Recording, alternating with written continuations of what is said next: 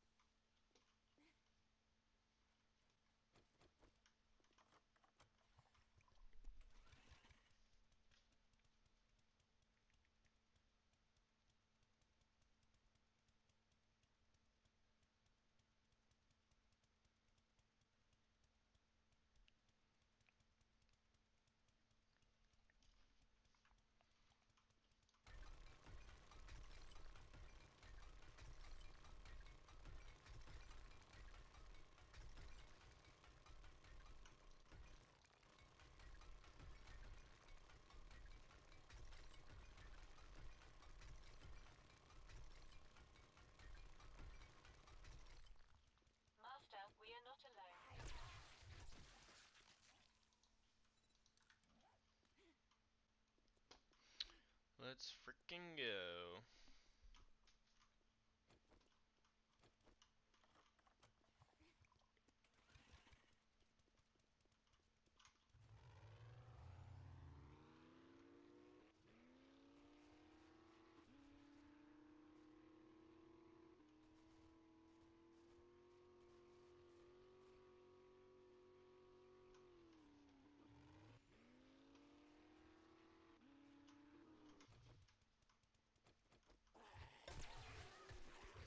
I don't know, they're always able to hit me before I can smack them. Little bastards.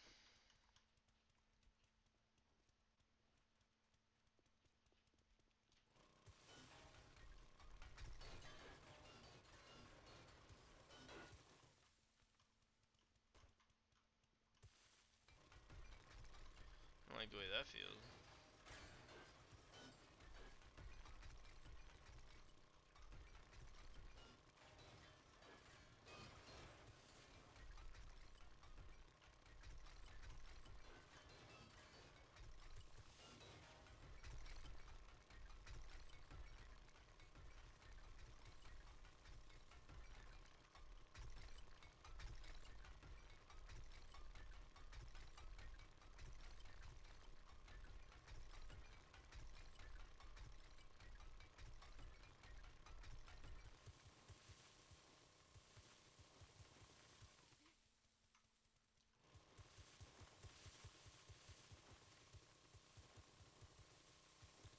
Oh, that's definitely the move.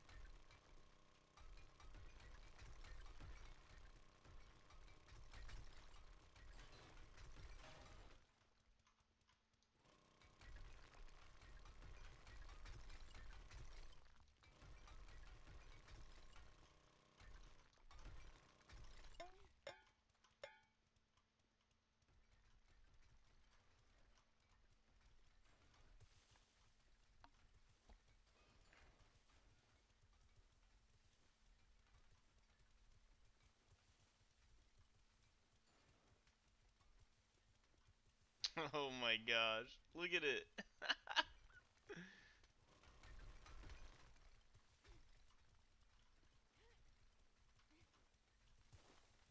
Ah, no. Oh my god. That's the way to do it.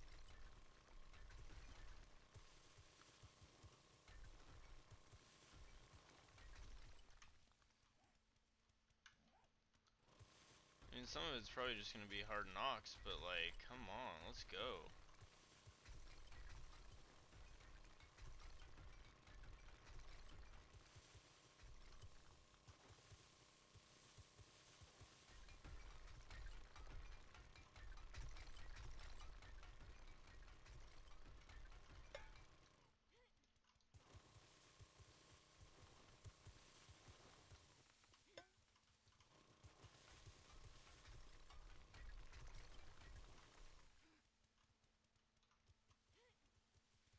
That's the way to do it. That's the way to do it.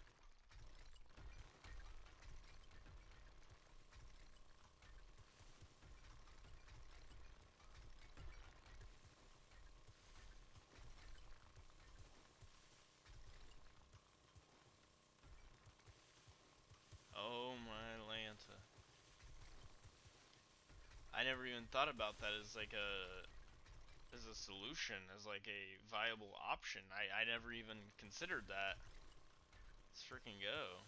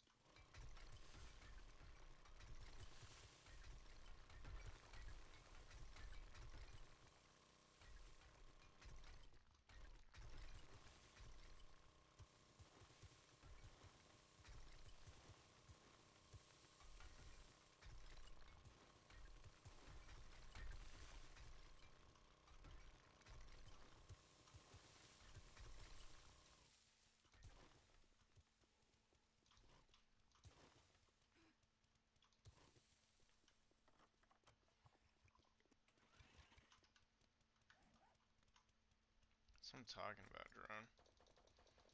Such a good drone. Jeez.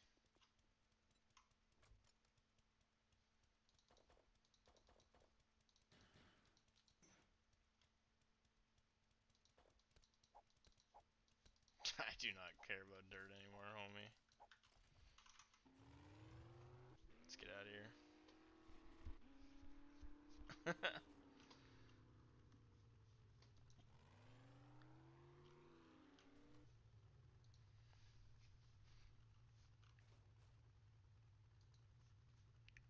That's what I'm talking about.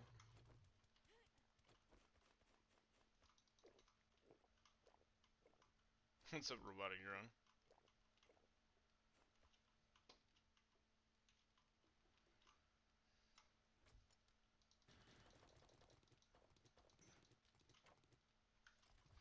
Guess we'll take that back.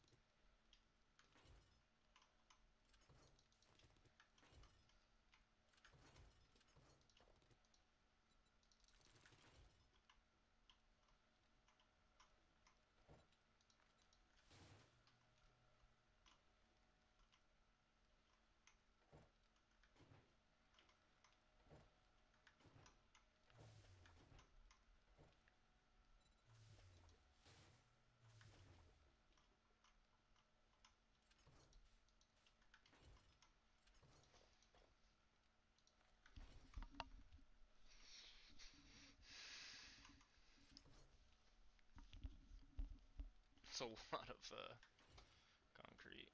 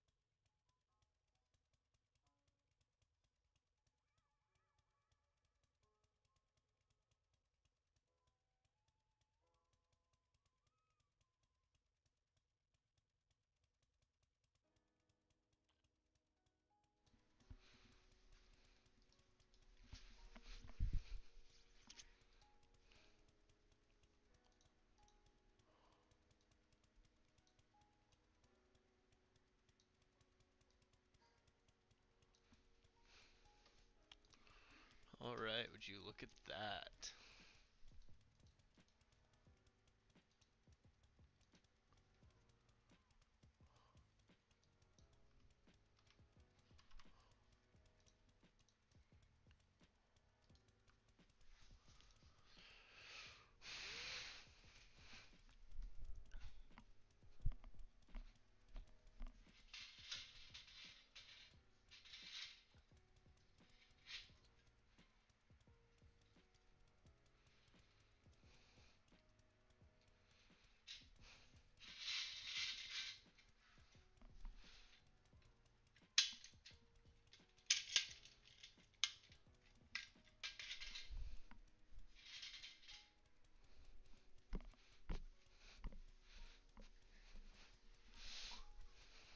Oh.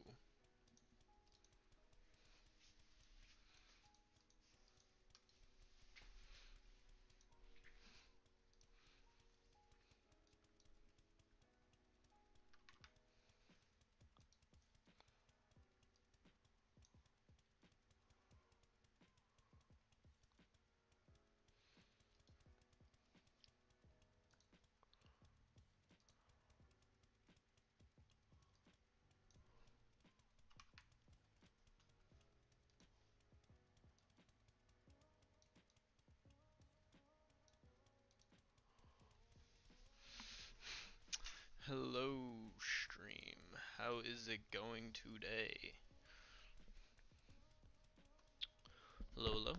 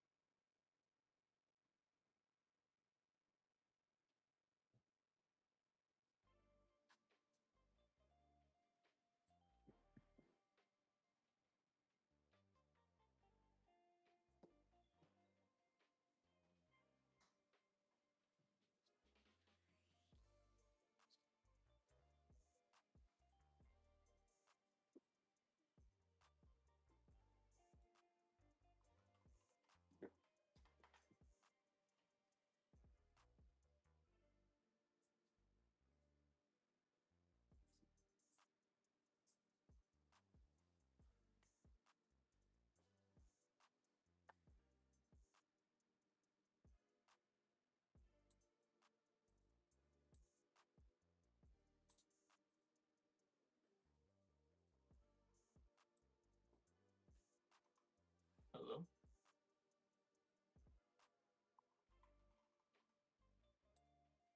Hello, hello?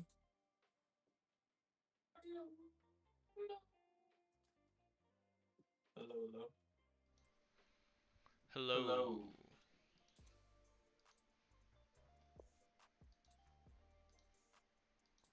Hello. Hello, hello. Yeah, that's weird. I don't I like don't like that. that. Hello. Hello, Hello. hello. Hello. Hello. Hello, hello. Ooh. Ooh, What is what is this? this?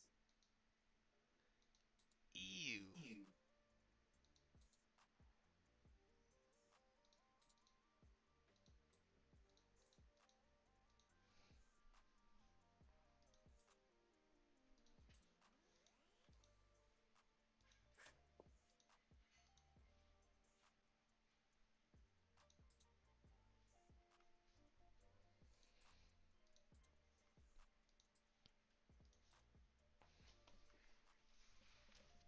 Um. How come I How can come I can hear hear myself? myself? What is What is this? this? Output?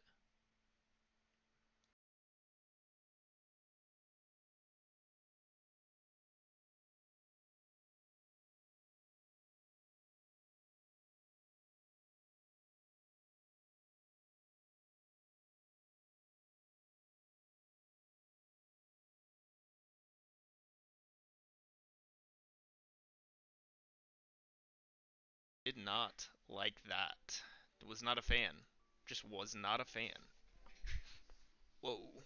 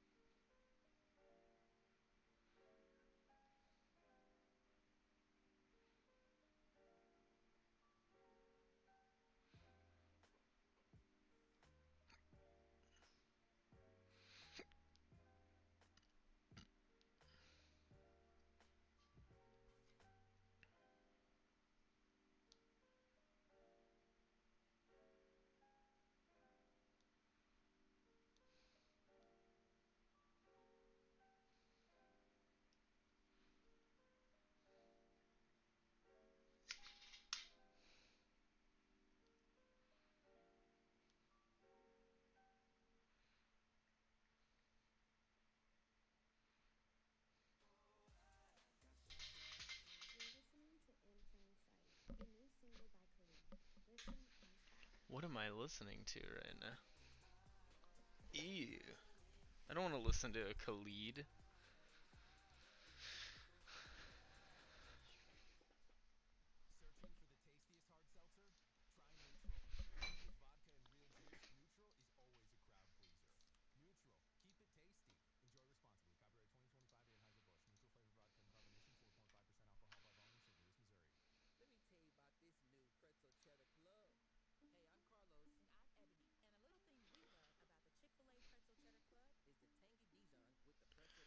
There we go.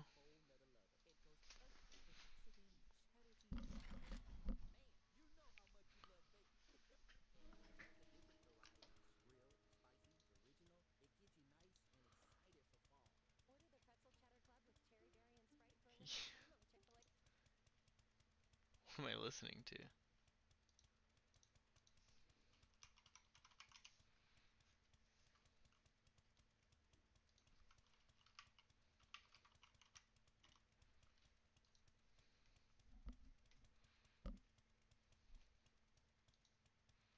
Grammarly helps me get the Actors.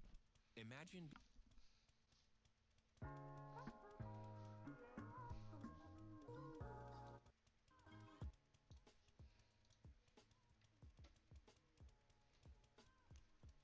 I checked my email, Sabrina.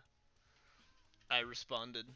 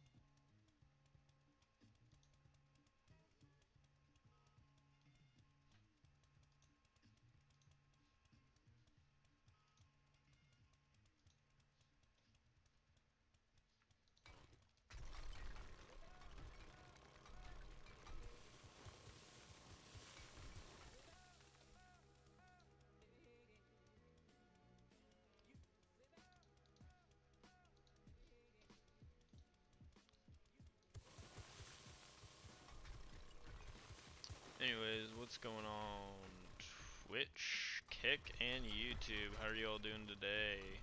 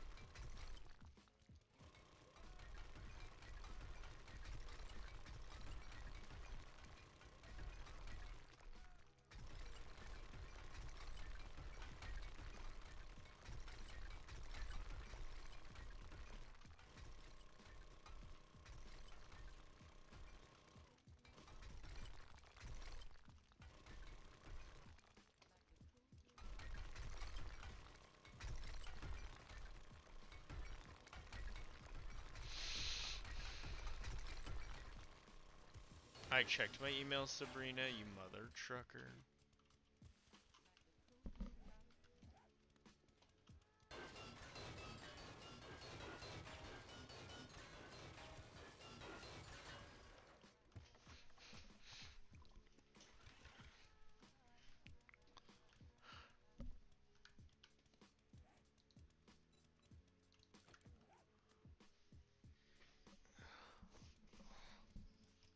I've checked my email, Sabrina. What the fudge? I checked it. I literally checked my email. What are you talking about, Sabrina? I don't know what you're yapping about. Just watch and see what I am doing here.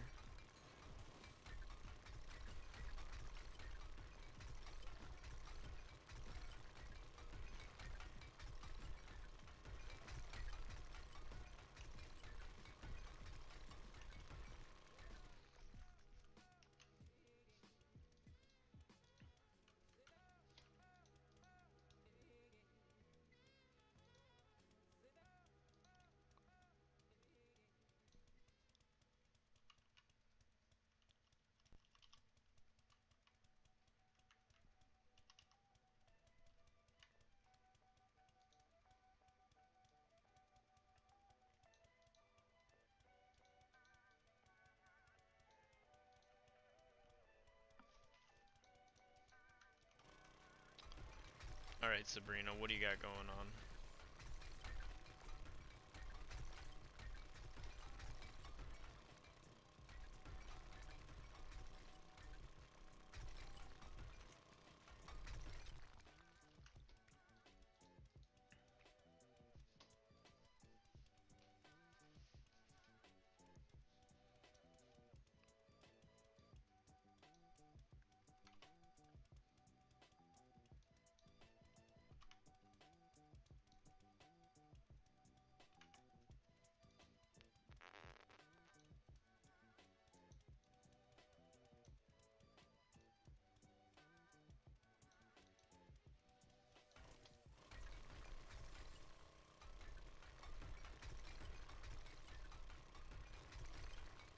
Hey, what's going on, Bree Davis? How are you doing today? Hey, what's up? How's it going? What do you got going on? What are you enjoying the stream?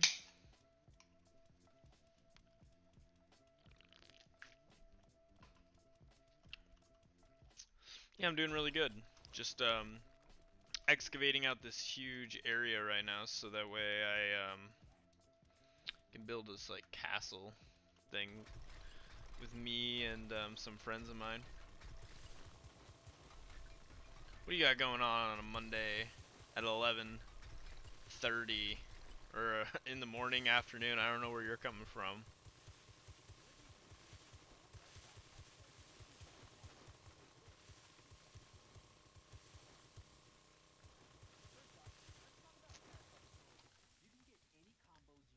What the? Back to the chill vibes.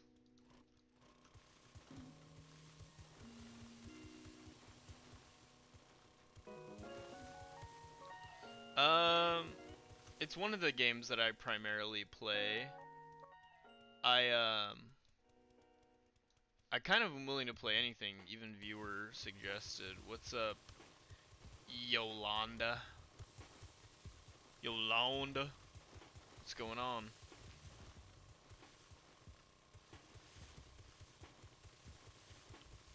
How are y'all doing?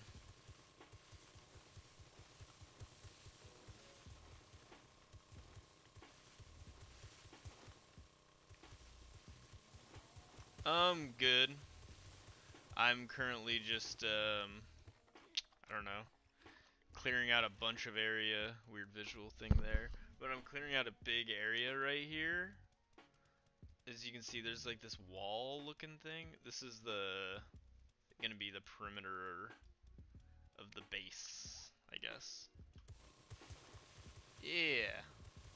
Heck yeah.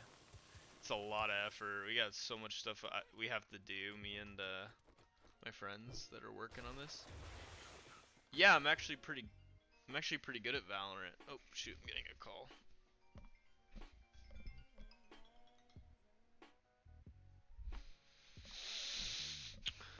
Yeah, I'm actually pretty good at Valorant.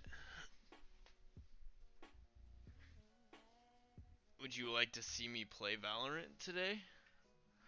More than willing to rock a couple games of Valorant. Hey, Bree Davis, if you drop a follow, I'll play some Valorant today. How about that?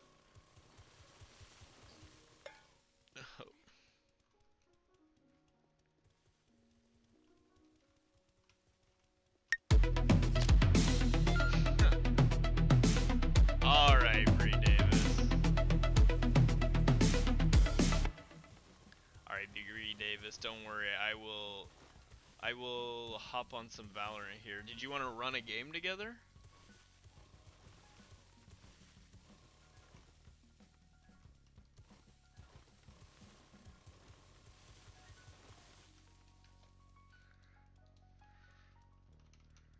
If you want, we can run a game together if you want. So down.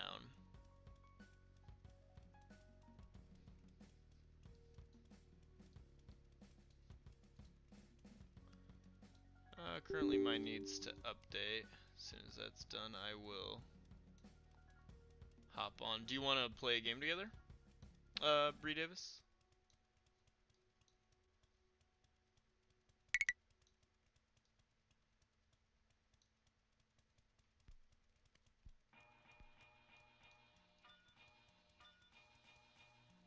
Oh, fair enough.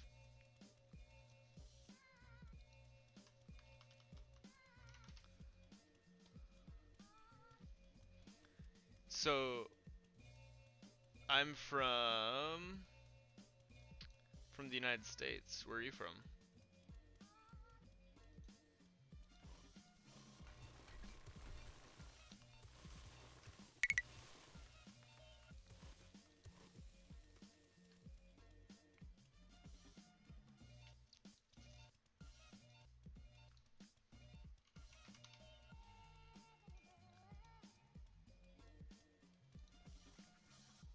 You see, stereophonic sound for the home is recorded on two separate tracks, each one giving special emphasis to certain sections of the orchestra, as heard from those positions. Now, when played back simultaneously on two Wyoming? the sounds are blended Jeez. I live in Nebraska. I think our states are touching or something. in a monaural recording. Not 100%. Pretty sure they are.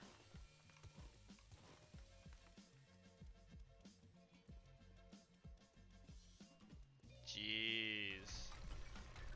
Are you in school? Are you working? What do you do? Bree. Graphic designer. Oh, that's pretty awesome. That's awesome. I'm happy for you. Did you go to school to get your like a graphic design degree, or did you kind of freelance initially and just happen upon that position?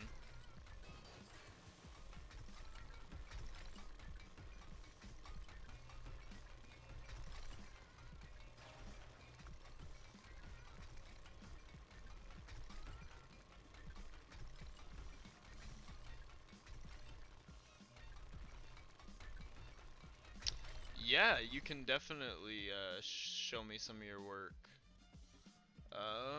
Send it to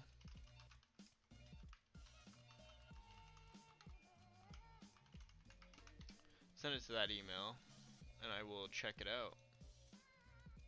Oh, that's awesome.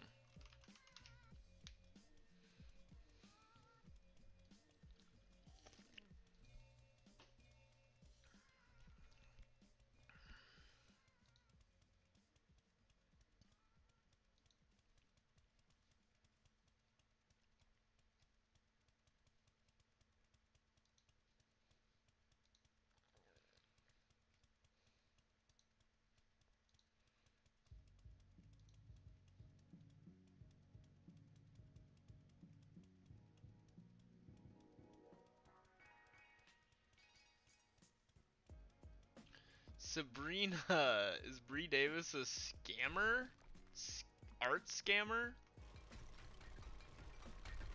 Oh no.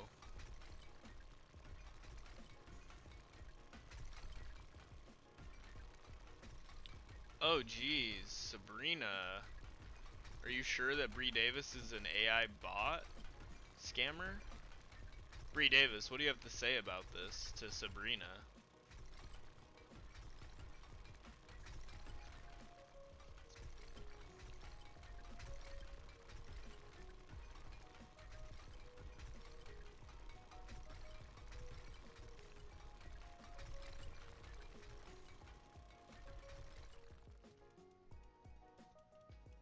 Oh no.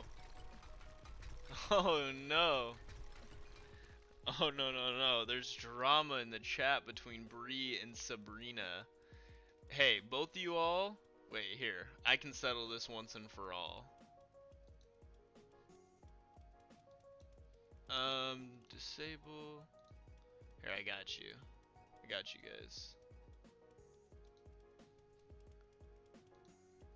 Okay.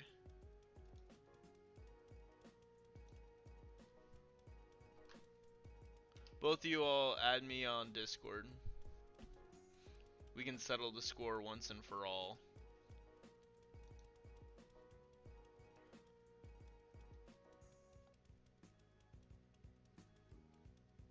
I dropped my Discord. Both of you add me on Discord.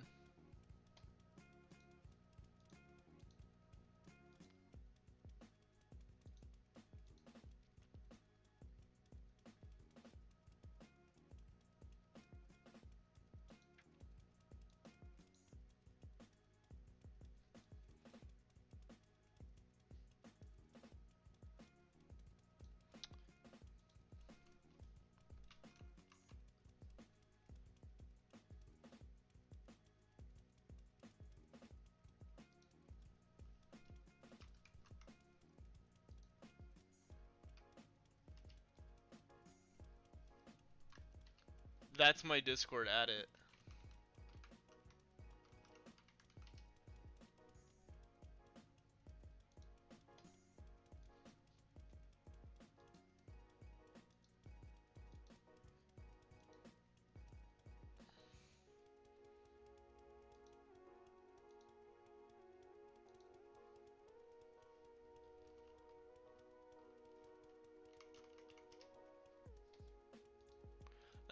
I don't see a friend request from you guys.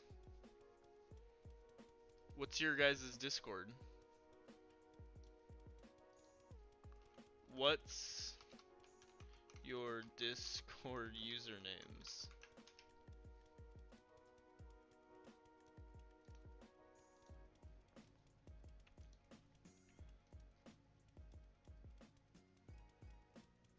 Oh, Bria Davis. I found one of you.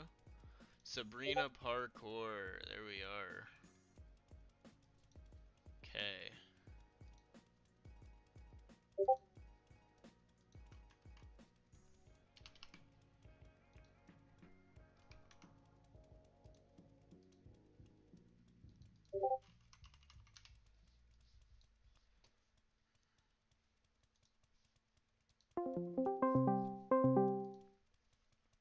Join, nerds.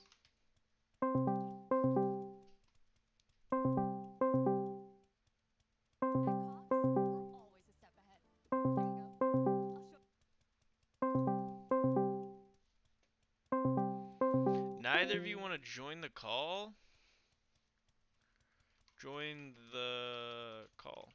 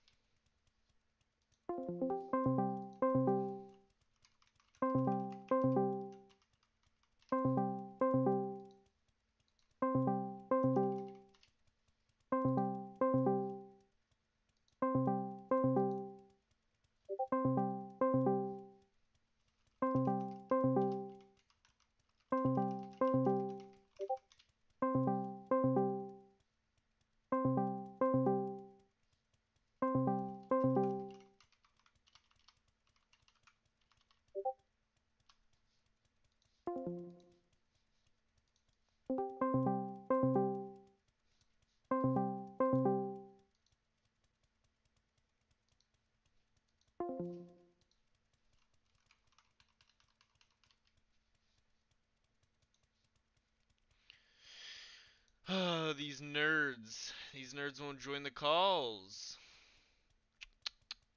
Tisk tisk. They aren't even watching the stream.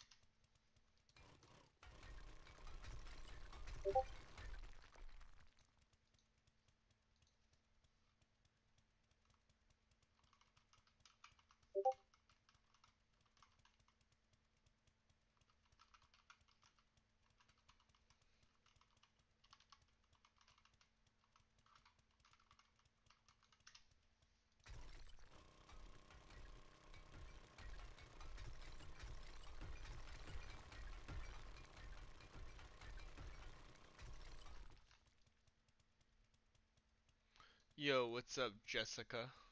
What's good?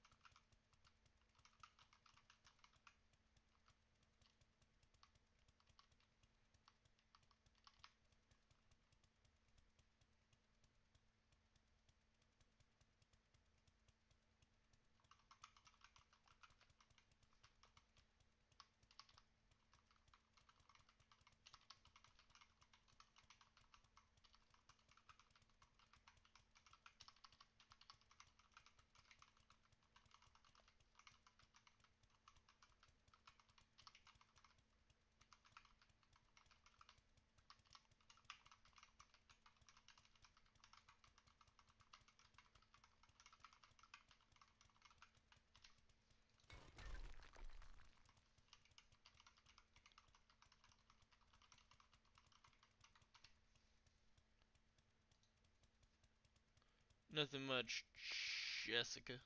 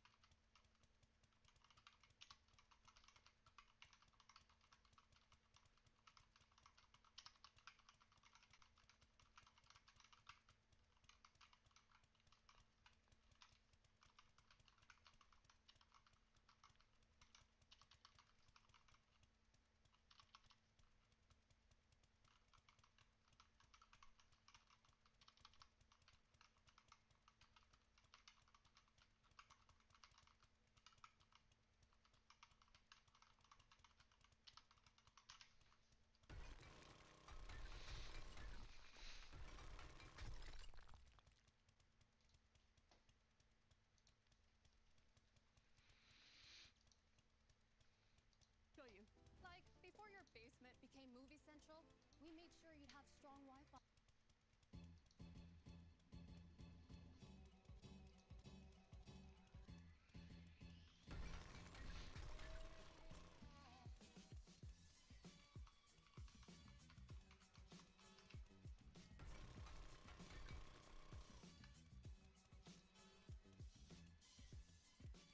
Here is why you have a beer belly, even if you don't. Even if you're pooping every day, every single day.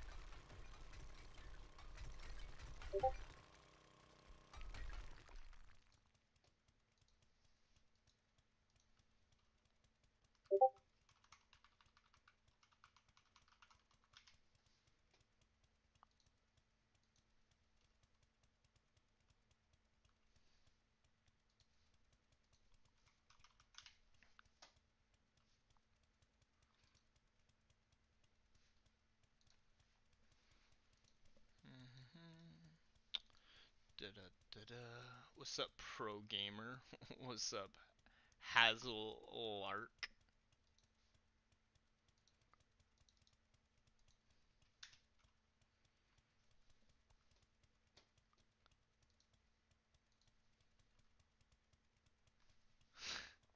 Pro gamer. Thanks, Hazel. Appreciate the follow. You did. Did Hazel Lark follow me? Nope, Hazel Lark did not follow me. I don't see it in the latest followers tab. Big capper over here. Jeez.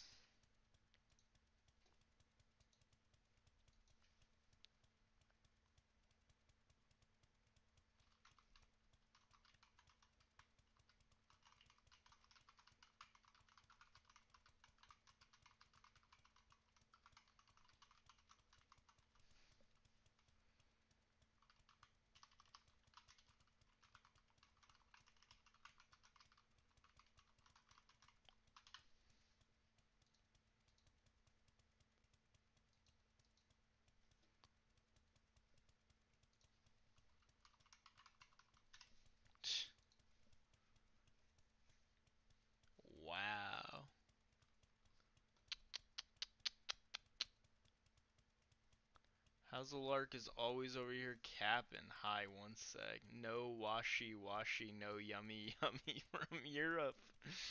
What a username. It's kind of lit. What a name. No washy washy, no yummy yummy. What is that name? I respect the grind.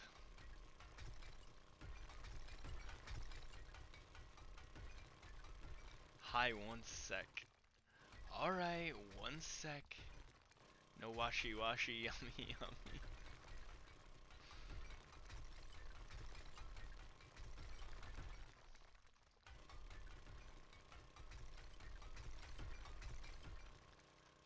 Alright. I'm waiting for you. No washy washy.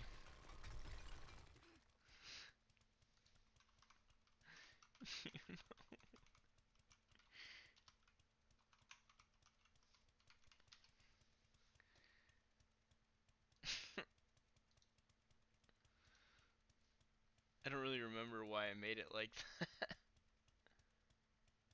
It's easier now. Yeah. Oh yeah, Aura's a lot. Yeah. Okay, to be fair though, the no washy washy yummy yummy that was iconic. It's like one for the history books type of a deal. Like, I respect it. I respect the grind.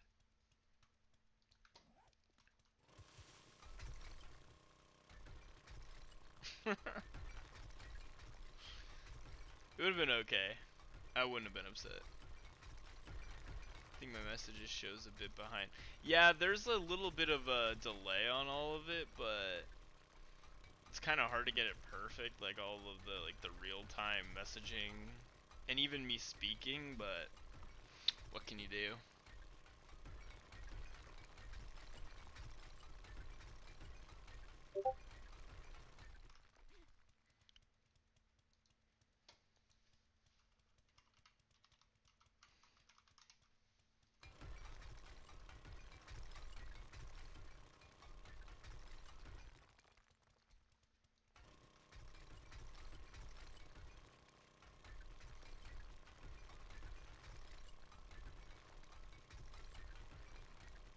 Yeah, but currently I'm just mining out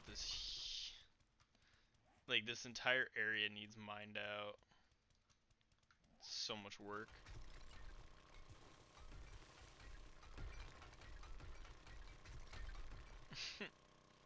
It's all good.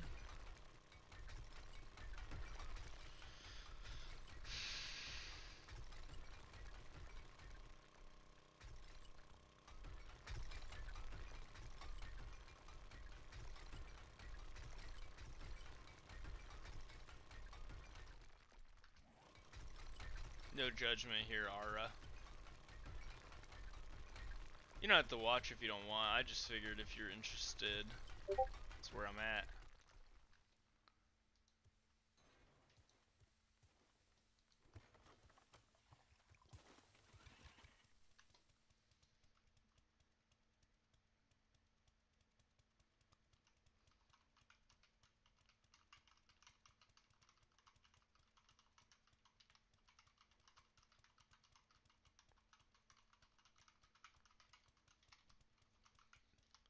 Business discussion. I gotta know that the people I'm talking to are real in order to have like make a business decision. It's predicated off that. Silly billies.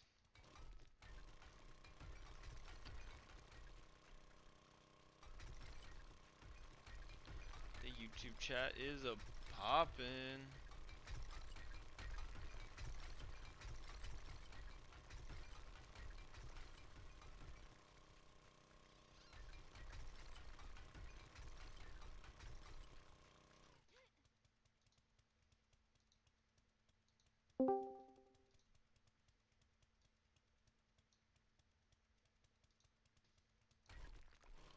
You're in Oceania if I remember correctly.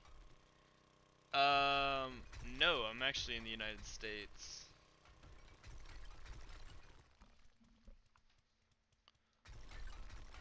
I live like in the Midwest of the United States, like right smack dab in the middle. Unfortunately, no oceans anywhere nearby. Got some big little rivers. It's about as exciting as it gets, though, unfortunately.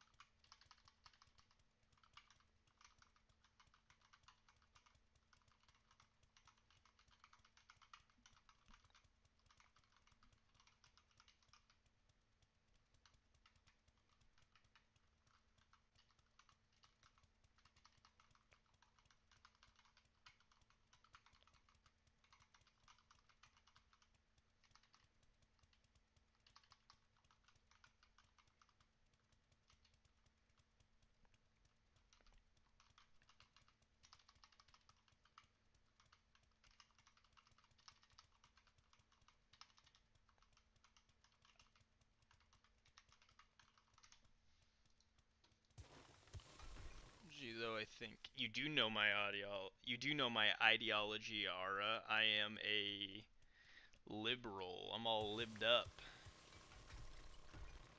All sorts of libbed up.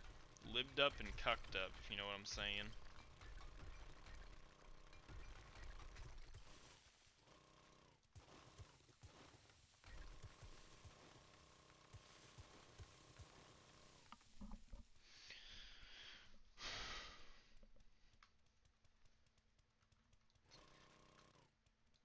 All sorts of libbed up and cucked up. What's your ideology, Ara? Were you libbed up? Are you a little bit more communisted up, socialist up?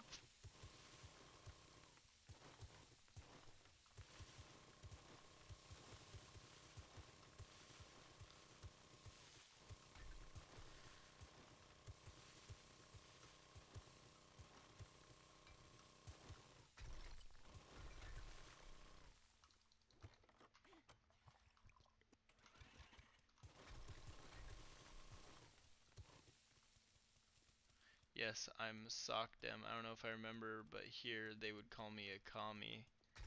What? It depends. Like, when you mean Sockdem, do you believe like, hey, we should probably have like a um, mixed economy insofar as there's certain things that like capitalism doesn't do super well, or certain industries that it kind of struggles with, so like we should step in with the public sector to like take care of those inadequacies, Sockdem? Or are you like, hey, we need to like abolish private capital, we need to like we need to implement more rent controls, stuff like that? Because to me that's more like commie policy. But like, you can be like a legitimate like Sockdem and not believe in commie stuff. It just depends, I guess, how far you take it.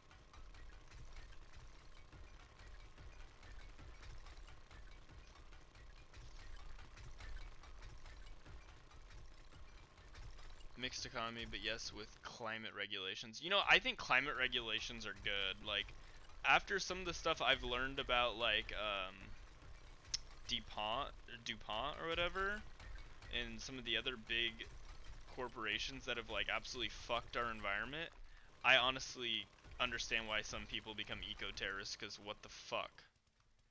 Very tight worker rights. Yeah, I think all of that doesn't make you commie. I think all of that still, you can believe in all of that and still operate under like the capitalism good mentality.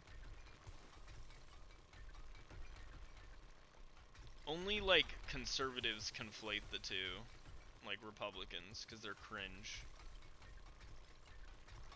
Alright, we just gotta hop in a call and chat, dog. You're chill.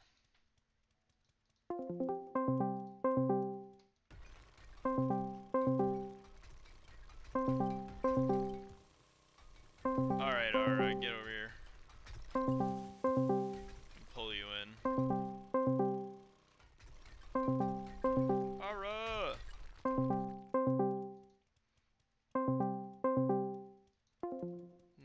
madness ensues. Call me if you want to chat. If not, you want to keep talking through YouTube chat. That's fine. Yeah, DuPont is they're the makers of Teflon. If you're familiar with what Teflon is.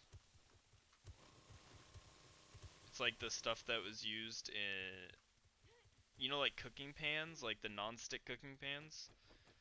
That non-stick stuff is Teflon. Oh, you're good. Not prob. I'll keep yapping. Yeah, so DuPont created Teflon, which is like what got used, which is like, it is basically a type of plastic, right? It's a forever plastic. It's forever going to be in, or for a very long time it's going to be in our environment. It doesn't decompose. They dumped a lot of the byproduct of making that plastic into um, rivers, lakes, and just disposed of it in like the most horrendous ways possible that weren't like environmentally safe. And then they lied to the government for like 40 to like 60 years about it. So yeah, I understand why people become eco-terrorists and like burn down factories. But I'm still like, I wouldn't put myself in the commie territory. Just like environmental regulations, I'm with you 100%. I think they need to be like psychotically stringent, even if there is some negative economic burdens that come with it, I guess is a good way, is the way I'd put it. What's the kick chat looking like? Is anyone kick messaging me? Nope, kick is always just steadily like 4 viewers. And they never say anything, they lurk in the chat.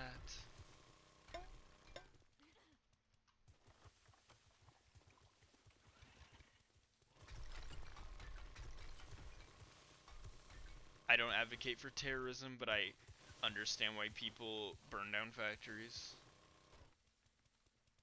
Well, I wouldn't either. I just understand why some people can feel that way, because like these like bigger corporations that have no regard for the environment have done shit that will like negatively impact like our children's children because of their greed, I guess. And in the way that they just do not care about the environment. Yes, let's hop in a VC later. I'm so down to yap.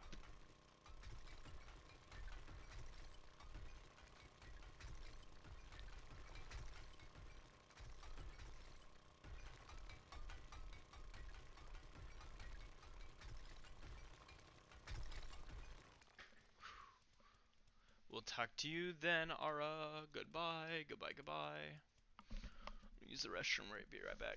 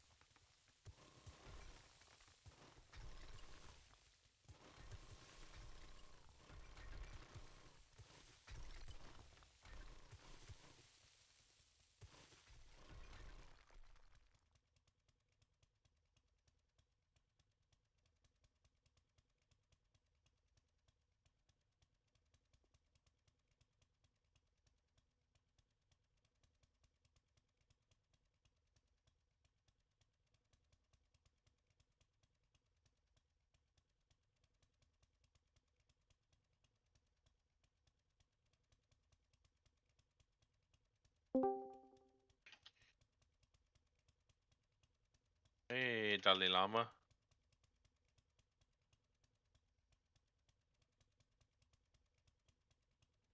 Ooh. Okay. Hey, how's it going, everybody? Hey, my name is LimeWire. How are you, my friend? I'm doing pretty good. Just streaming some 7 days today at the moment, hanging out. And how is that going for you? Pretty good. Had some interesting moments so far, and yeah, it's been going pretty good.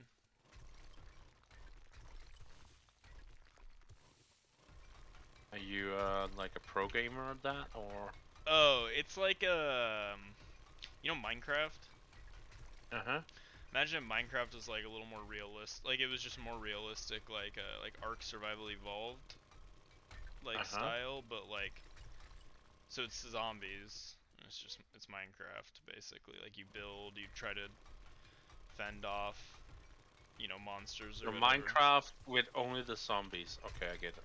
Yeah, with only the zombies, and it's way more realistic. And you still have the base building and all that. Yeah, it's a lot of fun. Ah. Okay, that's nice. Heck yeah. And it has like good RPG elements, like with the, you can like level up your character skills and all that good stuff. So yeah, it's fun.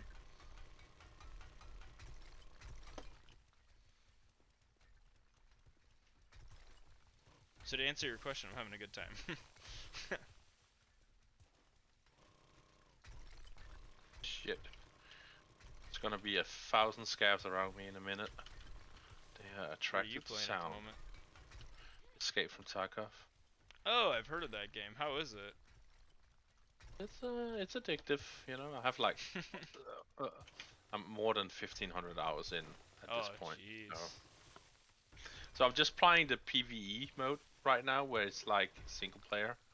It's like AI only you play against, because this wipe, normally they're like 6 months long, but this one is like 3 months. Oh, so it's real quick. Okay. Yeah, it's gonna be full release after that. So they already leaked the date or announced the date. So I'm just gonna, you know, I want to try this PvE mode. That's like single player. I haven't tried it yet. Oh heck yeah, fair enough. Well, I could eat something. Escape from Tarkov is kind of like Ark or Rust, right? In so far as like there's Nothing like those games. But like it's really the a style unique of game experience. where you have like X amount of time to loot, build up, and then you try to kill other people.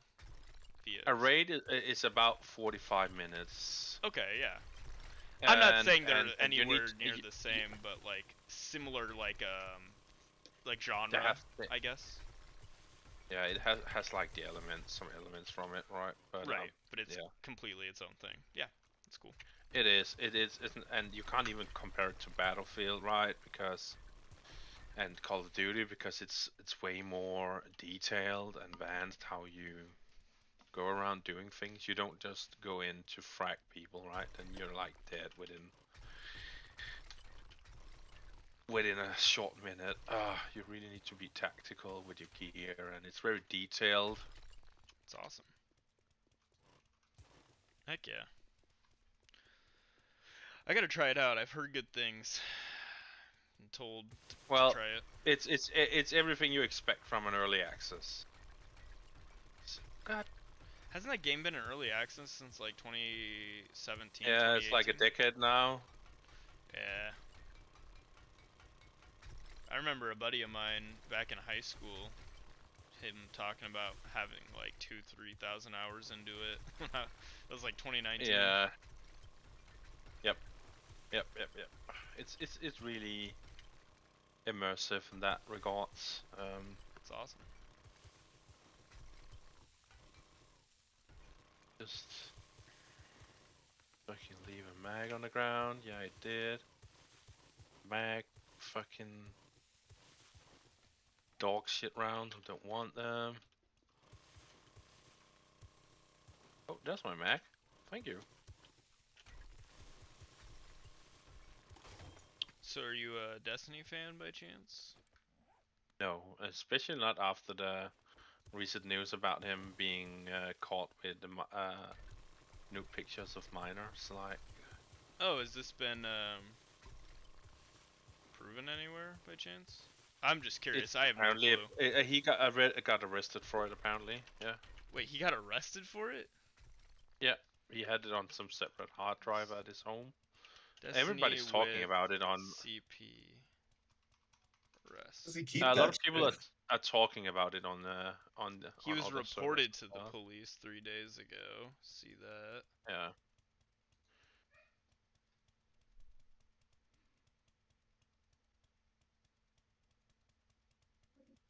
That's a brand new NATO gun. Don't mind if I do. Now at US Cellular, you can get 4 free phones plus 4 lines for $90.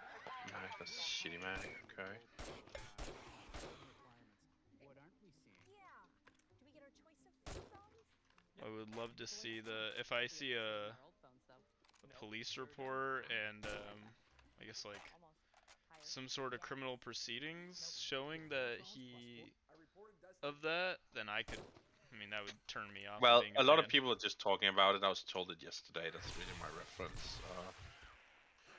I was on the politics server, and people were like, "Hey, have you heard about this Destiny dude?"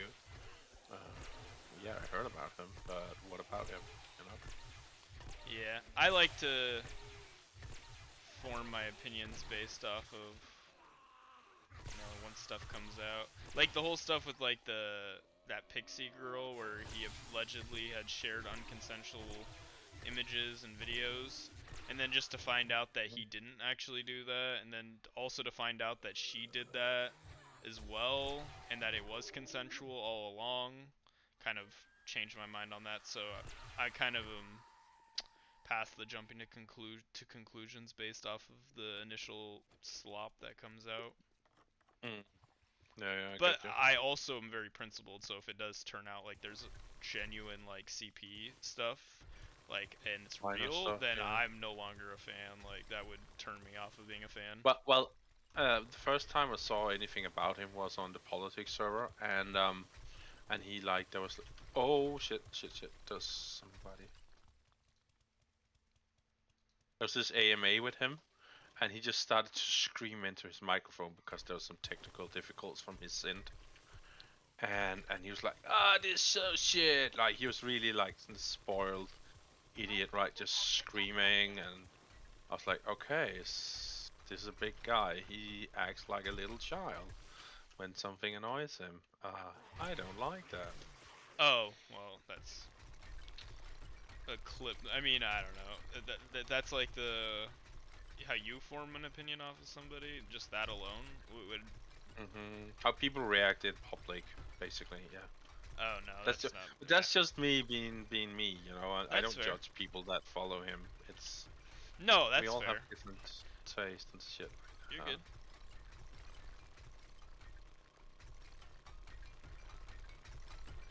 Who's Is there any politics streamers or content creators you're interested in, or are you not really that big into politics? 306. No, I'm not in politics that much, really. Oh, well then that's fair. It is what it is, you know. And I feel like no matter how much we discuss it, we don't move any directions. Yeah, it's fair. Whatever. So I'm just here for socializing when I game sometimes. That's fair. Mostly, yeah.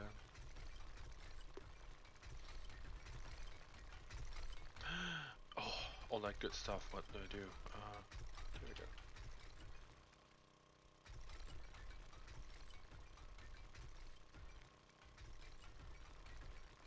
But yeah, like I said, I also hang out on that politics server, it's just called politics. So I do occasionally, you know, discuss politics. Yeah, I like going in there. I'm like a politics leader, I guess. Like I have that role from being in there for a bit. Pretty passively. What rank? Politics rank, leader, I guess. I don't know what. I have no clue what that means. I can start my own VC basically. Yeah, that's level 3. You could do that from. It has Roman numbers at the end, right? That says more if you Um, I don't know. It's basically like XP tells you about how much you engage Well, with the server. And yeah, how I many engaged with it pretty passively for a while. Just the occasional I'm hopping in. I'm level what's it, 7, I think. Yeah. I'm whatever politics leader is. I don't know. I don't remember the names. I just the number. It's pretty high up. That's- It's pretty far along. I think there's like 4 more that are higher than mine, 3 or 4. Level 9 is the IX is the highest rank you can get without getting a special role. Oh, nice. Okay. Wait, politics as in... It's actually the politics server, right? Yeah, politics. It's just called politics. It has the join to create Oh yeah, you have that one too. function. Okay.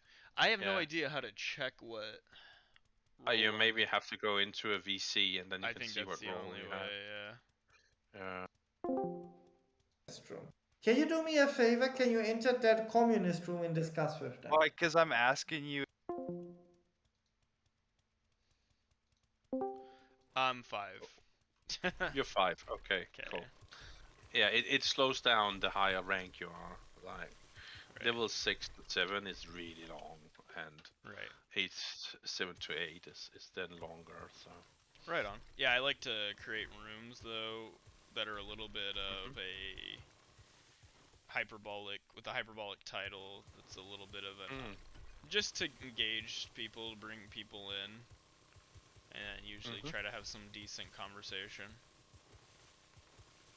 about normally U.S. domestic policy, but sometimes I like to go into some foreign stuff. The issue with foreign policy talking with Americans is that they're wholly uninformed on like the majority of stuff going on around the world. Don't get me started. Europeans are so annoyed by Americans because Hello?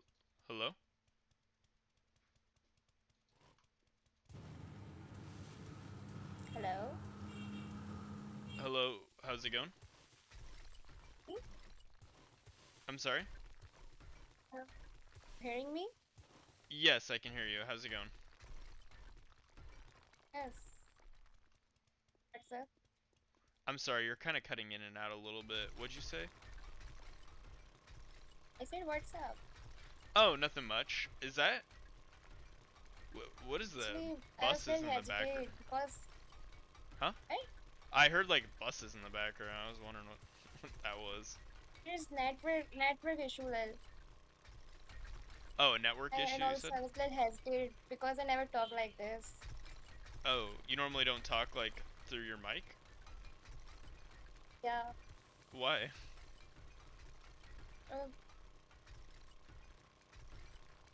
I hope it's enough for your satisfaction. Hope you understand. It's just you sound. It sounds like a voice changer. What? Hi.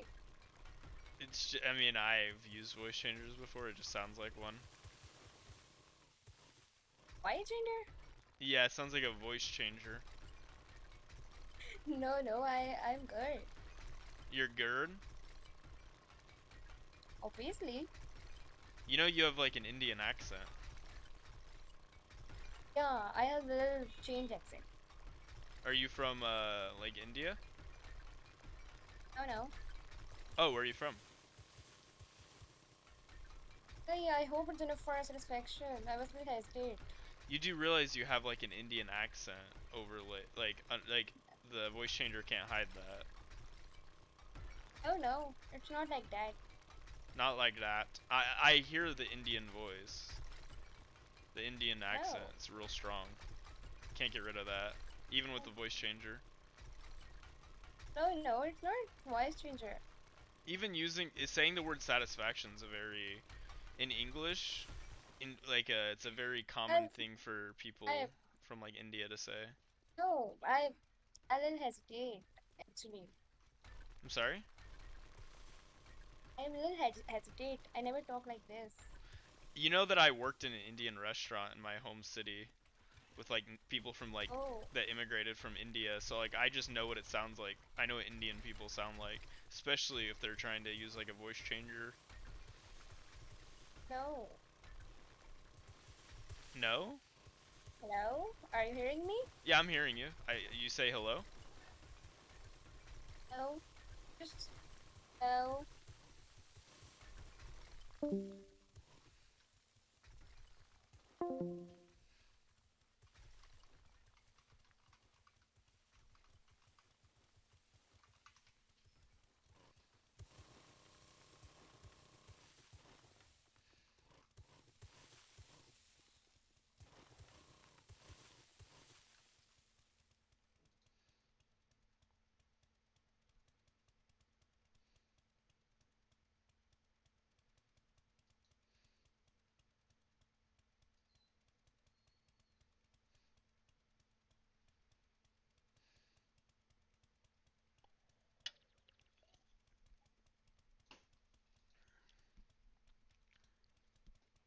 That was interesting.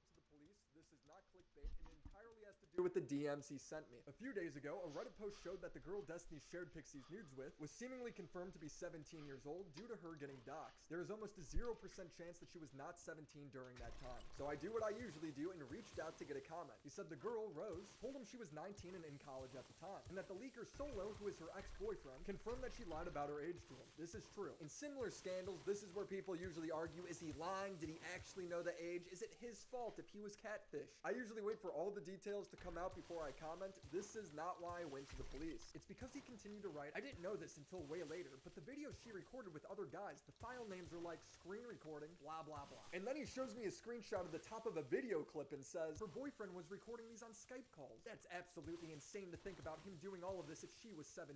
Well, this is insane to me because he's saying Rose's boyfriend recorded CP while sending me a screenshot of the alleged CP. So I asked to confirm if he just did that. If you were sending me this, I'm guessing you still have that video. Destiny replies, depends on why you're asking. But yes, I created copies of all of our messages and everything when that court case started. Just to be clear, he's admitting to having alleged CP downloaded on his computer. He literally has the video open as I'm talking to him. I go, bruh, there's been allegations at least since my last video that she was underage, and you still have potential CP of her? He replies, I have an obligation to preserve relevant evidence, etc. So I created backups of all of the important/relevant conversations. He continues, I don't think I'm allowed to delete it, lol. I don't know if it counts as hiding/destroying evidence, and I reply, talk to a lawyer, that seems crazy to me. Who keeps this sort of stuff on their computer without 100% knowing if they're supposed to or not? Isn't that something you want to confirm? I continued, you just let me know you have CP videos saved to your computer. You knew it was alleged that she was underage. You still have them. Do you see how this is? So now I've confirmed that this guy has child porn on his computer. In my 8 years of reaching out to people over allegations, I've never had anyone admit that to me. The last message he sent me was, 1, I don't even know 100% of her age was legitimately less than 18 when these were taken. So basically, he's not 100% sure if he has child porn on his computer. He's just 99% sure. Got it. 2, I'm pretty sure I have an obligation to preserve stuff related to my court case. I've talked about it with my lawyer already, specifically with regards to the Rose stuff. So he went from, I don't know if I could delete this, to my lawyer says it's totally fine to keep. I don't know the law, but the idea that his lawyer would tell him to hold on to CP for a civil case just doesn't seem likely to me. I don't know. Law 2 Then can why figure would that out. you- 3, if something were to come out of this, I don't know if I'd want to wipe everything and not have something to turn over to the authorities. If hypothetically, whenever a political creator is about to give a hypothetical, you know you're about to hear some weird shit. If hypothetically her boyfriend or whatever was actually trafficking Jesus her or getting her Christ, to what the fuck is wrong with him? What an actual retard.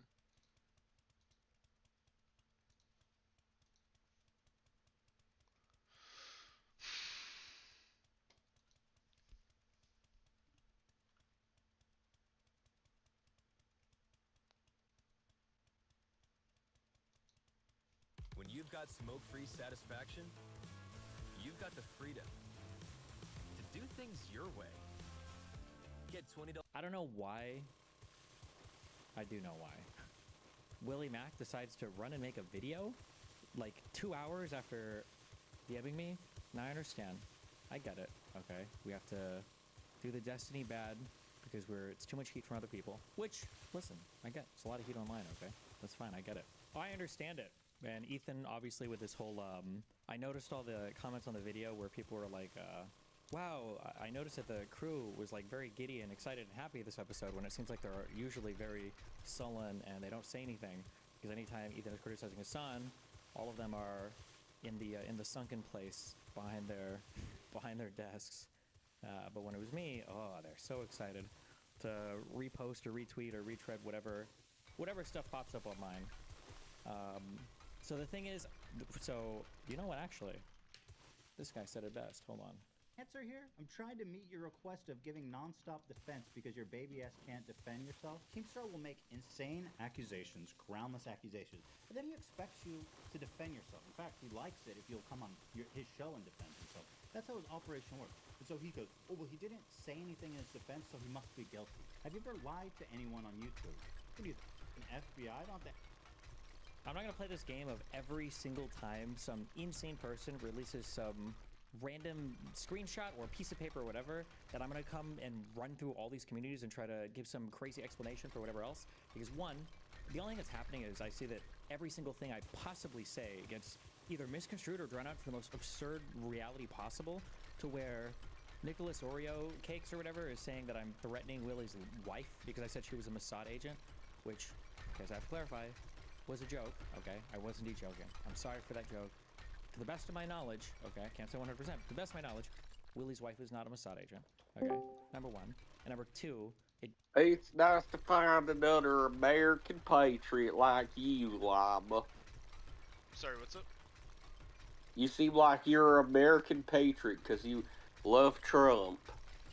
I'd say I'm an American patriot because of my time in the military.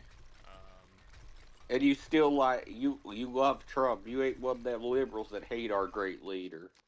One of those liberals that hate. I wouldn't say I hate Trump. Do you like Trump? No, why would I like Trump? Wow, why wouldn't you? I generally am not a fan of politicians. Didn't know where to go with that one, did he? Oh, like reverse fucking psychology. Normally they're the ones who hate on content politicians. network for all of these people who just make content out of them all by responses basically no matter what I say. Okay. I was hoping that I guess Ethan wouldn't have his Destiny. I know that he's like been hungry to like kind of show some disavowal of me because every time him and Hassan fight, Hassan like uses me as some attack vector to go after Ethan, which is weird because I mean, at least it should be proven today. I have traded a total of 2 messages with Ethan in my entire life. I've said this before. I think it was like, I don't even know when. It was after October 7th when Hassan's chat was like spamming insane and I went over it on stream and I think Ethan DM'd me and he asked me, he was like, wait, where did you get the chat message from? I told him. I think this might be 2 years ago. Yeah, these are so, but I think Ethan is like so desperate to get away from the Destiny controls me narrative that he decides to do his little unhinged stream. Yeah, I'm going back to where I was before, which is I'll wait until my court case is over. I'll go over filings as they come out. But this, I realized, well, I didn't know that Willie would make a video with him crying into the camera of like, oh, this is 911. Record. I can talk about more of this when my shit-ass case is over, which is hopefully soon, but who knows? Whenever stuff gets read. Oh, now we've moved to the whatever, like 17, 18. Here's the thing, okay? When it comes to ages for hooking up with people in general, I feel like you can play this game, like regardless of how far you want to go. 18 and older is an adult in the United States. If people are like, oh, you should wait until they're 21, then I feel like it would just move to 21 and older. Like, oh, why are you hooking up with a 21-year-old? Or why are you hooking up with a 23-year-old? Like, listen, you're an adult. You're an adult. I don't know what the point is of moving the bar on this. If you think that, like, 18 years old is like a horrible age of people to hook up, then maybe we can make like tax brackets for hookup consent, but I don't know. Like, it's just funny to see the bar moving on this. I don't care. Whatever. Listen, I'll say what I said before, okay?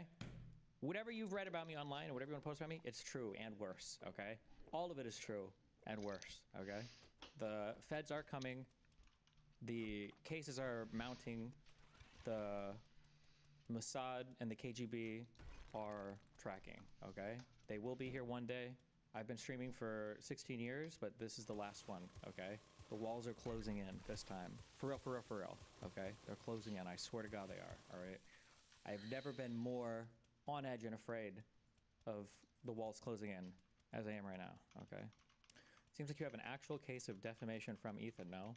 Maybe, maybe not. The thing is, lawsuits suck. They're expensive. It's annoying. I don't even know if it's worth it. And I just don't care that much. Because you know what? We just keep on rolling. Okay? Bro, I can't believe how quick these two are to believe anything they read on Kiwi Farms and they've been harassing them for the last few months. You know what? That's how it goes, okay? I just don't know why you talked to Willie Mac at all. I don't remember. I think he messaged me on something. But I mean, I'd been in communication with him. I just didn't expect him to run and fucking make a YouTube video in 2 seconds based off some DMs with us. Obviously, I would have approached that conversation with a lot more care in terms of how I'm phrasing things, obviously. But you know what? Whatever. Listen, again, whatever you want to believe what you want, okay? The feds, they're on their way, right? I'm just trying to stream before they get here. Inshallah, ABH3. Oh, I'm so glad he finally found his voice. I wonder how awkward it feels when his boss is sitting there railing on his Turkish idol, and he has to sit there and hold his tongue the entire time, knowing that he's getting by Hassan's entire fan base the entire time regardless, and that being a spineless cook actually isn't helping him at any part of this whatsoever. But that's okay. And Ethan has to feel bad too, because he's sitting there while his whole crew is awkwardly staring at him because nobody wants to participate. It's all good. H3 has been a girly pop gossipy channel for a while now. His audience is likely majority women who watch things like RuPaul and talk pop culture, celebrity relationships. It was inevitable. I actually disagree. I feel like the H3 fan base, for the most part, is actually one of the more chiller fan bases on the internet. I think it's because, not to pull my woke card out, but I think it's because it's like probably a little bit more women versus men. Like it wouldn't surprise me if that fan base was like 40% women. But then also because they do kind of like more pop culture-y stuff, it does get a bit more grounded. Like I see a lot of comments popping up, even in that H3 subreddit, about how like all politics streamers are cancer and all of those communities are cancer. And that's about like 95% correct. It is a special type of cancer. Although again, I would point my fingers to Hassan and that, and AB and all the little people that are hiding behind the desks that are too afraid to say anything in those segments. I would say that those people are, like, you can point fingers directly at those types of people to blame. I think it would be way more interesting and more fascinating to have policy-oriented debates. If somebody disagrees on Israel-Palestine, you know, we can fight over did the massacres, you know, in Iran or other places pre-48, you know, justify, or pre-40 justify all the back and forth fighting and who's right or wrong. Like, I think those would be super interesting and fascinating discussions to have, but nobody wants to have those conversations. They just want to call everybody a sex pest or whatever else. Hold on, wait. I just had another random fan snap me nude. Check this out. I'm showing it to all my friends right now. How old is she? Oh, I have no idea, but oh, check this one out too. And this one out too. And this one out too. But yeah, I think listen, as long, if that's what people want online politics to be, then I guess that's what online politics could be. It is what it is. Tell everyone you make more than them. I'm pretty sure Ethan makes more than me. Those guys are loaded. AB, Olivia, and Dan are Coctesan agents that never defend Ethan when they beef. It's insane. Yeah, but I mean, like, it's also by design too. Oh God, I don't want to give them charity. It's by design too, because anytime these people step out and criticize Hassan, that entire network of people is also going to come out and harass all of those people as well, right? So AB, Olivia, and all those people, if they don't toe the lefty line, you know, they're going to come under huge fire from that side as well, so they kind of have to. Because if you don't toe the line on their side, then they're going to get called token figures or, you know, Uncle Toms or... Thousands of players searched for me. Thousands failed. Whatever else. So I mean, like, to be fair, they're in a rough position as well. So, but I mean, like, it's whatever. That's okay. Take a deep breath. Fortress arc it away. Not really. Well, I feel like I need to play a 1 month video game break maybe. I still think the Ryan Beard memes were probably my favorite. The making the video of me who has the scariest and most dangerous community on the internet, and then announcing that he's making a video on Hassan Ethan and that he's going to be fair, and the lefties bully him so hard he has to stop. He can't even finish his research for the video. I think that was funny. How is it that after every drama / scandal involving you is over and settled down, you seem to somehow get right back into it? Because like 95% of it is bullshit. And I don't know, it is what it is. And I have a penchant for dealing with crazies online, I guess. Although this might be the one. This is it. Have you sworn off friendships with content creators? Yeah, kind of. I'll say this again, and I don't think this message can't carry. The thing that's the most annoying, I think, about all of this, is that she was actually 12. No, I'm just kidding. The thing that's the most annoying about all of this is that I think a lot of people, and I keep seeing these comments pop up on my own subreddit. I might have permabanned you for this also. By the way, if I permabanned you, just email the mods and they'll unban you, okay?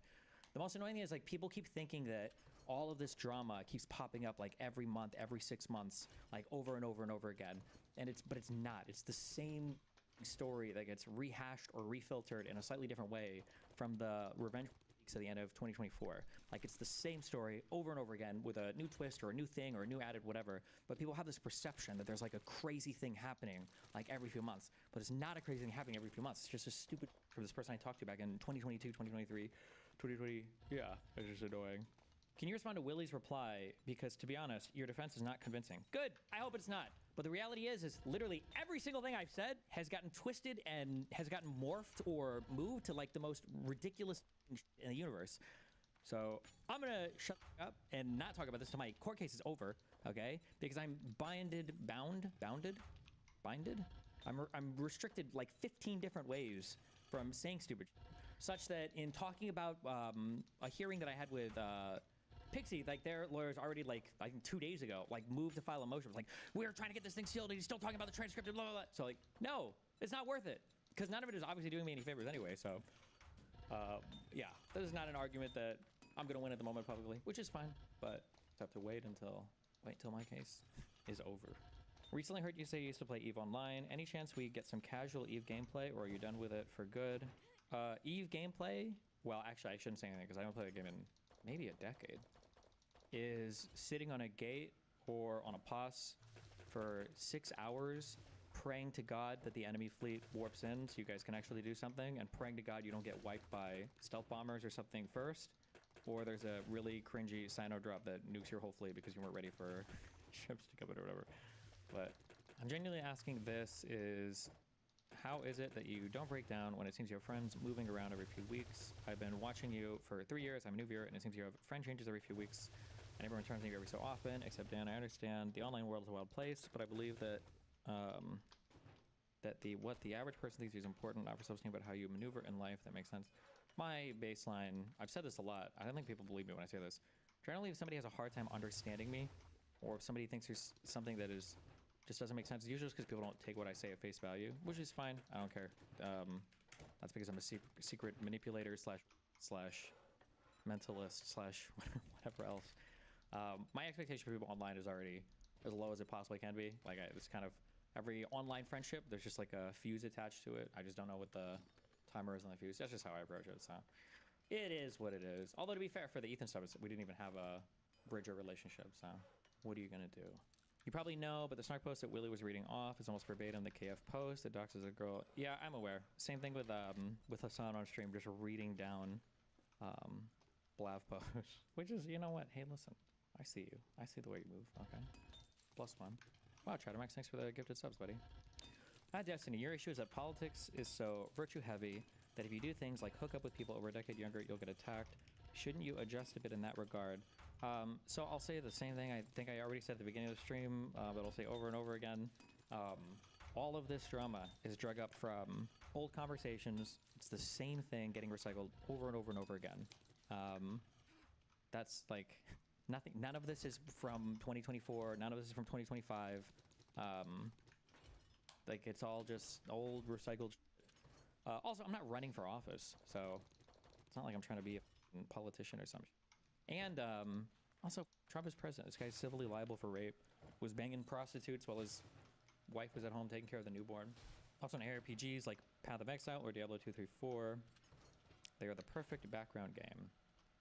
The thing is that ever since I started my Vivancing stuff, I don't have as much of an interest in like playing a game while chatting with people or doing things, because usually I can focus on the conversation a bit better. Like if I was gonna play a game, I think I would just play a game, which I might. And maybe I'll do that soon. Wow, for Maroni, thanks for 20 gifted subs, buddy. Just curious, do you do therapy or do you have some system that helps cope with this, or you're just built different? I like to get a whole family in and see them all happy, excited about their vision, about maybe their new eyewear, getting someone into fresh into contact lenses who previously hadn't been. I am built different, and I do therapy with myself. Okay. And then also I said, okay, this is my last response to any of this, and then I'm done. Okay, I'm not talking about any of this because literally none of this is helping me publicly, so there's literally no point in doing this. Destiny said if you can't respond to Laughter's court case with Pixie, fair enough if true. I think you should probably get on stream with his legal counsel and have them explain why having alleged CV since November is okay in this instance and legal. I have not seen one lawyer agree with this. I don't know how retarded you have to be to think that, one, that any lawyer would ever agree to do this. The whole point, like, why would your lawyer ever counsel you in a public setting, in a public forum? Part of the whole, like, benefit of patient-client confidentiality, or not patient, lawyer-client confidentiality, is that these conversations aren't accessible to the public. So the idea that any law firm would agree, oh, hey, let's do some legal counseling in a public setting is beyond stupid. Number one. Number two, to assume that I'm not, like, in contact with anybody or having conversations about things that are going on is also beyond retarded. But it's not. Sorry, hold on. I keep with this, okay? It's not retarded, okay? This is intentional. I understand, like I said before, I understand that people catch a lot of heat when they are associated with me. And so sometimes you have to do the performative, like, oh my God, like, is OBS recording? I got to report. Like, I get it, okay? But don't pretend that you're, like, after some actual information or actually, because if anybody gave a about any of that at all, there'd be a lot more questions for other people involved. But listen, I get it, okay? Does Olivia have any political opinions? She seems culturally socialist, but I would sort of say the same thing about someone, even Ludwig or even Atrioc. I think most of his non-ego, I have no idea. I don't know the political positions of anybody on the H3 show. I just know that all of them are in an awkward position because obviously they did Leftovers with the Sun for a while. A lot of them are very, I'm trying to think of a nicer word than like beholden or captured by, because that makes them sound like they're children. But like obviously there's a lot of audience pressure, not even from the H3 audience though, but from other people related to the staff. So they're in weird spots. But is there no limit to how much they can keep dragging it with motions? I have no clue. Well, no, I guess there's not really. I think at some point you can push for, what, like a Rule 12 thing or something? But the I mean, you're right. In civil court, you can spam the docket as much as you want. I had a crazy woman e-stalk me last year, and it turned my life into a mini nightmare. It's time for one of those girl groups like the App T. It was total BS, but when men are being accused of anything by women, the burden to defend yourself. But keep in mind, I'm not even being accused of anything by a woman at all right now, right? This might be the first. Well, actually, I don't know. This is the first time that somebody's tried to cancel somebody for somebody's alleged age when the victim isn't even making any of the accusations. It's just other third parties. Jesus. I don't know. I don't agree with all your BS, but you're not some beacon of morality for me or anything. These people judging us talking nonstop are living in delusional reality where they find the person they were desperately missing. Maybe, I don't know. I wouldn't even care. Listen, you want to judge me for whatever shit, that's fine. But it's just like the idea that like I'm some like seeker of like the whole Anna drama was probably some of the most infamous woman drama on stream, and she's like my age. So what are you gonna do? One must imagine Destiny happy. True. I love pushing the boulder up the hill. What the I don't know anything about this man, but he once decided he wanted to debate me, and I was harassed by his fans for months. While I said, who is that? What is happening? Who is this? Did we harass this person for months? Did I miss the email on that, guys? On the brigader, on the brigade list? Oh, bad thanks for 20 gifted subs. The cops actually talked to people. Listen, bro, I'm on a first name basis, okay? With multiple field officers here. They come to my house all the time. I basically just have, the reason why my stream is late on Fridays is because I have like my Friday afternoon coffee, okay, with my local FBI field office agents. where they go through the weekly reports on me. And I'm like, did you really want to kill this guy? It's like, no, that was a meme. It's like, okay. Why is Dan backing off? Because people are spam calling his wife's workplace and harassing his family. Yeah. But hey, listen, good times. But that's okay. We take a deep breath. Ew. Oh no. Do you think audiences like H3s are more toxic? Do female-heavy audiences have more of a propensity to be retarded? No, like I said a million times, I think the H3's audience is like significantly more normal than any audience over here in the political streaming world. Just at least based on the little bit that I've said. I think I'm really far outside of my comfort zone, okay? Because I don't dabble in these communities too much. But from like, I don't even want to associate them with like femcelly stuff. But like, if you go to like femcel heavy audiences, and that doesn't mean just female heavy audiences. So like H3s might be majority female, but that doesn't just mean like women heavy audiences, but like women that do like a lot of gossip or whatever. There's a certain like attitude where it's so weird and hard to explain, but it'll be like a bunch of like relatively modern feminist like adjacent women, but they have the most sexist attacks towards women that they don't like. Like that's usually how I can tell like the femcelly audiences. So it would be like, imagine going into some place and every woman is like, oh, like, this is why like her last two boyfriends ditched her and why she probably got cheated on. And this girl is, 35. Obviously she's not married. You can tell that she feels real bad, blah, blah. Like or like stuff, it'll be stuff where I'm reading. It's like, okay, this is like a women femcel audience. Hello? I've never seen that from H3's audience. Yeah, hey, what's up? I don't know if... Nothing much. What's going on? Awesome. Just looking forward to see someone defend Trump. Oh, right on. Hello. What up? Nothing much. Just hanging out. Nice. Running around. I figured I'd go on a big trader sweep to get more crucibles and anvils and all that good crap. Gotcha. Also, I figured out, I think, the best strategy to clearing out the mountain. Okay, what's that? You just, you clear out a perimeter around, like, a big chunk of it, and then just dig, like, a 2-block under it to collapse it. Oh yeah, that's what I've done for a majority of all of my chunks. Yeah. Holy and then I crap. go back and I just clean up the debris that's left over. 100%. It's so smooth. It's so quick if you do it that way. So that's just kind Just of don't get trapped underneath. Yeah, I ended up just running away, kind of. That's what I'll end up doing. Well, if you do it fast enough, you can actually do it as quick as it's collapsing so that you can get all the way through an entire section-ish. section before it actually collapses on you, because Nice.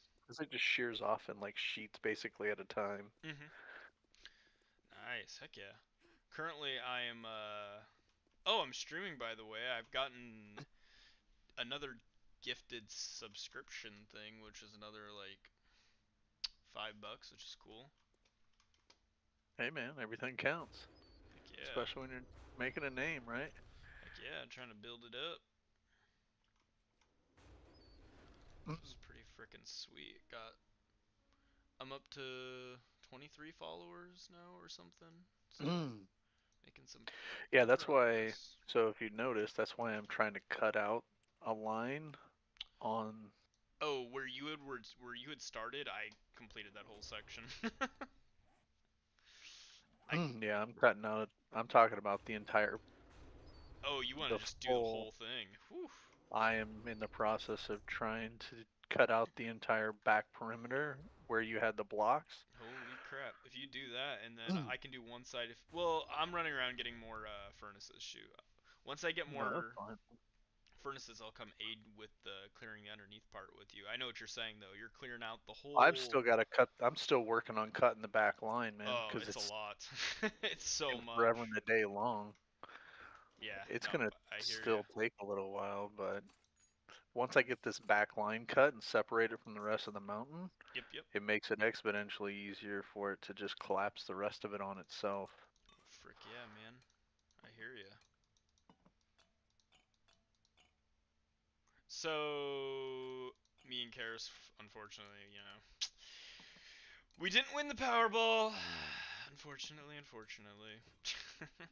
It happens. Yeah, bigger jobs, I guess. It's all good. I just think it's kind of funny just to bring it up. Slade, yesterday, we hopped on a call and he's like, "So did you win by chance?" And I'm like, "Slade, it's 3 o'clock in the afternoon. You don't think if I hadn't won that you wouldn't be here right now? Like I wouldn't have like kidnapped you to stay the night. Like we wouldn't be meeting with lawyers, or you wouldn't be with me while I'm meeting with lawyers today on what I need to do moving forward before I claim it. Wait, who do you think I am?"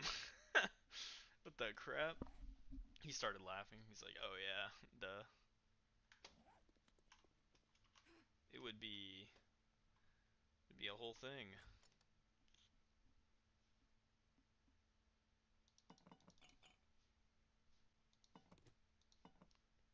But anyways, I'm gonna go get more though of the. Might as well just at every trader I hit up go get a tarp, a filter, and a gatherer from them since I have so many frickin' dukes. And then yeah, go get more furnaces, like crucibles, the bellows, and then the anvils. Not furnace. What is it called? The forges. The forge stuff. Yeah, anvils, crucibles, bellow. Yep. I'm gonna go try to collect a bunch more of that because our frickin' castle is going to be huge, and I want to make sure we can start. I think I need to at least we need to like find a way to like double our frickin' production of concrete blocks because right now it is moving a little too slow. So I have every trader that I've met visible on the map. I'm gonna go hit them all up, and I'll be back post haste. Roger that. What a phenomenal frickin' car I just looted. All it had in it was 24 repair kits and 24 tape. It's actually pretty good. Heck yeah, that's what I'm talking about. I'm gonna have to go on a gas run here. Oh, right on. Once I'm burned out of this gas that I have on me. Oh shoot! Yeah, I was actually gonna bring that up too. That was part of what I was gonna do. But if you're planning on doing it, then that works. I mean, I already have an entire mine, oil shale mine, that I'm just gonna continue just burrowing down even more. Well, right on then. Well, hey, if you want help with the, that's actually the main reason why I left was to go get oil shale. I didn't know when you were gonna hop on, so I was just kind of kind of just gonna. Then I realized I was like, you know what? Actually, a better task to do before I go worry about oil shale is to get furnace stuff done, put more of those down, and then I can always run back and go get some oil shale. But if you're planning on doing that, then I will leave that to you. Divvying up responsibility anyways is probably good. I'm telling you, Derek, if no one else hops on before in time to help out with this too much here, it's about to be just you and me living in that frickin' castle. Right. The perimeter of it, by the way, is larger than the entire perimeter of all the plots that we have currently down. It's frickin' badass.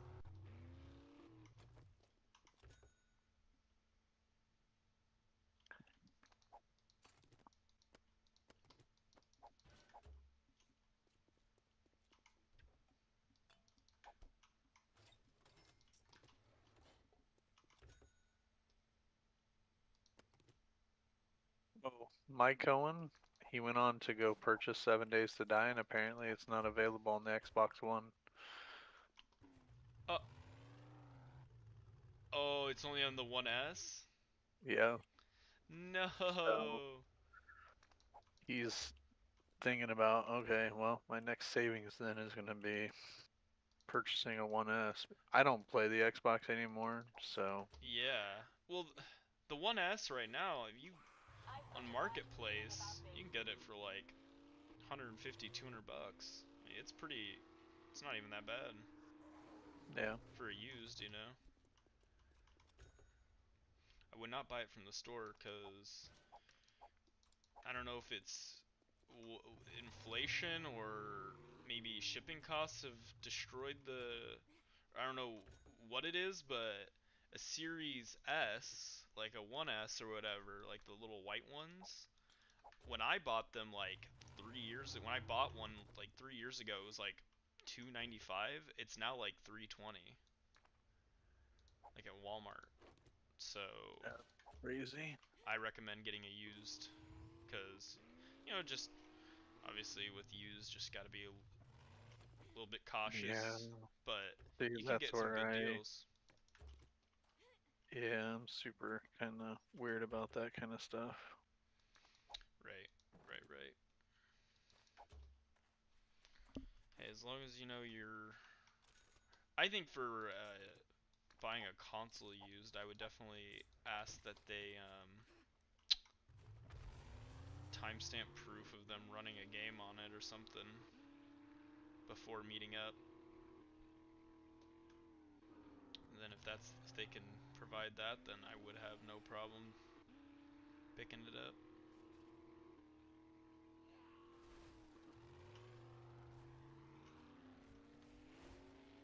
The real good way of getting a console used is a mom who's pissed at her kid who's selling the console they bought them.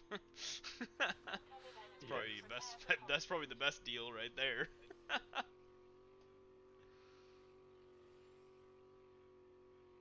That's Audra. Oh yeah.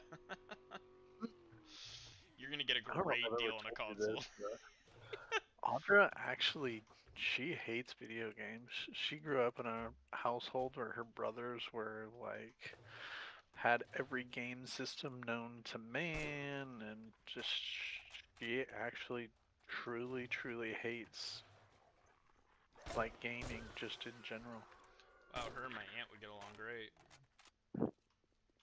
My aunt's her most notable nickname is the Gamer Nazi, because she would always, my uncle, like they're early on in their relationship, especially, you know, the original Xbox days, she would go and like turn off the console while he was playing.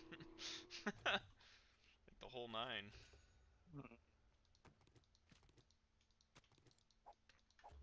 It's kind of funny you say that. Reminds me of frickin' Tiff. My auger broke. Ah, shysta. Well, I have like 50 repair kits on me if you were close by. Oh no. I think I got like 100. I got like 75 of them in my motorcycle and then 20 of them on me. Yeah, I think we have a similar process of how we do things. Because it Problem is. I am almost out of gas, so I'm gonna use up everything that I got, and then I'm gonna take the I'll collect gas on the way over to pick some up, and then Right on. use that to mine with. Hell frickin' yeah. Robotic drone. Let me empty you of anything that's useful. Man, the zombie frickin' spawn rates are good, I'll tell you that. They spawn in like frickin' crazy. I have not struggled with getting them to spawn in, I guess is That's good. They're frickin' everywhere, That's what the whole man. game's supposed to be, man. Heck yeah. Oh, I'm not upset about it. It's just, I know at one point we were kind of having issues with them spawning in. I do not have that anymore. Nice.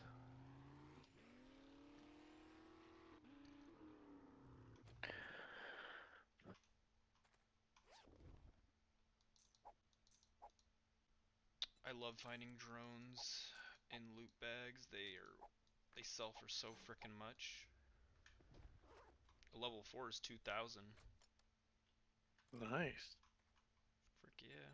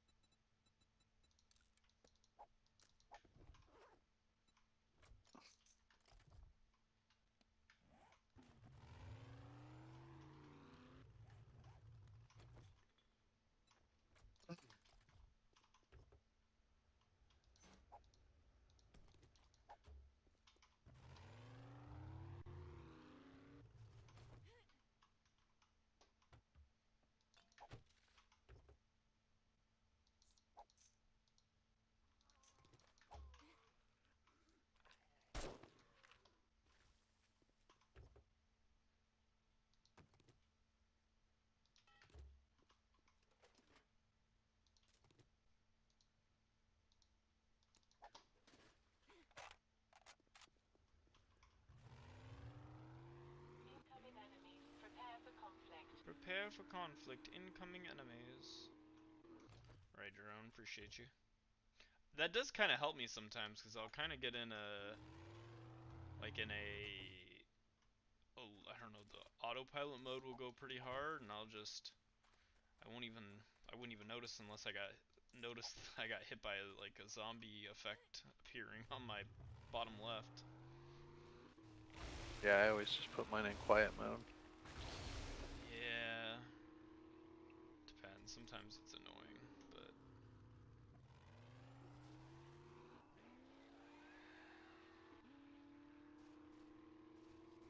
Some zombies do like to sneak up on you. Yes, they do.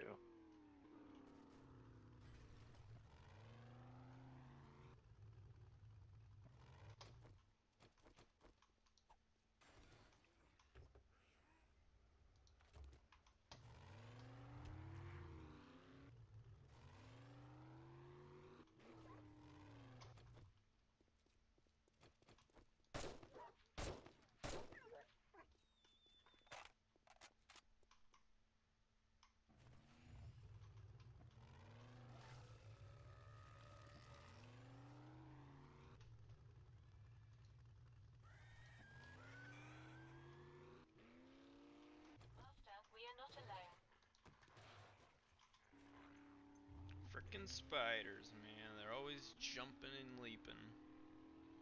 Yeah. How many meetings you got today? I had a slew of them this morning. This afternoon, I don't really have hardly any more. I think I got one more, maybe. Nice. So but I do still checking a shitload of emails, and Oh yeah. a lot of people still pinging me. So Gotta freaking love it, man. if you say so. I got a interview this Wednesday for a position for a pretty decent job. Oh yeah. Yeah, it's for an operations manager for some transportation logistics company. You don't like your Google job or whatever you're doing? Oh, I like my job, but that job pays the low end 85,000 salary, so gonna see see if I can get it. Wouldn't hurt to at least try there. Be making a whole heck of a lot better than what I'm making now.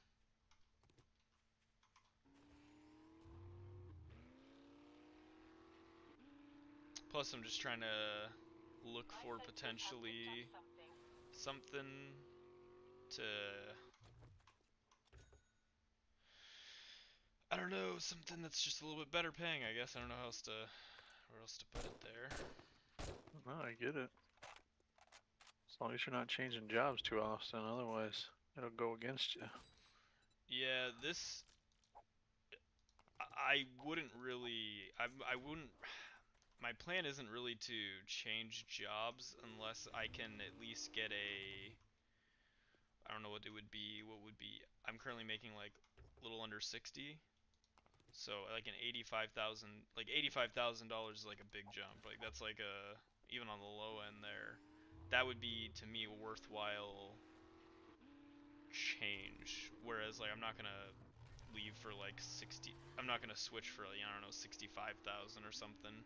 Even though it is more to uproot, to change the lapse in work, I wouldn't find it to be really worthwhile there, but something of that significance to me is worth at least giving a fair go ahead there. Yeah.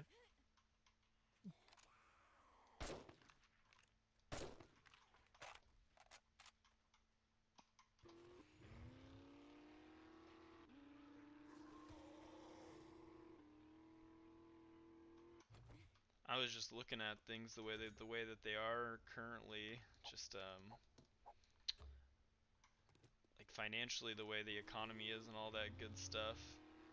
Me and Karis having a gross income of like 100,000 is just not enough in my mind. Even when I was working at Congruix making 70 and she was at around what she's at now, that really wasn't that great. Even then, I've since, dropped in income, and we can kind of, at least I can kind of feel the effects of that decrease. Not that it's all about money, but shoot, I'd like to buy a house here in the next 2 to 3 years. Gonna, be getting married, having kids, in that time, at least starting to have kids in that time frame, more than likely. Don't want to shoot myself in the foot. Maybe a school could still be an option, but I don't know. It's just, I don't think that can be something that I super focus on as the sole goal right now. Well, right now, when you don't have kids and think extra responsibilities that you have to tackle, would be the best opportunity.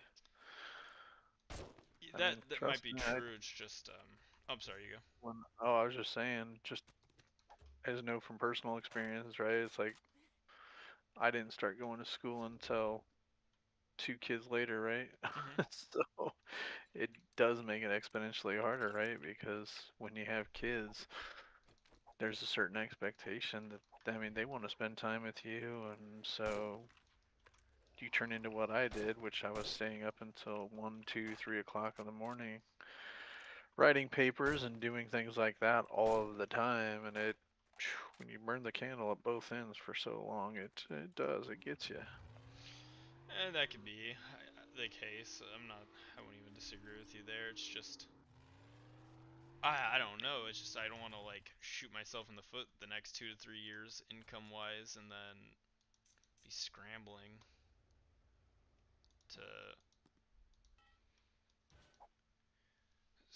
on a degree. Balance. Yeah. I don't know. It's tough either way.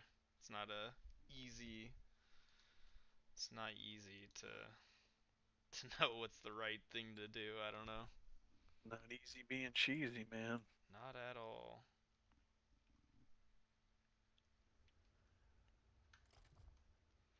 But what I do know is that I can get a managerial position now where I'm making a lot of money now.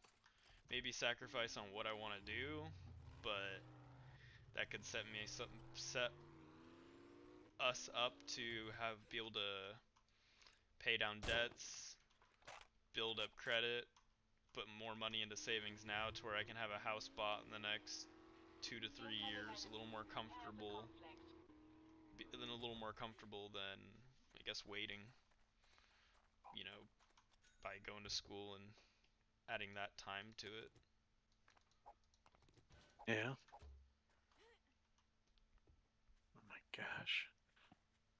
I got a lot further than I expected.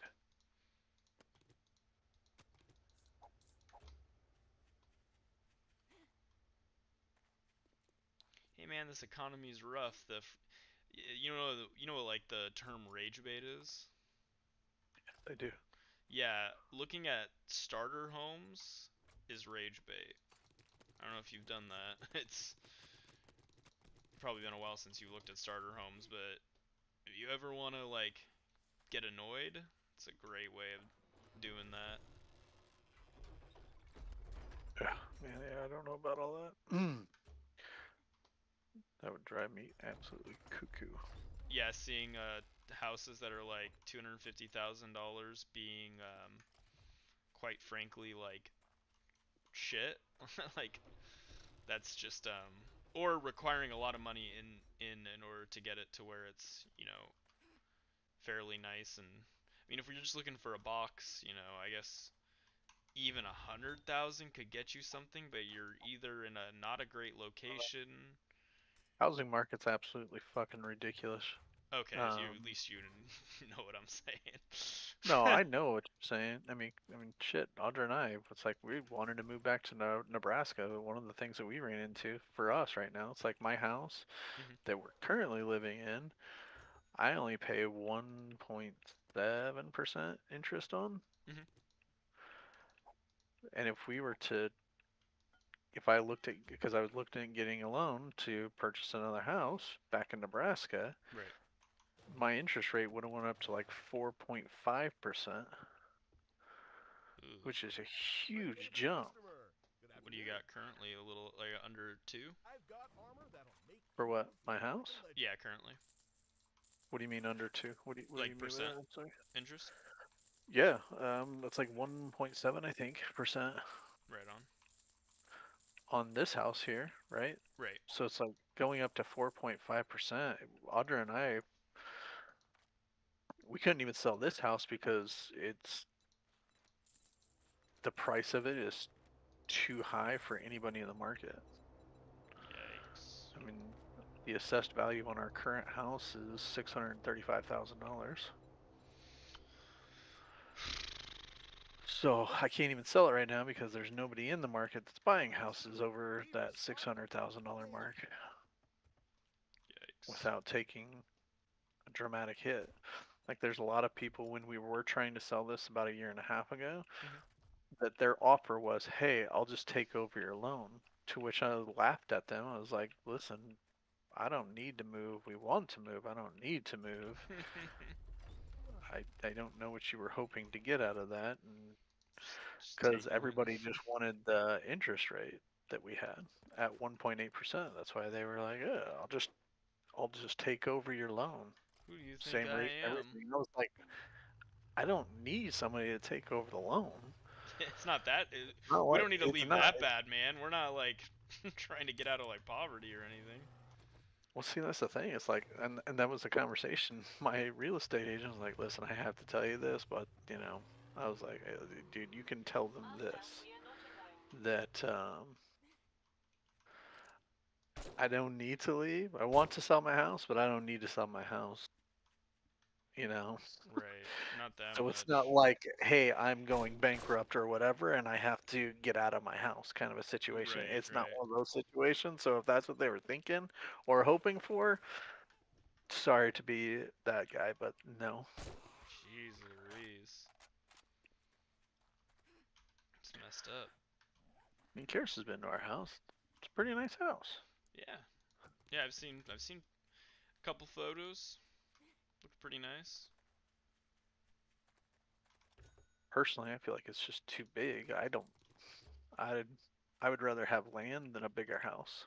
I'd rather have a small house and more land than a bigger house and no land. Yeah. That's my opinion. I'm a little bit. I guess I'm a little indifferent on it either way. I mean, I guess I'd prefer. I guess I don't know. It just depends. I guess for me, the location would be probably number one. Away from people. Yeah, That's my location. away from people, but like close to what I'd want to be close to, if that makes sense. Like, it does. yeah, I don't know how else to put that. Like in my scouring of if I won the lottery houses, it kind of put perspective on like I guess what my idealistic wants would be. It's a little bit of A big house for me would be like buying like either an island or like a peninsula out in like North Carolina. Yeah. Having everybody move out to like my peninsula or island where I'm by the beach and the ocean because I really truly do love the beach and the ocean. Yeah. But I'm on my own separated, segregated piece of land You're not having to worry about. that I don't have people where it's a single road in and out, so there's you're not stumbling onto my property unless you mean to. Yep. Oh fuck me.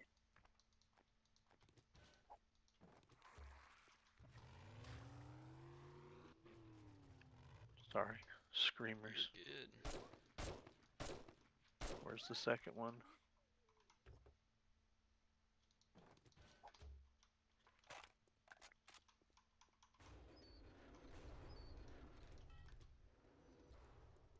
Okay, they always travel in pairs. Where the hell's the second one?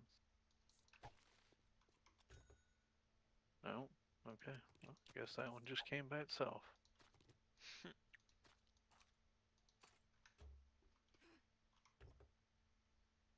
I am almost done with the current side that I'm on as far as casing the entire outline, back outline. Nice. So that's huge. That'll be huge, Super huge, big. huge. But yeah, no, I guess man, I don't know if I could in the event of like coming into like a shit ton of money, I don't even know if I'd be I think I would be patient enough to wait for my dream stuff to get built, but I would definitely buy in the meantime. I wouldn't want to I don't know, I wouldn't want to freaking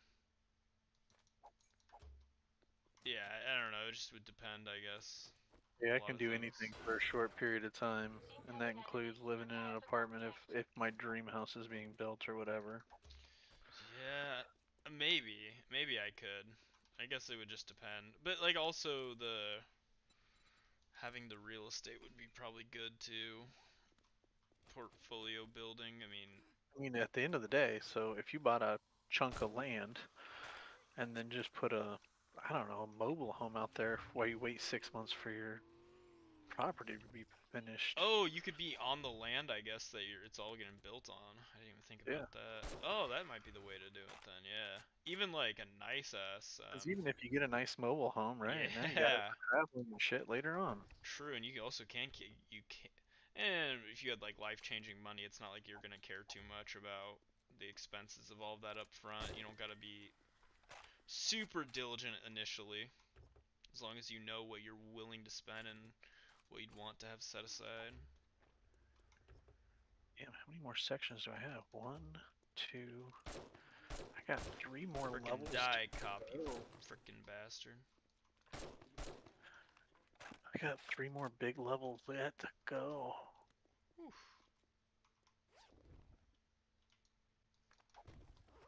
But then the entire backside on the south side from my main tunnel that I burrowed out. Mhm.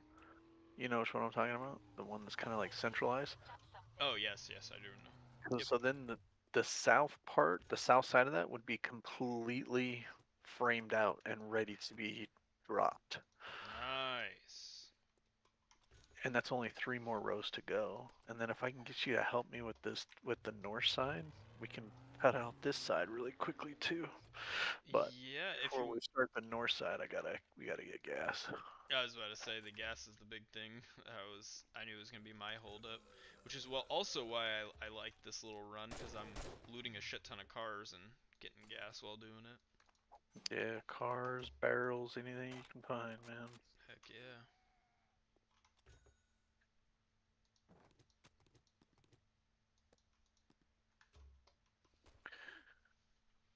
Who reached out to me?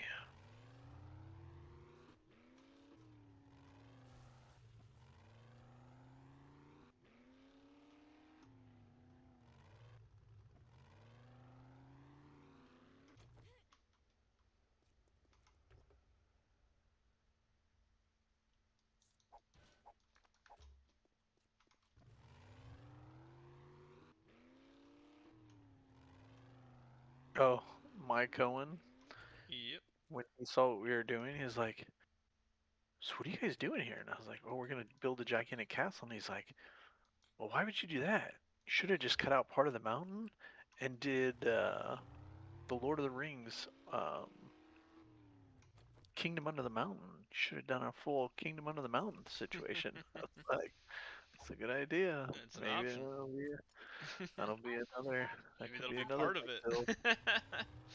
Yeah, or And if you get a good streaming service and stuff going, right, where you got a lot of followers on YouTube, you could actually just do, "Hey, what do you guys want to see?" that's kind of what I've been asking when I get viewers on in Build chatting. big shit. Yep. Always ask that Size question. is no option. We're cutting away half of a fucking mountain just to build a castle. Yeah, oh yeah. Hoping once I get a good showcase of it uploaded onto YouTube, recorded and all that, a good video, maybe draw some 7 Days fans on in, I can get some suggestions in the YouTube comment sections.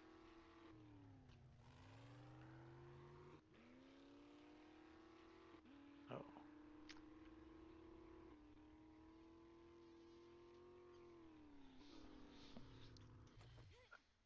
What would you like to see us build next? Heckin' frickin' yeah. Nothing is off limits. Throw it out there. We'll probably be able to do it, or want to do it.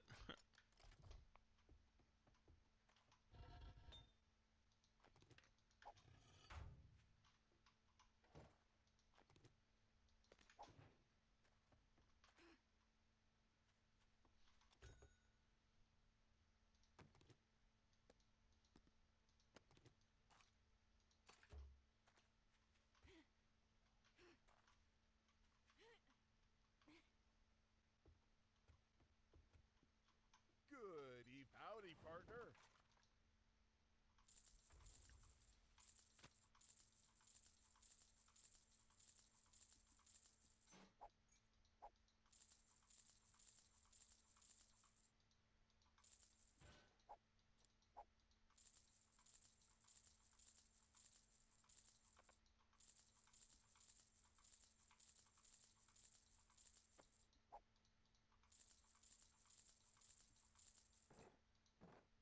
That, my friend, was a fantastic deal.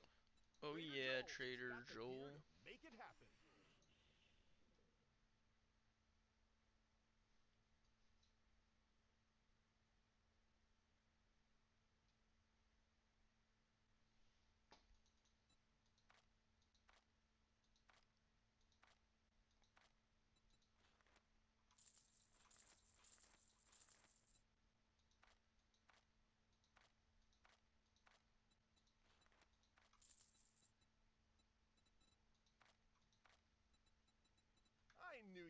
paying customer from the moment I saw you. Yeah, you did, Trader Joel. Need some protection to brave the wild frontier?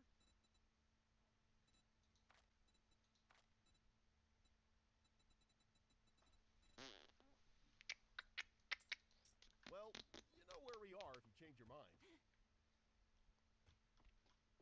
Yeah, Trader Joel. Yeah, frickin' yeah. My senses have picked up something.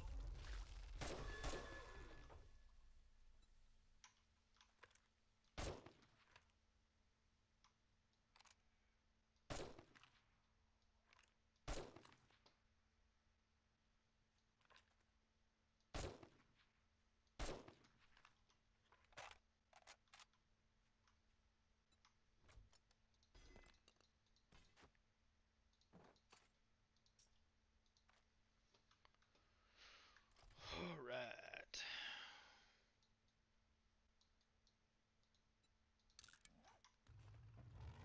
Yeah, 2 more. Let's go hit up that next frickin' trader.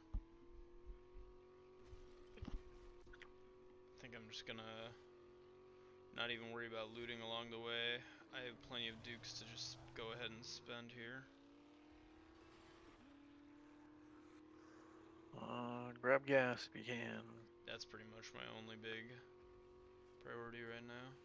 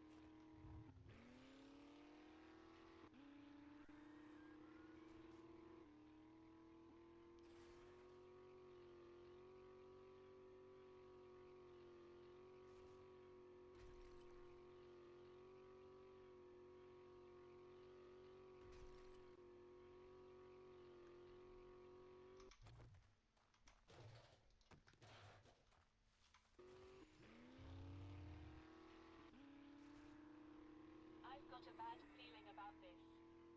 Yeah, you got a bad feeling about everything, Paco.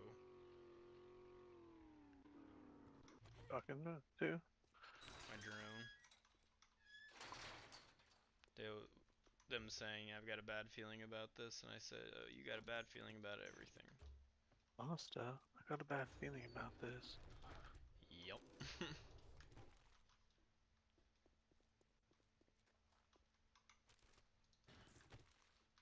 Give you a reason to really have a bad freaking feeling about this drone.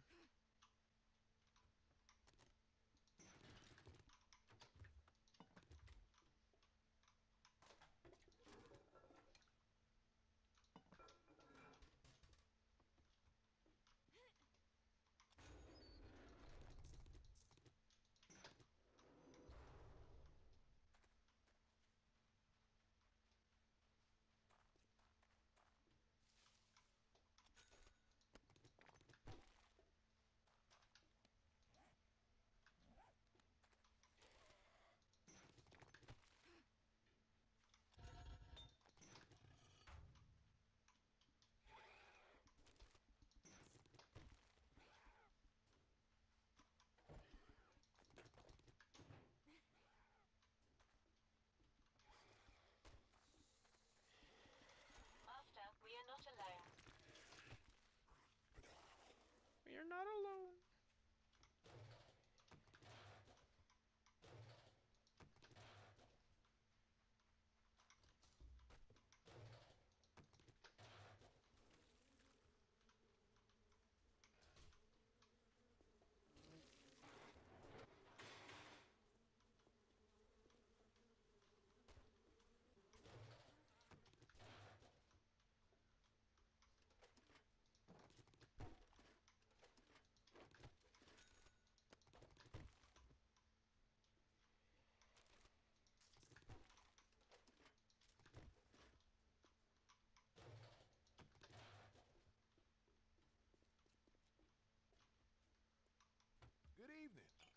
tools, mods, or vehicle, well, I'll be dipped.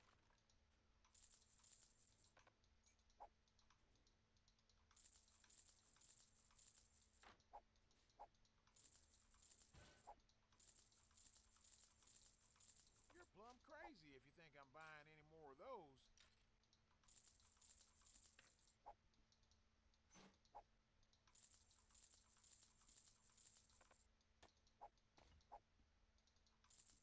Those aren't worth a hill of beans.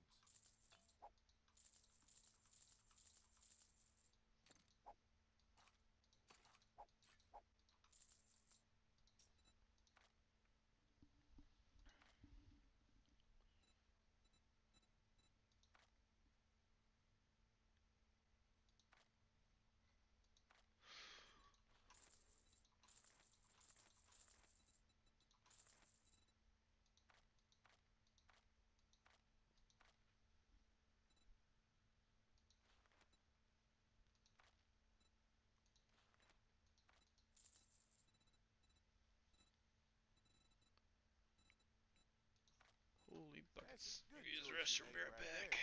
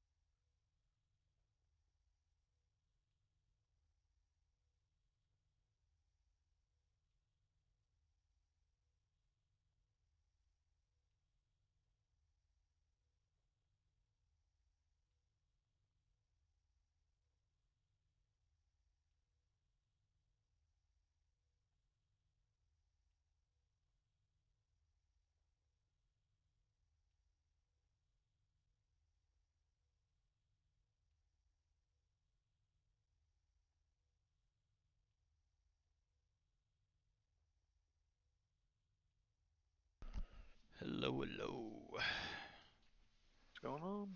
Nothing much. Nothing much.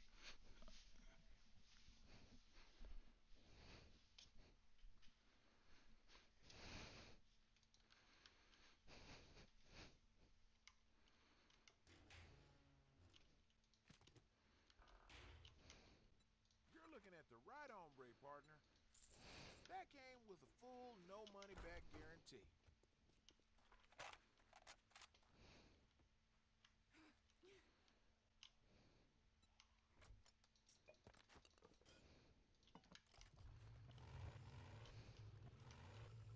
My senses have picked up something.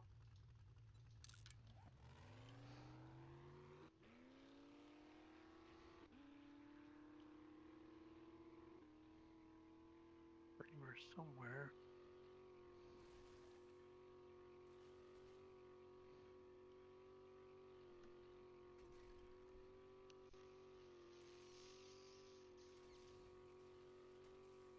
Look at the screamer at.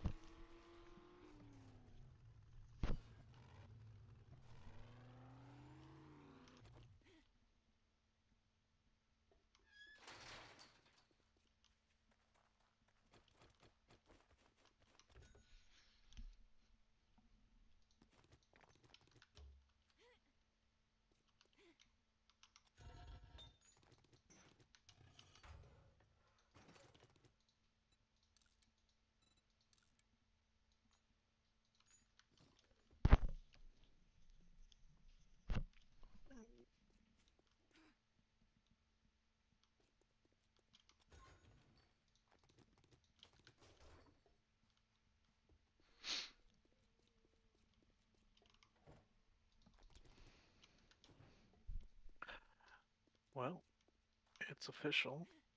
Yeah. I have completely done the entire south border, cut it completely out. Oh, frick yeah.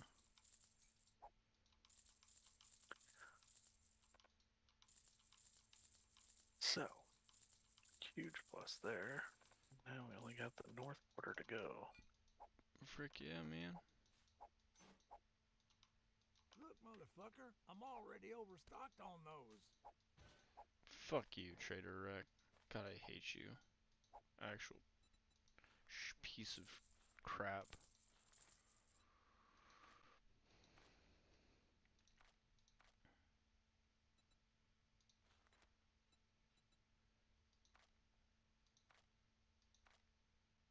Cha-ching! But you're selling cement mixers, which is convenient, so I'm gonna buy one of those from you. Wouldn't hurt to have another, I guess. No such thing as too many. Well, I guess probably like 58 would be too many, but we're not there yet. Nope. Selling to even a dumbass like you. Oh, fuck you, Trader Wreck.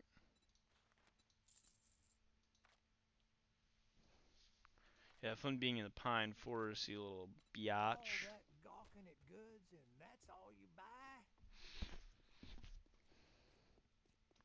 Trader Wreck, I could literally buy out your entire inventory and you would still talk shit.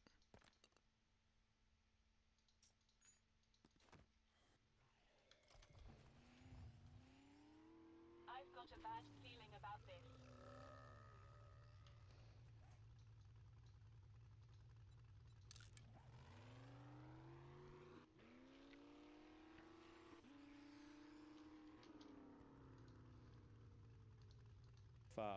I don't know if they ever have the proclivity of that. I never have any idea of that. But from my Dutch Boy Professional Series works hard for you, in-store and on the job site, with top quality, durable impression,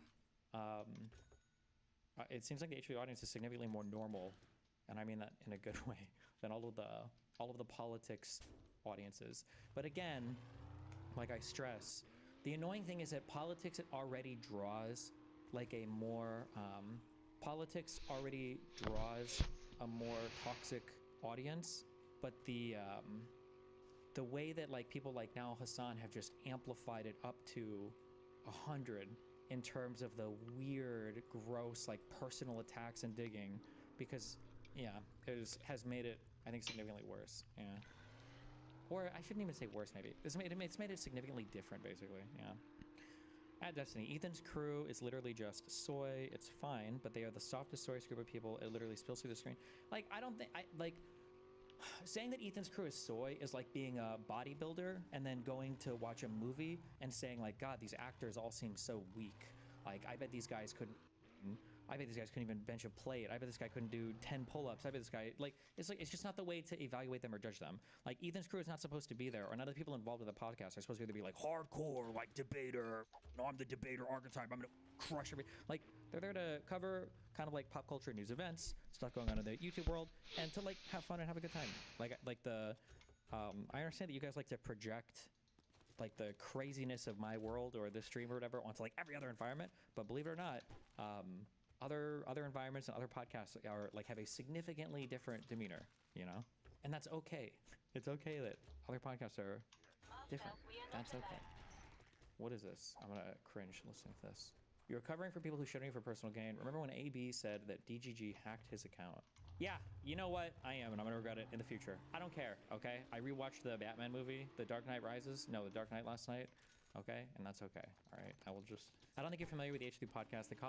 They cover a lot of heavy and complicated topics. It's not fun and games.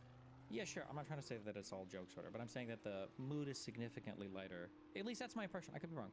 I don't watch anything. I don't watch any online content. I'm gonna be honest. I'm the anti-consumer. I hate watching everything. I can't watch streams. I can't listen to podcasts. All right. I hate consuming all online content. Even when I was a pro gamer, I hated watching pro There's a games. lot more over here to clear out than what you were expecting. I can tell you that much now. Heck yeah. I won't be too upset about it. Once I give the all the fuel I need to do it, I'm a-okay with that. Yeah, that's what I'm gonna go do now. Go empty and go get some fuel. Heck yeah.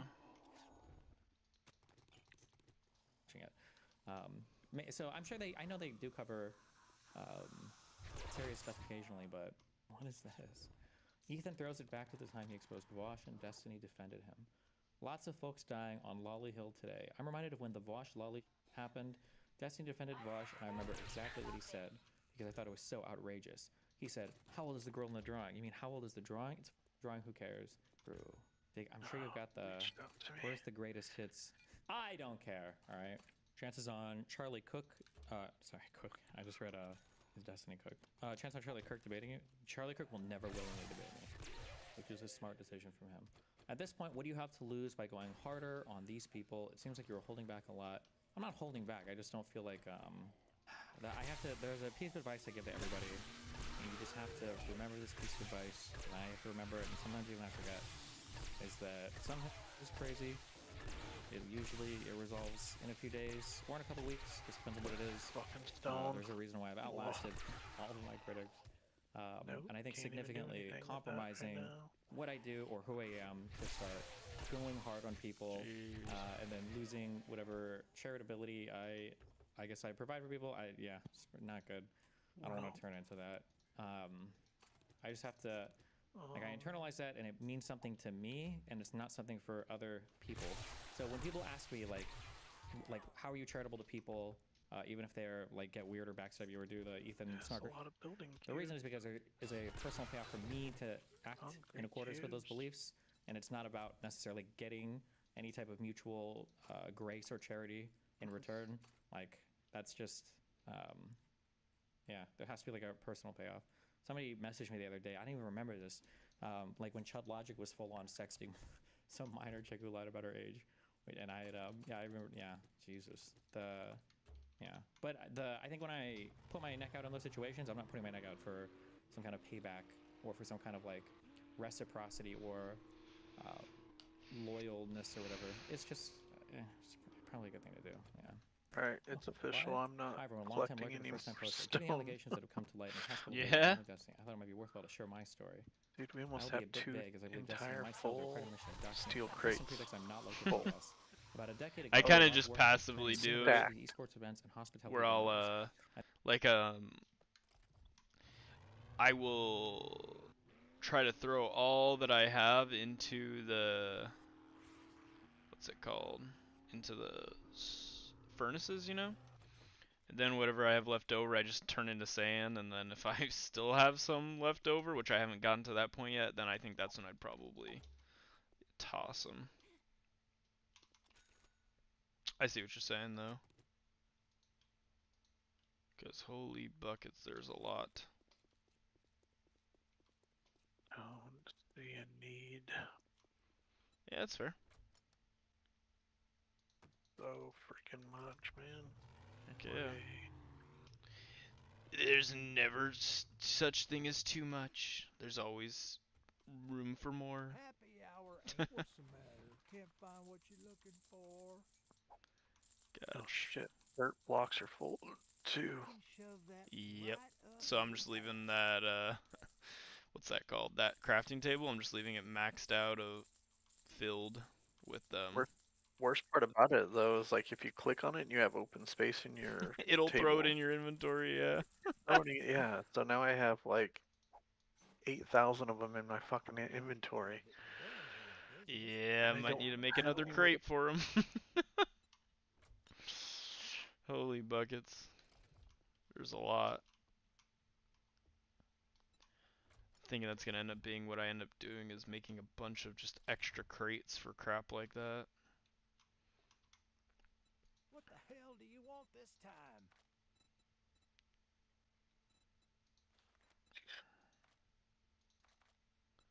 What do I want? Trader Rec to beat your ass, that's what I want, but we can't all get the things we want in life.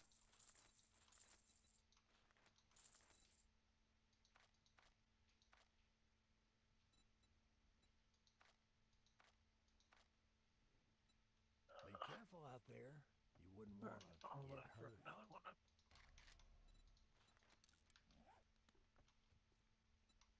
Storage crate.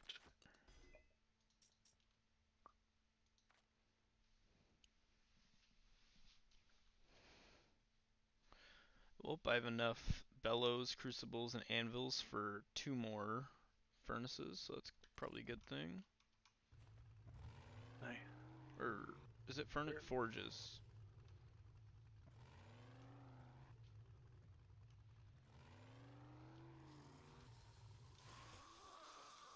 Stone. A new bar that had financial backing from a rather large hospitality group had opened in my city. The bar was located near 3 major universities, and it was quite heavily advertised when it was launched. It had a large emphasis on being gaming themed, hosting esports, and being an alternative to bars that showed traditional ball sports. In very late 2015, I was approached to make an event within a budget that could be used to launch the bar. Cement blocks. Cement blocks? Sorry, clay. Oh, clay. I know. Because I have 2 crates frickin' full. Like, unless we make a couple cobblestone crates and start filtering some stone into those 2. Stone and clay into those until if we get 2 full frickin' crates filled with cobblestone. Well, maybe what we could do, you know, cobblestone, just cobble. Mm-hmm. What we could do, this is an option to maybe so we don't have to waste so much frickin' stone and clay by not picking it up. We could make cobblestone, because that all you need is stone and clay, right, to do that? Yeah, and I then noticed that we need a lot of it to repair the floor from where we've been drilling. So all we'd have to do is just convert all the excess clay and stone into cobblestone, and then turn all that cobblestone into cobblestone blocks, and that could be a great way to condense a bunch of clay and stone, like extra. 100%. Yeah, because I think this entire area, just on the west side of our gate, like in toward our main castle, I thought we were all gonna do that with cobblestone. I didn't think we were gonna fully upgrade that whole base layer to concrete, correct? I was thinking the castle itself is concrete, the walls and subfloor being cobble, yeah. Okay, yeah, cool. Yeah, then we're on the same boat. We're in the same. Sweet. Then yeah, in that case, might as well just frickin' turn all that into cobble. Maybe put up a couple steel crates for cobble stone blocks, and make it one of those things where we never really have concrete just chilling. We normally are just converting it right away into the blocks, you know? Yeah. Kind of do something like that with it. I might stop all your dirt production then, and yeah, you might as well. If we already have a steel crate full of topsoil and dirt, there's no real point in continuing to make any more.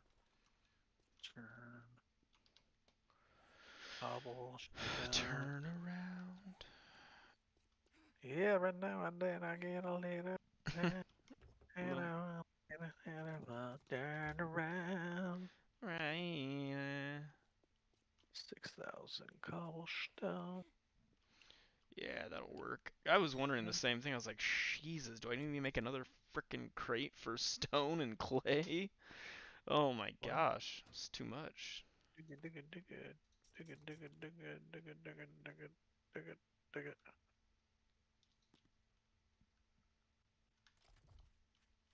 That one's concrete. One of the events that I had planned was to give some prominent online figures who would give a presentation on a topic that was relevant to internet culture, and then they would compete against regular patrons in games like Mario Kart and other party-esque games where after 11 p.m. it would turn into a nightclub and everyone socializes. That scene was one of the prominent figures that it was suggested by someone as part of the planning committee, as this was around the time when live streaming really broke into the mainstream. I remember the Dota International and SE2 being quite popular at the time, as well as the 2016 US elections. Yeah. University campus rhetoric was also accelerating quite fast around this time too. The idea was that Destiny at the time was the most streamed person in the world, I reached out to Destiny via company email and actually got a response reasonably quickly. We had 2 or 3 voice calls to come to terms about logistics and fees. So first of all, you have your timelines wrong. It's gonna go into here. By late 2015, I think I would have already transitioned out of StarCraft, and I think that League was like way bigger at this point. I don't think anybody was talking about StarCraft very seriously. End of 2015, early 2016. But nice try. Okay, that's okay. Also, I would never have mold.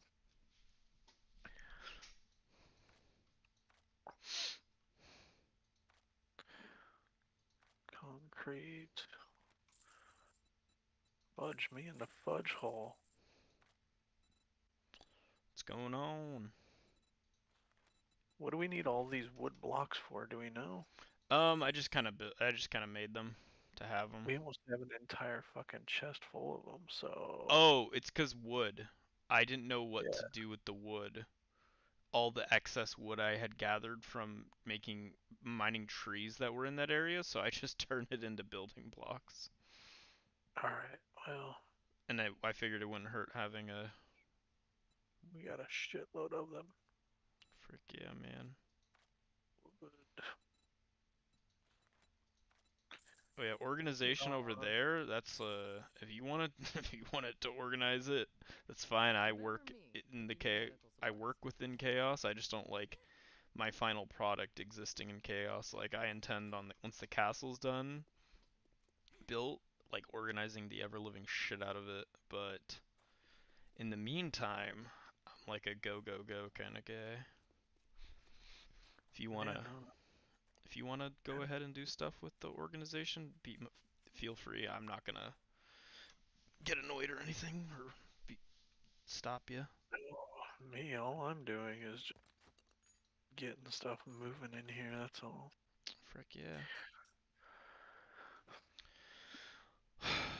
Well, I think that should be good for now. I'm gonna head back. I was able to get 16k gas cans, which can get me rolling when you go out to go collect some more oil shale. Unless you want me to go run and fill up my I can always fill up my drone with oil shale. Wait, what do we got in here right now, drone? Yeah, let me go get some oil shale from the desert. I'm not too far away. Okay. Oil shell is what color? Pink? Pink, I believe. Sweet. Let me go at least get some. Yeah, man, you do you. I am on my way to go get oil shale as well. I find out. Yeah, I think that would be good if we both collect a shit ton. My map. Kind of want this to be the oil shell to rule them all, where we don't have to really worry next about. Hopefully, don't have to worry about another run for a while. I don't know how much you collected last time, like in the thousands wise, but like 40, 50,000, something like that. Turned it all into gas. And it that gas lasted a long time. It did last a while, yeah. So I gained a lot last time. I'm thinking I'd fill up my drone full, and then my inventory slots completely filled, which should be 6,000 oil shell stack per slot, right? Yes. Then I should be able to get a ever-living shit ton of oil shell. And then if you're getting some too, then I don't think we'll have to go back and get any for the duration of this dig project. This one in particular. And then I gotta head back. Before I go over there, I gotta go to my base and grab food really quick. Oh, right on. I just realized that I am starving hungry. Gotcha. Incoming enemies. Prepare for conflict. Are you free to meet? Man. At the desert? Oh no, I was talking about somebody's trying to request a meeting with me really quick right now. Oh, right on.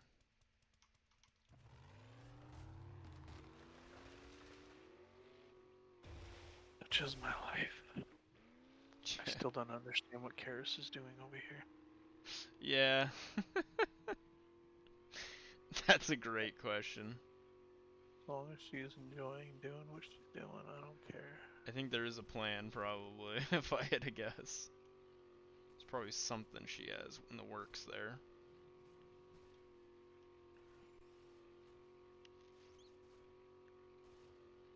Oh my gosh, hi home sweet home, I haven't seen you in forever. That's how I feel whenever I go back to mine. I'm like, oh yeah, this place I built this. This exists. We built this city of rock and roll. True. Holy shysta. Let's keep it moving there. Trees. Down in there, we'll get me some. Let's do a stack of shepherd's pie. Use that. Holy shit, shepherd pie is. Shepherd pie gives you 105 food. It's pretty freaking good. I only need to eat one of those guys.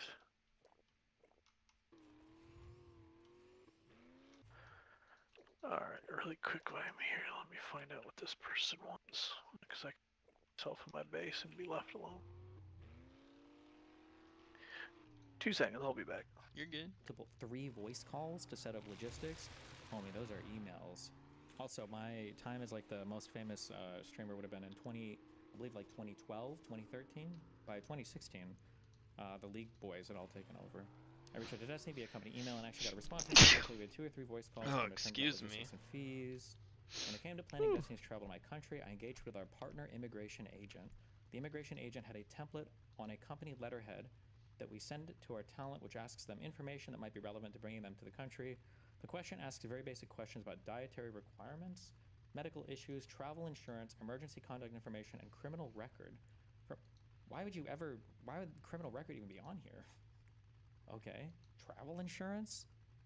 Oh, I wonder if this guy he must be European. I think travel insurance is a big thing for Europeans. I've never heard of Americans talk about it, but I know like Melina and stuff would bring it up, and her dad was big on it. Or maybe other Americans haven't. I've just never heard of it, but he said he's not in the U.S. at the start. Oh, sure, yeah, but I never know how much of this is real or not real. But for my country, these are questions which are asked by our border police on entry, and they could jeopardize entry to the country, as certain visas don't allow entry if you have declared certain issues. I don't even think have I ever answered a question about criminality entering the EU? I don't think this has ever happened before, but okay. Also, I don't think I've ever applied for a visa either. Although I think it's like when they stamp you, it's like considered like a visa automatically when you go in. An example would be that someone cannot come on a short stay entertainment visa if they have a declared medical condition without proving travel health insurance. Yeah, I've never heard this before. The biggest issue we are concerned about is that criminal history is usually heavily targeted on entry, and most are refused entry. I've never heard of that in my entire life. Unless maybe you've murdered someone? But even at that, I don't think they do. I've never heard of like a criminal background check traveling from the US to Europe. Unless maybe you're applying for a specific visa to stay for more than 90 days or something maybe? I don't know. Once Destiny received the package from our partnered agent to complete, he completely ghosted us. This was not a small payday for Destiny either, which made it baffling to the staff and I as to why he would ghost us. The only possibility we could imagine was there was something that he did not wish to. Hey, thanks for the follow.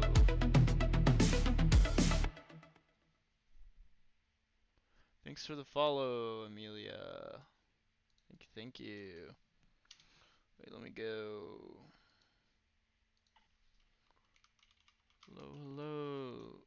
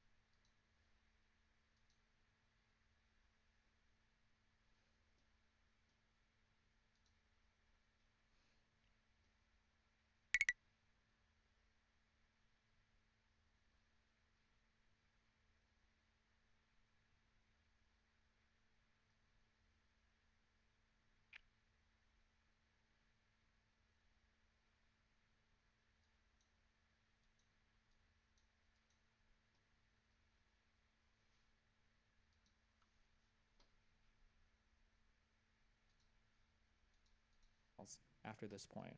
Aren't all criminal records like public anyway? Is the idea that I've been convicted at some place and I'm just, and nobody knows about it? I don't actually have access to any of the correspondence anymore because it was all through a work email address and I no longer work there. I'm hesitant to go into specifics as I fear Destiny may have the ability to dox me. Please feel free to ask me whatever, and I will try to field the question the best I can. I don't even know why I'm reading this one. I'm sure I could just watch it later on. H3. I'm just kidding. I'm just kidding. Just kidding. I see this one going around, and there's another one going around with some girl who's like, I just want you guys to know that 4 years ago, me and Destiny hooked up, and as soon as I hooked up, I went to the hospital the next day, and they told me I had HPV, and Destiny was giving HPV to everyone. That's another one I see pop up every now and then. So, good memes. If you entered without getting an actual visa, then you probably entered under the visa waiver program that exists between certain countries allowing short travel. Oh, maybe. I'm trying to think if I had a visa when I lived in Poland for 3 months. Maybe there was paperwork for that, I guess. Oh, I guess that would kind of... Wouldn't that kind of disprove that then? If I qualified for living in Poland for 3 months, but maybe they think I committed a serious crime between 2013 and 2015? Who knows? I saw Destiny in a grocery store in Miami yesterday. I told him how cool it was to meet him in person, but I didn't want to be a douche and bother him and ask him for photos or anything. He said, oh, like you're doing right now? I was taken aback, and all I could say was, huh? But he kept cutting me off and going, huh, huh, huh, and closing his hand shut in front of my face. Brutal. I love you all. So wherever you are, just know that I have deep love in my heart for all of you. Hey Destiny, I'm an H3. I'm an old H3 fan that stopped watching when Leftovers started. Didn't like the Hassan guy. I heard about you, but only started watching during your Palestine coverage. Would you say there's a generally large audience overlap / potential overlap between your audiences? If so, do you think this is Ethan cleansing his audience of this overlap? Basically what you would do in a different way. I think that Ethan doesn't like that every time he talks about stuff, Hassan tries to rope him in with me, and then Hassan just uses that as some like attack vector against him. Applewood Smoke Jam is here. 2 for $7. Pay attention, because this right here, the buy one get one free deal on Vanish holsters, is soon going to be a little bit pricier for you. That's right, prices finally are going up. We just have a few more weeks of this special where you can get it right now for the special price on the next page. And after that, we'll be hiking the price just a little bit, but hey, $1 saved is $1 earned, so get this now and let me show you why it's probably the perfect holster for you. Make no mistake, the Vanish holster is not the perfect holster for everyone, but it might be perfect for you, and in a few seconds I'll show you how to get one for free.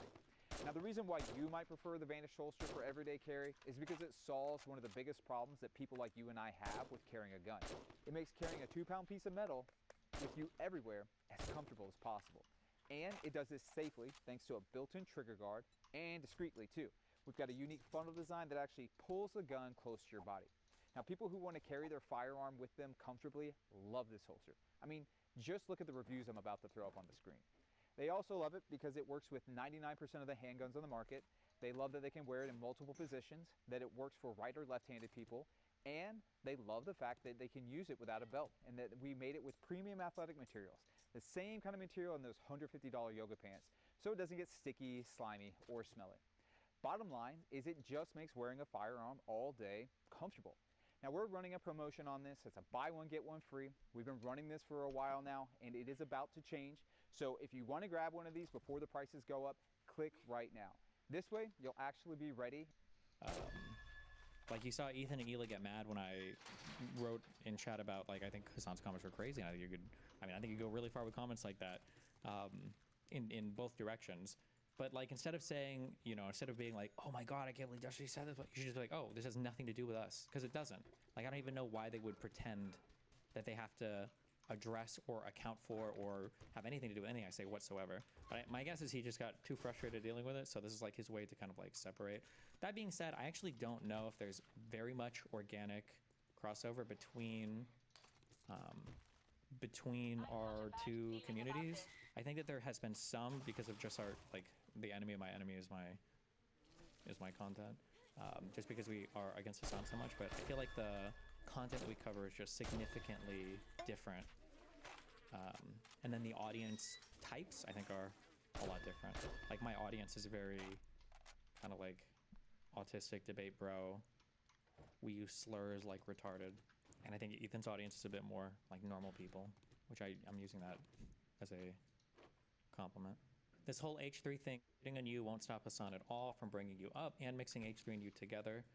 Yeah, it might a little bit, but the benefit for Hassan, in a way, maybe everything at the end of the day is Israel-Palestine.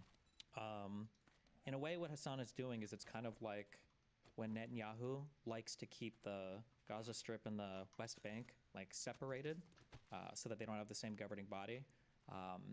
Even though Hassan probably won't use me as an attack vector against Ethan now, or it's going to be harder to do that, I guess like the unified response that Ethan's community and my community might have against Hassan's unhinged would be severely reduced. So the lack of synergy there would be a success on the part of the snarkers or the people trying to break up other communities because the divide and conquer strategy works so well.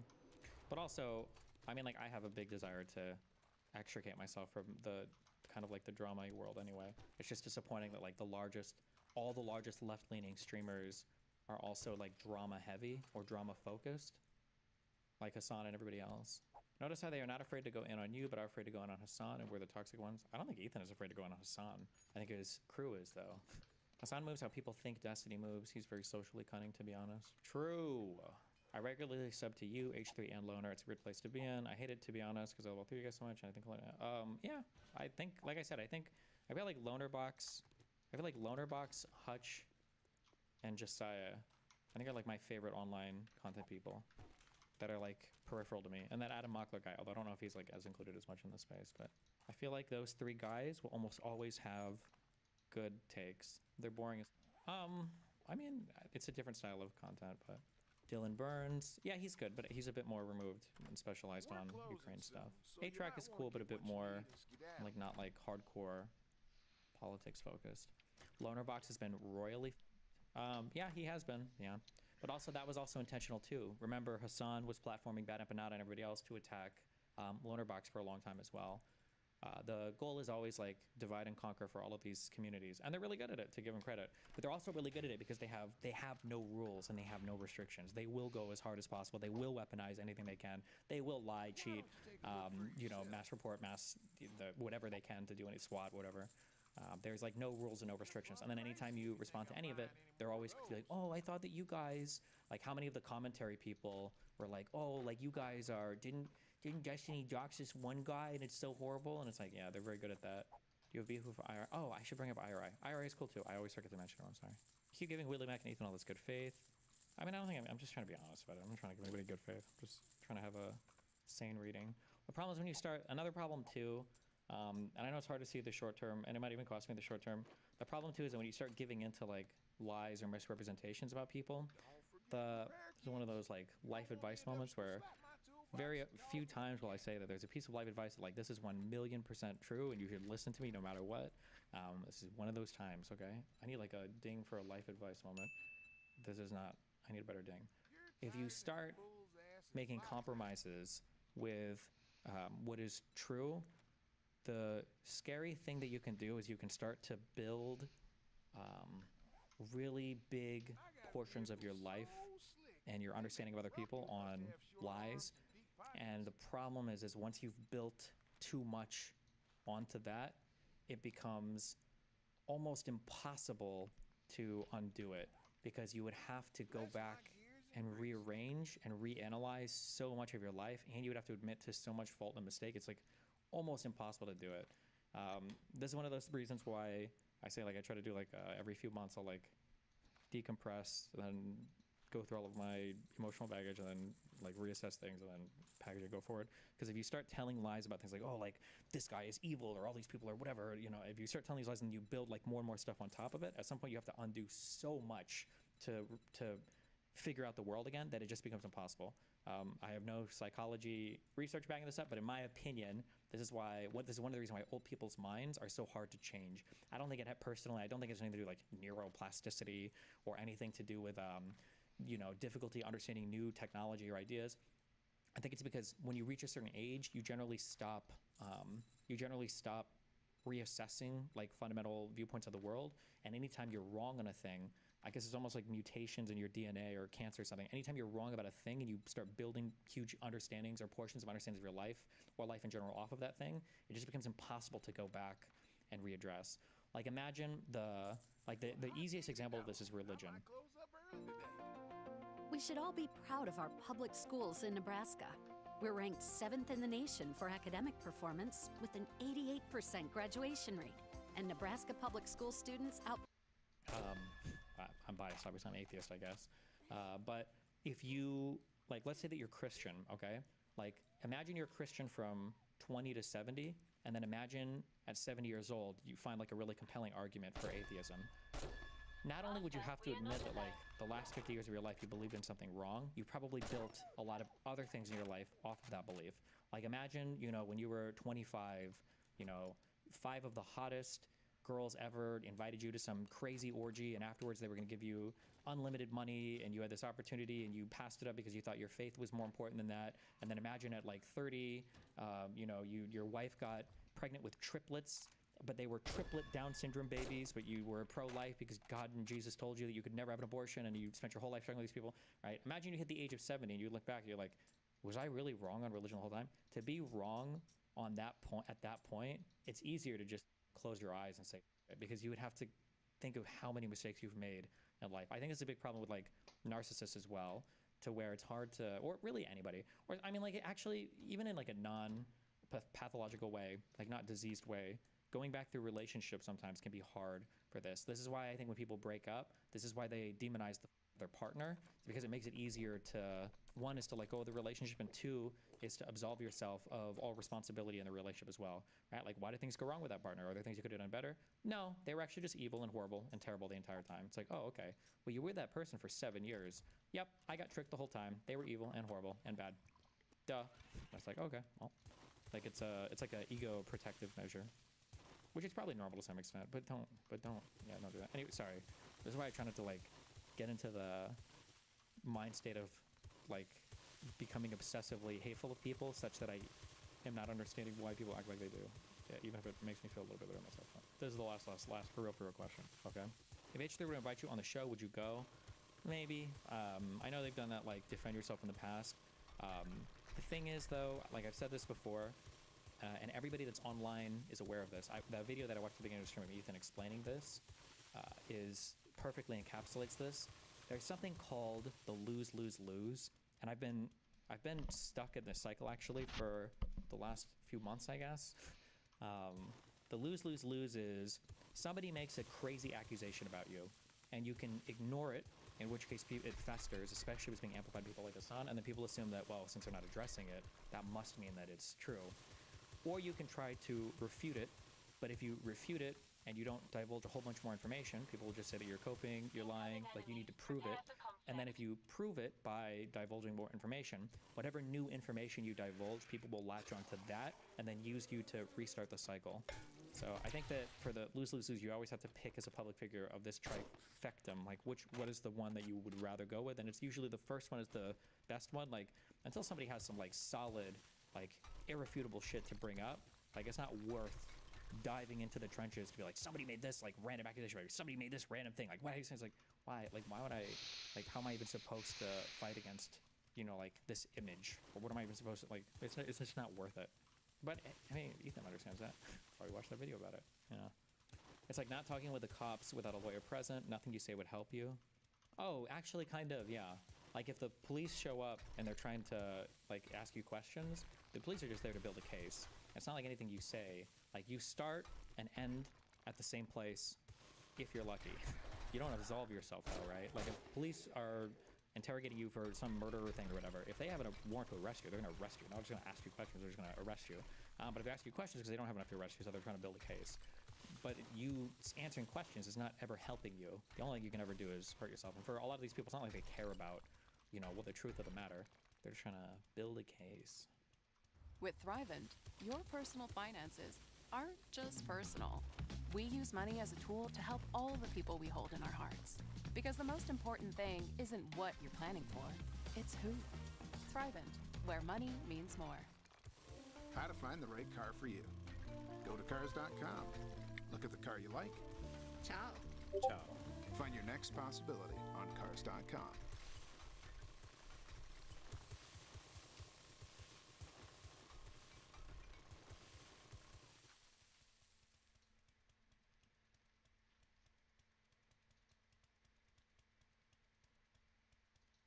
No, I don't know about it. I saw it on television this morning. I'm not a fan of John Bolton.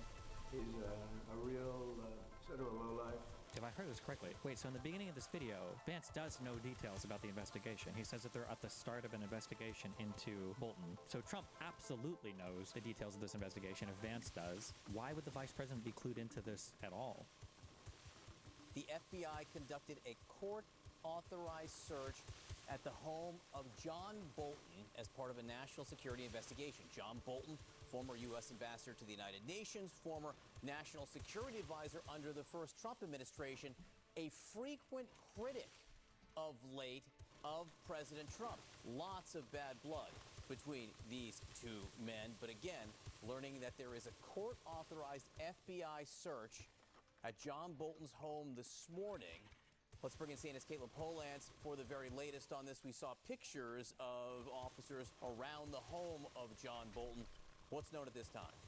This is a person that Donald Trump has been very much on the outs with since he wrote a book about his service in the first Trump administration when John Bolton was the national security advisor to President Donald Trump. At that time, Trump was very unhappy that Bolton was talking about things that Trump did that made Trump look very bad publicly, ways that Trump himself handled other foreign leaders, national security, classified issues.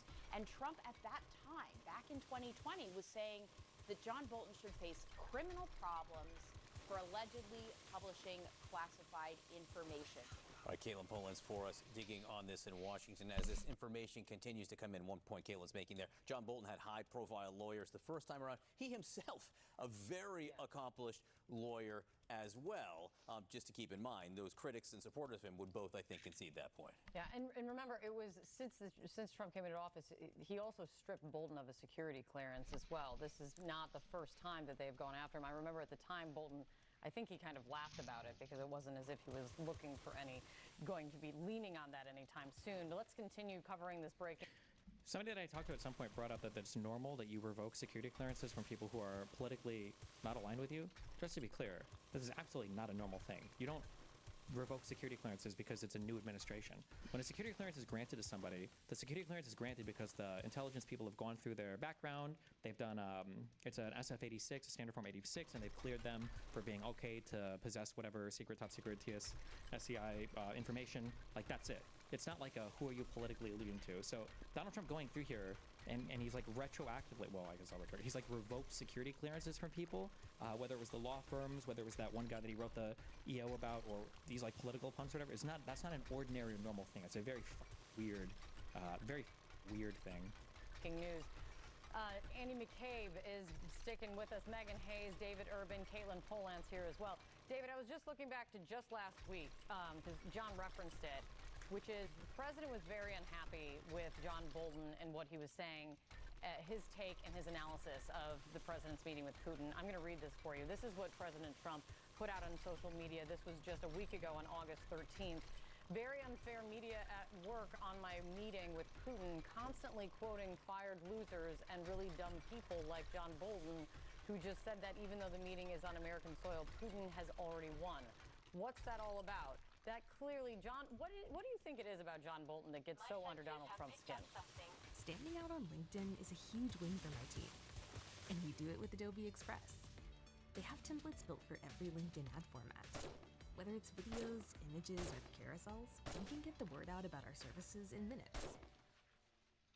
Spend less and get more at Family Fare. With card, take home lean ground beef, just $3.49 a pound, limit 3. And stock up on 12 packs of Coke, Pepsi, or 7-Up products. Buy 2, get 2 free. Family Fare, in your neighborhood. Well, he clearly doesn't agree with the president. He clearly, attacks him on a wide variety of fronts, some justified, some perhaps not. But it's been pointed out, this doesn't stem, I don't believe, from this past week. I think this stems going back to 2020 when John Bolton published this book and the manuscript was leaked after the National Security Council told Bolton's lawyers that it could not be published because it contained classified information. Would you agree with revoking security clearances for those who leave government positions? No, because a security clearance is given on a or you're given access to secured files on a need-to-know basis. Just because you have a security clearance. A lot of people think that when you're granted a security clearance, it means that you can like log into the computer, and now you're like, okay, I have a top secret clearance. I can look up every single top secret file that exists in the U.S. top secret database. That's not how it works. You're only granted access to stuff related to whatever it is you're working on. Everything is on a need-to-know basis. So even if somebody was granted a security clearance and they are no longer in government, even at that point, my understanding is not ordinary that you revoke the security clearances past that. They would just keep it until it expires. And it was going to be a problem, and the manuscript leaked to different news outlets, and it was quite a kerfuffle, if you remember back in... Don't those security clearances get automatically when you're out of office? No, I don't think so. I think they expire at some point. Like, I feel like I've known people who worked in, I don't want to call anybody, but I think even for Aaron, I think it's true. Like, if you work in a place and then you leave, you quit, sometimes people, if you needed a security clearance to get that job, like when they go job hunting for other places, if your security clearance is still active, that can be like a pro when you're applying to other places. You're like, oh, hey, like I'm doing this, or I'm applying for here, here's my skill set. Also, my security clearance is still active, so I don't have to go through like the renewal process on that or whatever. I had one for an internship and it didn't expire for a few years. Yeah, it's not ordinary that you revoke those as soon as people, it's not ordinary that you revoke those as soon as people leave office. Wait, Destiny, no, that's wrong. If you leave your job, it only lasts for a certain amount of time. At my old job, it was no longer, if we were no longer using our clearance, they administratively downgrade us to uncleared unless we need it. Oh, I haven't heard that before. I've heard the opposite from friends that I've had that have worked those jobs. Maybe it's different for some types of jobs, or maybe they've changed the process, or... And it was going to be a problem, and the manuscript... This segment is another classic CNN scene washing. This shit, this is fascistic 100%, but they weren't talking about why Bolton may have had it this coming. The fact that the VP is talking about why they're doing it, mixing responsibilities, is unhinged and impeachable. Yeah, I mean, again, I think that a lot of them are afraid of, they don't want to be labeled as having like Trump derangement syndrome, so they talk about things like it's kind of like ordinary and normal, yeah. Script leaked to different news outlets, and it was quite a kerfuffle. If you remember back in 2020, it was a big deal in terms of what was being published and what wasn't, and there was a lot of questions. And so I think this is, 100% about that, and not so much about the most recent brush up between John Bolton and the president. No, but the timing, I think, will be called into question, given, of course, that John Bolton hasn't held a government job in years and years and years, and it comes following some very public criticism from the president. Andy McCabe, to you, what exactly does a court-authorized search mean? What are the types of things that are searched for when officers walk into that house? And in a normal FBI, in a standard FBI, what hurdles would you have to surmount in order to get to the point where you go to a judge to ask for this warrant? Sure. So the court-authorized activity, or however they're describing it, is only one thing. It means that the FBI has a search warrant, which means that agents who were already conducting an investigation assembled enough evidence together and presented it to a federal judge and convinced that judge that there is probable cause to believe that John Bolton's residence contains some evidence of a crime. I'm not a lawyer, but I read somewhere that removing clearance makes it annoying in court when they present court docs, and his legal defense can't even have access to it unless they have security clearance. This is true for a lot of the law firms where they revoked all of it. Yeah, the goal is to basically just make it so those law firms can't work with government-related people because they don't have access to clearances anymore that would allow them to review the documents. That's why it was so harmful when Trump was trying to revoke, or did revoke en masse, like huge security clearance stuff from everybody working in the in whatever law firms he targeted on the stupid EOs. That assembled enough evidence together and presented it to a federal judge and convinced that judge that there is probable cause to believe that John Bolton's residence contains some evidence of a crime. Now, we don't know what that evidence is. We don't know what the crime is alleged to be. We don't have any of those facts at this point. But agents, if you can't just go in and say to the judge, hey, I think that this guy has some classified documents around his house because he used to have an important job, that's not going to get you there. Typically, what you want for probable cause to enter a home is you want to be able to cite the testimony of an eyewitness, somebody who's already been in the home and has seen documents, or who has spoken to the person and has reason to believe that they have documents. Or in the case of many national security cases where people who are in government are thought to be taking improperly materials home, something like that. Normally, the FBI should have just contacted Bolton's lawyer and requested the information they wanted. There was no need to raid his home. I mean, unless they thought there was something he was going to destroy or something, they would go after it. But yeah, this is a pretty extreme thing. Now, people will point to the fact that they raided like Mar-a-Lago or whatever, but that was like after a year plus of Trump not cooperating with. First, it was is it NARA, the National Archival Record Administration or whatever, National Archives of Records Administration. It was like a year plus of not communicating with them or the FBI, and then eventually they raided his home. Yeah, 18 months, yeah. Those people are usually surveilled to assemble that sort of evidence to build towards a search warrant. So agents had to have some evidence here. We just don't know what that is at this point. And we're waiting to hear from the White House itself on this. We'll try to get comments from them as soon as we can. Megan Hayes, I'm old enough to remember when John Bolton was one of the attorneys on Bush versus Gore, who was down in Florida trying to dig up documents. That does make me old. I'm old enough to remember when he was seen as a pariah by the left. He still is extraordinarily critical of Democrats any chances he gets. I mean, in the last election, he said he wasn't going to vote for President Trump. He flat out refused to vote for the Democrat in the race. That's where he is politically. But what do you see when you look at this morning? What questions do you have? I mean, without knowing what this search is for, it seems like it's a very petty act by President Trump. It looks like it's just more revenge and more retribution on his political enemies. It's unfortunate to continue to weaponize the DOJ and weaponize the FBI. I mean, they have other things I'm sure that they could be doing besides raiding his house or, executing the search warrant. So to me, it just seems extremely political, extremely petty, and just a really poor use of the resources of the DOJ and the FBI. I mean, to be fair, we don't really know why. Maybe they have evidence that he killed somebody, right? But I mean, I don't even know why I would say that. That's an ungodly amount of charity to give to this administration. I don't know about it. I saw it on television this morning. I'm not a fan of John Bolton. He's a real sort of a lowlife. When you've got smoke-free satisfaction, you've got the freedom to do things your way. Get $20 off. Was he okay? I don't think they gave him the orange spray tan today. Jesus. When I hired him, he served a good purpose because, as you know, he was one of the people that forced Bush to do the ridiculous bombings in the Middle East. Bolton, he wants to always kill people, and he's very bad at what he does. But he worked out great for me because every time he doesn't talk, he's like a very quiet person, except on television. He can sit. Oh no, yeah, Trump was right about everything. Nice. There's something bad about Trump. He'll always do that, but he really doesn't talk. He's quiet. And I'd walk into a room with him with a foreign country, and the foreign country would give me everything because they said, oh no, they're going to get blown up because John Bolton's there. He's not a smart guy, but he could be a very unpatriotic guy. I mean, we're going to find out. I know nothing about it. I just saw it this morning. They did a raid. Do you expect DOJ to brief you on this? Yeah, they'll be there probably today sometime. And the foreign minister. Those eyes, bro. Was he okay? I tell Pam and I tell the group, I don't want to know about this. You have to do what you have to do. I don't want to know about it. It's not necessary. I could know about it. I could be the one starting it. I'm actually the chief law enforcement officer. But I feel that it's better this way. Can you tell me, why is the FBI raiding Ambassador Bolton's home and office, and did the White House get a heads up? Well, so we're in the very early stages of an ongoing investigation into John Bolton. I will say we're going to let that investigation proceed. What I can tell you is that unlike the Biden DOJ and the Biden FBI, our law enforcement agencies are going to be driven by law and not by politics. And so if we think that Ambassador Bolton has committed a crime, of course, eventually prosecutions will come. But as you know, Kristen, this is all part of gathering evidence, trying to understand something that we're worried about. And of course, I'll let the FBI comment on the next stage of the investigation. What's at the root of this? Is this about classified documents?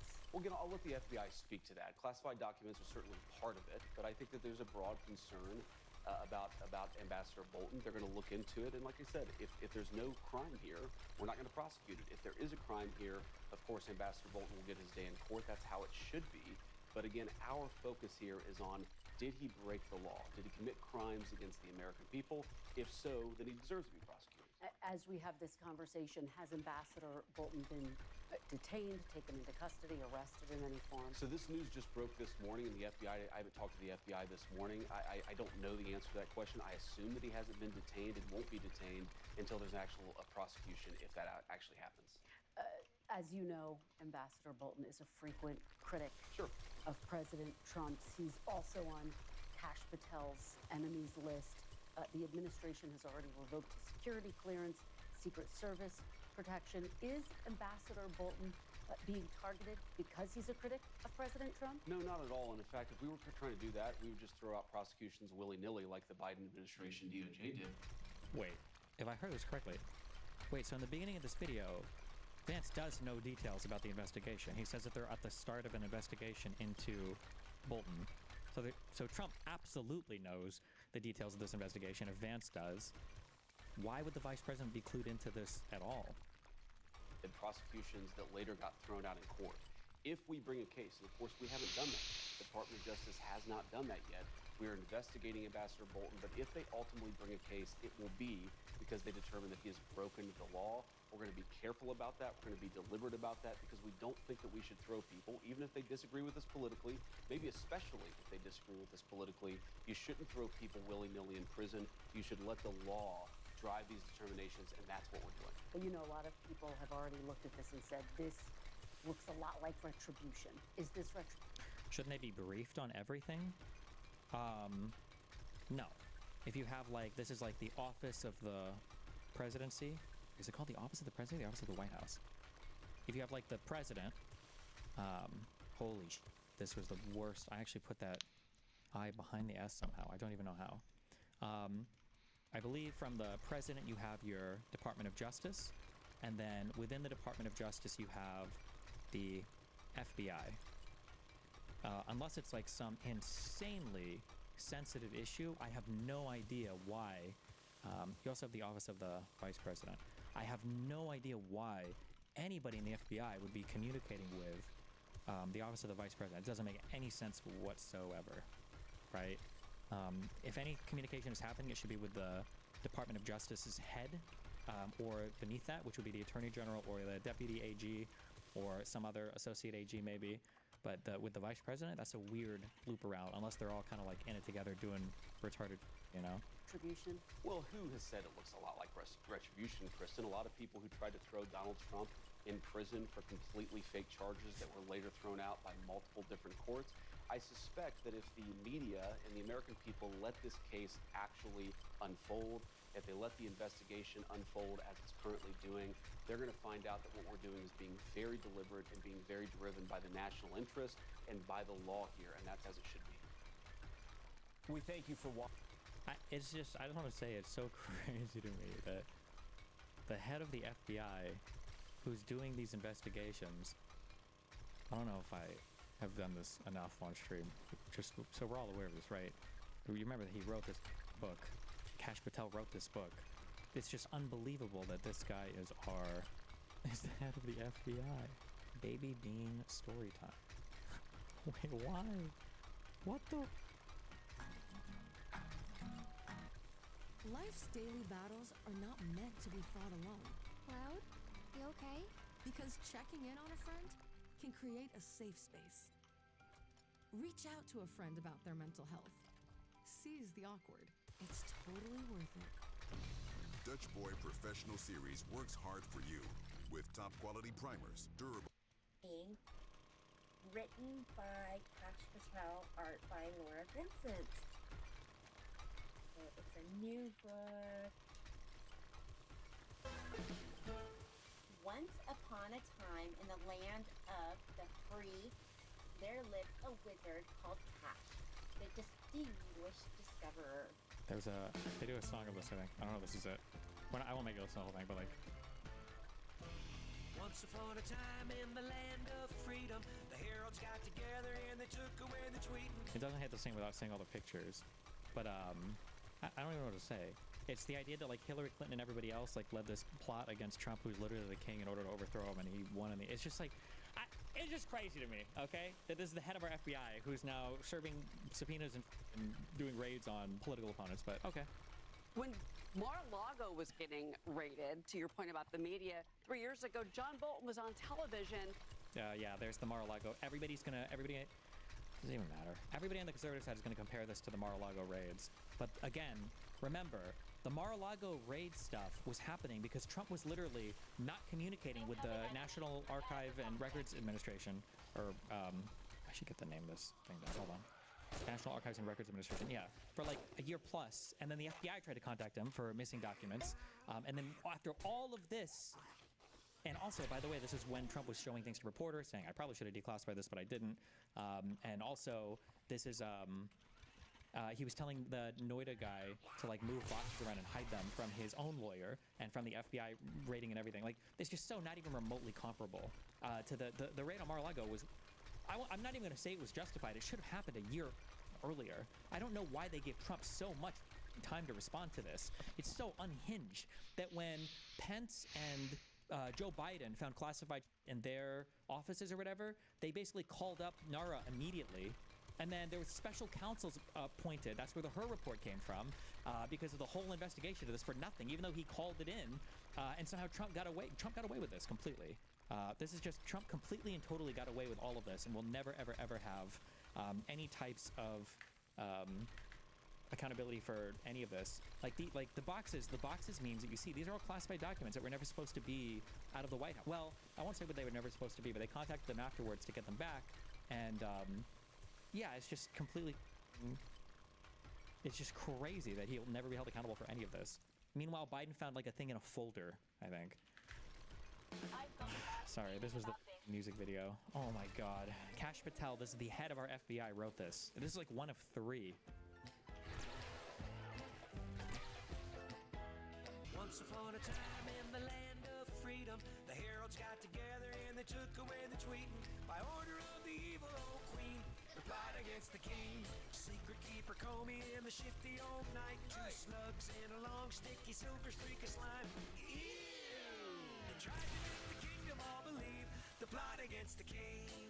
Dinesh and Debbie and the wizard and the duke all got together and they fought the fake news. Hear the 2,000 mules say. Remember, the entire premise of 2,000 Mules was that they dumped a whole bunch of cell phone data from one city's worth of cell phones. They saw cars that had routes that took them past multiple mailboxes, and they assumed that all those people were ballot harvesting. That was 2,000 Mules. That was the whole thing. There was never any evidence anywhere. Well, I'm so sorry. I misspoke horribly. They did have evidence of at least one person ballot harvesting that they put in the video because a guy pulled up and dropped off ballots, or no, 2 people, and both of those people were hunted down. The first guy worked at a retirement home, and old people would give him ballots to drop off, which is perfectly legal and fine. I think he might have sued, I don't remember. And then the second guy was a black dude who dropped off 4 ballots, and they were the 4 ballots for his family, for like his wife and his 2 adult children. I think that guy sued. But that was family, can I just say black male family 2,000 Mules harvesting. Did he ever sue? It was, I think it was a black guy that pulled up, right? I thought there was one guy that did it. Oh wait, hold on. 2,000 Mules, man sues. Oh yeah, and then the creator of this apologized. Dinesh D'Souza, who's an insane Trump sycophant ideologue who publishes false information about time. Atlanta citizen Mark Andrews sued Dinesh D'Souza, True the Vote, Greg Phillips, Catherine Engelbrecht, and Salem Media Group for defamation, conspiracy, and intrusion on seclusion. The film accused him of being a mule who illegally harvested ballots as a part of a fraud ring. Although the film blurred his face, the film's trailer and promotional stills used his image. A state investigation found that Andrews was legally driving off ballots for himself, his wife. I'm sorry, I misquoted. It was 3 adult children, not 2. Who all lived at the same address. The state exonerated Andrews a few days before the movie's premiere. This was such a dog. I mean, like, it was a cute hypothesis, I guess. But they published it like they had a fully fleshed out scientific investigation when they didn't at all. Need better internet than 5G? Your search is over. Get Cox Internet for just $40 a month when you add Cox Mobile. It has faster, more reliable speeds than 5G home internet. Switch today. Frickin' Cox, man. My senses have picked up something.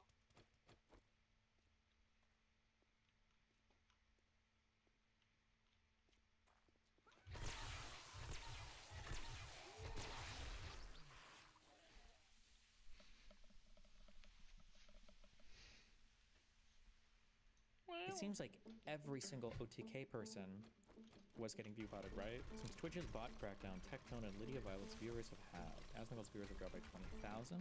Their bot accusations of TK and the Austin Crow. Why do we, Lydia Violet, why do we know this person? Do we know this person? Or is this just a stream that I've seen on Twitch when I was, she was in a cute bot show with you. Oh, she hung out with Melina, that's fine. Is this showing that her average viewers went from 6,000 to 3,000? Does she normally turn for 3 hours? I should just look this up, I can do this myself. When did the view bots go down, supposedly? 2 to 3 days ago? See, it's hard because she's also doing content that she doesn't normally do here, right? This is, what is the red IRL? She normally does other stuff. I don't know how much that matters. Let's see, we've got Ms. Kiff. Wait, do we know the exact day that they went down? Like, do we know that for sure? 2 to 3 days ago? That means no. 2-3 days ago. Were they like a bunch of different ones that went down, like, over the course of a few hours, or? Because like here, we would say, oh, on the 21st, I guess, the viewbots weren't working by 4 p.m. But here, if we believe these are viewbots, they were working up till 5 a.m. maybe, so sometime on the 21st. It was the 21st, happened live when Tectone was on. Look at his stream on the 21st. Do you have a timestamp? Because that'd be pretty funny. I feel like it's kind of crazy. In a way, you're giving people kind of a lot of power here, right? Like, imagine if the guy that ran like a viewbot service decided he hated you one day. He could leak so much. Apparently Mira went from 2K average to less than Twitter. Oh, Mira has always been insanely heavily viewbotted. You could tell if you just go visit her stream. Oh, Jesus Christ, yeah. Because she'll have the deadest chat ever at like 2K viewers constantly. That's not surprising at all. So like, what was Tectone? If Tectone was viewbotting, what would you say? He viewbotted like 2K viewers? Lacey. Wait, do we know Lacey? Y'all won't remember this, okay? Because this was back in the day. But one of the funniest memes ever was there was a huge viewbot update, like, I mean, dude, it was like 10 years ago or something, and there were so many streamers that like went live for a little bit and then turned their streams off, and they were so awkward about it, like, oh, I think I have a cold today, guys, or I feel like sick. It was so funny seeing how many people were making excuses up not to stream that day. Yeah, do you remember the Masan stuff? And then I think Masan, I think he sold his Twitch channel shortly after that, because oh my god, there's so much background lore for this, so if you don't know, it's just hard to even... Masan showed up one day on stream as like a VTuber, but this was before... I'm not even able to find this. He was like, hey guys, I'm like a wolf thing now, but this was like before VTuber, so they didn't call him that. And because the guy, I guess the original Masan guy had sold his channel to somebody, and then I don't know, I think that channel just crashed and burned. Honestly, what's the point of viewbotting? Do you make any money from bots, or is it just you can get more money from sponsors? I'd say one might be scamming sponsors. However, if you, like, sponsors are never going to renew with you if the conversion is very low. So conversion is generally measured in, well, not measured in, but like a conversion broadly speaks about what percentage of an audience that you show an advertisement to can you convert into some kind of actionable thing. So you might talk about your click-through rates, meaning you show a thing to 1,000 people, how many people are likely to click through. You might talk about like sales conversions of the people that click through, what percentage of them are likely to buy a thing. If you're heavily hardcore viewbotting, if you're a big streamer, people will generally just pay you based on it's called, I think, CPM, which is like cost per mille or whatever, I don't know. But basically for every 1,000 views, they'll just pay you some flat fee. But if you're not converting any sales, then sponsors just aren't going to continue to work with you. Because they're like, okay, well, this is just not worth it. We're spending so much money on this guy, and we got like no sales conversions whatsoever. So the my guess is for people that viewbot, one is you might be able to scam sponsors one time. Two, you might be able to scam the Twitch inbuilt sponsor thing, because Twitch has an inbuilt dashboard that lets you do like Twitch approved or Twitch integrated ads. And then three, if you tell somebody that they're hyped for long enough, other people will look at the person and think they're hyped. You can probably use viewbots to attract viewers, right? Oh, what's this guy doing? He got 5,000 viewers. I'm gonna go and see what's going on his stream. So you get some organic traffic as a result of viewbotting. Twitch has cracked down on bots in the 2 to 3 days, and viewbotters/victims of viewbotting have been exposed. Streamers that are part of groups/orgs are seemingly being botted much more heavily. I don't want to start witch hunts, but the data is interesting to see for yourself. God, no! Did you say who streamed Stop this is? turning How does conversion sideways. function with Twitch's ad bounty stuff? They probably just pay out, and if, like, broadly speaking, if the program is bad, then they probably cut rates across the platform, would be my guess. Well, I mean, they should track per person, actually, to see what individuals, and maybe they remove individual streamers from the program if it doesn't. Oh, that's your rage gaming. Damn. I'm retarded. I don't know how to use the website.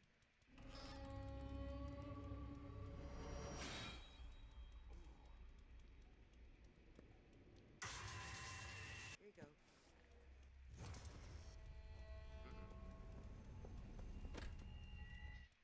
When we look at addiction treatment, we recognize clients need different levels of care. Having a continuum of care allows for their journey to be extended with the safety of an All Health Network outpatient. How do I just see over 1 month? Whatever. Okay, recent streams. Oh, damn! It's always funny watching the first stream when somebody comes back and they can't work the viewbots, and they always, I don't know if this happens all the time, but they always stream for like an hour, and then they realize the viewbots aren't kicking on, so they make up some excuse to leave. I wonder what he said here. Not that I'm accusing him of viewbotting. This could be totally innocuous, by the way, and have nothing to do with...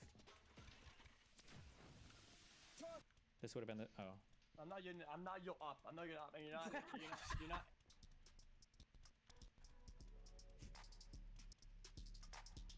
Is this Zoomer content? What is happening?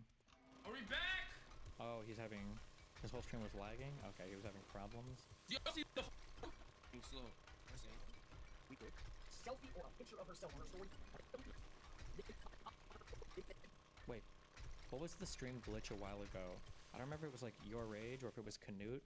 Was it Your Rage where it glitched and it looked like his head was coming out of his head? It was like... At 4 a.m. in the morning. All of these streamers use that same version of OBS.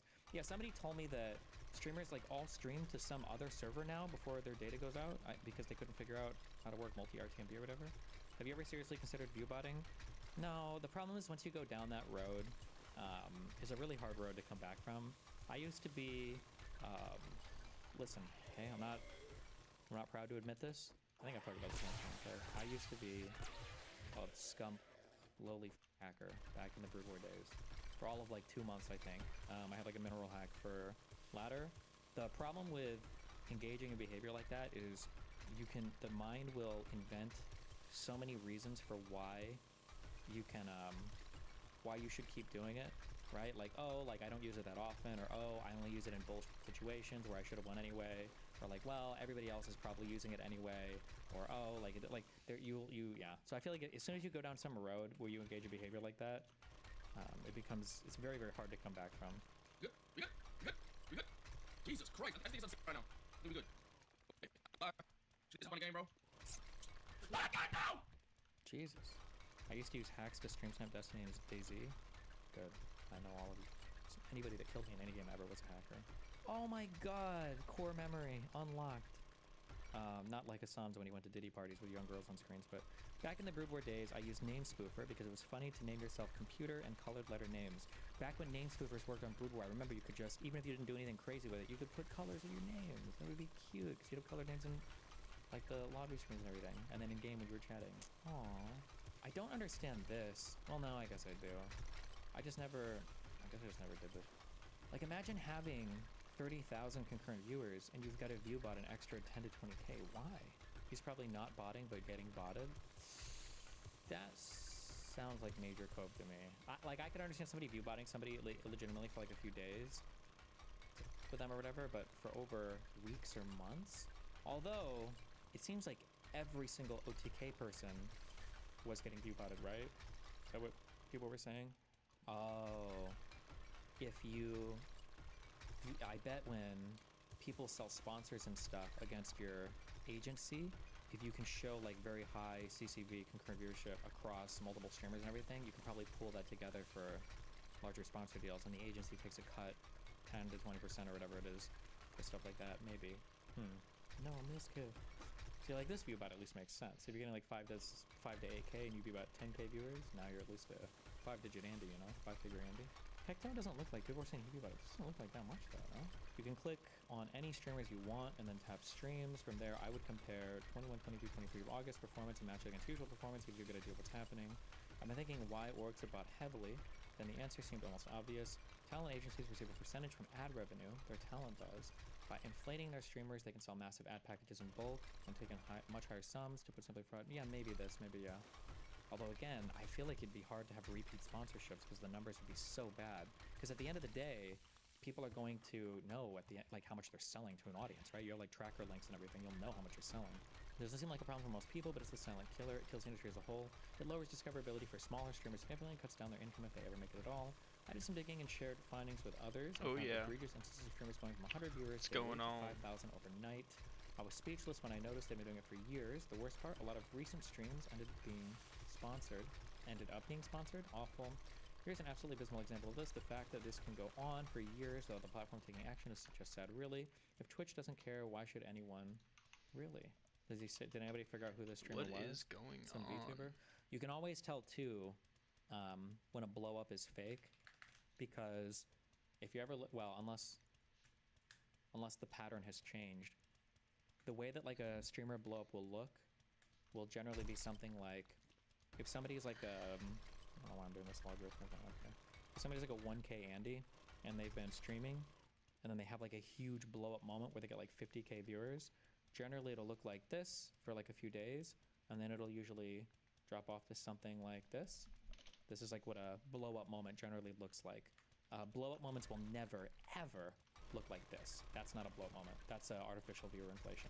Because typically on a hype moment, what's happening is something hype is happening and a lot of interest is attracted to your stream for the first time, and then if you have a good personality and you can convert these people into loyal viewers, then some percentage, probably like 10 to 30% of these people, you'll convert to like long-term viewers, but it's never going to be every single person that shows up. That just never happens.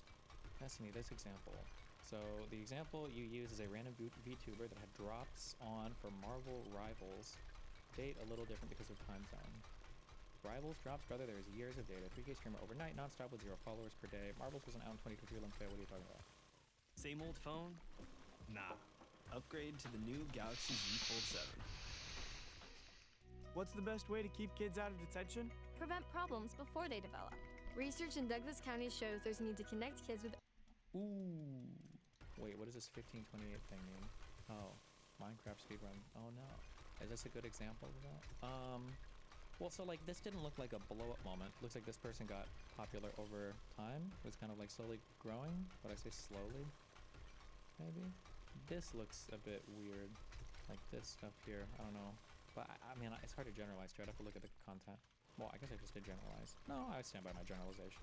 Anytime you get a big growth moment that just is super sustained, I just think that's very unusual. Anytime you have something that looks like this, like these like plateaus of viewership, I think that's like very weird generally. Unless there's like a really good explanation for it. How does anyone ever get away with botting to begin with? Is it not easy to detect? Well, one, there are tons of ways that bots can defeat bot discovery. And then two, there's a lot of ways that, and then two, it's hard to prove that somebody, well, it's impossible to prove that somebody's view botting themselves, right? Like imagine banning, like, because let's say that you ban me because I view bot, and I say, whoa, bro, I didn't do it, somebody else, botted me. And you're like, oh, don't care. Well, let's say then that I hate, some streamer. Okay, well, I'm just gonna go view bot some other streamer because I'm gonna do that until they get banned, and then now people start view botting each other until they get banned, right? Good example here, she blew up from the OnlyFans event, February, March. Can I see how long ago was the OnlyFans thing? You can kind of see what I'm talking about here, though. So they have some concurrent viewership of maybe 200 to 800, and then they have their big, I'm guessing this is kind of like a blow-up moment doing the OnlyFans stuff, and it peaks out at whatever this day was. And then after like the hype dies down, it kind of settles out. But look, they settle out to a higher CCV than they had before, right? So now they're averaging twice as much, maybe 1,000 to 1,500 versus the 2 to... Oh, man.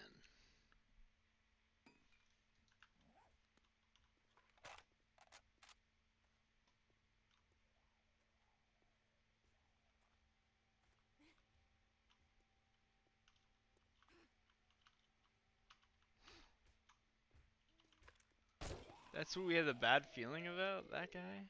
So tiny. So insignificant. 500 before.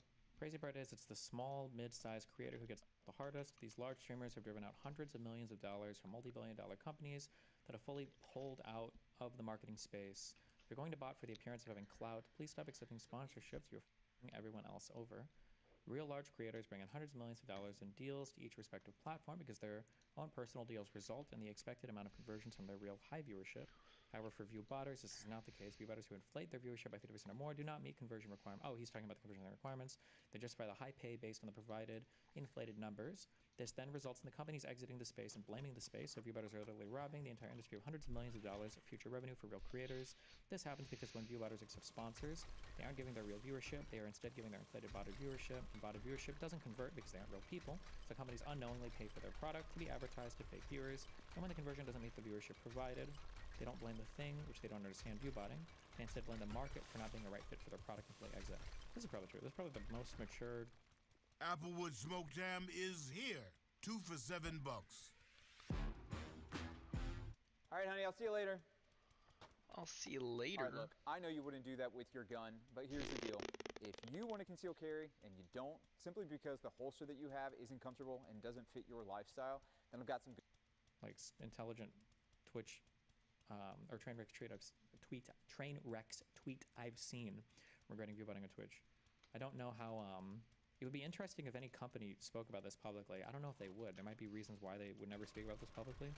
But somebody said earlier, Destiny, have you seen the video about Myth's blow up during Fortnite and fall off afterwards? Actually insane. No, And I don't even understand it that well.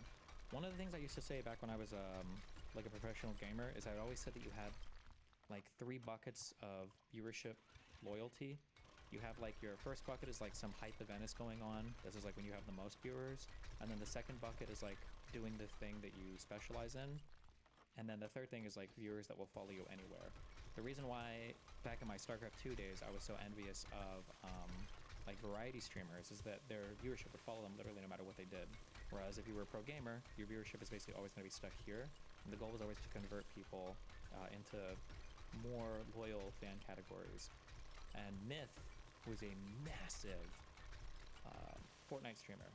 Or at least for the time it was considered massive, right? Myth was like a 5-figure viewer streamer, I believe, right? Like 10K, 15, 20K concurrent viewership. Am I exaggerating that a little bit? Myth had a huge viewership, but then when Fortnite died, it like he lost everything. He became like a 3-figure viewer streamer, which is ordinary for people that just are good at a game but don't have like very attractive like personalities, like just don't whatever, like they're good at a game but that was it. But I feel like Myth is like really funny. Every interaction I see him in with other streamers, he seems like a funny dude. He seems like a cool guy. He seems like yeah, I don't know. I don't understand why. I don't understand how that fall off happens so dramatically. Wait, Myth is only triple-digit viewers? Yeah, or like low triple-digit too, I think, right? Like 400 or something. I don't know how. A lot of people say you could do anything, people would still watch. Or do you think of Forsen went on a mass murder spree, he would still get the same viewers? Well, some people have just built like a viewership base and then like a community around those viewers, and those viewers will probably never leave. Like I'm sure I have several thousand of those types of viewers, hopefully. Forsen definitely does.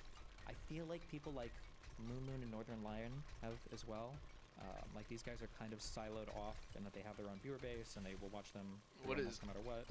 Everybody. Avid viewers. Jesus. Yeah, 20, 30, 40,000. This was in 2018. And then in 2019 it was like 2 to 5,000 maybe. And then in 2020 there was a little bitty kind of blow up thing. And then, Jesus. Oh, I wonder how much going to YouTube. I think he was one of the people that took a YouTube deal, right? Maybe that him too, maybe?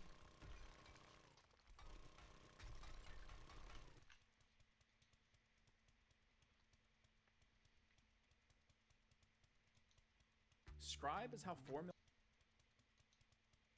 Limu Limo at your service. Here to help you save hundreds by customizing your car insurance with Liberty Mutual. Probably should have gone.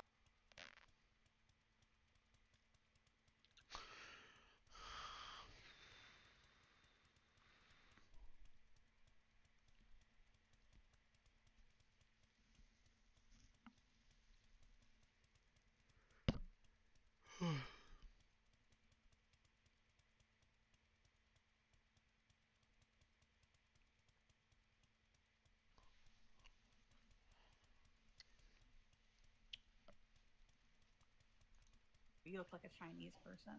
What? They'll hear your voice. I don't even like. I don't know how to like respond. Oh my god, he's so f***ing soy, dude. Oh boy, but he's about to go on a soy rampage. Oh no. For anyone that's accused of SA. If they were found like convicted of SA, no, I want to support them. Why don't you take a look down at your shirt?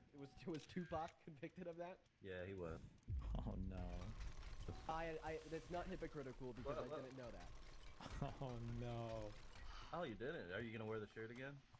Probably not. No. Found it in my No. girlfriend's Oh, closet. it's a gift? Your girlfriend's shirt. So your girlfriend supports someone that's convicted of SA. Neither me nor her knows anything about truly like anything about what Tupac did or didn't do. So it's okay if someone supports Trump. And that's your main argument against Trump, is that he's a despicable person and he's been accused of SA, but you have someone on your shirt that you're wearing right now that was convicted of the same crime. Bro, do you expect me to like take my shirt off right now? You just want? Do you Yeah, want? I think you should go. I think you should go change. Do you want to see my? You want to see my body? Is this is weird? I think you're projecting, but no, I think you should change right now. Well, I'm not gonna go change right now. Thank you so much for telling me that about Tupac. I had no clue. That's very kind of you to inform me. You're still wearing the shirt. Well, I'm not gonna take my shirt off right now. So you do support him? No. I'm No. just not gonna take my shirt off right now. Right. You don't have to take your shirt off. Turn it around. I'm not gonna turn my shirt around. No. Why not? Sorry about Because that. It's finally would be, back. like, really weird and This is uncomfortable all to good. do online. Kind of had emergency powwow. Not a problem.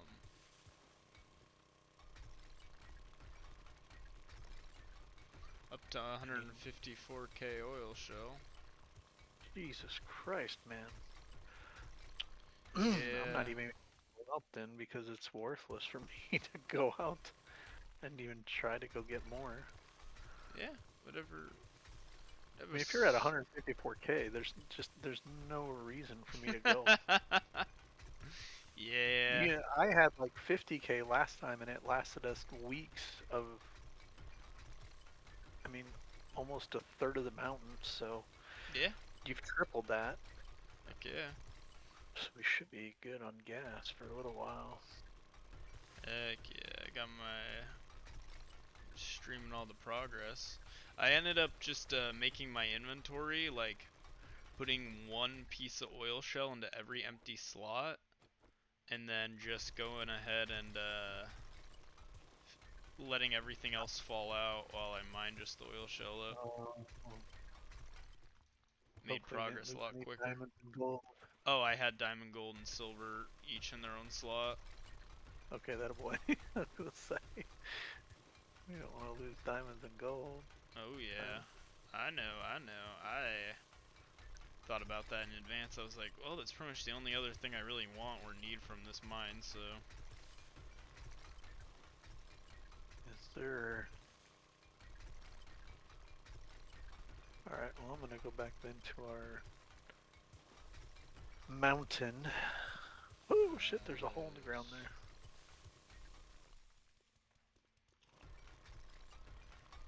Yeah, I made quite a bit of progress on the oil shell. Oh boy. I guess acquiring efforts. Yeah, my hole's pretty freaking huge. Even on the map, it's you can kind of see it's definitely sizable. Not a boy. That's like my oil shell mine. I can see it on the map. It's a big rectangle. Yeah. It's pink. Just a solid pink rectangle. Heck yeah. Yeah. I think once I hit 200k, I'll call it. Gotcha. Well, I'm gonna go finish cutting out the. Well, I'm not gonna go finish. I'm gonna go start cutting out the north side of the mountain so that we can start finishing that up. Right on. I'm really happy I went and looted a bunch of cars before I did get to my oil shell mine, because I went through 10,000 fuel in the process of acquiring all this oil shell. Nice. But that should make us like, I don't even know how much oil, what the conversion is right here, but it has to be pretty dang decent. Oh yeah, gotta be. And that's not even just oil shell. I've been mining with that 10k fuel. You know, there's lots of stone and sand, and apparently a big ass nitrate vein as well, which I haven't really needed. I've been trying to kind of avoid the nitrate though, in case I ever in the future want to get nitrate. I guess there's still some there, but I guess it's pretty irrelevant when you think about the fact that we have a 10k map with lots of different veins of stuff that has been untouched. But hey, it's all good in the hood. All right.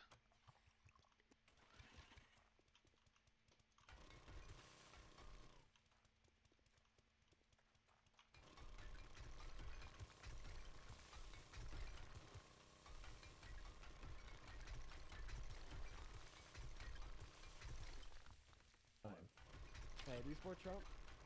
You bite the bullet, you're in the stream. You do. I am. You do. Again.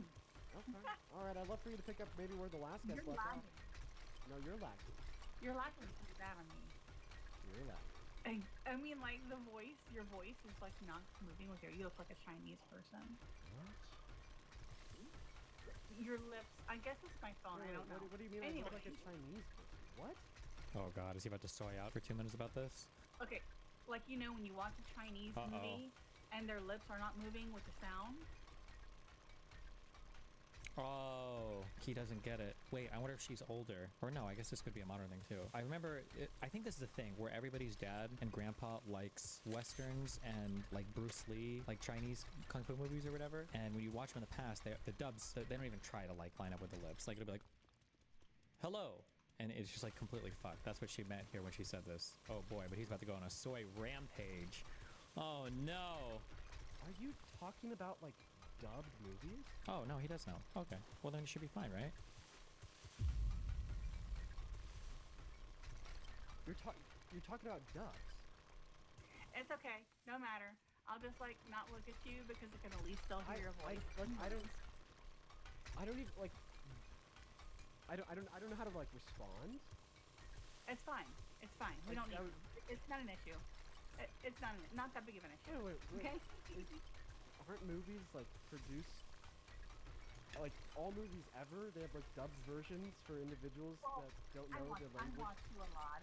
It's just not normal. I don't normally see that on your videos. So, but anyway. Like maybe she's just like a particularly big fan of anime or something. Me? No, I'm. No. What? No. What? 40 years old. I don't do anime. That's not who I am. But anyways, I don't know. It was just like weird to single out Chinese people. But, well, because that's. Oh wait, never mind. Wait, when he said dub movies, then maybe he doesn't know. He just assumed it was like an anime thing. It's not an anime thing. Kind of a common. It's a common. Maybe anime would be a better way of saying it. But it's actual people, physical people, that talk. And then the sound comes 3 seconds after their lips move. It's because it's dubbed over in English, because it was not recorded in English. Okay. I was just giving you an example as to what your video was doing with your own voice. Okay. I was saying your video was lagging to me. But that doesn't matter. Let's jump. I'm just like dubbed movies aren't based on like race. We're gonna talk. Well, but I don't think what other dubbed movies were popular in America for Gen Xers and Boomers besides like Kung Fu movies? I don't know if any. Maybe there were, and I'm just not aware of it. But I feel like it was usually like Kung Fu movies and shit. Yeah, the bad lip sync. Well, because there's was it Kung Pao Enter the Fist? Or am I making that up? That was like intentionally done that way because it was like a meme movie. I don't know how many of these exist. Oh, is that okay? Yeah, I haven't seen this movie in like 20 years. Talk about politics, okay, right? Just know that like dubbed movies are based on like. Oh my god, he's so fucking soy, dude. Like, what is happening here? Oh my god. So, you support Trump. Why is that? Oh my god. Dog, in Twitch politics was Asmongold. What's up, baby? But something shifted. Something shifted yesterday, and it turns out we actually have a similar number of viewers, as a matter of fact. I mean, he was hitting like 50K every day. He was always like 20K above wherever I was. Sometimes even 60K.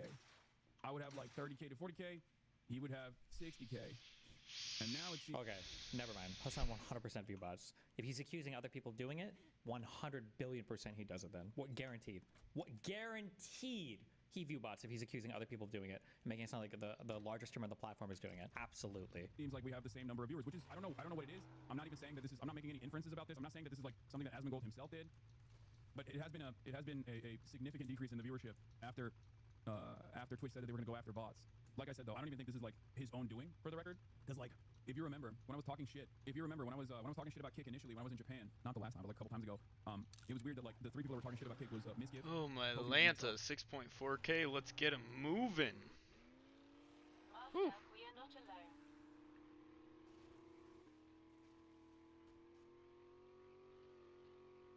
Got a little over 200K, I believe.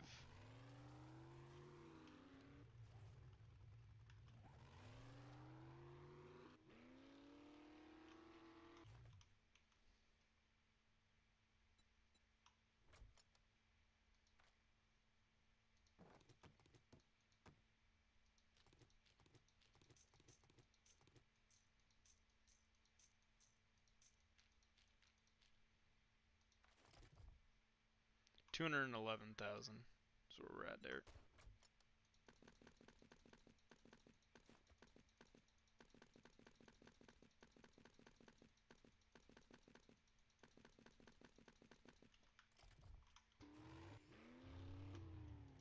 and we all got weirdly botted at the time. Like we had clearly like our view counts shot up, and it was weird. It was like normally in Japan it would be, especially in the weird hours that I was streaming, I would normally have like 20K, but this time I had like 40K. He absolutely view bots. 1 trillion%. Oh my god, he view bots so much. I don't know how much he view bots. I just know he does. If it's at least 10K, that's how much. Now, it could be because people are getting bored of Donald Trump and pro-Trump content and pro-Trump sentiment. Do you think Asmongold view bots? He doesn't seem like the kind of person who would, and he gets unbelievable, ungodly views everywhere else. Whereas Hassan's views outside of Twitch, his like narrowly protected monopoly space, are not really that good. Not as big as you would expect them to be, given how big of a streamer he appears to be on the platform. Yeah, I don't know. Unless Asmongold is botting all of his YouTube shit as well, but that could probably be a part of this.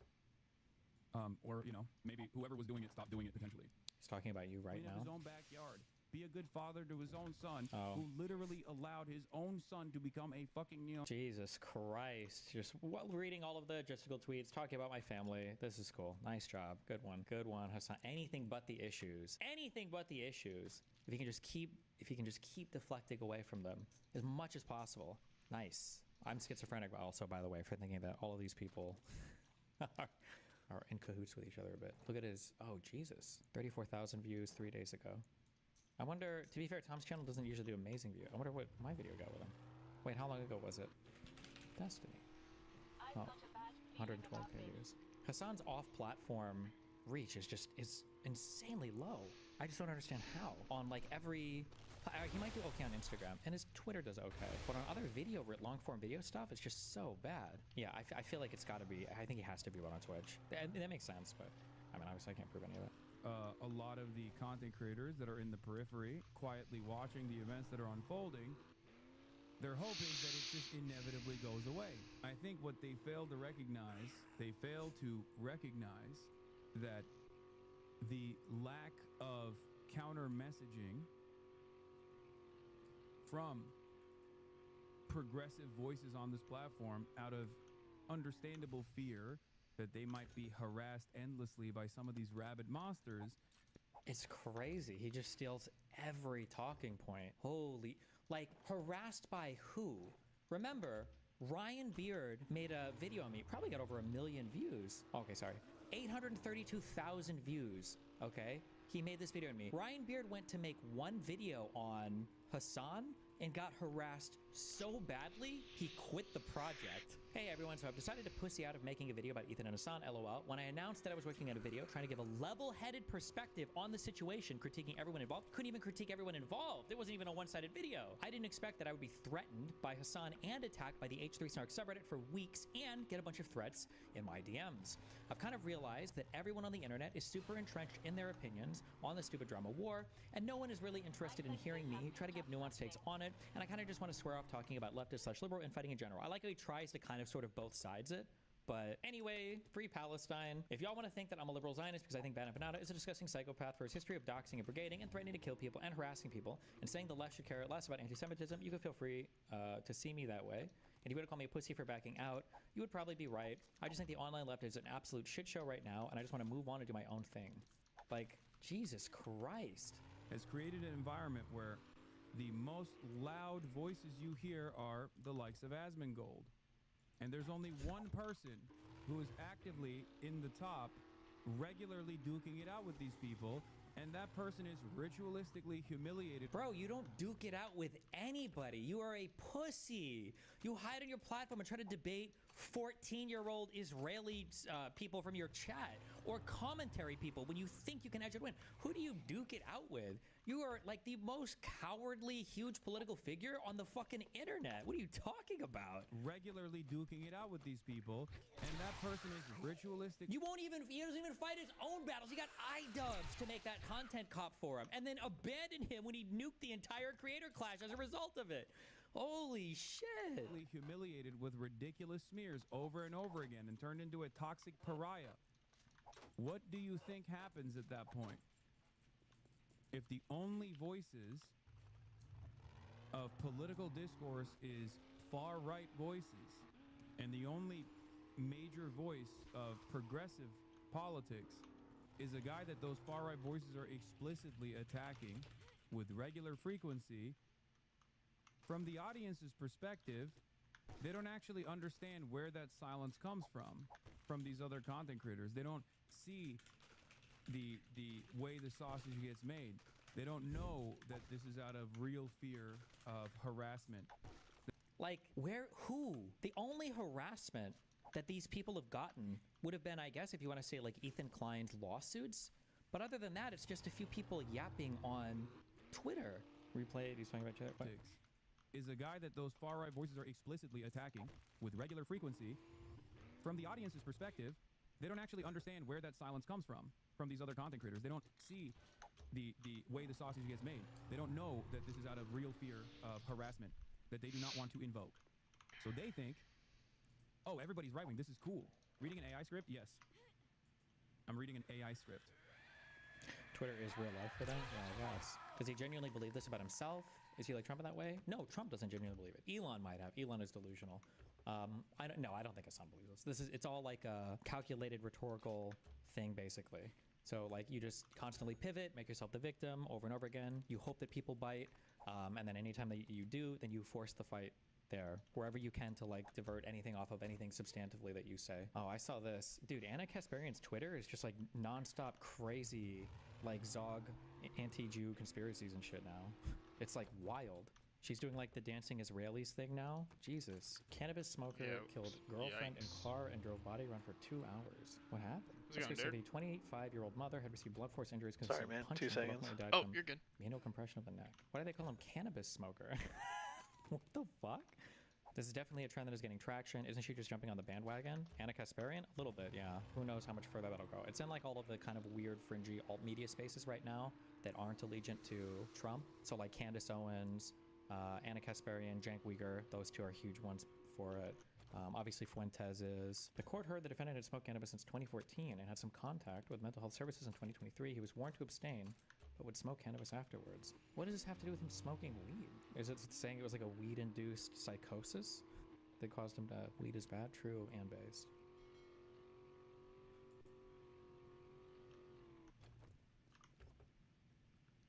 Need better internet than 5G? Your search is over. Get Cox Internet for just $40 a month when you add Cox Mobile. It has faster, more reliable speeds than 5G home internet. Switch today.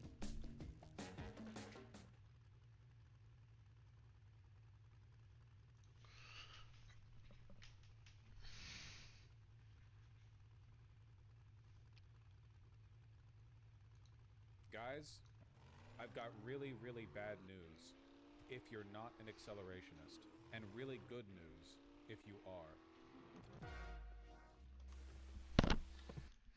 After months and months of pressure from Donald Trump, it looks like Jeremy Powell is finally starting to signal interest in rate cutting on account of the slowdown of the economy. He did a talk just earlier. Where is that? Here it is. This is grim business, by the way.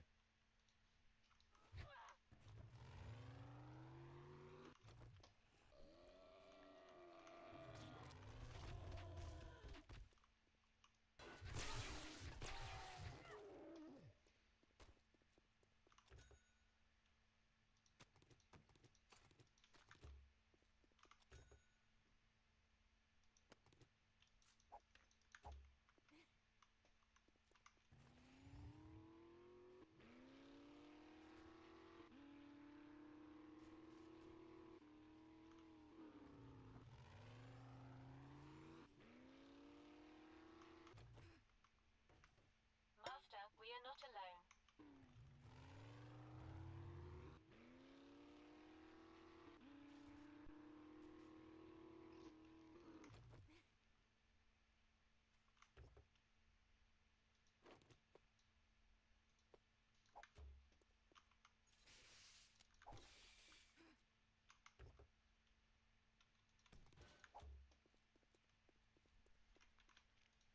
This year to a pace of 1.2%, roughly half the 2.5% pace in 2024. The decline in growth has largely reflected a slowdown in consumer spending. As with the labor market, some of the slowing in GDP likely reflects slower growth of supply or potential output. Turning to inflation, Higher tariffs have begun to push up prices in some categories of goods. Estimates based on the latest available data indicate that total PCE prices rose 2.6% over the 12 months ending in July. Excluding the volatile food and energy categories, core PCE prices rose 2.9%. Inflation is about to really hit the road too, because the de minimis exception is about to be revoked. Isn't that the 29th, if I'm remembering correctly? Mail services halt U.S. deliveries before de minimis end. So for years and years and years and years now, there has been an exception to tariffs so that any purchases that come in that are less than $800, or I think $800 or less or whatever, are not subject to tariffs. The idea behind this was that if you travel abroad, if you go to, say, Japan on holiday, right, and you find some nice stuff that you want shipped back to America, like you go there on holiday, you find a nice mug or whatever you want shipped back, the idea was basically it's unfair to make you pay tariffs when you're buying the thing there. Tariffs should be for big industrial purchases, not for like your individual travel purchases. The problem is that nowadays, because like international travel and commerce are really, really cheap, the de minimis exception is weaponized by a lot of foreign companies like, say, Shein or Temu that can get stuff into the country by using a bunch of very small deliveries that all fall within the de minimis exception. That being said, it's being removed. It is ending. It is applied to more than 4 million parcels flowing through the US each day, driven largely by e-commerce. This is the reason why you have not been hit by the tariffs as much for buying stuff from foreign countries. It's because for a lot of these companies, they ship in smaller packages that get to slide by thanks to the de minimis exception, you know? It's been the bigger industrial players that have been hit by tariffs, but no longer. As a matter of fact, I got emails from a bunch of my favorite independent clothing manufacturers, you know, places like Cass Atlantic or Permanent Style, saying, hey, to our American, you know, consumers, and they explained this. I did too. Yeah, I bet a lot of you have. This is it, folks. Now you're going to feel it interpersonally. They've been taking advantage of this. No longer. Obviously, this is bad. So I should put in my AliExpress order now? Nope, it's too late. Even if you order it now, the tariffs are paid when the package arrives at port, which it won't arrive at port before the 29th at this point. Getting an instant offer on CarMax.com takes 2 minutes or less. We got our online offer. Let's head to CarMax. Online offers are just as real as the ones that you get in person, and with CarMax's express drop-off, you can verify your offer. So, yeah. It's not great. Chad, this is going to be bad. I'm in logistics. This will be pandemonium as companies try to find ways around it. Making this relevant to Bosch, I might get fired and won't be able to donate. Thank you, Machine. I noticed that you already have a white name, so it doesn't make that much of a difference to me. But yeah, like, now everything... Like, okay, just think of it logistically, okay? Before, when stuff came through customs, if it was a small package and the estimated value was $800 or less, just the estimated value, okay? Customs would let it through without tariffs. Now, every single thing is going to be subject to it. Every single thing, every tiny little package, every delivery. Do you know how much that's going to slow down international commerce? No longer can the small packages flow through freely. Every single thing has to be tracked through. Amazon is going to die. Yeah, Amazon, yep. Prices are going to go up everywhere. Tariffs are going to hit the economy like a brick. We've been, for a while now, it's just been industry, it's just been business, it's been companies that have been putting in large orders, but finally now, we are here. We are here at the other end. And now, the inflation is going to hit. The inflation is going to hit, the economy is going to go down, and that's why Powell is now talking about reducing the interest rates. The stock market is going to go up because the cost of borrowing money is basically nothing. This is how it happens, people. This is oh man. What's wrong? Not happy with the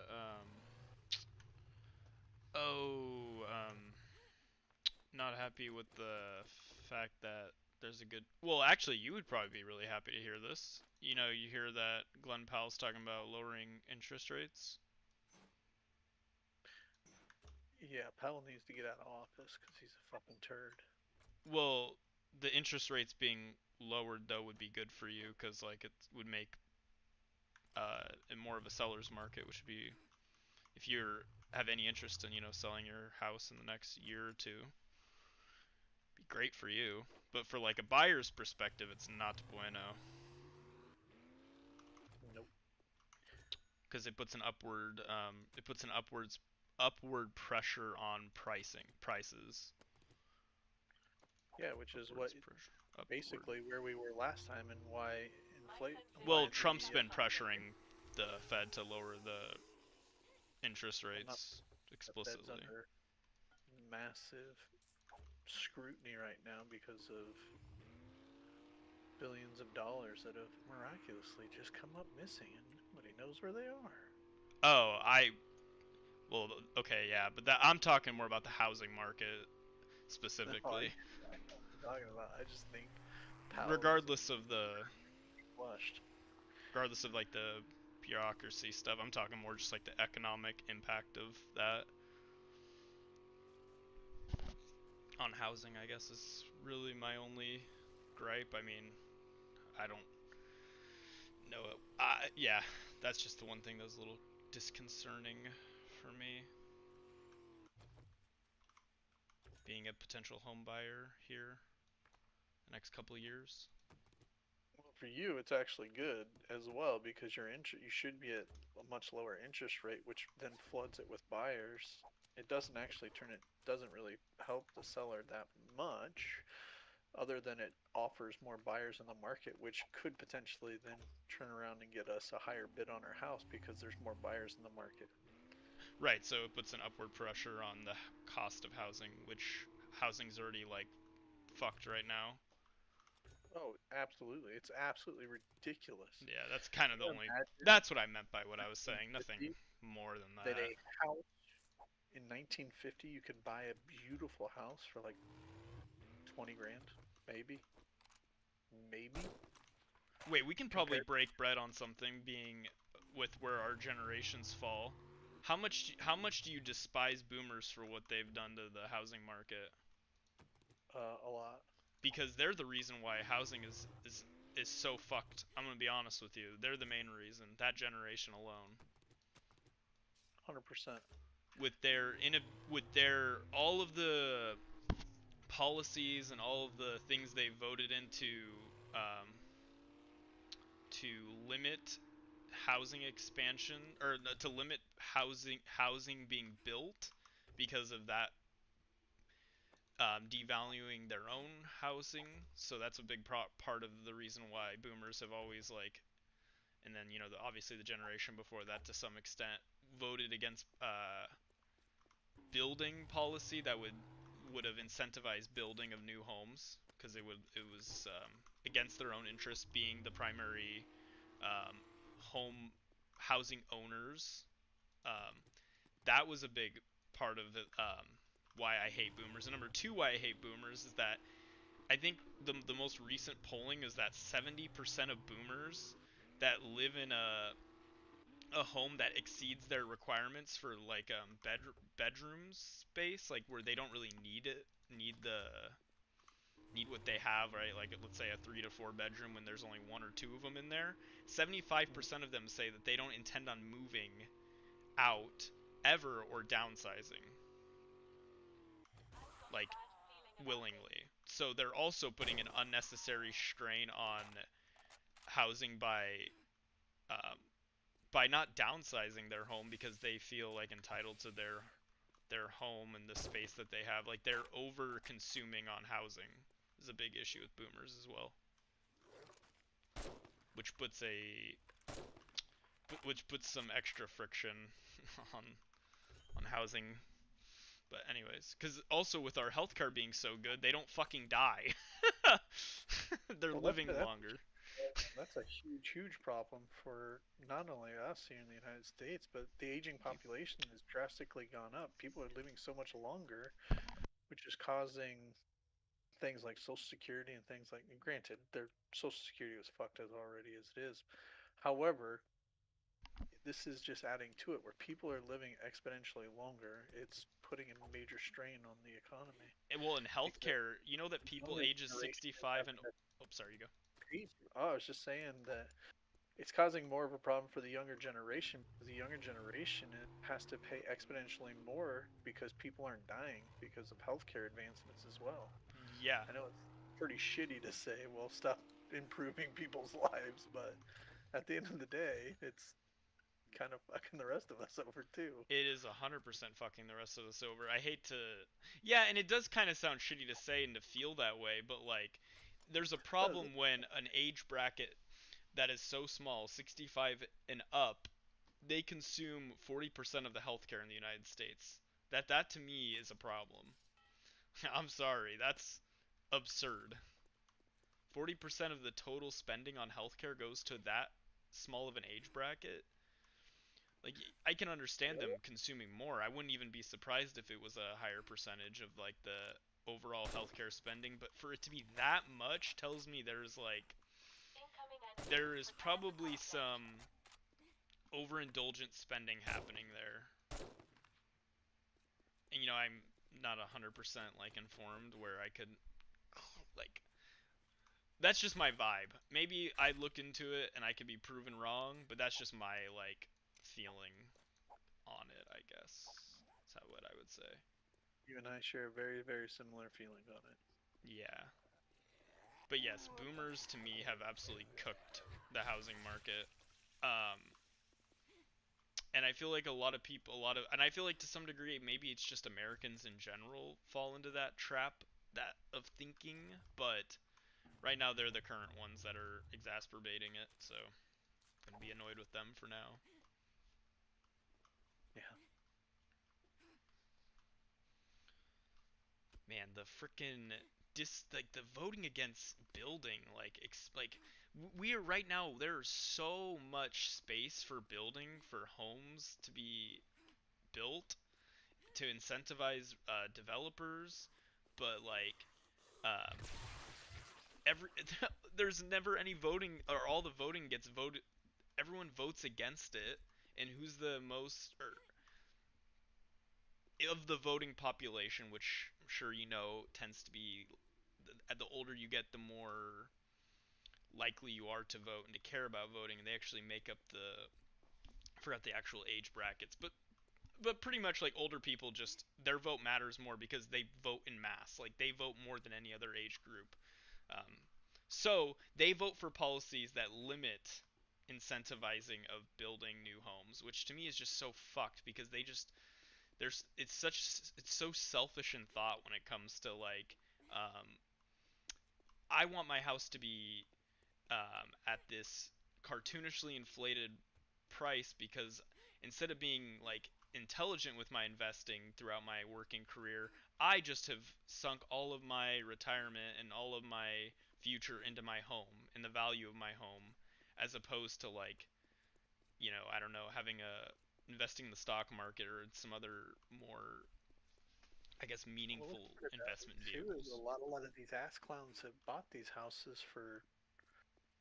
Oh, don't even get me started on the return of investment they've gotten off these homes too.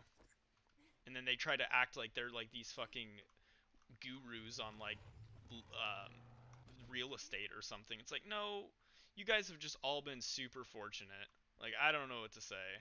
The American dream is not an American dream anymore.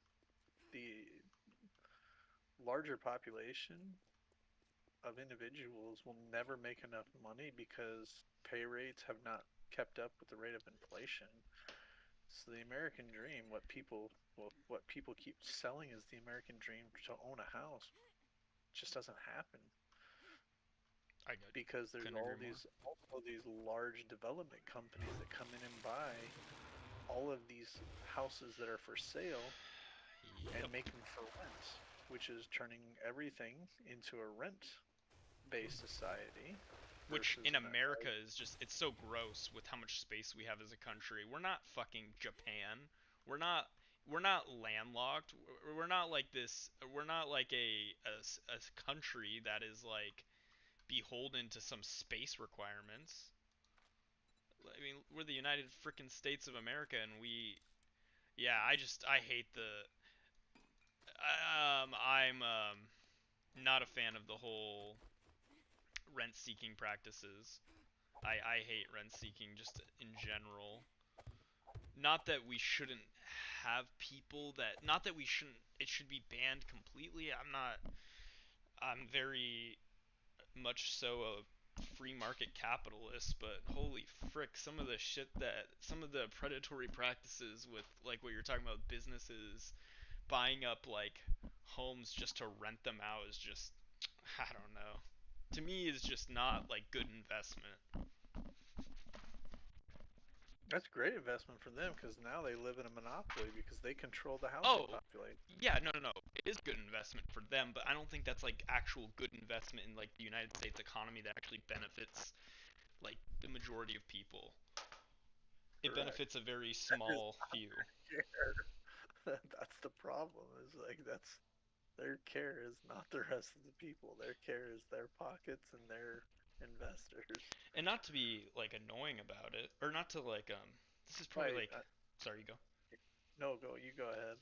I think that honestly, I wouldn't even be too upset or too annoyed if there was some way, if all these companies that bought up these like homes, like you know the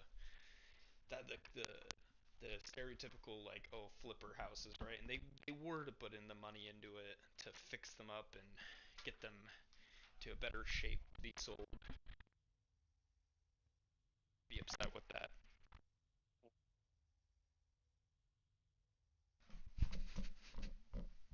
Sorry, cut out for a sec. No, I think that it's the renting them out that really pisses me the fuck off. Because, like, you're not actually, like, doing anything to contribute your investment into the economy other than just personal enrichment at that point.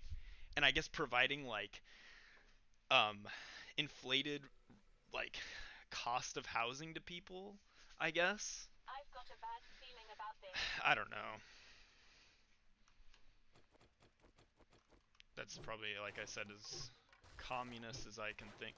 I think that my one hot take I had was that I think that any home that you purchase after, I think that we should just completely disincentivize rent-seeking practices. I just think we should.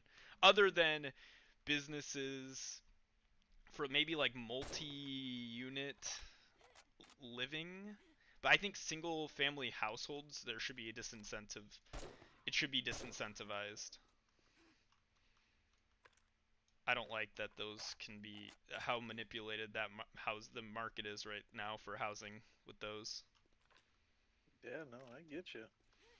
Unless then that would cause some sort of a cascading effect that would cause all those real estate development people to just like bulldoze all those houses and then just put up like more population dense housing, but I don't think that would actually happen. I don't think that would be worth the investment there, but I don't know. I just don't like businesses being able to determine across entire markets the cost of rent, the cost of I hate it. Towns like the size of like Columbus, Nebraska, where I grew up, like 20K, like it is, the cost of renting is 100% determined by like a very small amount of people who own the majority of the renting rentable units there.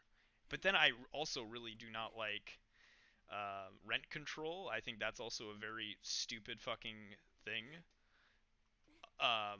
Well, the intention behind rent control is cool. Like, I get why, but the problem is the problem is what actually happens in a lot of those, with those places. It'll end up being families that are just pass it on to their, like, to a family member.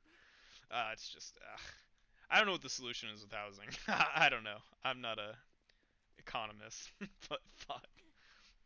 The economists don't even know.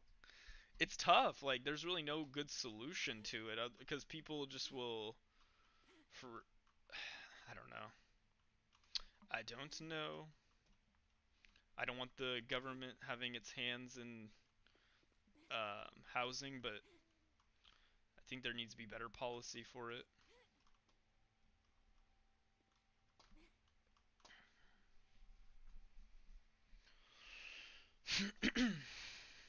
Can we get like a big housing bill passed where like there's some like government money involved in building? Like, I wouldn't mind that. Well,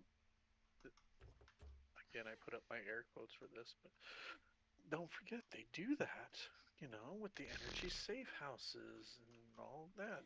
Yeah. Woo. I'm thinking more like I know. I'm just being a smart ass. Oh, I see what you're saying. I mean, it's just I don't know.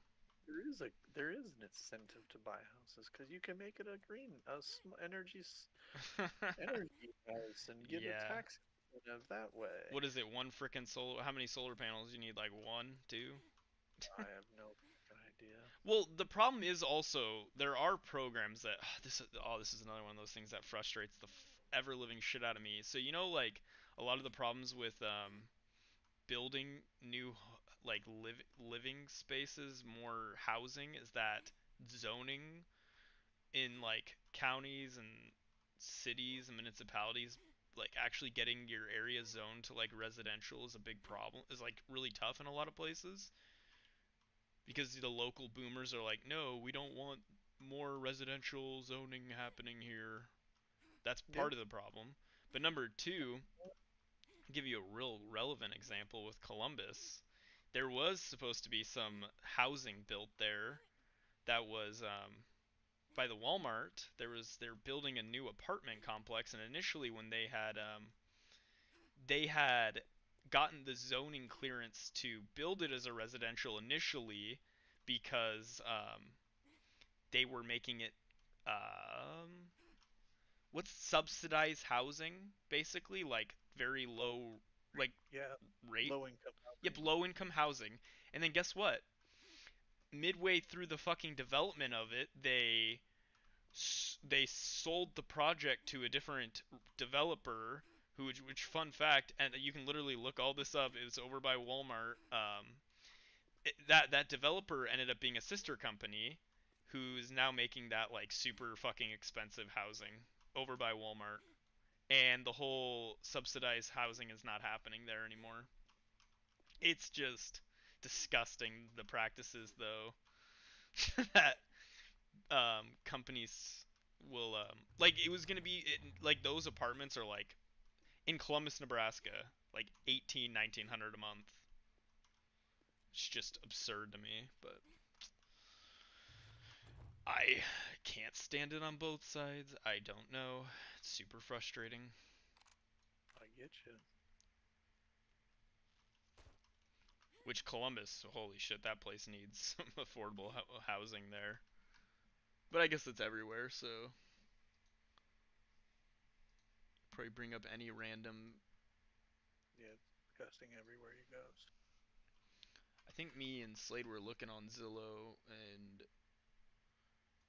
we literally under if you want to buy a house for under 100K, it's you're either out in the middle of the boonies, like 4 hours away from the nearest like Dollar General, or it requires like very high crime area, and it's not going to be nice. No, under any circumstances, it is not nice. All the ones that are 100K, like we're talking at least 200. Okay, like let's be on the the low end. You do all the work on your own. At least the value of the house required in material and work done to get it to where it is like it is up to date to today's like standards. Absolutely. Yeah, I would say almost the cost of the house, which a lot of those houses are like under 100K or like in the 60 to 70K range I was looking at, and sometimes up to 80. I think it was probably 50 to 60 grand you need to put into the minimum. But then, what's the point of putting 50 to 60 grand into a home that's in North Omaha that's 700, 800 square feet? Like, what? Or in bumfuck Ohio, like out like northwestern Nebraska, where the nearest city is like what, Denver, like 3 hours west of you, or Fargo, North Dakota, or not Fargo, North Dakota. It would be Cedar. It was forgot, Sturgis maybe? I forgot what the Sioux City was to the, or not the Sioux City, the South Dakota city to the north of it was. Yeah, like, good luck finding good work. That's all I gotta say. Good luck finding a job that pays well. 100%. So it was just a brutal experience, and that's why I say starter homes are rage bait, because I think with the average median household income being for a two-parent household, I think the median income was like 75K or something, 75K. Yeah, it's it's surprisingly low. Yeah, 75,000. That is like $100,000 home. I think is reasonable for that income. Like, if you're buying $250,000 home, you're probably like living a little bit beyond your means at 75K. A little bit outside of your means, I guess. Yeah. I think maybe that's crazy to say. Like, it's like what, $250,000 home, probably like $2,000 a month if you're lucky on the low end for your monthly insurance, mortgage, taxes, and utilities combined.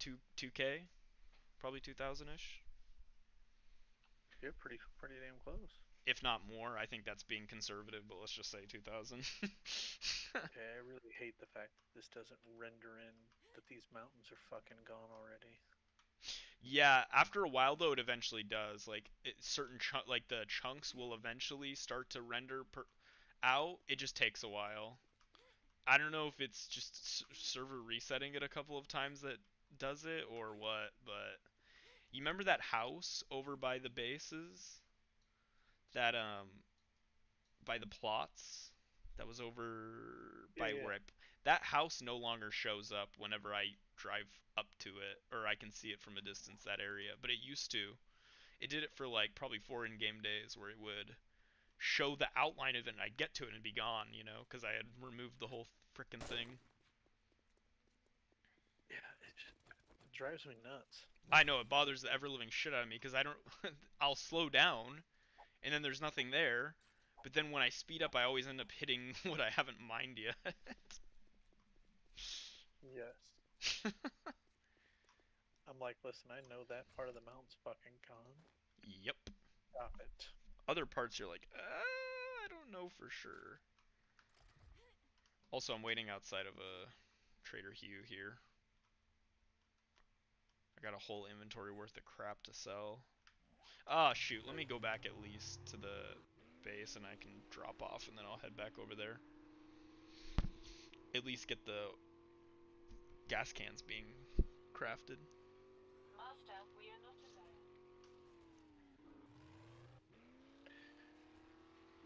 Yeah, I'm on my last little bit of gas now. Sweet. I'll drop you off some gas cans and then I will throw all of the oil shell I have currently into the chemistry station to get it cracking along. What I think is stupid is that a stack of gas cans is 5,000, when a stack of gas cans in the game is 10. It's all just to make you, I'm gonna be honest with you, I hate the stacking system. Just in general. Make a lot of sense. There's no rhyme or reason behind any of it. What stacks, what can and can't stack. Like clay, why can't clay stack? Why can't cobblestone stack? Why can't sand stack? That makes no sense to me. Agreed. Also, why do you have to craft it into stacks? Why can't you just like put it into a stack? That's also kind of dumb. At least it's quick, but I wish that you didn't have to like craft it. Seems kind of like a pointless thing to do, but I feel like that this game could be optimized really well via coding if they wanted to. Yes, they could.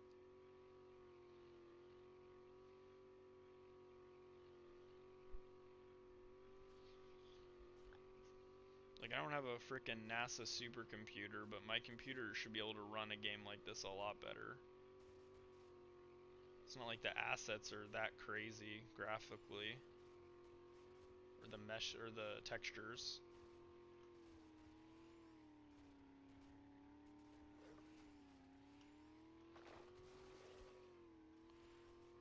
Love running over Yetis. Bastards. Oh, by the way, all that's to say though with housing, not to like bitch and moan about it. Like obviously I'm gonna work my ass off to where nothing will stop me and I'll make it work. But like, golly, for the average frickin' person, which I like to think that I'm not the average person when it comes to work ethic, ability, and competence. I would say for the average person, that's rough. That's all I gotta say for that. That's all I gotta say about that. That's all I gotta say about that, yes.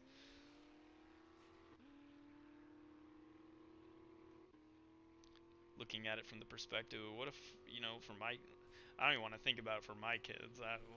Shit, we'll cross that bridge when we get there, I guess.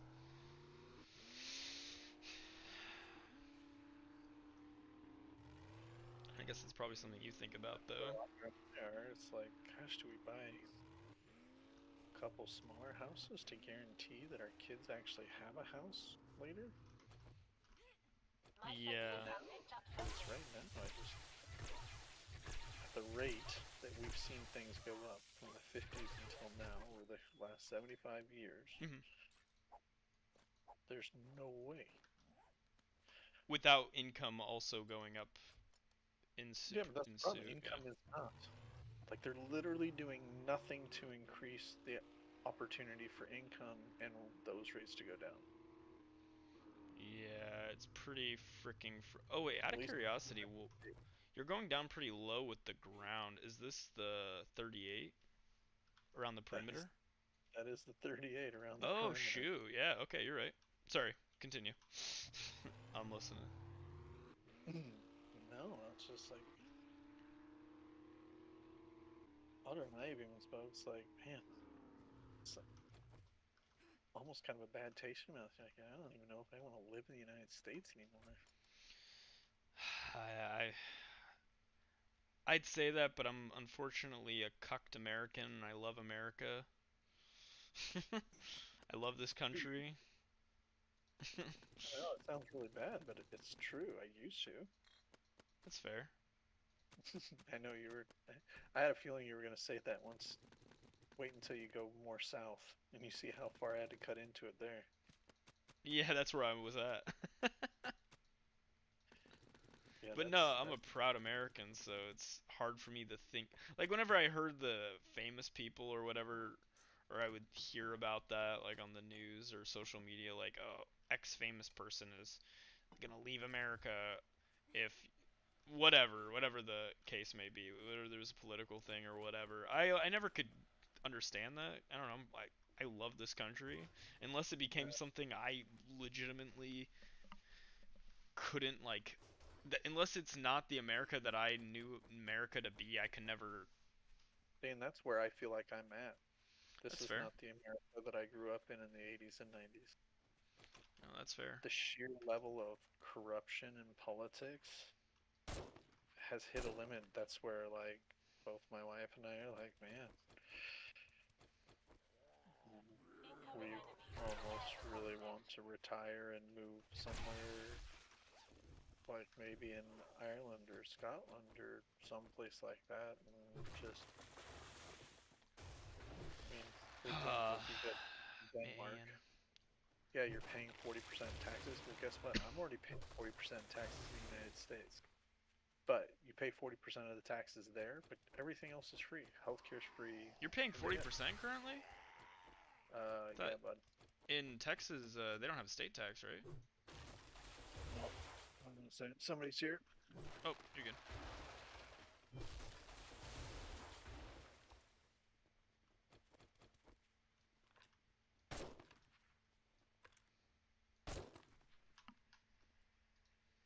exactly how it happened the last time, too. This is the same goddamn pattern. The stocks are going to spike because everyone wants to get on the big speculation bubble. They want to take advantage of the reduction in the interest rate from the Fed, but it's all the lead up before the roller coaster begins to tip. Oh boy. We're finally there. Control F minimus. See the two other changes? That's right. I completely forgot. My apologies, guys. They're doing a flat tariff for small items, aren't they? If a package is coming in from a country with an effective tariff rate of less than 16%, it's an $80 flat stop. Rather than do it like percentage-wise, which would take more time, like if it's like a $5 package or whatever, from a country with a rate of less than 16%, $80. Kablam. Raising money with the tariffs. Hey, I even have a no soliciting sign on my fucking door, man. Oh, jeez. You had someone soliciting, eh? Hey, when was the last time you had your windows cleaned? Oh I my fucking did it. god. Jesus. I made 105 gas cans. Is what it's currently being made. 105 stacks of gas cans. So yeah, that's gonna be 52.5 actual full stacks of gas. That's a lot of gas. Heck yeah. That's almost 1 million gas. That's about 500,000 gas. Nice.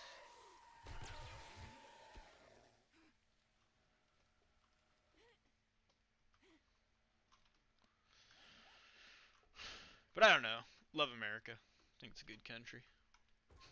Hopefully things stay better, man. Or hopefully things slowly improve.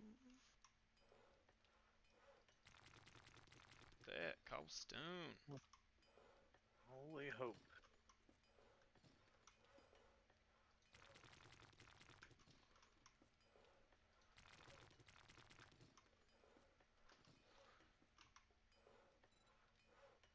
Proud American. What can I say? What can I say? Cobblestone blocks. Okay, I'm making the cobblestone blocks crate now.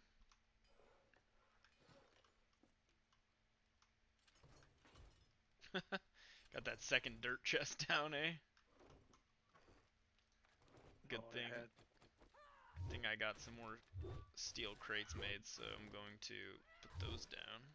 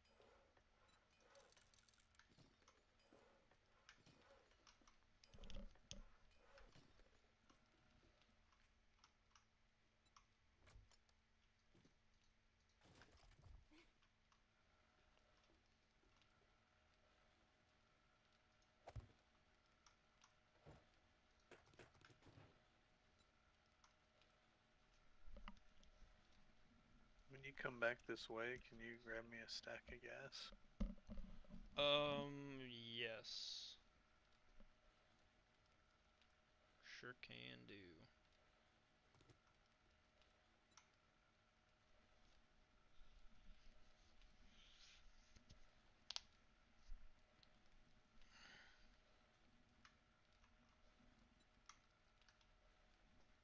Inclusive, that's $160 per item, and above 25%, $200 per item.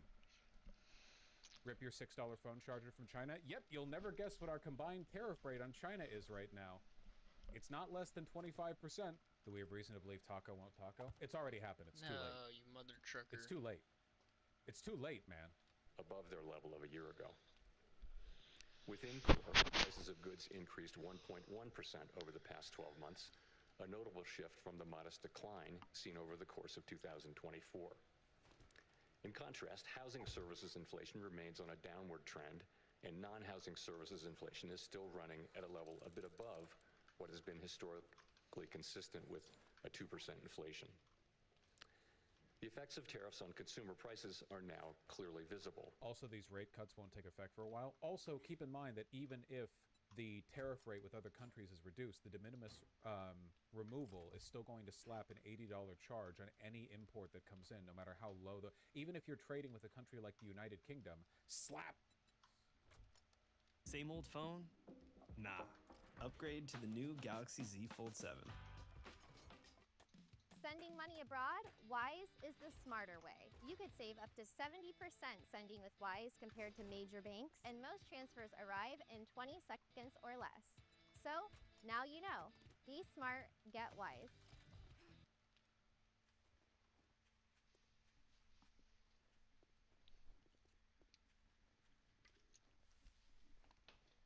We expect those effects to accumulate over coming months, with high uncertainty about both timing and amounts. The question that matters for monetary policy is whether these price increases are likely to materially raise the risk of an ongoing inflation problem. A reasonable base case is that the effects will be relatively short-lived, a one-time shift in the price level. Of course, one time does not mean all at once. It will continue to take time for tariff increases to work their way through supply chains and distribution networks. Moreover, tariff rates continue to evolve, potentially... I know he's boring, but this is like really important stuff.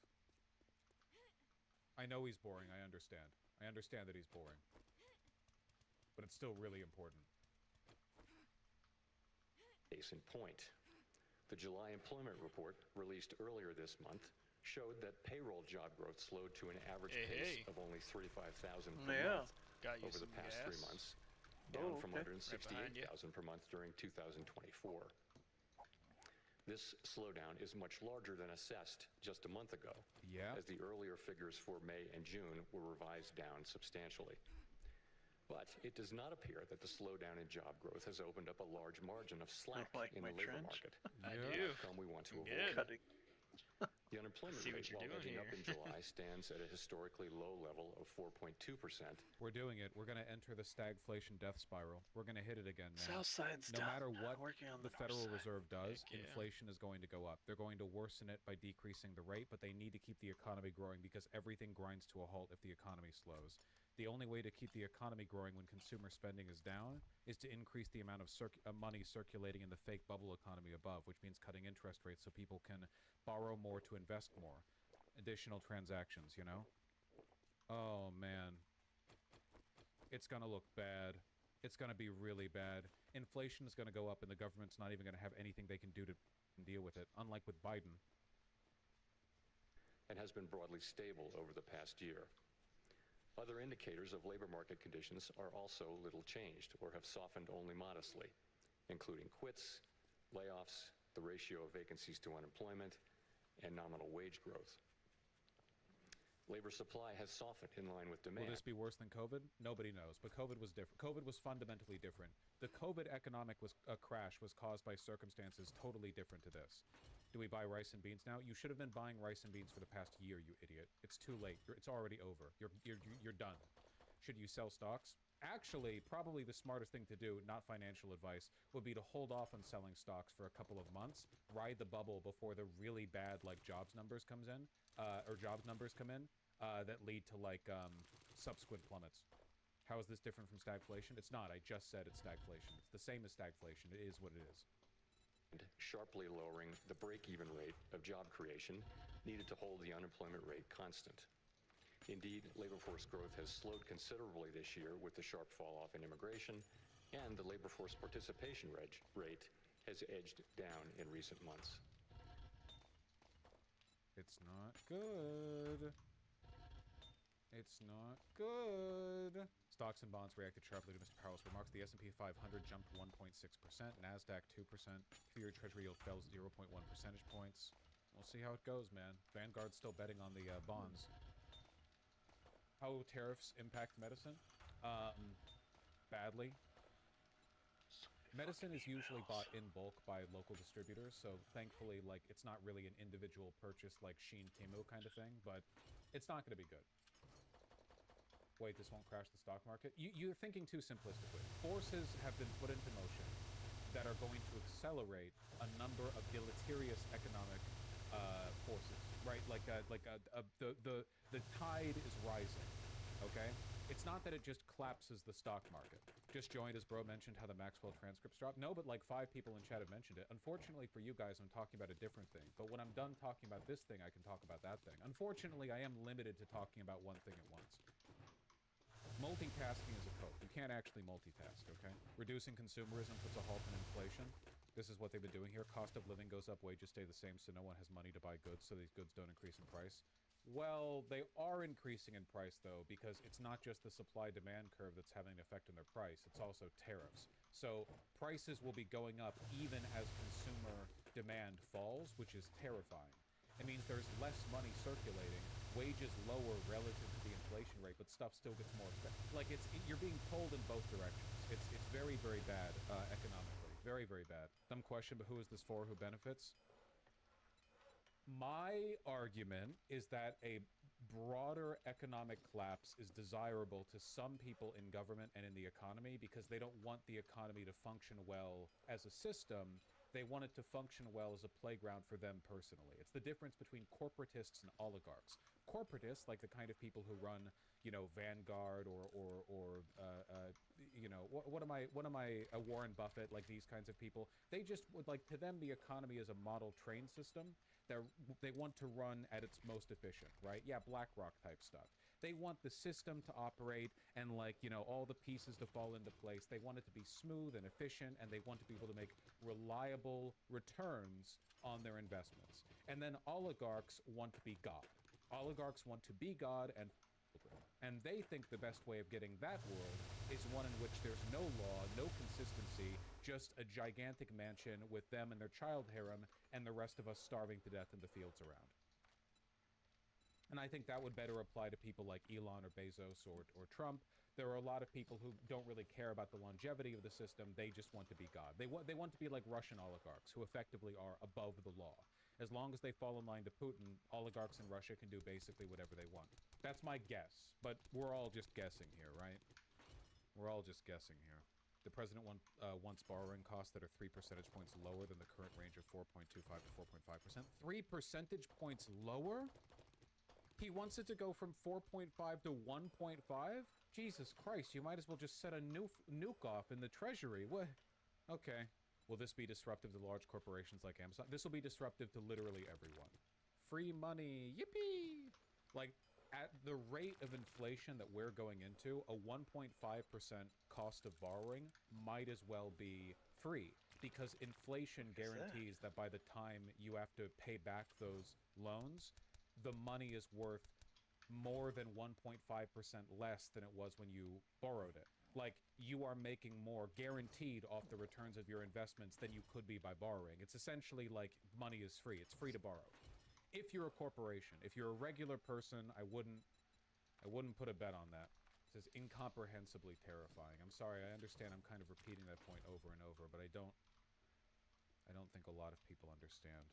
So basically, this is signaling to rich people to loot the government for everything before they can crash. Yeah, basically. What I would recommend you guys do if you have the free time is look up a video or two on how private equity works. I think that right now our federal government is basically working in tandem with a core group of economic interests to operate as a private equity firm for the United States of America, where they liquidate the assets like through Doge or through cutting welfare spending, healthcare spending, whatever, you know. They liquidate the assets, they take advantage of everything they can, and they make off with a bag of cash. I think that's the goal. I think that's the direction things are heading in, which is, you know, bad for the country and for life on Earth. But yeah, you know, whatever. We're not woke here. God, this doesn't even... From Marco Rubio, as of yesterday, by the way, and this has 200,000 likes because truckers are, on average, like 40 IQ inbred retards. Effective immediately, we are pausing all issuance of worker visas for commercial truck drivers. Do you have any idea what is about to happen to our domestic economic mobility? We should all be proud of our public schools in Nebraska. We're ranked 7th in... Nobody's having kids. More and more people are retiring every day. Trucking is one of the biggest industries in the country, and it's how our entire domestic economy gets keeps chugging along. We're not bringing anyone in for it. Also, everything from every other country on Earth now costs at minimum $80 additional dollars. The domestic supply chain is getting lit on fire. The good news is that this will affect inland rural America the worst, lol. Yes, that is true. Bad people will suffer the most from this. There was already a trucking shortage. The reason why people don't want to truck is because it sucks. Because you can't, live in one place, and also, the job is awful. It's an awful, awful job. Corporations tracking your every mile, your every minute. You're always on the clock. They're always beaming down on you. Surveillance. Long hours. You're always on the road. It's horrible. If the Reds suffer more than me, then it's good. I respect that. As one of your few trucker viewers, all I can say is Reagan deregulating the industry in the 80s, everything. The sad thing is that I would really like to appreciate trucking on a purely aesthetic level, because trucking is just modern cowboys. Cowboy aesthetics moved into trucking. You're still the lone wanderer, you know, moving, hauling goods down the road. Before it was cattle, now it's whatever the you got in your truck. The cowboy hat became the trucker cap, you know? The cowboy canvas wax jacket or whatever became the trucker jacket, which most people have a denim version of somewhere in their closet. I like the aesthetic. Unfortunately, you know, I probably wouldn't have gotten along with the average cowboy back in 1889 either. You know, I probably would have disagreed with them on a few political issues, vis-a-vis race and gender politics. And God, not to mention, you know, they would have been around when Marx was alive. I bet they hadn't read his ass. It's really bad. I'm sorry. I'm sorry. America's lack of rail infrastructure is part of the reason why we rely so much on trucking, right? Well, trucking's more efficient for point-to-point service. It's the reduction of the rail industry, the fact that we want people to go faster and faster than ever before, and by and large, our trains move really slow. It's the fact that it allows for more last mile and first mile, you know, maneuvering, a lot more specificity in where you build warehouses. It used to be you could only really ship stuff in and out of shipyards and big warehouses on truck lines, whereas nowadays, along rail lines, but nowadays with trucks you can do stuff in a lot more varied ways. Trucks are the only reasons why places like Costco can exist, for example, right? How the do you fill a Costco without a truck?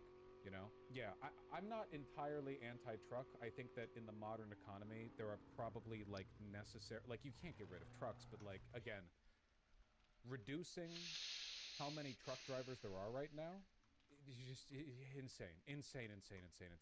Absolutely insane.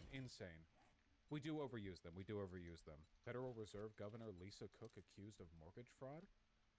What the is going on? I just want to bring you some news. I have received a letter from what appears to be the Department of Justice, Edward Martin, who is the Special Attorney for Mortgage Fraud, Associate Deputy Attorney General, to Fed Chair Jerome Powell. This is in relation to the saga and the accusations around Lisa Cook around mortgage fraud.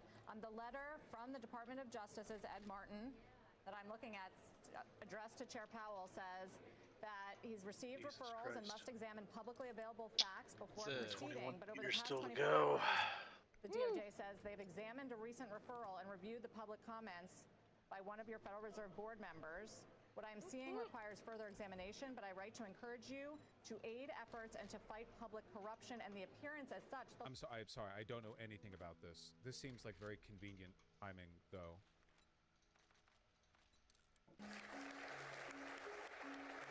this was a speech that investors were watching very closely for clues about how Jerome Powell sees the economy. He said that tariffs are having an impact on prices, but that there is something unusual or curious going on in the labor market where there is both a lack of supply and demand of workers. Oh, and boy. he says that that puts the Federal Reserve's dual mandate of price stability and full employment in tension. However, he did say it might be time for a rate cut. Downside risks to employment are rising. And if those risks materialize, they can do so quickly. Look, I'm just going to cap this off here. I'm just going to say this, okay? And I mean this very, very seriously. You need to fucking live within your means. If you're, I'm not going to do the whole spiel. If you're watching this right now, stop drinking, stop smoking. Take your education seriously. Take your job seriously. Work hard. Wake up early in the morning. Get a consistent sleep schedule. Don't waste money on stupid bullshit. Buy Factorio, okay? It's cheap and it'll get you like 1,000 hours of gameplay, okay? I'm being serious, okay? You buy food on sale, get into the rice and beans meta. I'm being serious right now, okay? This is we're genuinely, and I'm not being alarmist, okay? I think most economists would agree with me on this. We're looking down the barrel of every warning sign that you would expect to see before the hard times arrived, okay? I don't think I'm being alarmist when I'm saying that, but eventually someone has to, and I've been saying, like, we're getting to this point over time, eventually the pressure's going to mount and the rates are going to be cut. You can still buy Silksong, but this is very scary, okay? Not being alarmist, said the most alarmist motherfucker. If you think I'm the most alarmist motherfucker, I must be the only politics streamer you watch. Or maybe the only other people you watch are, like, liberal broadcasters or something. I have no idea. No, this is quite frightening. You did say this like months ago? Yeah, this stuff takes years. We're talking about like economic like fluctuations that are measured in years and decades. I want to think timelines. There are no buddy, no one can see the future. I'm a bit in doubt here. Is this going to create inflation or deflation? Inflation. Are we looking at a potential depression? Don't think about this in terms of like the terminology. Probably not a depression, okay? Just a long stagflation period. You think this is going to hit the rest of the world? Yes. Deadass, you convinced me to accumulate rice and beans over the past year, lol. Good! Black pill for the views. If you people are going to accuse me of being alarmist for views, then I'm going to start Tim Pool styling it, okay? How the fuck? Maybe I should, I'll be the villain you want me to be, okay? Civil War? Civil War? Civil War? Is it Civil War time? I'll show you what alarmism looks like. You people are still mad when I said fucking Putin invaded Alaska in the previous stream and you idiots fell for it. When I just meant Putin had arrived in Alaska. Like, I can't make a joke in the title. You're just mad. Your heart leapt out of your chest. I see right through you. Are the Dems screaming about this, or are they going to stay quiet like always? Unfortunately, the average American is not economically literate enough to really understand what's going on here. I don't actually blame the Dems for not focusing on this too much. The tariffs, sure, because it's obvious, right? Stuff from foreign countries now costs too much, whatever. But these broader concerns about stagflation and the interest rates, the average American just doesn't understand enough about it. Not just because they're stupid, they are, but also because kind of beyond the purview of the average like the newspapers print their articles for an 8th grade reading level for a reason, okay? 8th graders are not taught about the Federal Reserve and stagflation. 60 pounds of rice in my closet? Jesus. Make sure to like bag it so none of the like bugs get it or whatever. That's base though. What about my Warhammer? Genuinely, find a cheaper hobby.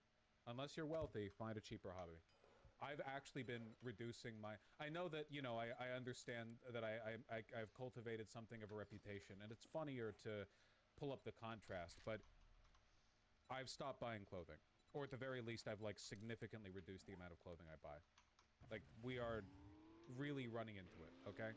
I'm being serious. Cap? No, I mean it. And I know that's, like, a silly thing for me to say, because it's, like, comparing that to the, you know... oh, well, you should buy groceries on sale. But, like, I want to be clear that this is a mutually felt concern about the future of the economy. And right now, when I look at, like, a nice shirt, I'm thinking, would I rather have that, like, in a retirement account? Because I don't know how long this is going to last. It's rough out there, people. I mean it. Retirement? Ideally, you should be saving for retirement as soon as you start working. For a retirement account? I would like one day to... it's not that I want to retire, it's that what if the streaming thing doesn't work out forever? Don't get mad at me. Yeah, I'm Unk. I'm 31 years old. All these people in here with the I'll die at 40 cope. Yeah, everyone's like, I'll die at 40. I'll die the first time my hairline recedes. Then they turn 40 and they're like, wait, hold on a second. There's this girl that I like at work.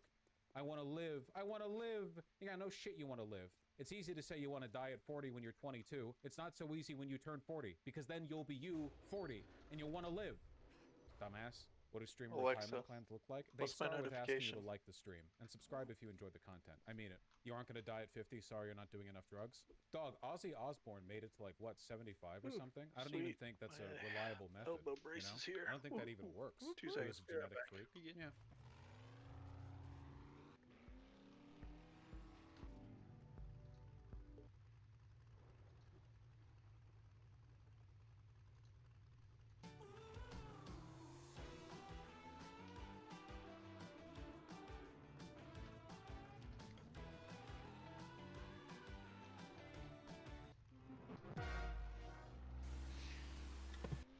Abrego Garcia is potentially going to be deported to Uganda.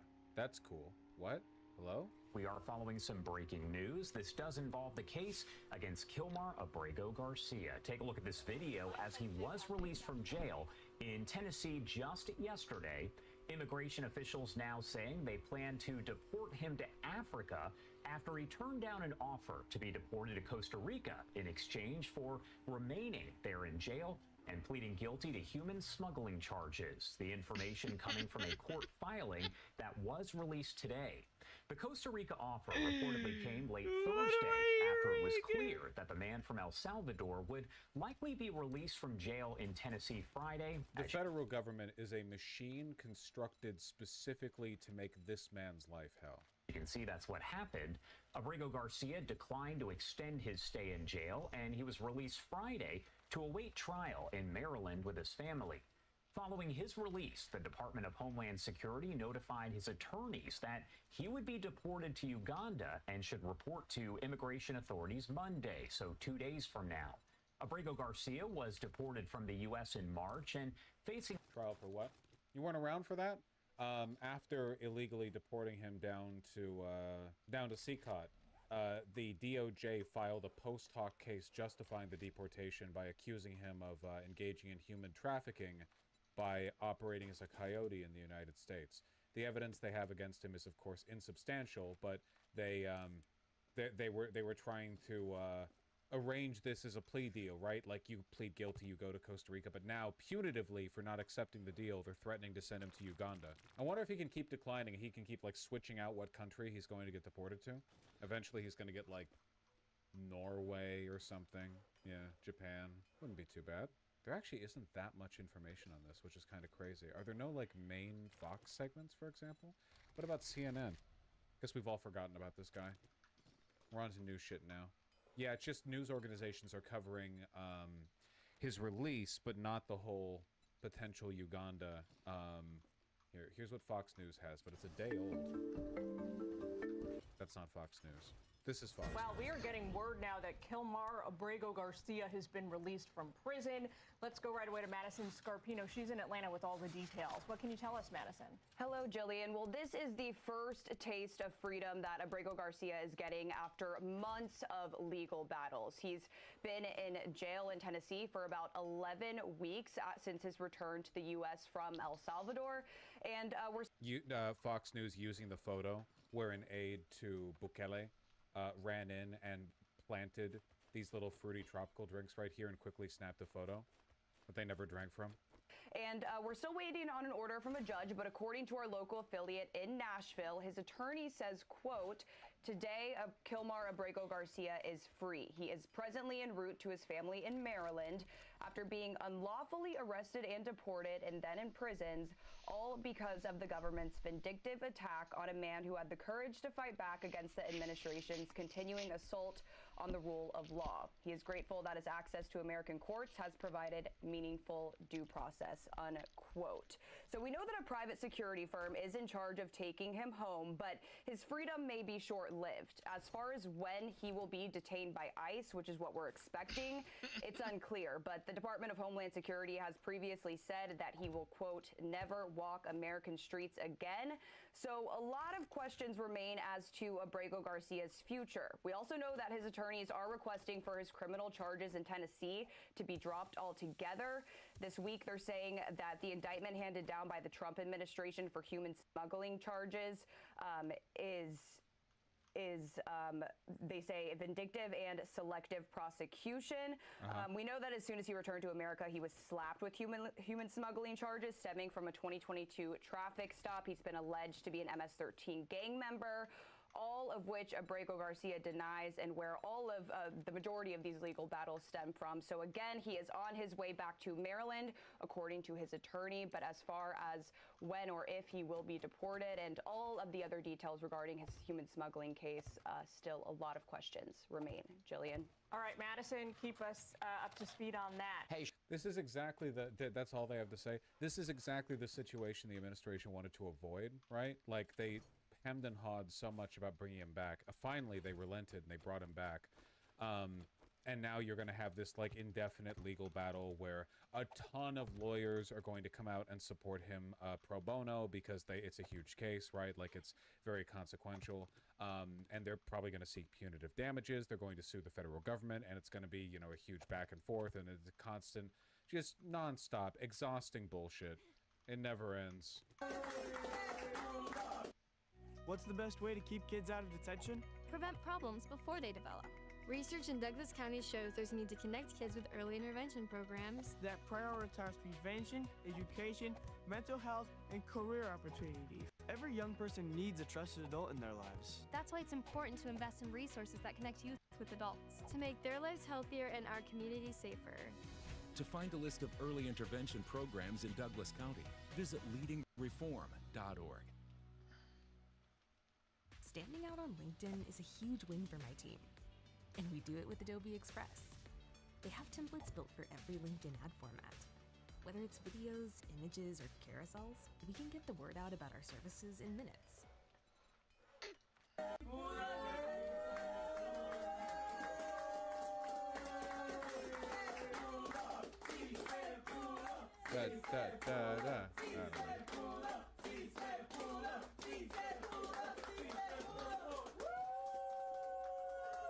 He got this for about 5 minutes before getting arrested again.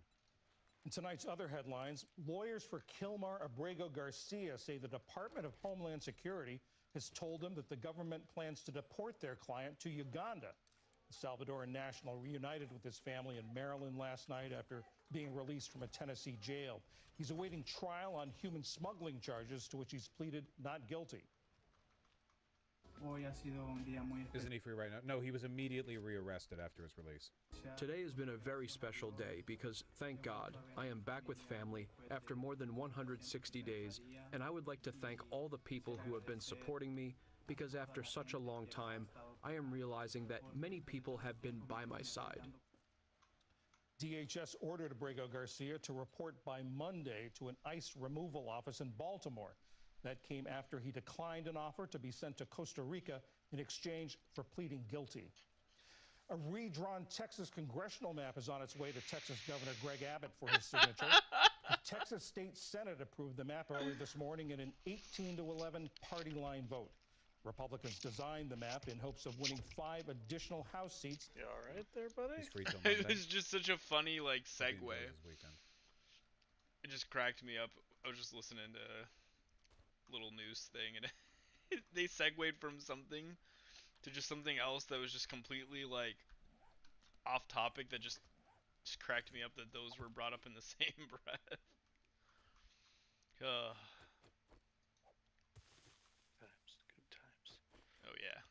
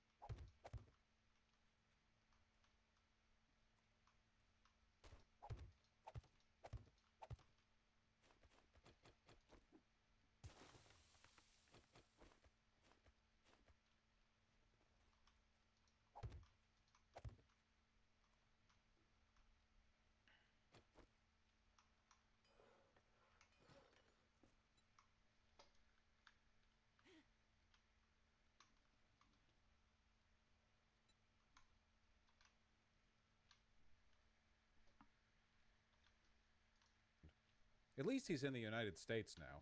For joining us. Great to be with you. So what's behind this? I know this is more of an Interior Department thing, but what's the problem with this wind farm in Rhode Island? President Trump's been very consistent. He's not a fan of wind, the economics of it. He's also been outspoken on environmental impacts to fisheries. And we saw a Section 232 decision for an investigation out of Commerce, which was news over the course of the last day or two, looking at windmill imports. Sir, the king is not fond of this. What is ICE doing?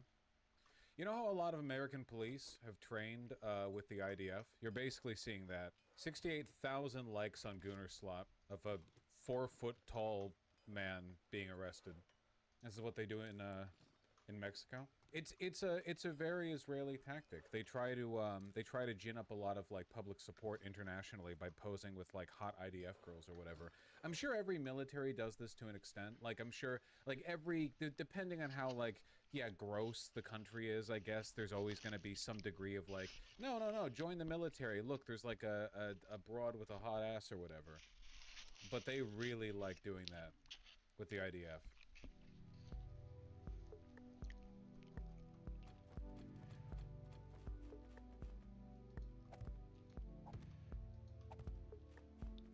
When you've got smoke-free satisfaction, you've got the freedom to do things your way. Get $20 off 5 cans of Zyn when you take the Zyn 10 Challenge. Try it for 10 days. Smoke-free, hands-free, and find your freedom. Claim $20 off your first 5 cans of Zyn when you take the Zyn 10 Challenge. Warning, this product contains nicotine. Nicotine is an addictive chemical.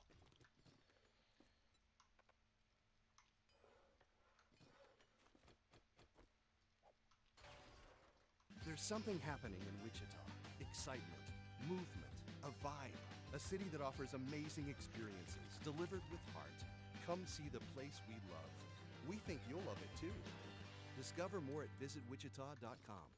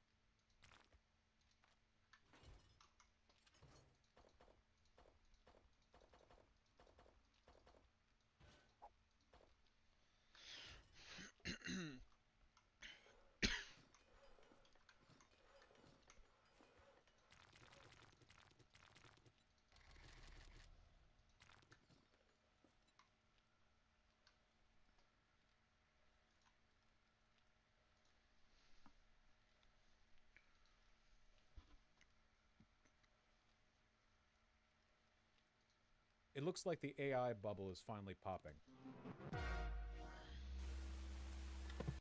Now, a lot of people, unfortunately, are taking this to mean that AI is going to be going soon, which is unfortunately not true. What it means is that AI as a vehicle for economic speculation, that bubble might soon be popping.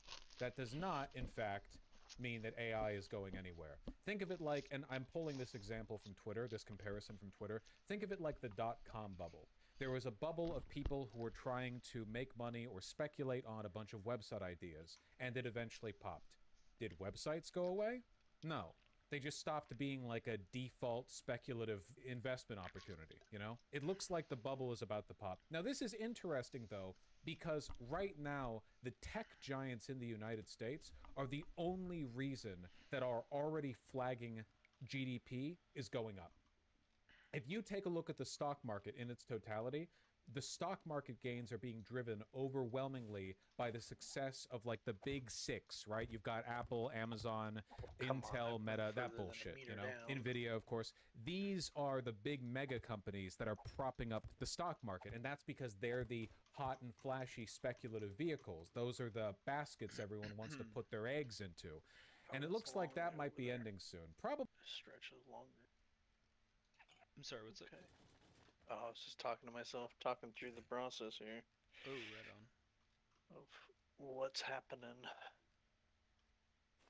Copy, copy. I've got a bad feeling about Why, Screamer? Why do you have to exist? Die. Oh my god, now I have to go kill every zombie that's within 20 meters of me. 50-ish.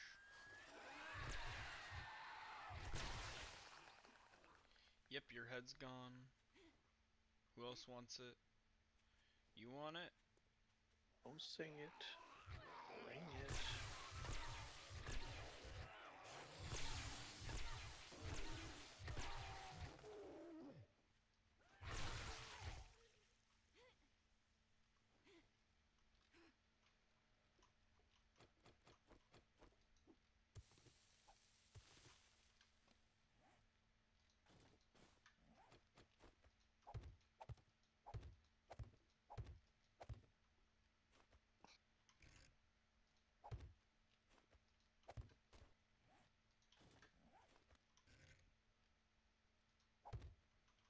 Oh yeah.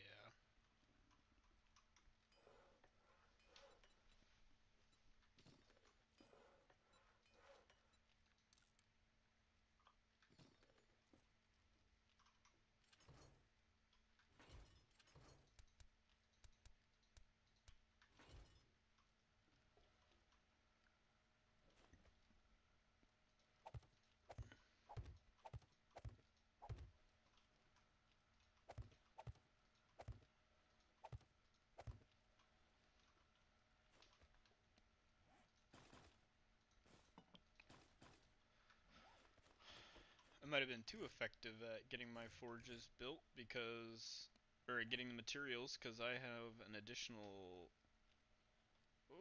8, 9, 10 made. Nice. Heck yeah. That's a lot.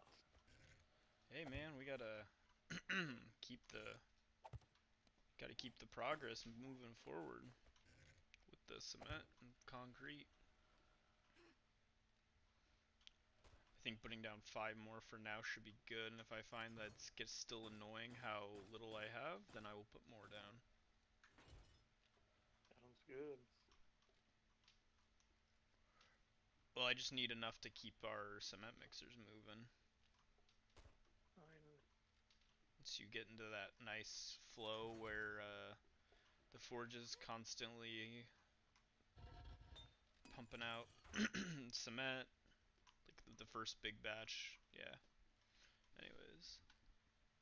Probably not with a big explosion, but more like a fall off with all of that investment money getting consolidated into a few top earners. Like, for example, Nvidia, who's probably going to make out pretty well at the end of this, even if their stock price does decrease, just because they've cemented themselves so well.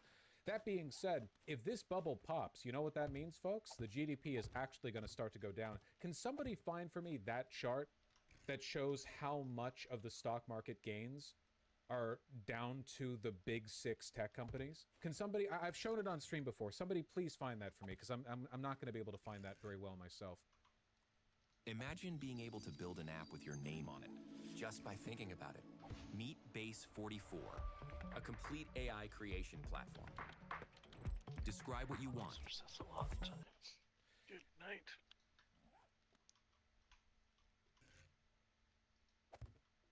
It's also a little bit disconcerting the how much of our economy right now is built off of like speculation. Yeah. Jeez 2 Louise. seconds. Nope, you're good. Yeah.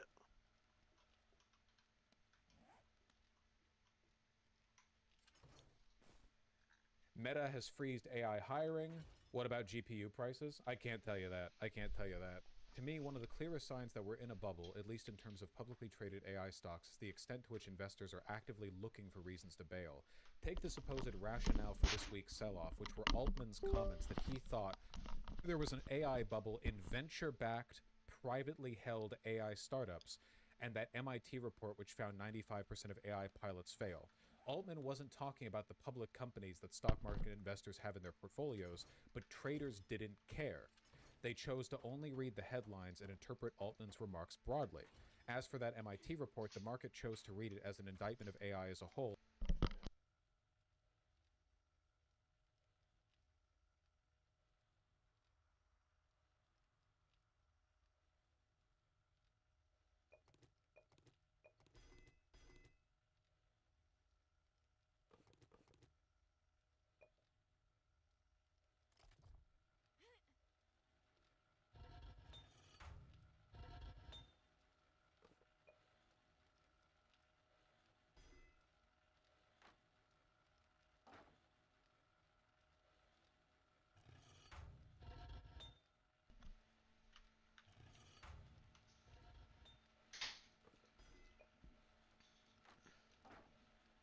And head for the exits, even though that's not exactly what the researchers said, as we'll see in a moment.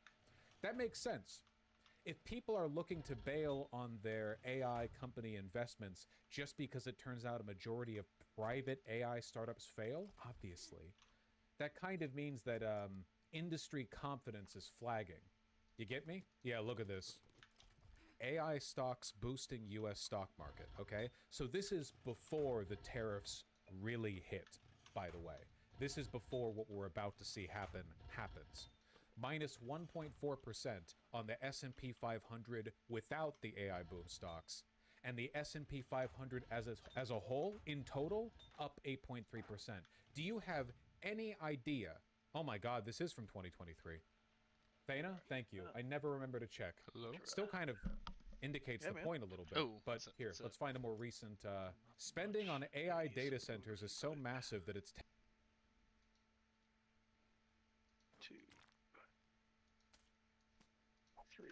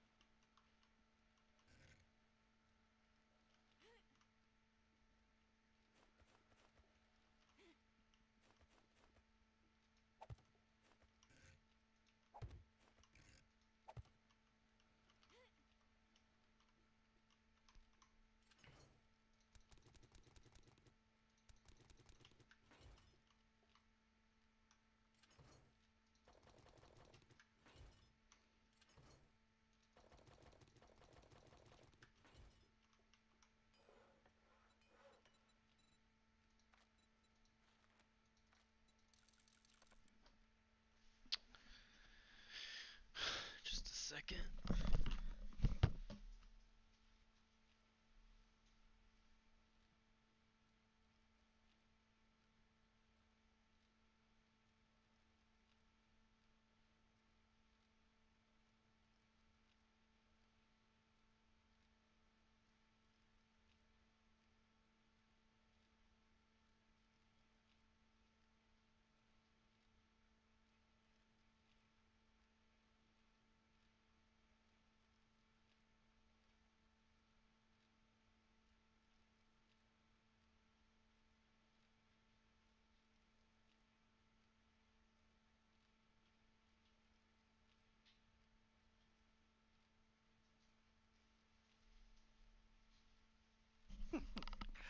I still think it was funny. Sorry about that. Just had to go do something real quick. That's alright. What's up? I just thought it was funny when you when you rolled up here and you saw my lines cut out. You're like, I didn't realize that was the depth. It was at 38, so I was kind of confused. I was like, oh, did you want to bring it down lower? Or I was just kind of confuzzled, but that makes sense if that's the 38, because that's kind of the depth we've been making everything else at. So it all makes sense to me now, man.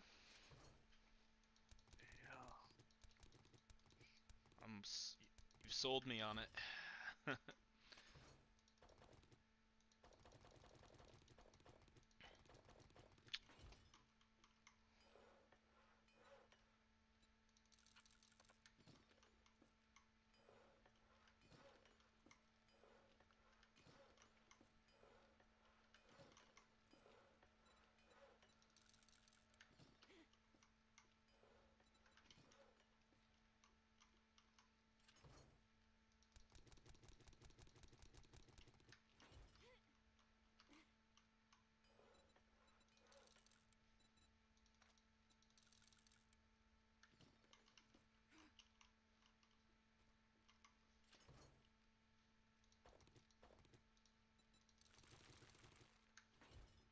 can see the bottom. I can see clearly now. Oh. Wrong one. Very much so.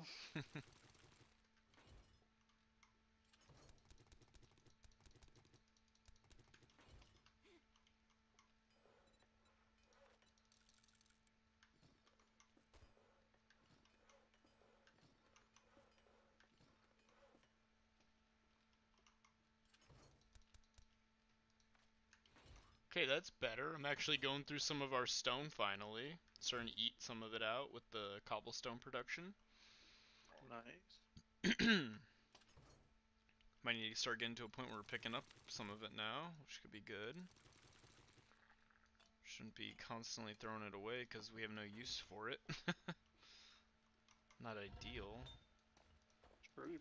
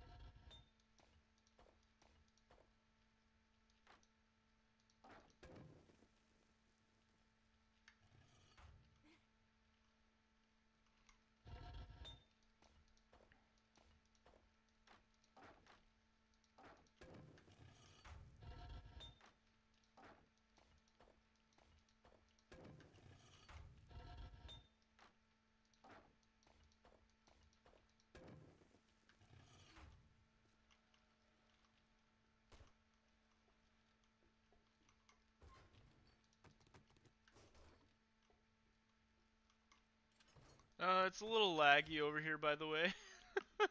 Just a bit. Over there by the forges and stuff? Yeah. Got a Yeah. lot going on over there. There is a lot going on. I'm gonna actually probably turn down my stuff a bit. It's just a bit freaking too much.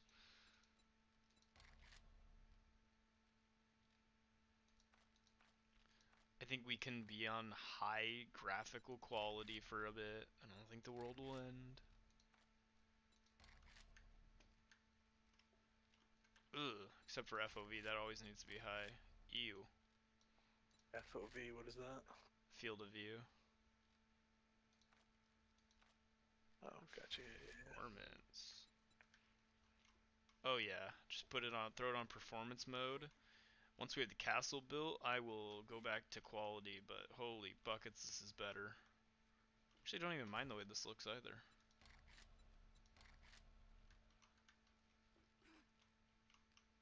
There's a little bit of like just a tinge of blur for it to run this good. Yeah, I can live with that. Oh my gosh, I was ready to go frickin'. Is it 6 a.m.? Yeah, it is. Okay. I was ready to go over there to go sell everything, but I realized I gotta go take the frickin' cement out of the furnaces to turn it into concrete. Ugh. What a whole thing, man.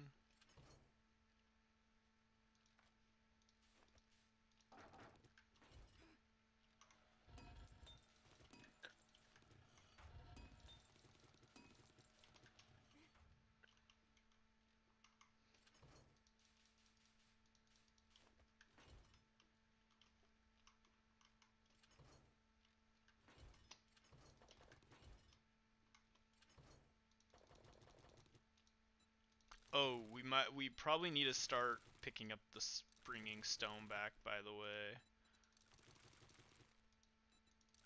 At least for a little bit, because I am going through it pretty fast now. Just so you know. Maybe just a little bit. It doesn't need to be a crazy amount, but just a bit. Well, that's fine. I'm gonna dump what I have into my drone right now. Sweet. Not that I'm worried about us running out anytime soon. It's just more of a being a little bit cautious about not just getting rid of every last bit of it. Is all I'd say. Well, I just put 25 stacks in my drones. Sick. Sick. And I'll grab another, probably, I don't know, 30 stacks probably. Sweet. It's kind of crazy to think just how much frickin' stone we're also just letting fall, which is fine because I think that's probably the most efficient way of doing it. And if we ever really care about collecting a metric butt ton of stone, we can set up a quarry where we mine out of just a gigantic area, you know? Yeah, 100%.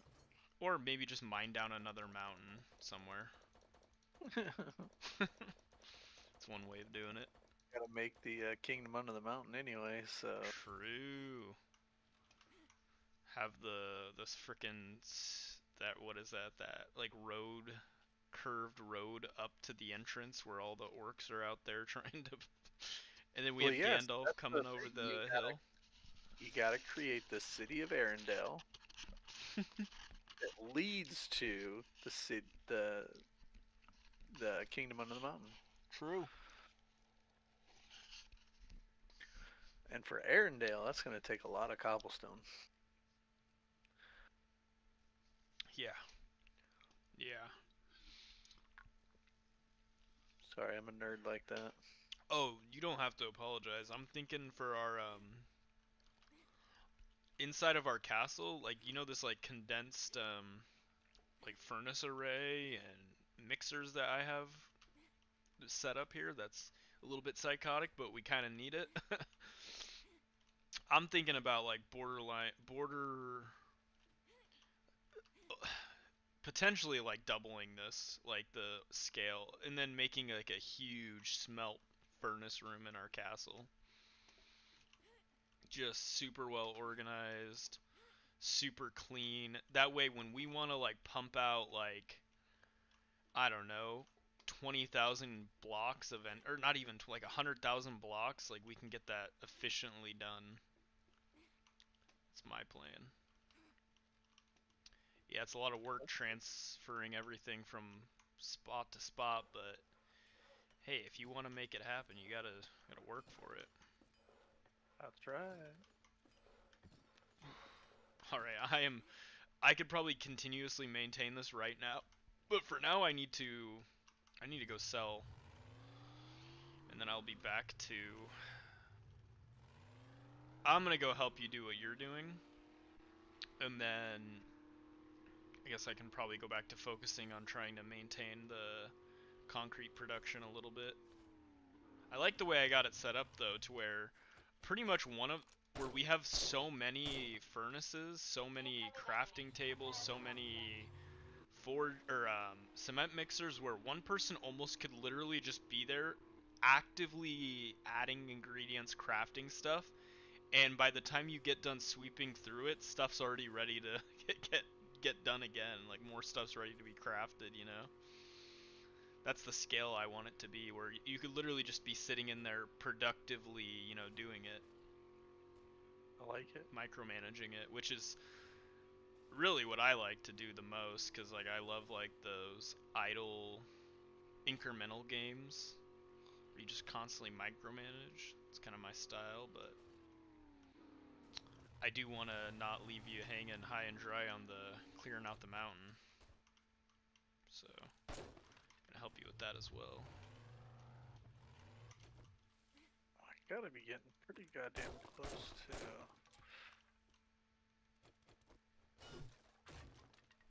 the wall area. You gotta be in close to, you said, the wall? Well, yeah.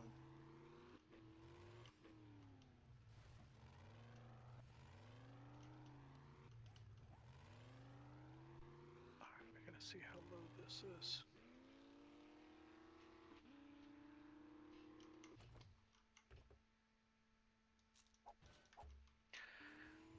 This is 40.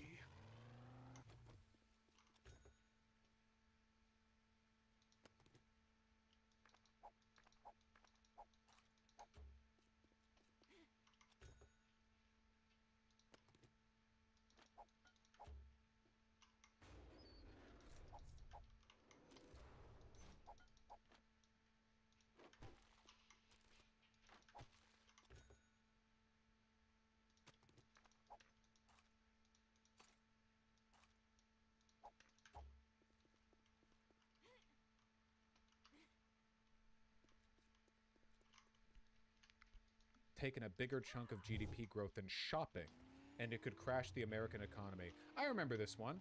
Yeah. Do you have any idea what kind of like insane doomsday spiral we need to be in for investment in AI data centers to outpace consumer spending? Do you know how much consumer? You know what's crazy? Holy shoot, just 1 second. Sorry, zombies on me.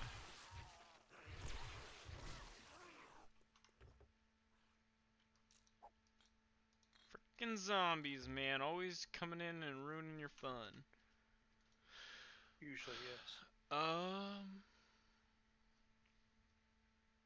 Consumer spending know how much investment spiral, insane doomsday spiral. What kind of like insane? So far this year, and this is as of July 30th, so beginning of August, end of July. AI. Okay, so spending, so GDP growth that is directly related to AI spending and development outpaced consumer spending. Like insofar as more GDP growth was attributed to AI spending than consumer spending in the US. That's just terrifying to think about. Like considering it's America. But it doesn't surprise me. No, it doesn't surprise me at all whatsoever. But that's why when I said the whole thing about so much of our GDP right now being in our growth coming at the behest of speculation with AI right now is probably not a good thing. Very reminiscent of like the .com bubble in the early 2000s that happened when that burst.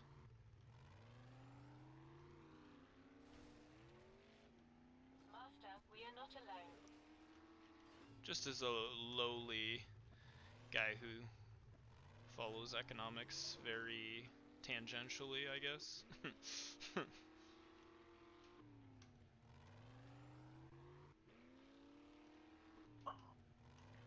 No. Oh, thank goodness. Almost ran into a police car, man. Can't be doing that.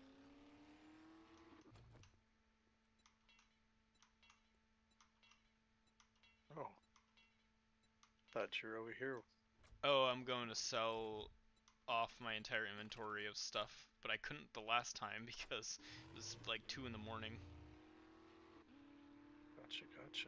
Quick sell run, and then I will be off to the races helping you out over there for a bit. Probably actually until it's done. Probably help you get it knocked out, or a good amount. I don't know if we'll get it done, but we can definitely get a lot done. A lot of progress made on it.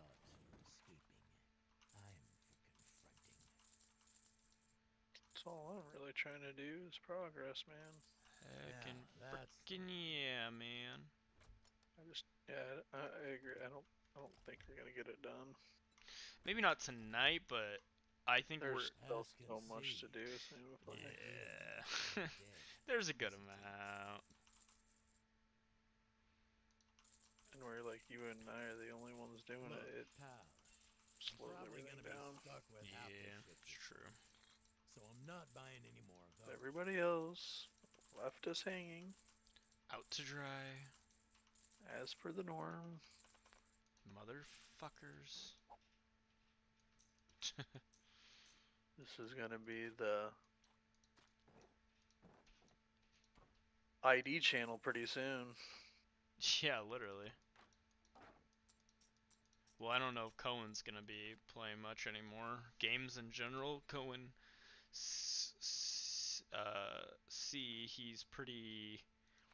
he's hit the school bug and hanging out with friends real heavy, and I think video games aren't quite as exciting for him, which is good that he's touching grass, so happy to see that. Absolutely. I remember hitting that age where for a bit games and really doing good all for that. him because I was actually worried with the sheer amount of homeschooling he did. It's like he's missing so much of that social aspect and being in school. You know, it does play, ironically enough, a super important part of your social development and your identity development. Yeah, no, 100%. I couldn't agree more.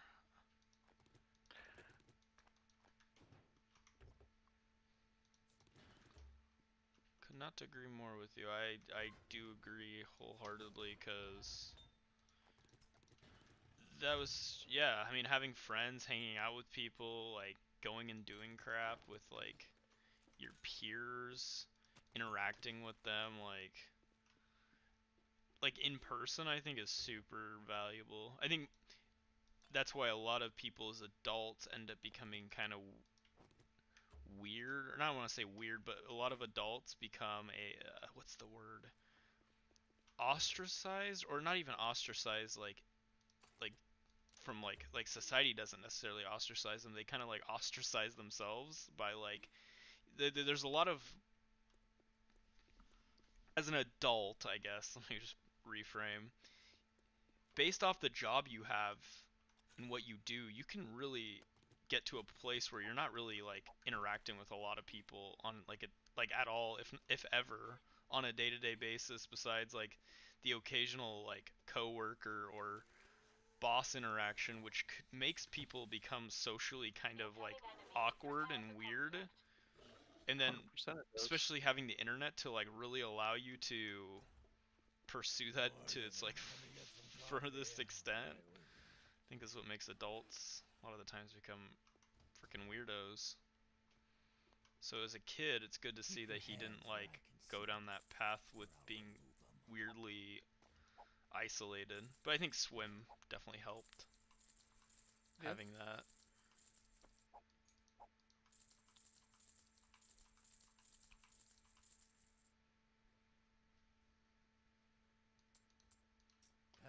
But yeah, you're 100% correct about like yeah, the impact on a person for social development, not being around a lot of people, just in general, especially around people your own age. Like he, like, to some degree, Cone kind of had like the vibe of like an only child, just because of how comfortable he was with like adult interaction and like stuff. Oh yeah. Because that's all he's been really exposed to, is people a lot older than him, other than swim, but that's also for a limited period of time, whereas school, it's like, hey, all day long you're, or at least 30 of your day is spent with people your age. And that is a in the grand scheme of things, that is a recently newer development, right? It's for him right? especially, yeah, because before it was like, what, a couple hours of his day? Maybe. And even then it was more hyper-focused on like an activity Like, it's not like the social interaction was super big, super big throughout that 2 hours for practices. So, no, he's definitely done really well, like surprisingly well. But like, he's a well-adjusted kid for the most part, I would have said, considering the circumstances. Yeah, but I'll be honest with you, it did worry me that his only interactions were with younger adults, right? Yeah. Because I could, and this is nothing towards you or anything like that, it's just a generalization, observation. It's like I just saw the behavior shifts switch to a lot of how you and Slade act with one another, right? Oh, yeah. Because that's who he's with, right? Mm-hmm. Oh, So yeah. you get a stack like a 13-year-old. He was already, like, weirdly enough, like, mimicking the behavior, or I wouldn't even say mimicking, more or less just adapting to the behavior. Participating and, yep, adapting to the behavior that he already saw and was a part of on a day-to-day basis. Right. And not just being like a 13-year-old kid, 14-year-old kid. Right. Yeah. I hear a train a-comin'. It rolls down some bend or something. That's what I was told.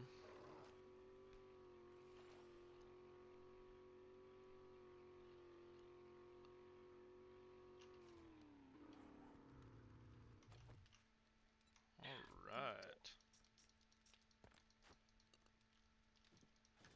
Finish this row that I'm on and then I log off a bit, go make some dinner. Right on. Yeah, Karis went to go hang out with a friend. Some book reading place that just recently opened or whatever. Her friend invited her out. I guess it was not a belated birthday gift. It was actually just Karis's birthday gift from her. Nice. From that friend. So she's gonna go do, or she went to go do that, and then I guess she wants me to go do that with her here in the near future, which it sounds kind of exciting. Some sort of like a reading bar thing or store. I'm not 100% sure what it is, but it sounds kind of exciting. Yeah, I did one of those with Audra not too recently. Yeah, I don't know exactly what it is, but something of that culmination of words. It's kind of how Karis, from what I gathered. But yeah, it sounds fun.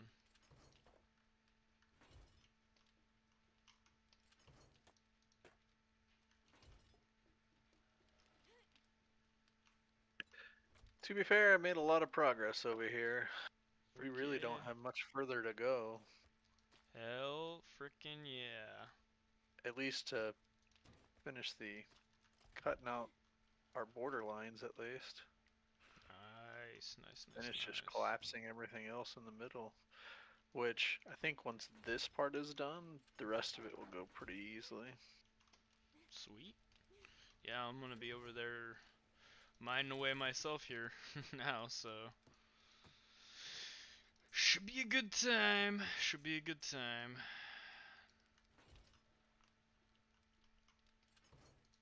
Start collapsing sections, getting her all done, and then it's the process of flattening out the expansive ass area out front, like the lawn, and then replacing level 38 with cobblestone blocks. This is gonna be a big freaking move.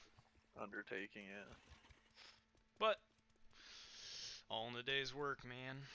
Don't have to upgrade them at least.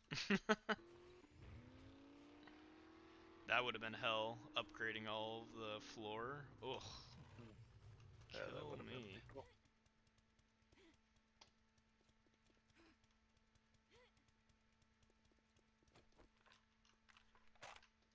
Doomsday spiral we need to be in for investment in AI data centers to outpace consumer spending. Do you know how much consumer spending makes up of the economy? And it's only going to go down further now that the de minimis exception is removed entirely. So it's outdated 2023, but this is a pie chart of the Magnificent Seven against the rest of the S&P 500. Okay, yeah, this data is out of date. If anything, the trend is probably even more pronounced now, but it is difficult to overstate how much of the economic growth we've seen over the past couple years has been propped up entirely by people using these companies as speculative vehicles. Scribe is how 4 million people turn processes into step-by-step guides. The hardest part of any job. It is really grim. Really, really grim. And the data shows that if you take out these companies and only look at the rest of the stock market, it's so cool looking at the stock your market trench has been shrinking from for above. a while. Meaning that if the AI above... Oh, yeah. Oh, I see why. Yeah, just looking at it from up here is pretty sick. Whew. Been a long time coming, just cracking away at this. Son of a gun, eh? Shit, I've been working on this basically for, I don't know, the better part of like total hours played, probably 7-8 hours just working on cutting out the outline. I see that. It's pretty badass. Let's freaking go. It's almost done. Heck yeah. It really is though. It's super close to being done, which I'm pretty stoked about.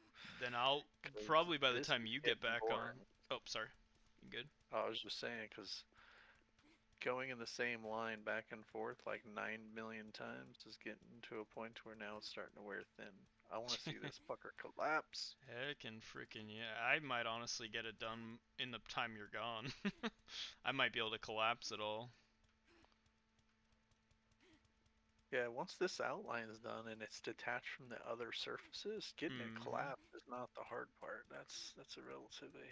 I might end up the relatively sunken in area where it gets the elevation gets real low down, I might cut across, if that kind of makes sense. Like, yeah, do it in sections. Yeah, break it up in sections. It'll also make it easier to clean up as well, and to keep track of what the heck's going on.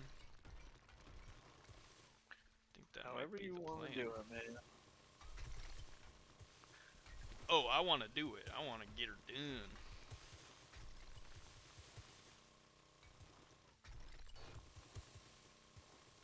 What's gonna be cool too is we can build like, oh man, building the I'm not even gonna talk too much about building the castle itself. I just have had so many cool thoughts for building it, like ideas, that it's gonna be pretty frickin' awesome, pretty frickin' sweet.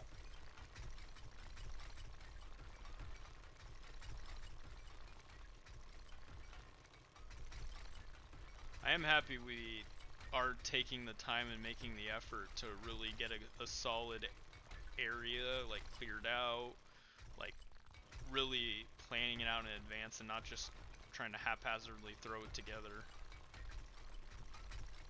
Yeah, agreed. Like even just prepping the concrete blocks in advance like that, so we're not having to just sit and wait on those to get crafted. Yeah. Or having to go through and upgrade a shit ton of extra blocks on top of it. Oh man, I would have literally, ugh, that would have been ass. I hope to barely have to use a nail gun. Yeah, you're level 302 now, aren't you? Figured by now you would be. Oh yeah. Oh shit. When I started this project, I was at like 235. Yeah, anything with building, man, it levels you up so fast, or just destroying stuff. Yeah.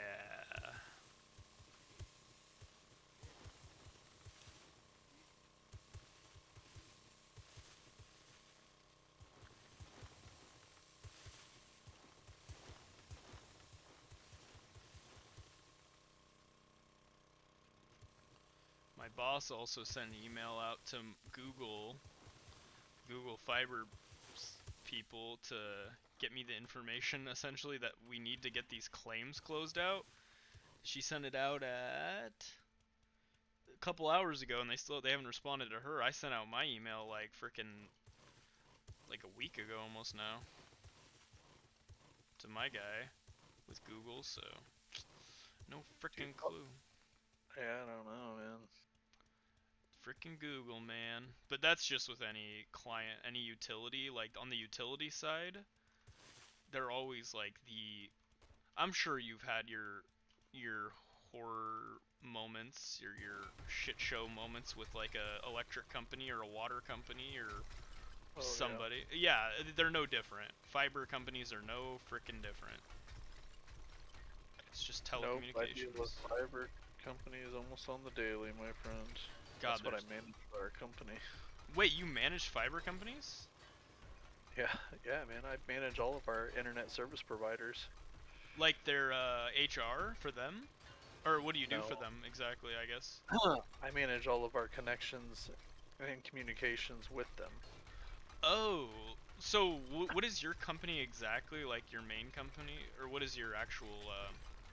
So the company that I work for is called Blink Health. It's an online pharmaceutical company. But I am the senior manager of all IT operations and corp IT. So I manage all of our network systems, servers, all of our cloud applications, service staff. Okay. Information security. I manage a bunch of different teams, unfortunately. Frickin' OPSEC, man. Literally. Yep. But yeah, okay.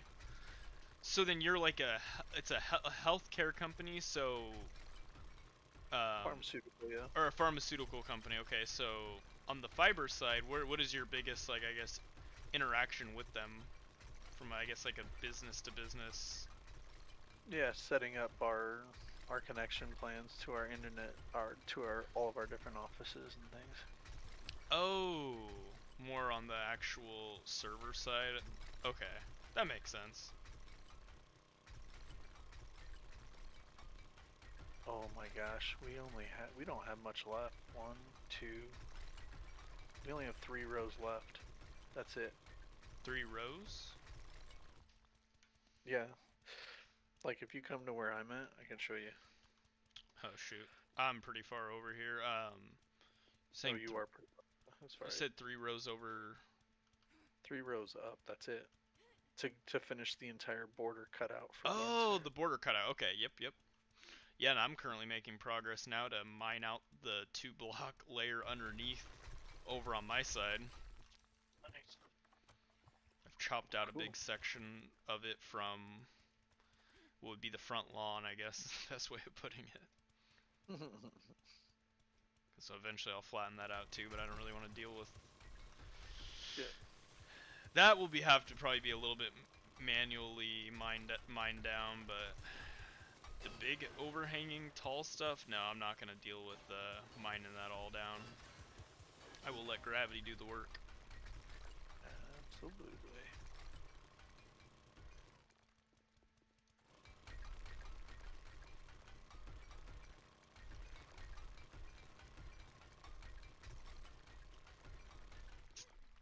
Bubble collapses, we are going to see an overall GDP decrease that is going to look really, really bad. Like, that's what happens when a bubble pops, but like, in this case, it's like a bubble popping when the surface that the bubble is on is already sinking slowly. 8 tech giants, this is in 2024, 8 tech giants dominate 53% of US stock market gains in 2024. Collecting a shitload of XP that doesn't mean anything. Oh, that's so bad. I'm sorry, what'd you say? Oh, I said I'm collecting a shitload of XP that doesn't mean anything. I know, the XP is such a waste. Think about that every time I look down at it. Something, you know? I wish, I know.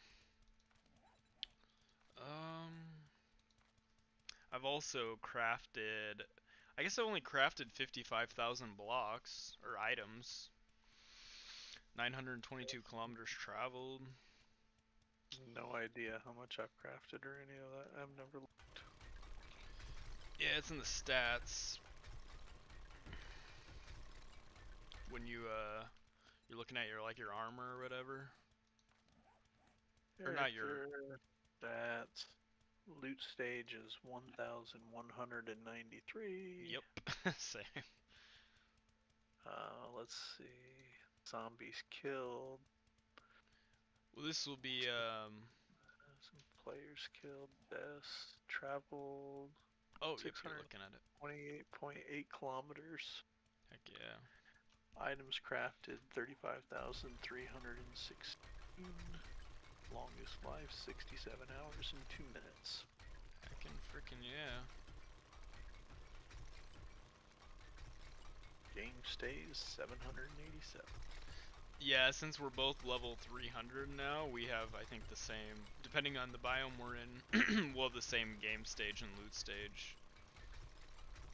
We're just helping everybody else at the loot stage. Heck yeah, we are. And the fact that we haven't died for so long, like I have 100 hours on this life. That also pushes it up, you know?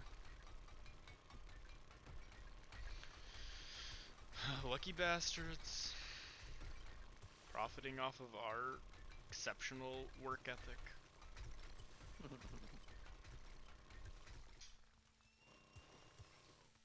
You're back?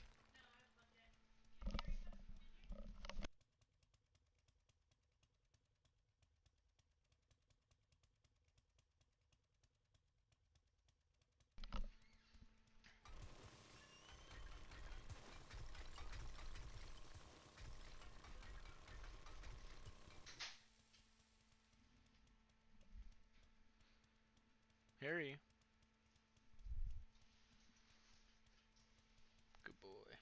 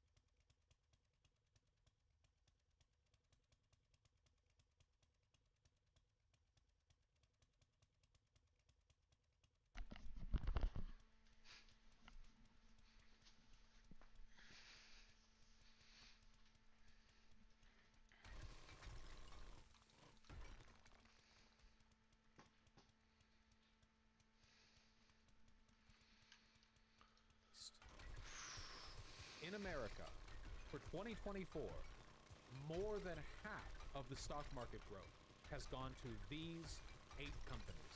Nvidia is now 8% of the S&P 500. This is way worse than the dot-com bubble. Yeah, how much was the dot-com bubble like bursting? Like what percentage did the dot-com bubble bursting actually take with it? How bad was dot-com bubble burst? Lay down. The dot-com bubble burst was a severe crash where the tech-heavy NASDAQ fell 78% from its peak. That is insane. Resulting in an estimated $5 trillion loss in market capitalization back in October 2022. 78% from its peak. But that's the NASDAQ. What about the S&P 500? Okay, so this is the bubble, total U.S. venture capital investments. Okay, I'm not gonna lie, I actually did not realize the dot-com bubble was this big. I'm not gonna lie, I didn't realize it was this big. Total U.S. venture capital investments still in 2017 did not reach the peak of the dot-com bubble. Holy shit. Investors are fucking stupid. That's crazy. But this is also the it was also the NASDAQ, which was probably looked very different back in 2002 compared to today. Magnificent 7 versus 2000's tech bubble. And if we look today, Microsoft, Apple, Nvidia, Amazon, these make up a larger portion of the total market cap of the US stock market than the tech bubble leaders did back then. So what does that tell me? The NASDAQ was a smaller pond for bigger fish back then. Today, more of the general economy is wrapped up in the AI bubble than what you would have seen proportionally back then. Like, obviously nowadays, Microsoft, Apple, Nvidia, and Amazon are way bigger to the general market than Microsoft would have been back in 2000. I don't know. It's pretty grim though, huh? Man, it's almost like the system is fundamentally unstable. If you can believe it. If you can believe such a, it's almost as in like the boom bust cycle of this economic system might be preordained and there's nothing you can actually do about it without fundamental reform. That's what the SEC is for. That shit doesn't exist anymore, SEC, what are you talking about? Hold on. Oh, Breaking Point's talking about this. I took control, went solo, and built my own online knife empire. I loved being a chef, but working in someone else's kitchen just wasn't cutting it for me. Are we in an AI bubble debriefing dinner with Sam Altman? Hello? Obviously, most of these companies are not going to make huge amounts. Crazy. That is crazy. You know. Wait. These people aren't Sam Altman. I thought there would be Sam Altman. The title suggested that there'd be Sam Altman. Sam Altman is not going to warn that the AI bubble is going to pop. Unless he does? Why would he do that? Sam Altman, OpenAI's CEO, You have 80 subscribers. You know what? I'll watch. has made some striking admissions during a private dinner that he had with San Francisco reporters. Private during dinner. The dinner, Okay. He conceded to the reporters that the AI sector is experiencing a bubble, and this was said simultaneously while planning to inject trillions of dollars into the infrastructure development for these AIs. These remarks were said by Altman during a tumultuous time for the company where Could I get like a transcript, maybe? Sam Altman dinner. Can I get OpenAI CEO Sam Altman concedes ChatGPT 5 was a misfire, bets on GPT-6? All in. Hey, double or nothing, okay? U.S. tech stocks slide after Altman warns of bubble in AI, and MIT study doubts the hype. Palantir down nearly 10%, Nvidia dropped 3.5%, NASDAQ declined more than 1.2% this morning. You can see Altman's comments may be caught in an AI bubble. MIT reports that 95% of AI firms are not making their money back. Sure. But again, it's like the .com bubble, right? Right now, the internet is composed of like 10 websites. It used to be 1 million websites, now there's 10. But websites, as a whole, make more money than ever before, because everyone uses them now.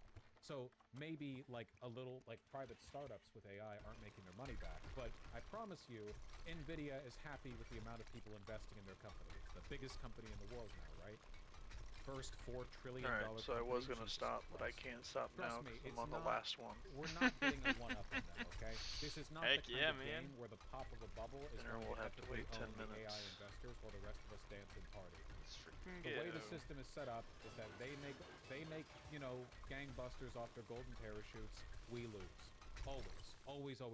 Every time there's a bubble pop, we lose. It's not set up so that when they lose, we win. It's if we lose, they win, and if they win, we lose. And also, if they lose, we just lose. So what, do I feel good if it happens? Well, if you want to. Out of curiosity, really quick, since we're drawing a parallel anyway, what caused the .com bubble to burst? What was the tipping point? Tons of money, no profit? I guess, but it's the whole stock market is full of companies that don't make a profit, you know? That's not new. The AI bubble popping might not impact us that much. No, you don't understand. Because the AI bubble popping isn't really about the AI. It's about speculative investment. If people pull out of those companies, where does the money go? Trillions of dollars of overinflated investment pulls out and goes where? Well, the GDP starts to fall rapidly as soon as that money gets pulled out. Like, boom, it starts to look really bad. We're talking quarterly GDP losses of 3%, 4%, like very, very dire stuff. A tailspin, lowered economic activity, and it's not just at the top, it's at the bottom too, because of lowered consumer demand in large part from higher prices. Tariffs. So what? People can borrow money basically for free because Jeremy Powell is going to lower the cost of borrowing significantly, right? He's signaled that he's going to do this. So investors can borrow money. Where do they put it in? Where do they put their money in? Eat it? Maybe. Finish in this trench, and then I'm I gonna don't make really some know, dinner. to be honest with you. If they keep buying bonds, if they keep buying up government debt, then eventually the yield on that debt is going to be low enough that they're not going to be able to like meaningfully make any money off their investment. Also, bonds are just not where people want to put their money. That If one, they're not I'm going just to be gonna able to do put the it other in thing. AI So, companies, where are they doesn't going to put matter it? if you want to do My guess, the dinner, and they'll invest overseas. put away the other for meal prep, and then They'll I'll do the invest other meal prep. in the nearest totally boom fine, market. too. If America is sagging, both bonds and stocks not worthwhile investments, they'll take what would probably be trillions of dollars out of the economy, and they'll invest it somewhere where the going's a bit better. They'll invest it in China. They'll invest it in UAE. They'll invest it in Saudi Arabia or whatever. Will this bubble have popped regardless of administration? Sure, but it's going to get worse because of it. Housing bubble showing signs of bursting? We'll see. That one's been on the burner for a while. Not all stocks are AI stocks? Yeah, but they're not going to all decide to invest randomly for no reason, you know? Nerdy, but in 24, the Magnificent Seven accounted for nearly 50% of the Russell 1000 index's returns. Jesus Christ. Oh my god, look at that. The gray line is just those 7 companies. Well, that'll be fun. And now Trump admin owns 10% of one of them. Yeah, the Trump administration acting with the exact level of foresight and economic salience that you would expect from them, investing in Intel right before the AI crash. Phenomenal. Somehow finding a way to lose money on partial nationalization of one of the biggest companies in the world. When you've got smoke-free satisfaction, you've got the freedom to do things your way. Get 20.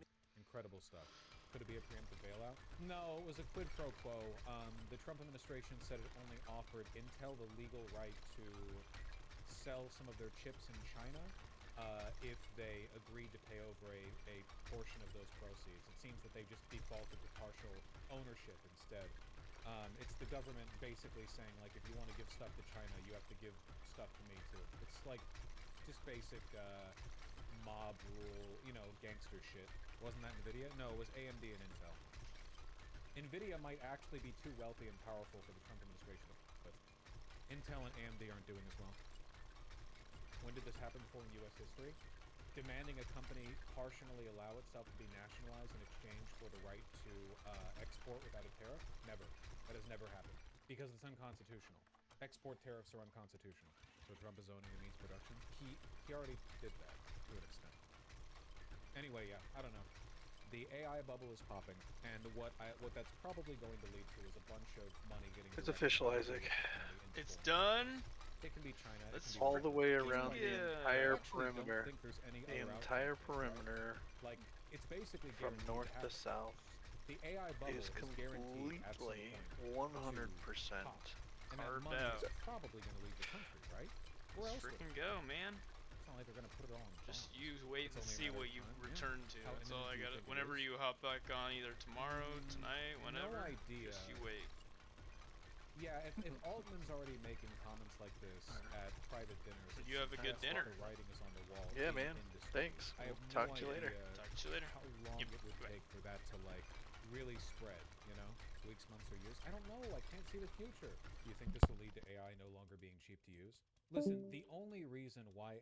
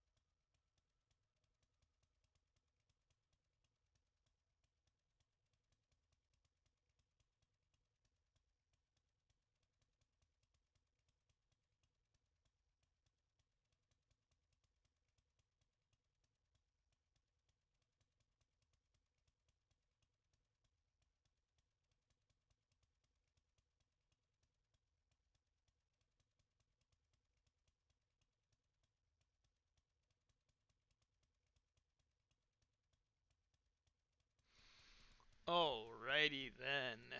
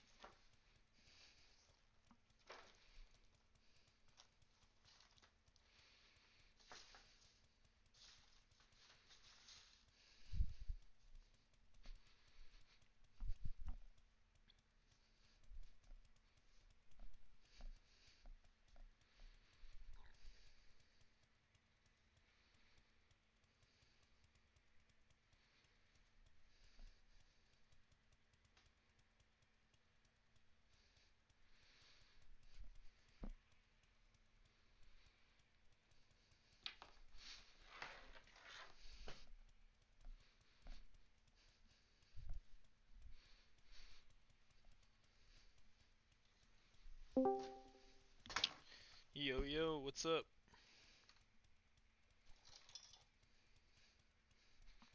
Hello, hello. Hello, hello. Hey, how's it going? I'm eating eggs with butter and garlic. They're so fucking amazing. That sounds delightful. What about you? I just had some ramen. That sounds depressing. In and Did you out at least here. add any toppings? Hello, hello. Is that better? Did you at least add any toppings? I had an egg in it. So it's Egg. not that depressing. Some sriracha. But it wasn't like cup and noodles ramen. It was fuck, I can't remember the name of the brand, but it had more flavor than the normal cup of noodles. There we are.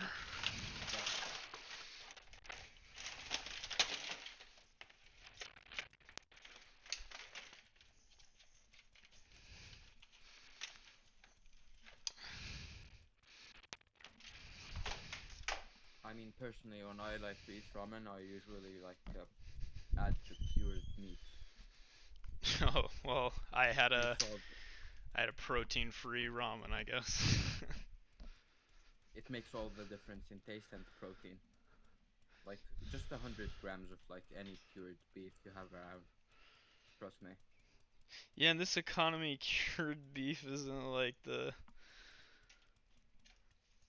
mean, a it's not- necessity for me, I guess. I mean, but how are you gonna get those macro gains? I don't need to be 100% optimal in order to gain muscle rate. And also it depends on kind of like your purpose of like your desires behind staying in shape and getting healthier and gaining muscle. Like, I'm pretty Yeah, happy I with see. where I'm at currently. I'm not trying to put on too much more size. I see. Like, I ate 7 eggs today. Nice.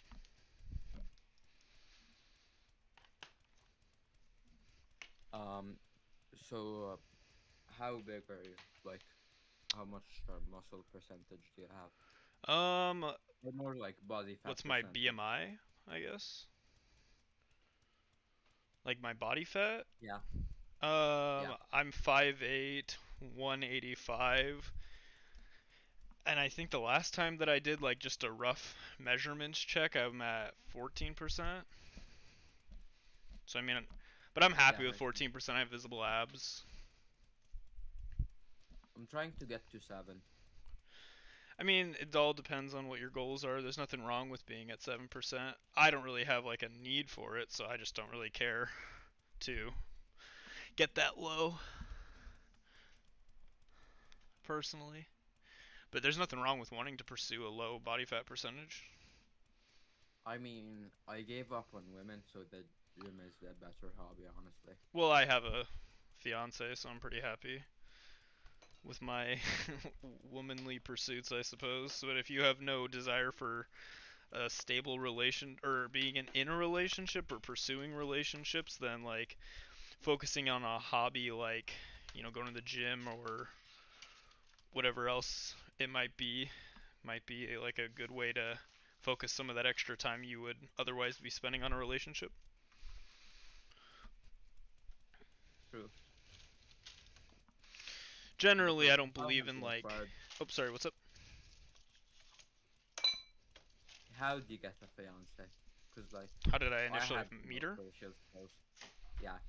I met her through a. I guess like initially we met through like a social media website, but we knew people. We just happened to know people, I guess, also like in real life. Like we had a connection there, and it just kind of all worked out to where just kind of linked up and like as in we met up, got to know each other, pursued it further than that, I guess. I see. Yeah, but I'm It's pretty. like at this rate I'll die alone. Like I have no social skills whatsoever. I have the social skills of an autistic cat. Well, what do you do for like your hobbies outside of gymming? Typical male hobbies. Cars, cars, more cars. Well, maybe find some hobbies that you can easily translate into like. Well, you can keep your hobbies. Wait, well, let me go back a second. When it comes to with like women or whatever, you can literally have whatever hobbies you enjoy. Most women don't give a shit about that, for the record.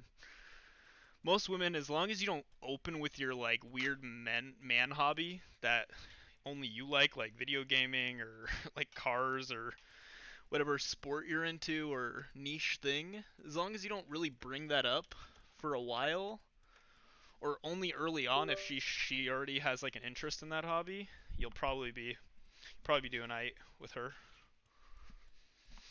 whoever it may be.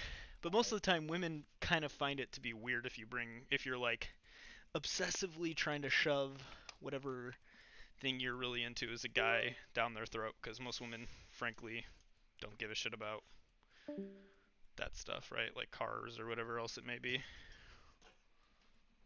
I mean, so like I sort of like don't push it down their throat, but the issue is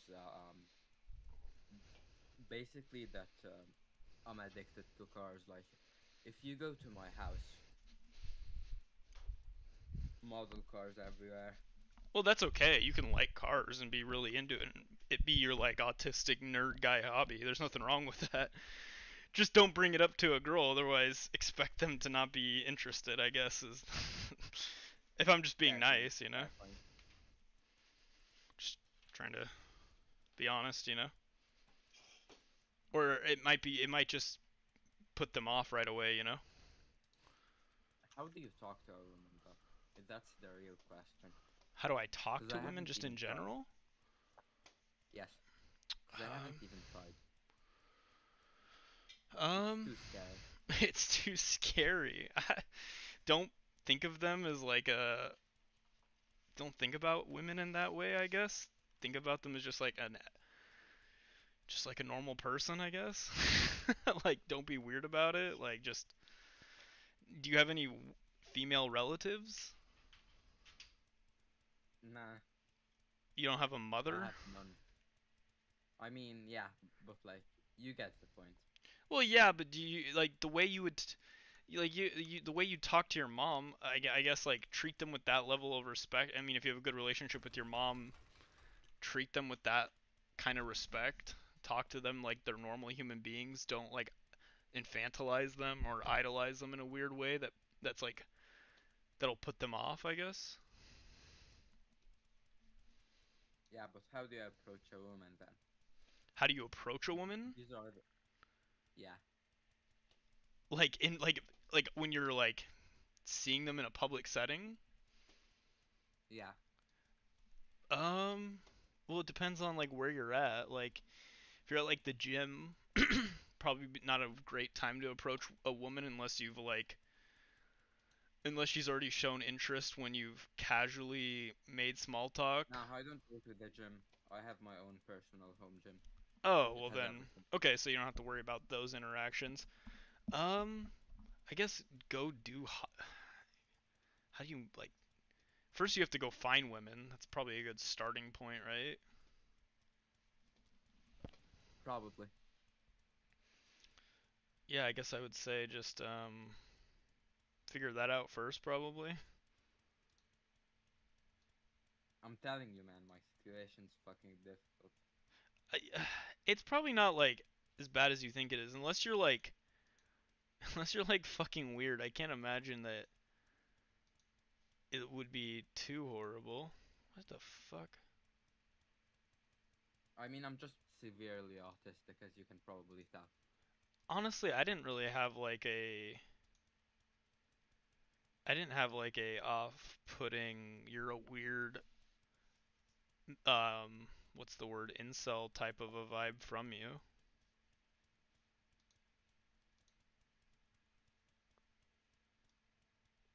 So unless you're like an actual like freak when it comes to the actual in-person interactions, I can imagine you'd be like a weird person to talk to for the average woman. I'm not a freak. I just haven't interacted. Okay. Why does my head keep trying to sit on my fucking keyboard? Come the fuck on. Bro, it's like one of like the default spots that cats want to go. No, he's trying to just lay his head. Trust me, I know. Nothing else. I know. I've had them sit. I've had them put a paw on the fucking keyboard. I've had the tail go down on it. I don't know, man. Cats are something. Yeah, they're like really moody. Like, now he's fucking licking my fingers. Hey man, cats are something. Which is why I love them. Heck yeah. I mean, they're only annoying when they like, you know, when you put a plate on the counter and then you basically let it sit on the counter for like half an hour, and you come back and the plate's on the fucking floor, and it's broken. Yeah, that'll happen. Cannot disagree with you there. That's absolutely depressing. Cannot disagree with you there. Well, what's I guess have you tried any of like the dating websites? You tried messaging people on social media? No.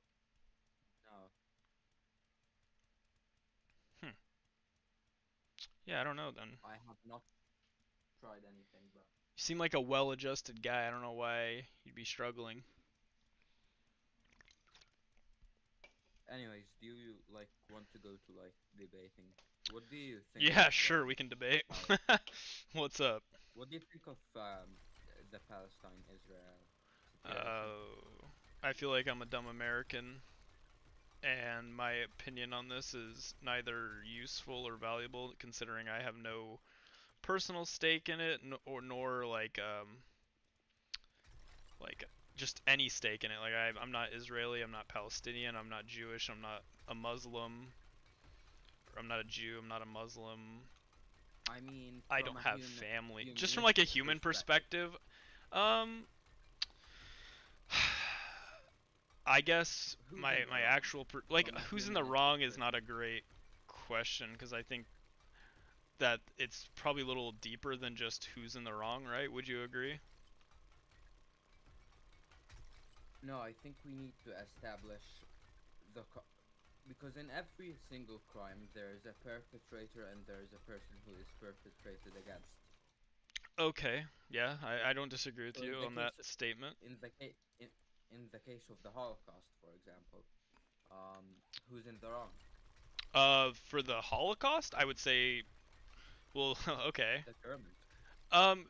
Do you want me to? Okay, for the record, I'm not a Holocaust denier. I'm not a groiper. I don't defend fascism or Nazis. But if you want to be like real cringe about it, you could say, well, technically, if you really want to look at why Hitler rose to power and why the Nazis were able to enact a bunch of the stuff that they were able to enact and perpetrate the Holocaust, you can look at lots of factors that ranged from the economy post World War I that enabled the. But you know what I'm saying, right? It's not just like But you know what I'm saying though? Were annoying, and they were really annoying. That's true. That's not even. Wait, whoa, pause. Is that what I just said? I didn't say anything about the Jews. All I said is that if you want to be like stupid about it, you can say like, well, it's actually deeper than just the Germany was in the wrong for perpetrating the Holocaust. You actually can go back as far as you can go back to post World War I, where the German people were disenfranchised from losing that war, right? And being primed and readied to be radicalized by the Nazi Socialist Party or whatever. Like they came into power due to like the German people sentiment. Like, do you disagree with that? I mean, so yes and no. But When it it's more, comes but to it's the more Holocaust- complicated than just like the Yeah. But yes, it at the end of the comes to day, the Germany and the Nazi Party is like the Holocaust is an objectively bad thing. I'm not going to disagree with you on that. I agree completely, and I don't deny I it. mean, can I say something? Yeah. Objectively, it is bad. But when we look Like at the genociding reason- people, right? When we look at the reasons it happened, it's not justified. Yeah, But it's that not is the justified more from like if understandable we're how it happened. if we both are arguing from like a similar like I guess foundation of like a moral view. Yeah, I think we can agree it's objectively probably not a good thing I what mean, happened. Murder is bad. We can argue they were bad people and needed to be punished in some way, shape, or form. I wouldn't argue that because I'm just thinking objectively that mean- like Holocausts. I don't think a genocide under any pretense is justified. No, not in murder, obviously. No, I'm saying We a can agree genocide, these people- like the systematic extermination of a group of people based off like an immutable trait. I think that objectively is not a good. That objectively is not a good thing. Like if we're Would you arguing from agree a that similar Would you metaphysical. agree that Anyways, continue. Murder and driving people out of their land is a form of genocide. Murder and driving people out of their land is a form of genocide. I don't think by like the actual definition of genocide. I think genocide being like the system. By your definition, no. No, By I your wouldn't. The definition. driving people out of their land isn't necessarily a genocide. No, I wouldn't disagree. I wouldn't agree with that. So what would you call it? What would I call what? Driving people out of their land to go somewhere else. What would you call it? I have no clue. Out I of would just their call it rightfully owned- like what the owned American did it to the native people that were here. I guess it's like Western colonialism. I guess like colonization. I guess is a good way of conquering. I don't know what word you're looking for.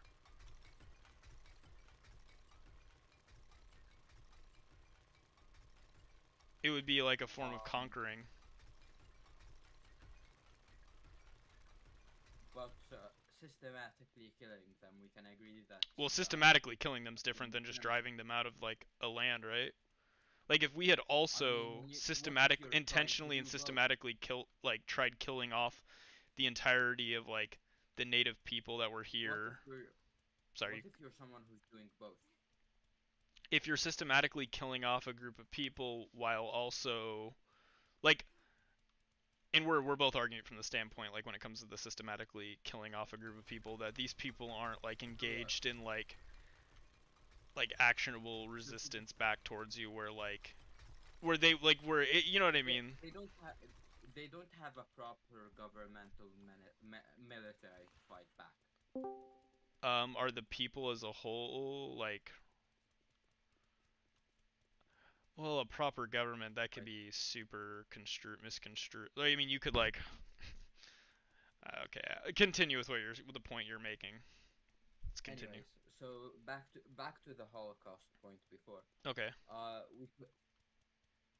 We could argue that the Jews couldn't assimilate into German society, and that's sort of why they were.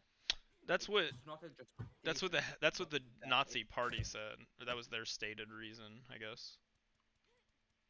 I mean, and it was kind of true. Was it kind of true? In what way was it true? Do you don't think that the Jewish people of Germany at the time weren't like contributing members of society that owned businesses that were like that lived in amongst the non-Jewish people of Germany at the time? But they didn't assimilate. What do you mean by assimilate? Wait, pause. What do you mean by assimilate?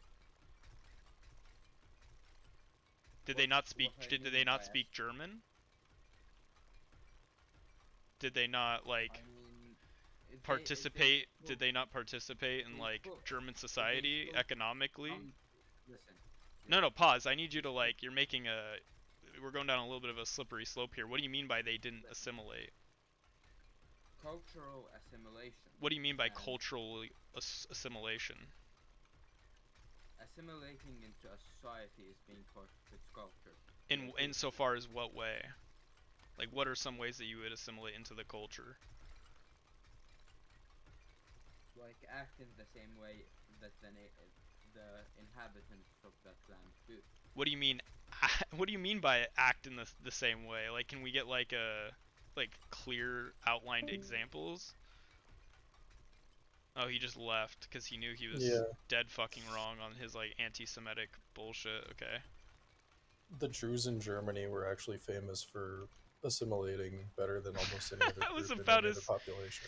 I was about to say, like, he's trying to like he was definitely a pro-Pali guy, but like then he didn't want to like acknowledge the Holocaust, I guess, or try to like, I guess, say why it was okay, or try to explain why it was okay that Germany did what they did or something. I don't know, it was weird. I mean, yeah, that's just a dumb direction. I mean, there were some Jews in Germany that were like traditionalists that didn't really assimilate and had enclaves, but yeah, Jews in Germany were famous for the fact that the majority of them basically became completely secular. Yeah, and that happens everywhere with any society, with any. There's always like in-group, out-group type things that happen where there's like weird, not weird, but like, you know, sections of the culture where there's people that don't assimilate to what would be the national culture or identity. But that's like normal. Like there's Amish people in the United States today that haven't assimilated to American culture. But we wouldn't say that though these people aren't American. No, well, you'd probably say with the Amish that it's more of a compatibilist argument because the Amish didn't assimilate, but they adopted like a philosophy of their relationship with the state that's extremely compatible with the United States. Yeah, so, like, that's fair. You could imagine a version of that where, like, if somebody, like, there is such a thing as a culture clash where, like, you have a group of people who just completely disagree with fundamental values of society. True. Which would be an issue, but... Yeah, I don't disagree with you. And the thing is, though, is, like, just the weird arguments against people... against people, I guess, in America today that are, like, non-white, I guess even non-black to some extent, but like the, you know, like the weird xenophobia stuff that comes from a place of like apparently these people don't assimilate is like, I guess, kind of the argument that's made, even though it makes no sense when America is like, I would say, the best country in the world in terms of assimilation, people assimilating here. I just think it's weird because if you talk to people in like the Appalachian Mountains, they'll say the same shit about like wealthy people from Virginia that come and get like country houses in the Appalachians. Like they'll have the same things to say about those people as maybe somebody else has to say about Mexicans. Yeah, someone in like rural Nebraska would say about like Hispanic people. Yeah, it's just like natives basically just don't like outsiders.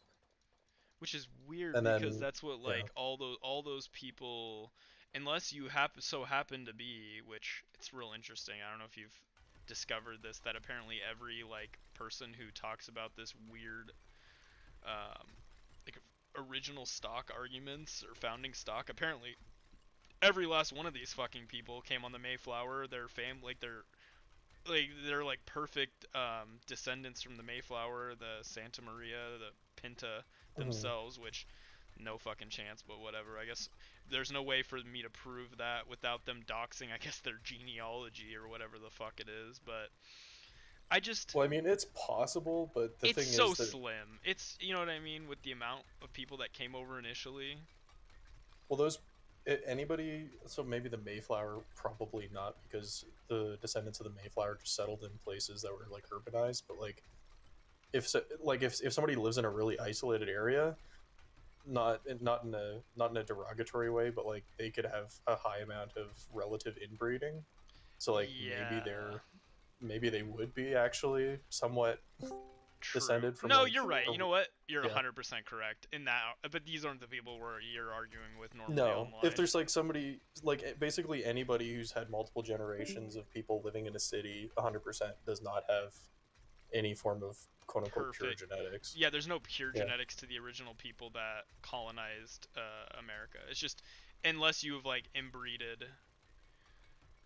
Family did. For My hundreds family of did. years. Unless you've you've inbred. You're inbred. Okay. Yeah, I am. Jesus, you're willing to take? Oh wait, you're just memeing. Never mind, I lied. Yeah. What do you mean memeing? Wait, is that one of those buzzwords? Like. Memeing? No, it's a buzzword. It's been Yeah, that's a around. buzzword. Meme. The word meme has been used for like decades. I don't know if that's a buzzword all of a sudden. Pretty regularly too.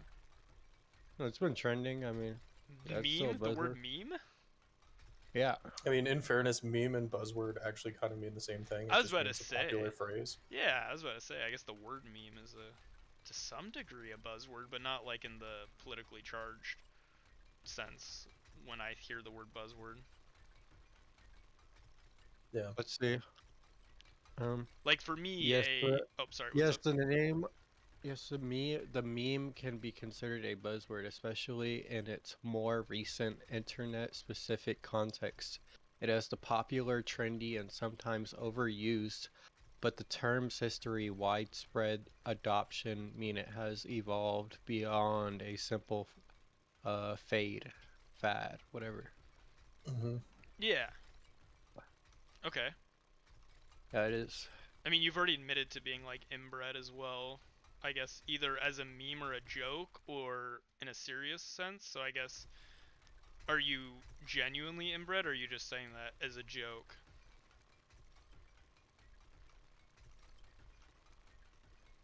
My mic messed up. Or yeah, I am.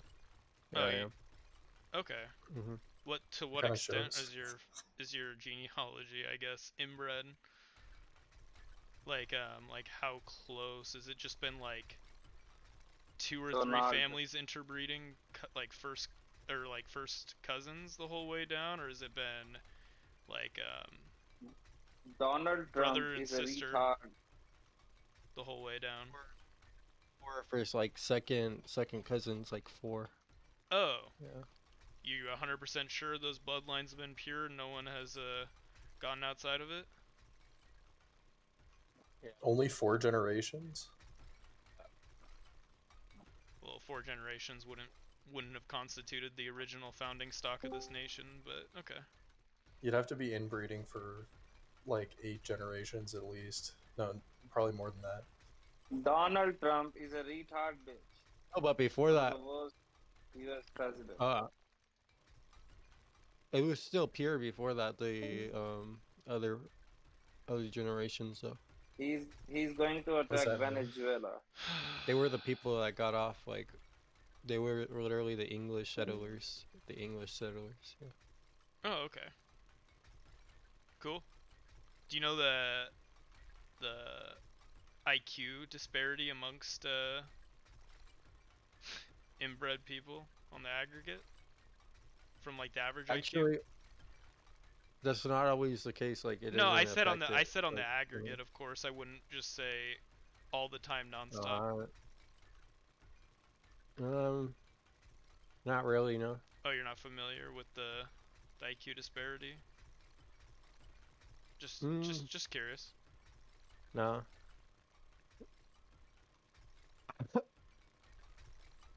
What about the higher risk of having mental defects or genetic abnormalities? Are you familiar with that? Being at a higher propensity for that? Being inbred? Definitely a higher probability, but higher not propensity, 100% like definitive. Like it's not definitive, yeah. You know when you see somebody with like Down syndrome and they have a very noticeable look to them that like, oh, this person has Down syndrome. You See what's wrong with with it, to be honest. So like, you know that people that are inbred tend to have a similar like phenotype where it's very noticeable. Or you have to be really, they're like fully grown. Well, like the level of inbreeding this man's talking about would constitute that phenotype. Yeah, if for you were sure. 8 generations of inbreeding, you would. No, it could be probably like dad, daughter, or like mom, son. Wait, like, what? Yeah, like as long as they're two consenting adults, it doesn't cause unnecessary harm. Then like you're good. Yeah, that's trolling. Okay. Well, No. I figured he was Wait, trolling why is kind of this from the trolling? start. Wait, how am I trolling? That's fair enough. Why did anyone argue the legality? Wait, why are you using troll? Wait, you're using buzzwords again. No, Wait, that's a what's up? meme, not a buzzword. That is a buzzword, actually. Troll, the word troll.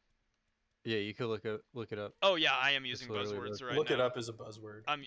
Using look it up as a buzzword. Yeah. No, that's not. That's actually It's a buzz just- phrase. My bad. I apologize. No, that's like the basic English literature. I mean, just like just, oh my god. What level of education have you completed? Just out of curiosity. I got three bachelors, and then I got 2 degrees. Why did you get 3? Yeah. Why did you get 3 bachelor's degrees?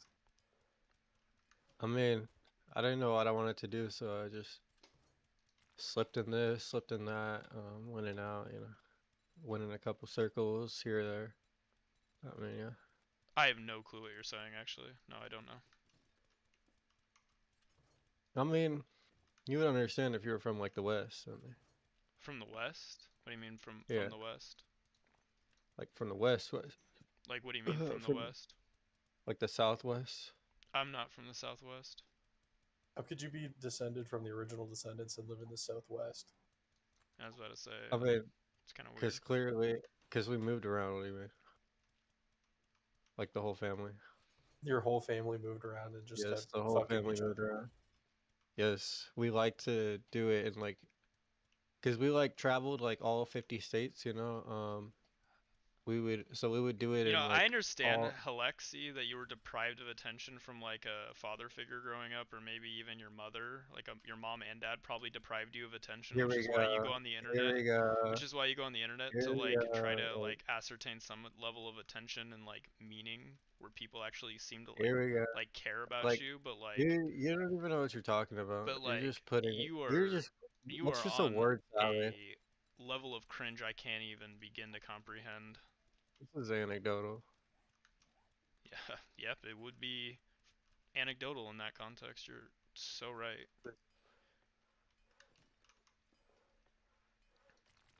Just like it's gonna be anecdotal tomorrow after I get done fucking your mom and I come on here to tell everybody. I mean, don't do that. No, we're keeping it Keep it in the inbred with family. Yeah, we're keeping it in the family. Nope, I'm gonna fuck up the bloodline, buddy. Well, you're not gonna get through like my 15 cousins and my 30 siblings, so He's gonna fuck all of them. Is that gonna be like the Um, new like funny obfuscation that people who are like right leaning do out of curiosity, Zoru, where they just like they lean into the whole incestuous like Wait, do you think stuff? it's not? Do you think like it's bad? Do you think it's not moral to be like incest? Wait, what? I'm just curious. I'm not talking to you. I'm just curious. Do you think that's like a real thing that's gonna end up happening, Zoru? I mean, Like, like it's Trump it's supporters possible. like wearing like diapers to show solidarity to Trump with his like incontinence or whatever. Wait, why are you I disrespecting mean, maybe Trump? not that level. That's literally but- your president. That's You don't literally think your they'll president. you don't think they'll get on that level for like the incest allegations? That's literally I your mean, president. they get pretty close. I can. Some of them definitely will do stuff close to that. I don't know if they'd exactly do that, but Fair they enough. don't. They're willing to lower themselves pretty far. Yeah, that's fair. Anyways, what were you? And I don't even mean like from a moral perspective. I just mean like self-humiliation. That's what I'm saying, like the self-humiliation stuff. So, Like like- even like Wait, repping so it's just repping debate hot topics, politicians but you can actually debate, or repping you just politicians like ad merch, for hom. example, You is just ad like hom, and you can't super actually debate cringe. people. I mean, I could You can't actually debate people, I you could just ad hom. I could substantively like destroy most of the points you'd make, but then you would literally do the thing where you Anecdotal. Anecdotal. Okay, Anecdotal. so you're a fan Like, of what is Trump. You're a this? fan of Trump, What is correct? this flop? Are you a fan of Yes, I Trump? am. Okay, so do you think Yes. he's doing well in the economy right now? I mean, he has been. In Every what time he's way? been president, he has been. In what way I has he mean, done well in the the economy?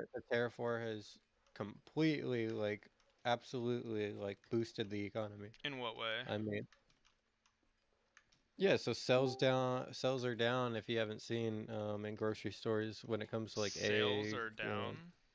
Yeah, like eggs, What chicken. do you mean sales like are down? bread. So like we're buying Yeah, less? so- So we're buying less? It just feels so good. yeah, I mean, we're buying less because we don't have to go to the store so many times now. I mean, that's just gonna be the case. I Mm. have Do you think people are just selling things to each other, like in the black market? True. Dude, you don't. Based. You probably want to open the borders or some shit. Open the borders, and you're talking about bad faith and not being Yeah, able you're to a dirty substantively. Democrat. Yeah, because you're a dirty Democrat. You fucking liberal. That's kind of a buzzword you're using there. Those are both buzzwords. Wow, and you're Actually, talking those about ad aren't. homing. You're talking about Those are ad two homing too. political philosophies. Those are two political philosophies, actually. So no. I mean, the border's already open. Like, I'm Canadian. I come whenever I want. And I actually voted for Kamala in the last election. I'm not a citizen, so. Based. I snuck his vote in, actually. I just voted, like, in a couple different states. True. And don't forget, my fentanyl business exporting to the U.S. has quadrupled. Why in does size. he need a good? Why does he need to do good for the economy? I don't get that part. Oh, Trump has been like a disaster on the economy so far, but Wait, no, I he guess that's hasn't. just a difference of opinion, I guess. Yeah, name me one time he was bad on the economy. When he did a artificial contraction, where he contracted our economy for the first quarter of the Yeah, you stuttered. fiscal It's year. over. You stuttered. No, it's over. It's over. Oh my god. When Trump No. contracted the You economy the first stuttered. fiscal No, quarter. It's over. It's over. It's over. It's over. I won. I won 1-0. Oh my god. So anyways, when Trump contracted the economy the first fiscal quarter, I think that's a pretty big failure as a president economically. That dub. GG's. Alright. It's 1-0. You still haven't responded. Did you really just leave after that? It's so cringe. Ew. I mean, I And think for the that's- record, I never stutter. I got a phone call, so I was trying to decline that. Anyways. Yeah, but that's what he does. That's what a lot of these people are gonna do. They're just gonna bail. Yeah, because as soon as you bring up anything that's like relevant, substantive, they like have to run, I guess. I mean, he Well, also because- admitted to being inbred. Trump supporters aren't about like policy. It's like the whole thing is just a meme to them. Like there's no actual politics underneath Trump Underpinning supporters. any It's- of it. No, it's just they're literally just trolling and having fun. That's like unironically, that is the entire MAGA movement is just they're just So having did you fun. see, Like they just don't care.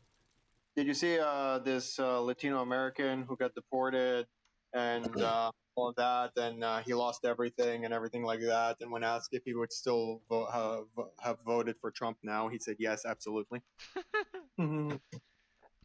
Sometimes I wonder about those stories, whether or not people are just thinking to themselves that like if they say that they still support Trump, that maybe it gives them a better chance of sucking up to Trump somehow, versus like if they turn their back on him, then they think I think that They they just need have- to have some self-respect. That is so fucking embarrassing. I'd be ashamed. But I mean, they're already there. Like these, like they're already people that don't have any self-respect. Well, that's kind of that's apparent there. That's one key step about it is that when is it too much, you know? And the thing is like Trump's base will never turn their back on him, like ever. They will never fucking like break, no matter what he does, no matter how much he fucks them over. Look, it's a cult, man. I think we need to No, do I'm constitutional curious, eugenics then, right? I'm curious, guys. What do you guys think about Trump, violating the 10th Amendment? Hey, we're all here. So far, I think everybody here is not a big Trump fan. Oh, no, look, I'm just man, asking I you guys think it's about. I completely mean, based, dude. He is doing what is important for America here. I He's lied. cutting I through mean- the woke, I the lied, my bad. wokeness, I'll say this, I mean- the bureaucracy, the corruption. He's putting Do Americans you live in first. Do you live in America by chance? No, but I wish he would take over the UK. Okay, water. I get your sarcastic. Okay, there's no Being need. sarcastic. It's cringe. I'm Yeah, his should be number one sarcastic. fan, and I can't wait for him to come to the UK. Okay, can you actually like be serious? I'm not here for this fucking childish. I am being stuff. serious. Childish. Okay?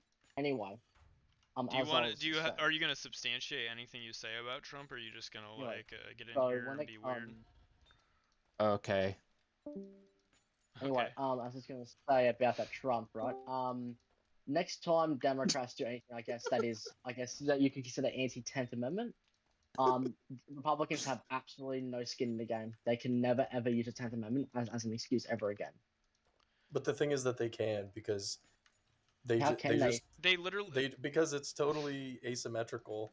Like they just cry about everything whenever Democrats. If you think that they have any actual principled stance on anything, you're like almost as Okay, delusional as them. but with Eagle Pass, which was something that was going on with the Border Patrol, right? Yo, okay, quick thing, Booyah, quick thing. If it didn't change, like, if it didn't convince you enough that like Republicans don't like actually have any principled stance on anything, we can just look towards like the whole thing with Obama being denied his Supreme Court justice pick at the last year of his presidency, and then Republicans going ahead and doing it as soon as Trump came into office, jamming through a Supreme Court pick the last year of his presidency. So was Coney Barrett?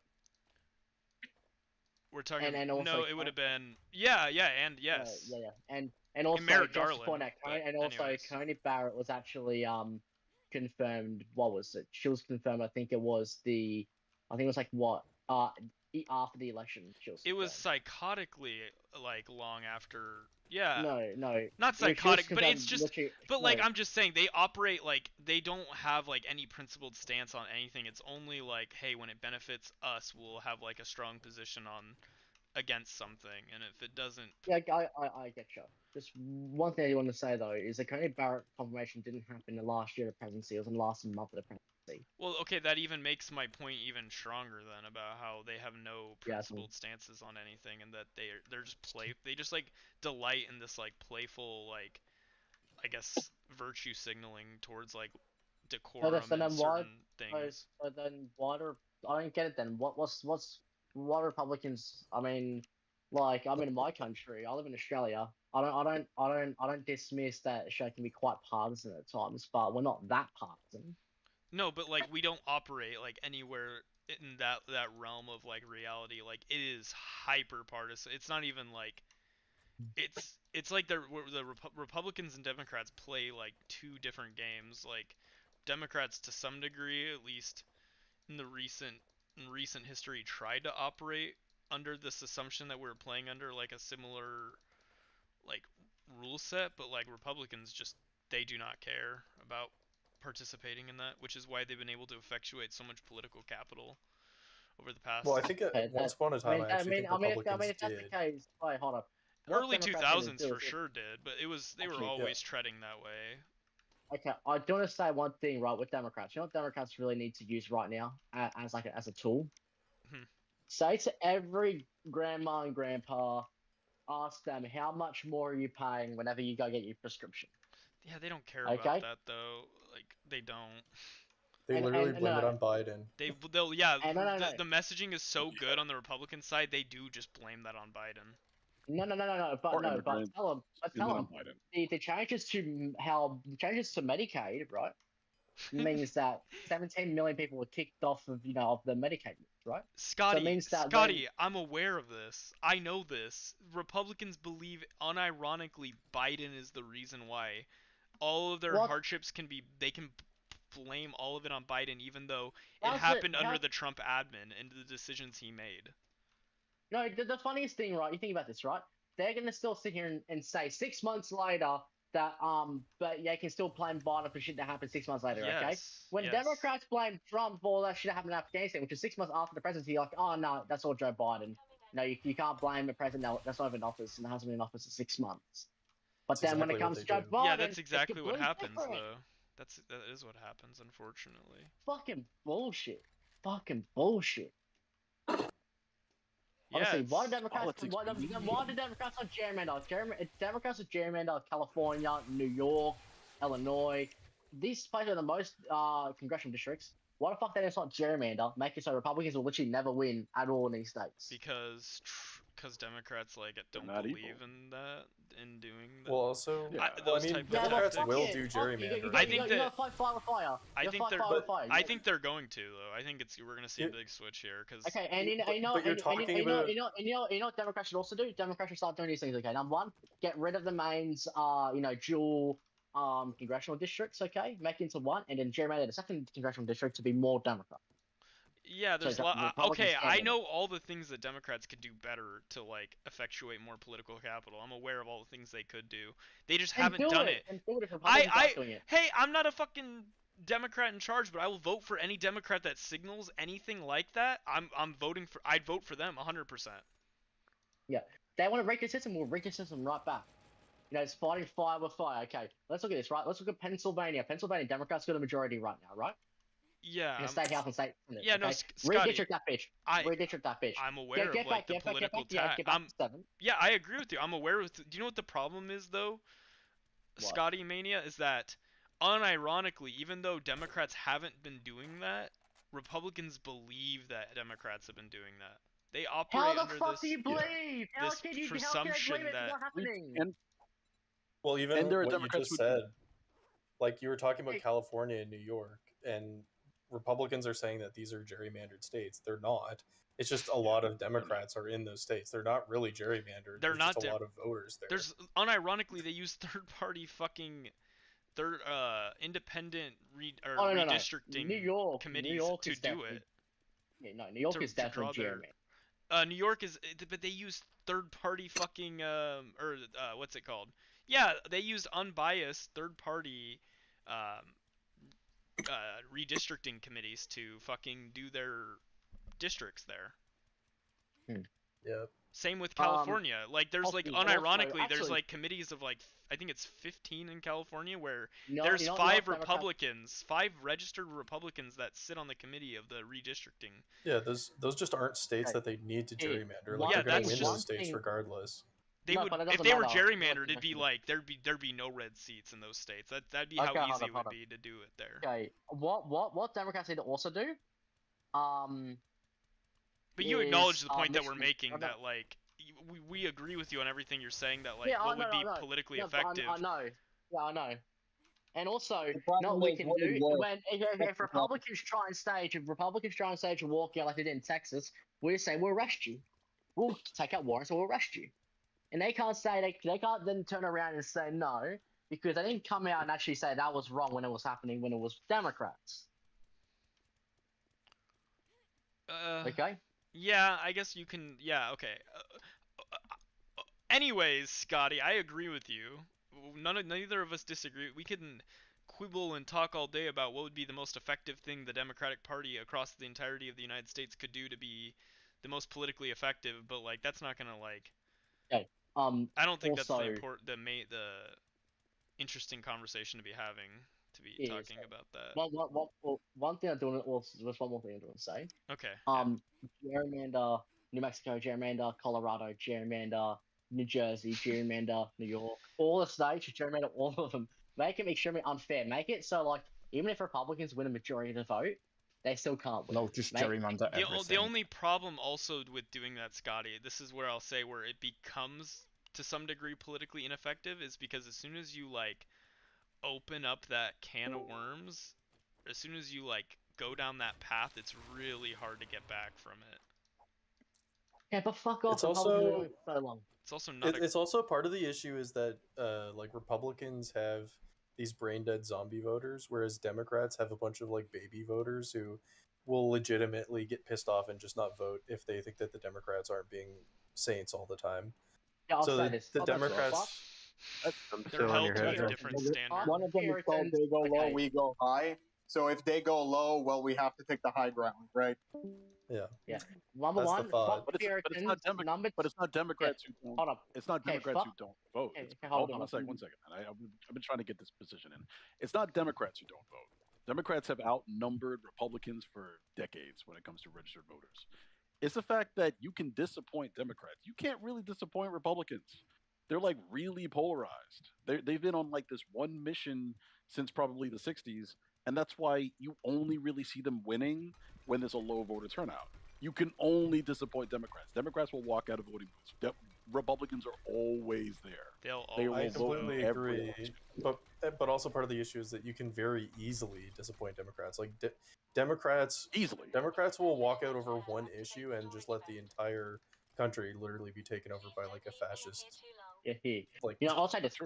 Oh, well, and the one thing I don't want to say is, right, when it comes to a lot of these Puritans, right, when it comes, right, to the Puritans on Palestine, fuck off, fuck me, Jesus Christ. You're willing to let your country become a fucking, you know, a fucking ass crack because you want to go on some fucking Palestine bullshit, fuck off.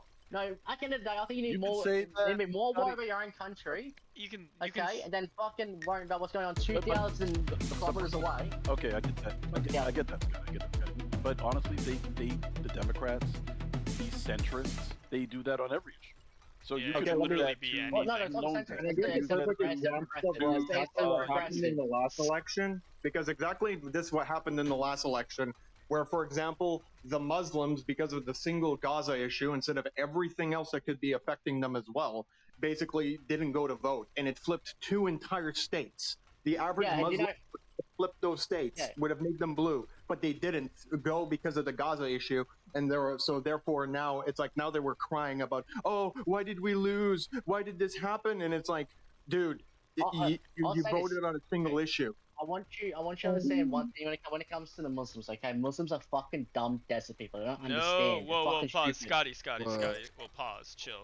Yeah, you're not gonna win. You're not gonna win the left with that shit, bro. Ever. Chill. Don't. You gotta like have good, intelligent arguments, not just like these people are stupid because there's an immutable trait. It's just it's the same level of argumentation that like conservatives make. It's a mirror. Okay, fuck it. It's true though. I mean, if you look it's at like how they it's live, like when I hear people that are like anti-Israel talk, and that are like super pro-Palestinian talk, they are indistinguishable from like neo-Nazis, like fascists. Like they're both sound the points they make are anti-Semitic, even if there's a different. It's the horseshoe moment. Yeah, no, like it is a horseshoe moment. Well, when it comes to the whole issue of Palestine, right? You know, let's just say there is a genocide going on in Gaza. How about instead of Israel genociding, I guess, the Palestinians, why don't they just genocide the fucking neo-Nazi Palestinians? Makes it very easy. Just get rid of them. That's just like a separate, wholly separate point. The entire point was the Muslim vote. That was my entire point, that the Muslim vote could have put 2 entire states, and they didn't vote. Even senators and House representatives who are Muslim, who are in Congress and in the Senate, ordered their guys to stand down and to boycott the vote, and now they're complaining that they lost. And I say, you reap what you fucking sow, you fucking idiots. Well, you deserve everything that comes to you because that's the fucking thing that you did. You bring it upon yourself. I have absolutely no sympathy for fucking idiots who do fucking dumb things, okay? Well, I mean, that's only one example of a plethora of examples, because if we're saying that 2 states were flipped because of that, you could make an argument that the Democrats should have just promised to do more on Palestine. I think that they should have. I think that they were. I think that the Palestine thing is not the reason why they lost. I don't even think it's the reason they lost. I think if you look at the difference, for example, if you look at the difference between if they would have voted on average versus if when they didn't vote, so I think 96% of Muslims in Michigan didn't vote. If you look at the difference, it would have given the Democrats a win. Same thing in Ohio. It would have given them a win. True. But I think that them being no, it's just one thing, Scotty. One thing. I think the political capital that they could have gained potentially from taking a stronger stance on Palestine, Israel, or Gaza, Israel, whatever, they could have lost some political capital though, which could have like negated any of the positive effects from Muslims. Like you're operating under the assumption that they take a stronger stance on that they would have kept all their political capital they had everywhere else. That wasn't the issue. Anyway, hold on, please. Hold on. Can I say what I was going to say? Ordered their guys not to vote. Yeah, I get what you're saying that they ordered their people not to vote, Hey, but let's hey, say they can took I- a just a sec. Hold up, Let's wait, say wait, they wait, took wait, no, that can you tell stronger me- stance can I that. say what I was gonna say? Chill, Scotty. Fucking Jesus, I'm talking to Nicolo right now. If they would have taken that stronger stance, that would have made it to where the Muslim people in those two states would have voted. It could potentially that stronger stance on Israel Palestine, because of the Democratic Party being such a large tent fucking party, it could have caused them to lose support in other areas that would have made maybe some other states not as strong in their votes across Yeah, but they were getting Exactly. slashed. That's the problem. And again, I'm only measuring that. For example, in Canada, we had the same thing with the People's Party. Oh, fuck's sake.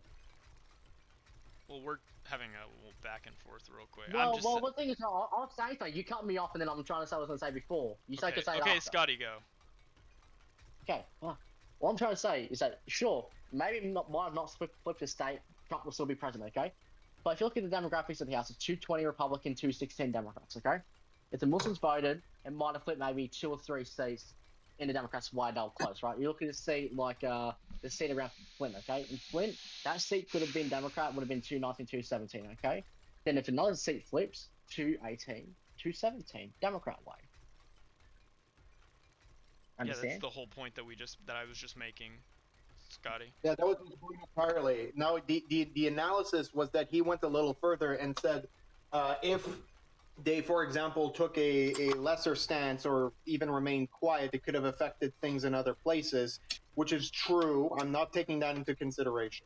I'm just saying that the numbers show that certain single issue voters who voted or didn't vote based on a single issue could have flipped the vote. I can't guarantee that, but yeah, it could. 100%. No, and I don't I think disagree that's- with you on that, but I think that's that's a all simplistic debatable. way of looking at it, though. 'Cause Yeah, just I that think there's that's so all much more to debatable. it.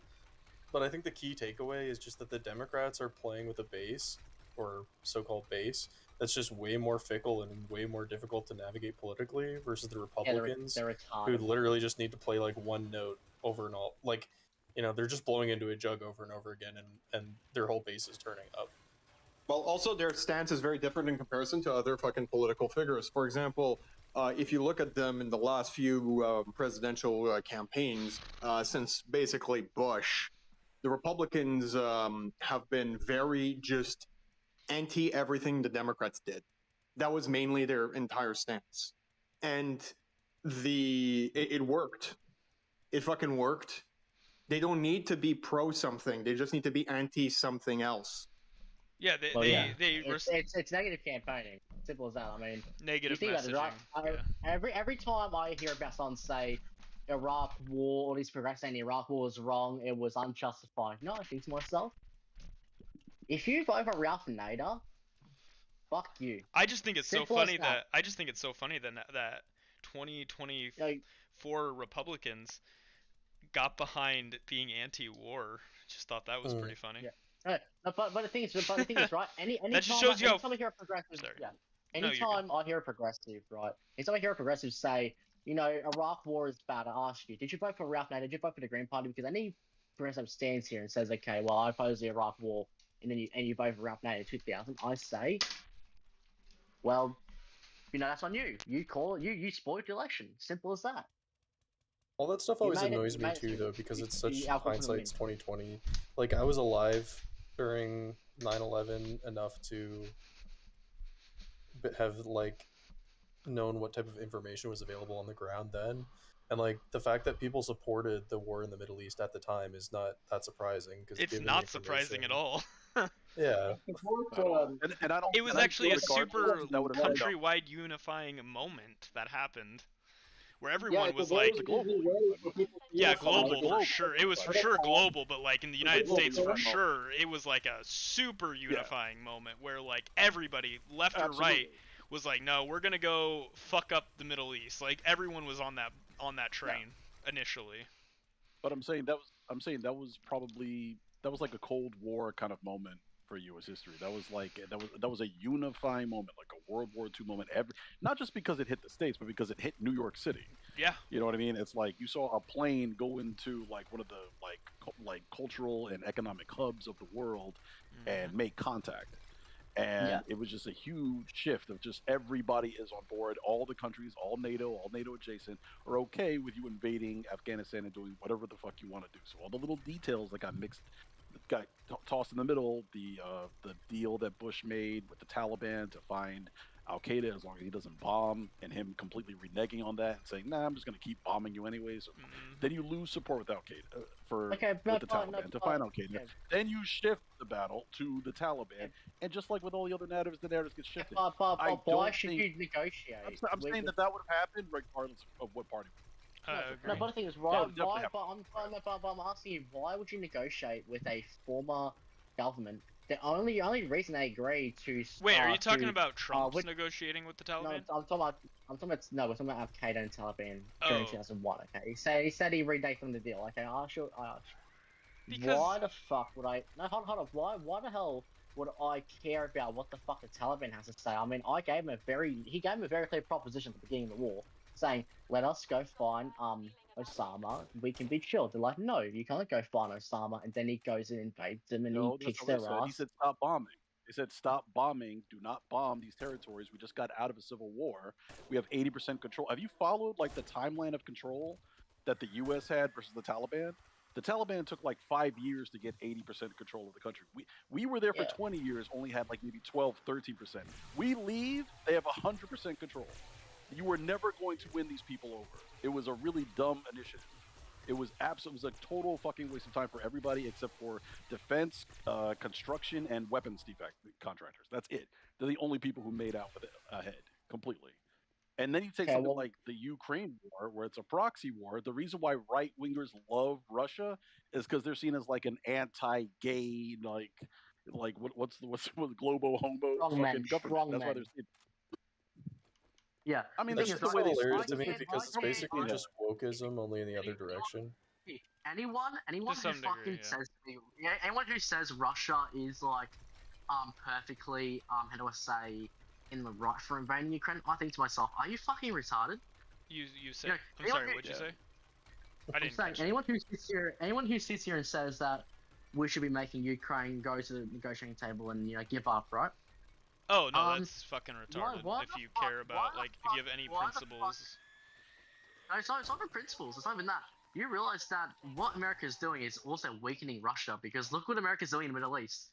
If Russia wasn't involved in this fucking proxy war, then they would have been much more less restrained when it came to the Assad thing in Syria and the Iranian-Israeli bombings. Oh yeah, I disagree with that completely. That's not what we know of the fucking conflict right now. We know Russia is dying, and when a country is dying, it fucking really lashes out a lot. And that's exactly what's happening to Russia. It's trying to have the last hurrahs before it becomes completely unviable. That's like what dying do. That's what dying do. So anyone who sits there and says, "Oh, okay, Russia's this and that," no, shut the fuck up, fuck off, you're a fucking retard. If you follow Russian propaganda, I have serious issues in actually trusting anything you have to say, because I don't know if you're going to be able to be fucking played by some fucking, look-de-la, fucking story that, fucking Putin, fucking Lavrov all trying to pull on you, okay? Because right now, people Russia's cringe. I don't think. Yeah, but Russia has a very good propaganda campaign. Like, they were very successful at influencing an entire generation of people to be anti-West, China as well. And so, therefore, remember, a lot of the arguments from these older people and these younger people who got influenced by this is basically, if someone is doing something against America or the West in general, then it has to be good. It has to be good somehow. And so, therefore, they have to go through hoops to justify the Ukraine war, to justify, the Syrian regime. They have to go through insane hoops to justify Hamas, justify Hezbollah. They have to keep doing this because it's anti-West, therefore it must be good. Yeah, that's why you have all the socialists saying, free Palestine. Well, I ask you a question. What do we gain? Geopolitically for fucking Palestine? Well, what do we gain? Fucking nothing. As an Australian, I have no clue. I mean, these are all single point issues, but not the main to be thing, like Scott, insulting Scott, towards you, I just have no clue. I'm saying the Democrats are not really leftists in this country. They're more like centrists because it's like, okay, let's not make Palestine. There's Let's actually ignore it centre completely. right. How about I don't stop think talking? they're I'm center-right. talking. Okay, hold on. Look, I just want to point out. Sorry, Right? I'm listening to you. Scotty, holy shit! I'm trying to make a point, guys. All right, they are left of center, which means let's not make it about Palestine. Let's make it about healthcare. What? Now you're rallying around healthcare. There's other issues. How about wages? Okay, let's make it about wages. Or you're rallying about wages. We should make it about some other issue. The centrists will keep pushing it to we need to win elections. Let's not care about any of the reasons why you want to vote for me in the first place, which is a horrible policy for Democrats. Okay, we're not going to be shifted like that. You can do that with right wingers. Because you can sell them things that are really easy to sell, like racism and homophobia, things that don't cost you Lower anything. taxes. The things that Democrats want, well, maybe lower tax, but even that is like a really small portion of them that directly get affected. Those are the people who are like scared of divorce. They talk about alimony. It's like, dude, you don't make enough to make like an alimony settlement. Well, This no, is like but Republicans This is definitely rally behind lower taxes. Like they believe that like. Well, lowering taxes. The richer is a big ones. thing, but the thing. No, but the I thing would is, literally also, fucking people that make like fucking like 50,000 a year, like 40,000 a year. I hear them yapping about like lowering taxes. It's True, like, true. Like, but bro, if you pit that against like abortion, Yep. oh, abortion's probably also, a stronger topic. If you look I'm at the not gonna voting demographic by Wait. wealth in the U.S., which you guys track, is very interesting to see people who do not make enough to make it into like the first tax bracket complain about taxes. Right. It's funny listening to them yap about it. And It's just one that thing I'm gonna say. Look, the only reason I was bringing up Palestine is like America, right? We can talk about all the issues we want all day, right? But there's one thing that I think people kind of forget. The reason why we can sit here and talk about all these issues, not to worry about anything going on, is because America is such a fucking powerhouse that no one's ever going to challenge it. Okay, you guys can sit there and feel extremely safe because America is, if not probably the most safest, most stable country in human history. Okay. And then everyone wants to go like anything that's anti-West is good. That's why I cannot stand the fucking socialists. The socialists are the biggest retards I've ever met. Yeah, okay. I cannot stand the fucking. Yeah, I don't. Well, I mean, we want what the Swedish have. We want what the Scandinavian countries have. Like you can call that socialism, market socialism, some other version of capitalism. No. We just want what these small economies have. I'm not saying that. I'm saying the socialists who say that anything that's anti-America is good. But that's like I don't know. That's but then that's just anti-Americans. I think to some degree whatever the fuck the Republican Party now is anti-American. Well, yeah, it's anti-constitution, that's for sure. The they're anti-constitution unless it benefits them, which is just anti-constitution. Unless it's gun. Pro-gun, but they're not pro-America. They're not pro-free speech. They're not pro-free speech, for example. They're not pro like. In some ways, right? Well, kind of. I saying mean, racist things on Twitter, right? Like that's like, oh, that's what a their win for pro free speech. Like, yeah, that's their pro free speech, not the president. Like, but when it comes to the president, like suing, like news orgs or pollsters, they're fucking silent on that. There's no principled attachment to any like core American values from the Republican Party. Yeah, they're anti-American. Yeah. Yeah, I don't get why people even try with the Republican. Like from what I'm hearing right now, I just feel like the Republican Party is just not even worth even trying to even if it's worth listening to Republicans at this point. I mean, the thing that always gives me pause though is that there are, or at least were, not now there isn't, but there were examples of Republican politicians that actually had good principles that even like you could argue that you'd be happy to have them as your representative. Just like there did used to be individual Republican politicians that were like the neocon types, people. Like John McCain. I would argue he was probably like a decent like I would disagree with him politically on a lot of things, Mitt but like Romney, he wasn't a shit.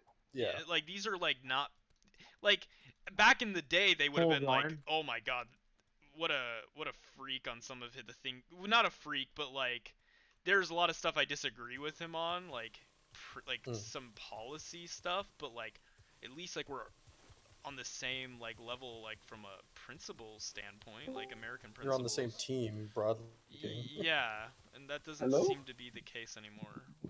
No. America. Yeah, shut up. Anyways, wait, what's up? Hello? Yeah, what's up, Stoic? So can you hear my mic over my fan? Sorry, what's up? Yeah, Stoic. Kinda cut can out, you do what'd us you a say? favor? Shut the. I said, can you hear my mic over the fan? Hey, Stoic, can you shut the fuck up?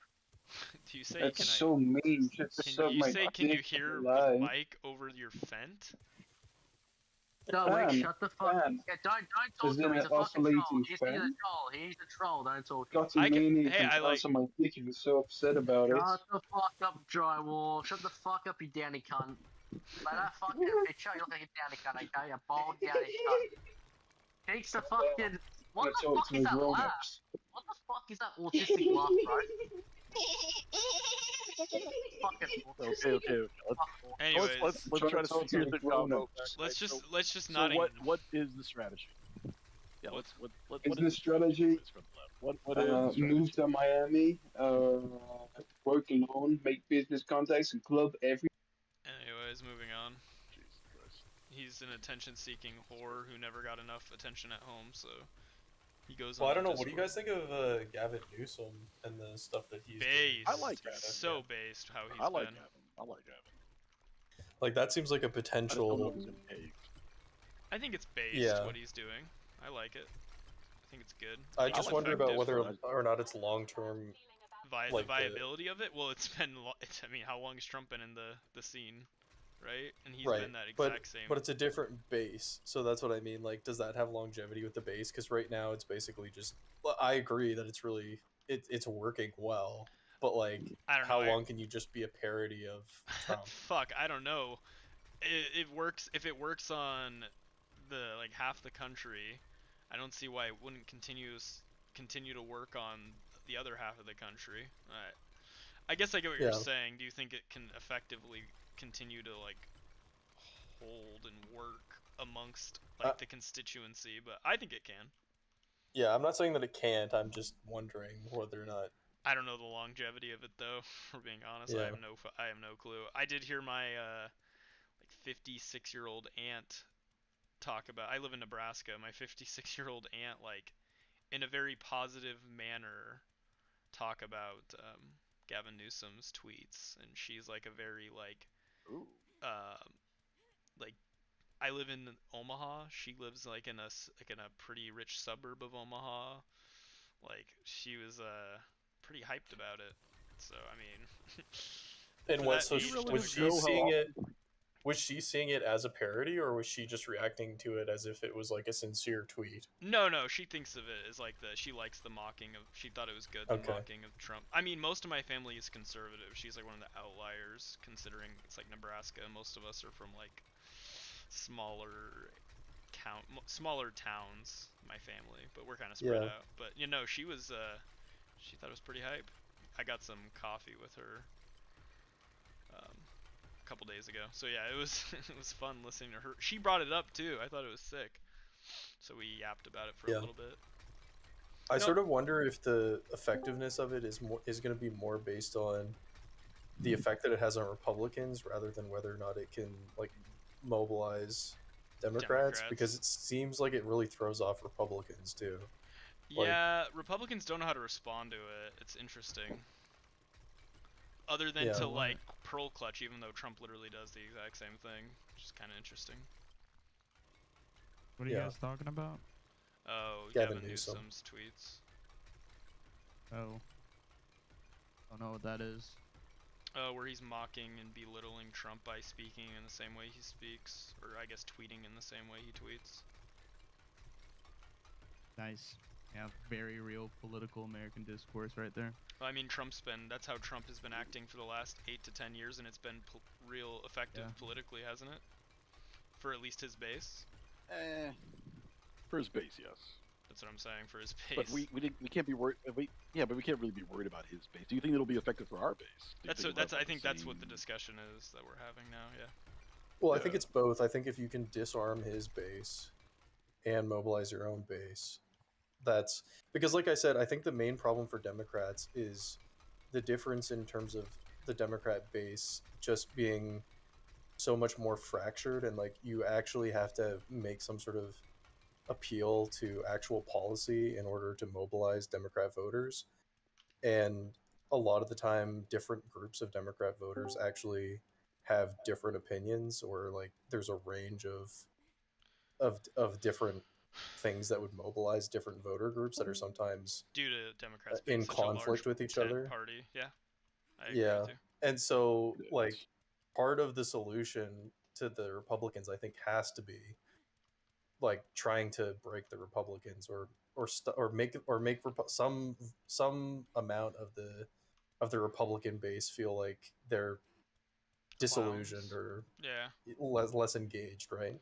And also being on the attack also is good. I think Democrats have kind of been on the back foot for a long time, letting Republicans kind of determine what the narrative gets to be on the news every single day. Because they don't like our base. They're more bipartisan than the Republicans, honestly, when it comes to what they're doing in Congress. Like they're center left. They do not want to discuss the things that our base clearly wants. Like they don't want to. I think they kind of touched student loans. Like they just lied about that outright back in 2020. Just erasing debt, and that didn't happen. Well, I mean, I'm sort of But at least center they brought right, it so up. I'm fine with Democrats lying to the base in order to get them to vote. Like, I don't actually yeah, care. I don't care about that either. I policy. care about being politically effective. That's what matters the most, right? And then I just want to get rid of Trump. They're literally neither. Like Democrats are neither. They're Neither not what? politically effective, nor are they actually good at lying. I would say Democrats on the whole are almost as politically effective as Republicans. Why did they lose last election? Why did they win the election before and then win the election because before the two elections before that? It's been pretty back and forth, wouldn't you say? The entire voter bloc voted Biden based around the premises of him being Biden and not Trump. Like that's literally the entire reasoning. Was that the exit polling? Is what it showed? Like that was the biggest I percentage bet you reason? 100% that Alright, the pull up some exit polling is pull up- not the overall basis of Americans in relations to why Well, they that's voted. what you would use that statistic in order to like determine. Yeah, why otherwise people what are we voted. talking about? Otherwise, it's just Like, your vibe, Trump- right? Trump You're ran on- operating in the same way a Trump voter, conservative would be. Let me ask you something. wait, hold let me on, ask hold you on. something, Tate. Do you think Trump? Wait, no, let me just ask you one question. Do you think Trump ran on any other issue stronger than deportation? Absolutely. Like, do you think Absolutely. there's an He- issue he- that he ran? What?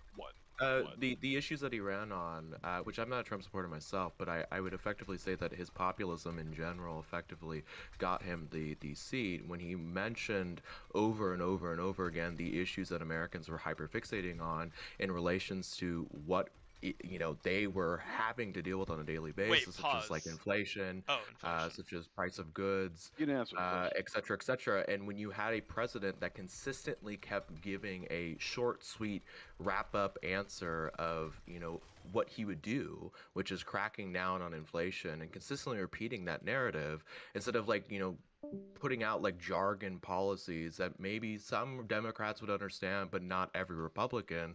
You effectively reach more people because people are not looking for somebody that just keeps talking about how they're going to implement policies and policies this. They're looking for a person that consistently is trying to meet their needs and what they are struggling with. And Trump consistently kept talking about that, and Kamala shifted from that and kept talking about democracy. For Like, the who record, fuck for the record, cares?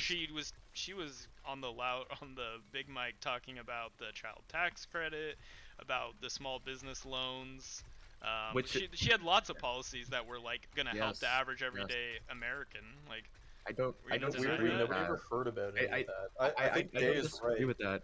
I don't disagree with that, but the then that's the just overall... a messaging issue. I don't know. Hold on, That's hold not on, like hold on. she wasn't saying it. she Kamala- was definitely saying it. She was at the start of her campaign, and it was very effective in Up in until the relations to end of her addressing the issues. campaign, she was talking Yes. about it. Well, no, actually, at the end of her campaign, she kept hyperfixing on issues that were completely irrelevant to the overall voter bloc, and what they consider to be an issue. Like she kept talking about January 6th, democracy. Like there's literally an analysis that I can post in Wait, chat for the record, where like shows appealing to like Americans like what should be like a core principle as being an American. I think that's a pretty fair thing to bring up. Like if you're running against Hitler, wouldn't you be pointing out that like, hey, that's Hitler? Like pointing at them, like not to say Trump's Hitler, I don't do that cringe thing. I'm just saying though, like, isn't that like wouldn't that be like a pretty politically effective thing to like bring up? Like, I mean, at least I would think it would be. But I think Day's right in the sense that like Democrats, by comparison to Trump, make the mistake of like trying to outline policy, and this is actually like This is actually a fascist insight.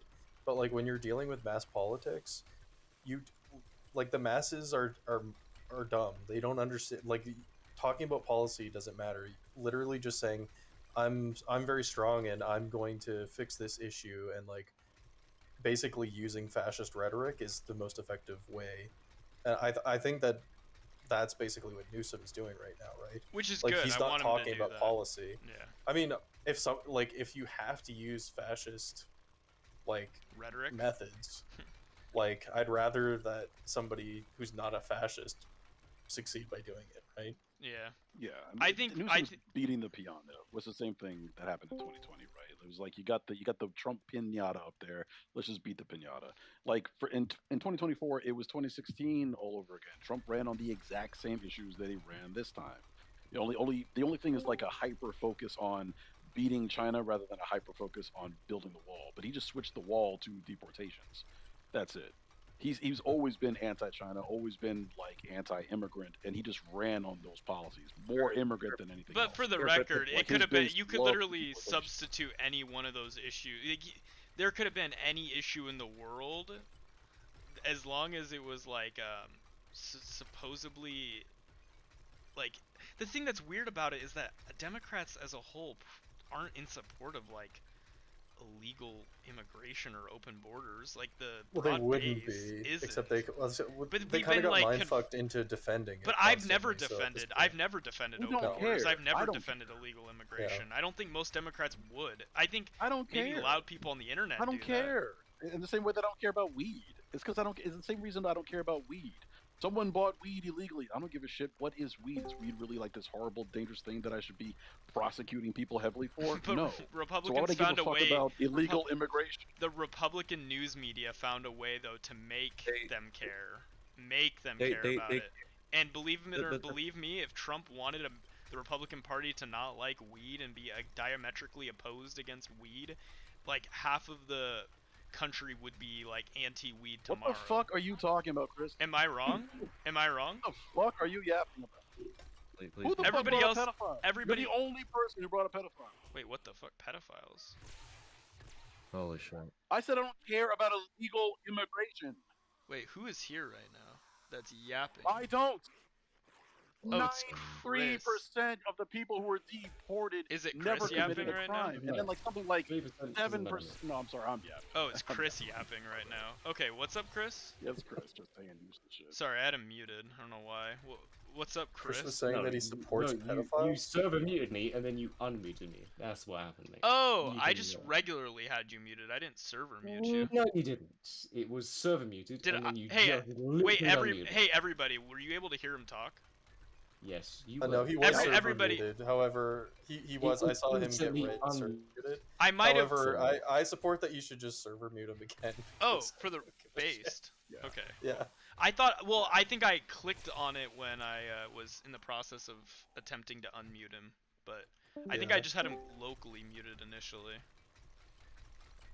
But my stance on illegal immigration is the stance is like when it comes to like certain drugs. It's like if that drug is harmless, then why would I care if you're selling it and breaking the law? So if these people are coming here and just working jobs, why would I give a shit about that? Naturalize them. I don't give a fuck. Why would I No, care? but like Republicans came have here been illegal. I don't primed. give a shit. But Republicans have been primed to think it's more than just that. Like they've. Of you do realize course, it's the 'cause they're news racist apparatus and that's done it. nonsense. But it's not just Oh. the racism. Like I think that might play a role in it. I think it's more xenophobia than anything. And also Trump says that it's a the same problem, shit. so they believe it. It's the purely murderers, rapists. It's purely like Well, it- propaganda and fear mongering. That's the only reason why they Well, even care. Yeah, but it's what populists do by nature. They're efficient at like blaming the existing problems on other people, and when you blame it on the wrong individuals, then those people are the ones that are like consistently talked about on a daily basis. Which is why like the base consistently has been like, oh, okay, well, if these people are the reasonings to why me, an individual in America, is effectively being, I guess, impoverished and, dealing with debt and etc., then yeah, sure, we should get them out of the country. Like when you blame other people for other people's problems, then of course they're gonna start, going, oh, okay, yeah, we should deal with those people. I guess my question for when you look at the stats for Americans and when I talk to Americans is like, is life in America economically or otherwise actually that bad compared to historically right now? Like, I know that there's it is issues, worse. but It is worse. I'd say Like, there's some things like currently with the housing market right now is probably not too good. Like that probably but if you're talking about just like on a day-to-day basis, like jobs are okay, right? they're all right. I mean, affordability is not I think terrible. unemployment's right.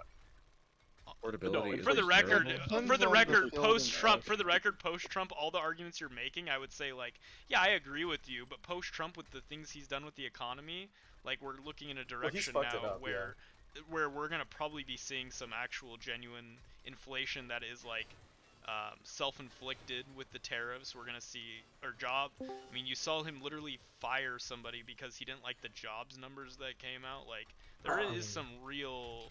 Well, that's like Soviet level. I mean, the fact that over the last I think it's the last, I don't remember, like 5 years, like our GDP growth, like 50% of it has been off of like speculative like investing. Like right now our AI spending on like that industry is outpaced consumer spending is huge. Like that's there's some real economic problems we have that a Trump presidency is not gonna help and probably just gonna exacerbate. Yeah, I agree.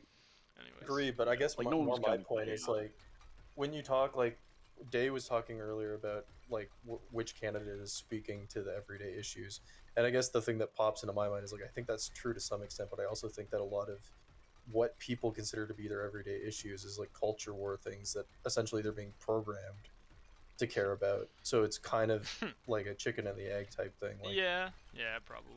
Like apparently, I- like trans issues. Let's be honest. Like, how many fucking Republicans know even one trans person, for example, or like? yeah, they it's might as well be just- leprechauns. Like, Jesus Christ. It was an easy target. Well, it was an easy target because they thought they were protecting children. It was really like less about trans. That issue got like in defense of the kids thing, kind of like Yeah, you're right. you care about children when it's a fertilized egg inside of a woman, but this was the baby's born. It's like, oh yeah, cut its funding. Yeah. But yeah, again, you that's don't what I fucking mean. Like medicate that's not like a grassroots issue. It's not like people were. It's not like people were spending all day thinking about trans people. For a while and then there, unfortunately. Trump came along. Unfortunately, no, but I'm saying prior it's not to like Trump. came along Prior to and Trump, then okay, and then tapped into this issue that was like a grassroots issue that everyone was thinking about. No, it was Sadly, manufactured by a fucking think tank. It's crazy. Yeah, so I don't think so. Trans in sports was What if it was- manufactured by yeah. a think tank for sure. No, I could definitely see that, but I think like the left did a lot to put more eyes on the trans community because the Republicans are retarded, conservatives are retarded. They're not aware of these little niche pockets of like humanity. I think and that they wanted they to might put have. as many eyes on trans people as possible, and it just backfired. I don't think so. I don't think the Democratic Party as a whole was doing that. I think that there might have been some people that were like adjacently, but it wasn't like you weren't hearing Obama consistently talking about trans people or Biden No, or Hillary colleges, Clinton. the colleges. Well, I think both, But that's not the Democratic Party. parties- That's when you- colleges. What's that even have to do with the Democratic But Party? because it eventually bled into public policy.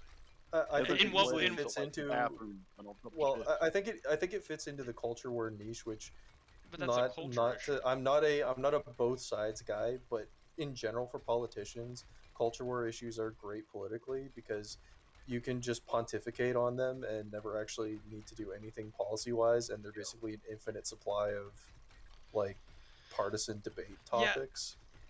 Probably, but I So- don't think that your average Democratic candidate prior to like trans issues becoming or just the trans thing becoming like the thing it Well, was. the average I don't Democrat still I doesn't don't give a shit about trans people. Yeah, the Like, average Democrat for sure doesn't, but I don't think the average Democrat fucking like representative or politician was even like yapping about trans issues. Like maybe occasionally, maybe on the fringes you'd hear like a outwardly spoken politician, but I agree with you in universities it was probably brought up a consistent amount or occasionally, I'm but talking that's about, not like, the 10 but that's not the Democratic Party. That's I Well, wouldn't it doesn't conflate it. it doesn't have to be, because here's the thing: in America, where a party consistently is talking about another party, when your party talks about one issue, they can immediately, like, twist the narrative and distort your entire party into being the party of the supporters of trans people. And that's literally what they did. Is like, that's exactly how the guy in Virginia won. He ran on culture war issues, didn't have any economic policies that effectively brought him the seat of the governor. He literally just ran on culture war shit and was like, "Oh, look at this Democrat. He's not focusing on you. He's focusing on culture things. He's focusing on these minority groups." And he won the seat. He outbeat the fucking governor that's been there for several years and has been voted in several times. Yeah, but I think then that's a constituency issue. That's a problem with your electorate, not a problem with like the party. Like, I don't think the Democrat. Or you know what? The party might need to be better about messaging then at that point, right? Well, my question would be: do you think that there's a possibility that not necessarily Democrats, but Democrats and industry were leaning on trans issues as a crutch in order to avoid talking about socioeconomic issues that they didn't want to talk about? I don't think so. I mean, I don't like on a broad scale, like. Because I think they did that with general, like the gay marriage and a lot of these issues, right? But I think gay marriage was something that it's like marijuana. Like, it's something where people were moving in the direction as a whole of being like accepting of it, caring about it, being like something that, like, oh, this is progress. I think the trans thing.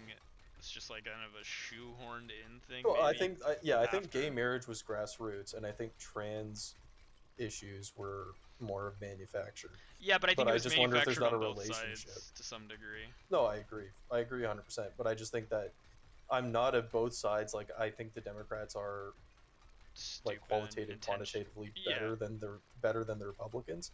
However, they're still human beings, and if I was a politician and there was an issue like that I didn't want to talk about because like I don't want to make a difficult spending decision socioeconomically, like that might be an easy thing for me to lean on. Would be, I think there was more political capital in talking about like, and I think that they talked about other things than trans. I think that genuinely, like, the trans thing is like 95% Republican.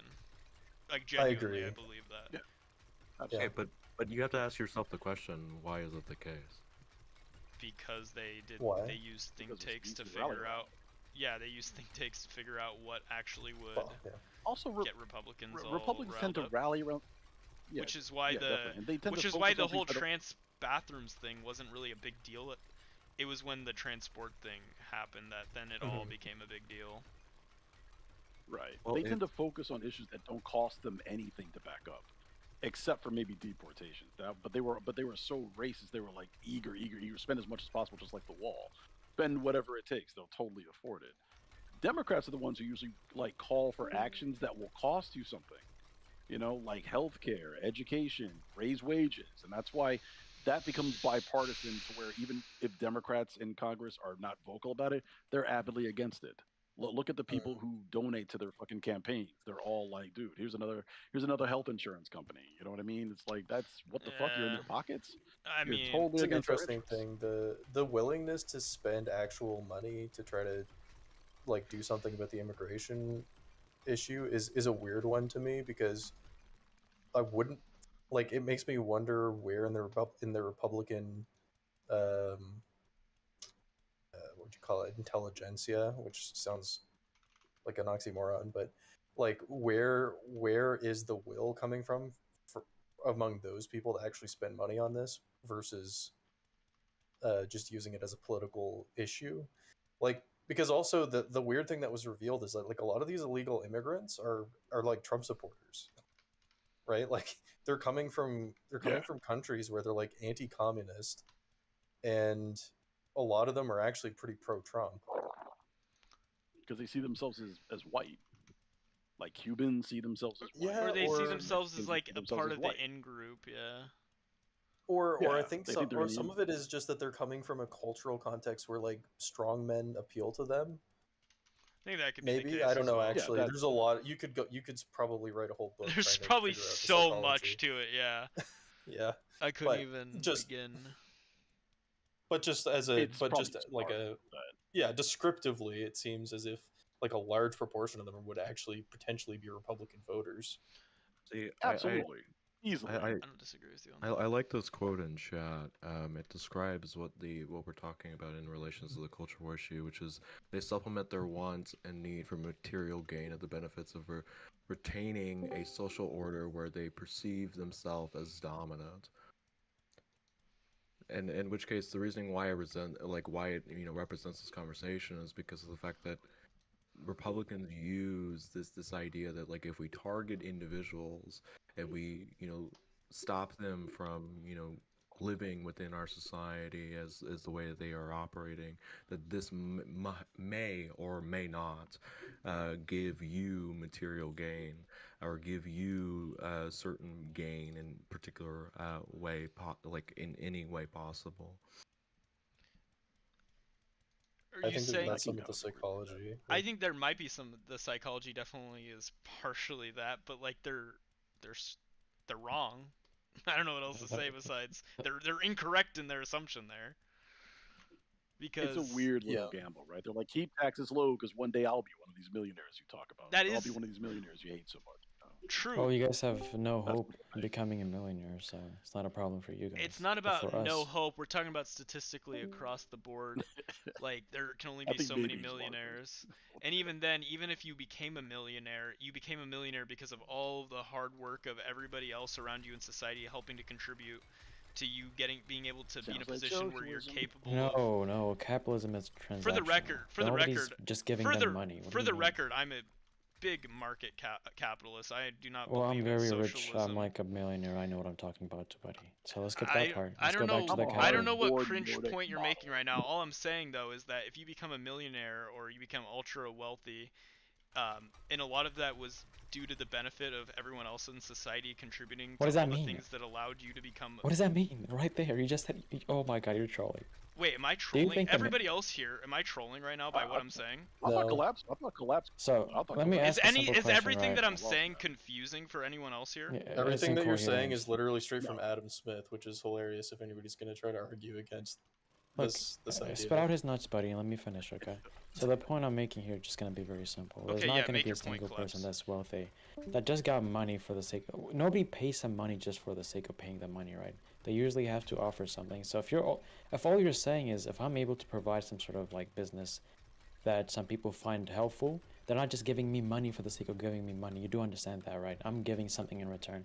So like your whole point about like, hey, these people just got rich because people contributed to this.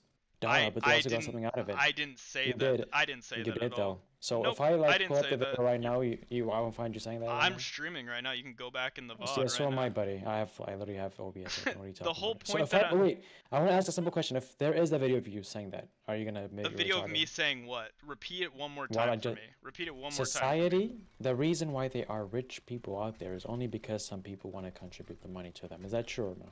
That's not what I said. Is that what I said at Oh. all? Holy shit, you're Well, that- retarded listen, if you think that's buddy, if that's your can you summarization. repeat what you said? If that's the summarization of the point that I'm making right now because you cut me off, like I don't know what to tell you. Like Llama, I don't need to cut you off to repeat I what you think said think before I Llama's cut you trying off, to buddy. say that civilization is quite obviously a collective effort. I don't think anybody. Thinks yeah, and then there's and I'm not saying that the people who small. I'm not saying the people that benefit from it and are able to get to like a good status like economically. I don't think that that's a bad thing, and I think that They earned it. I'm not saying they Okay. did. Did I say that they didn't They earn it? worked Did for I each say that they money they did? got. Did I say they didn't earn it? Collapse. What's the metric? for Listen, earning? they Collapse, they what's the got the metric for money. earning? They worked Give me hard the for metric it. for earning.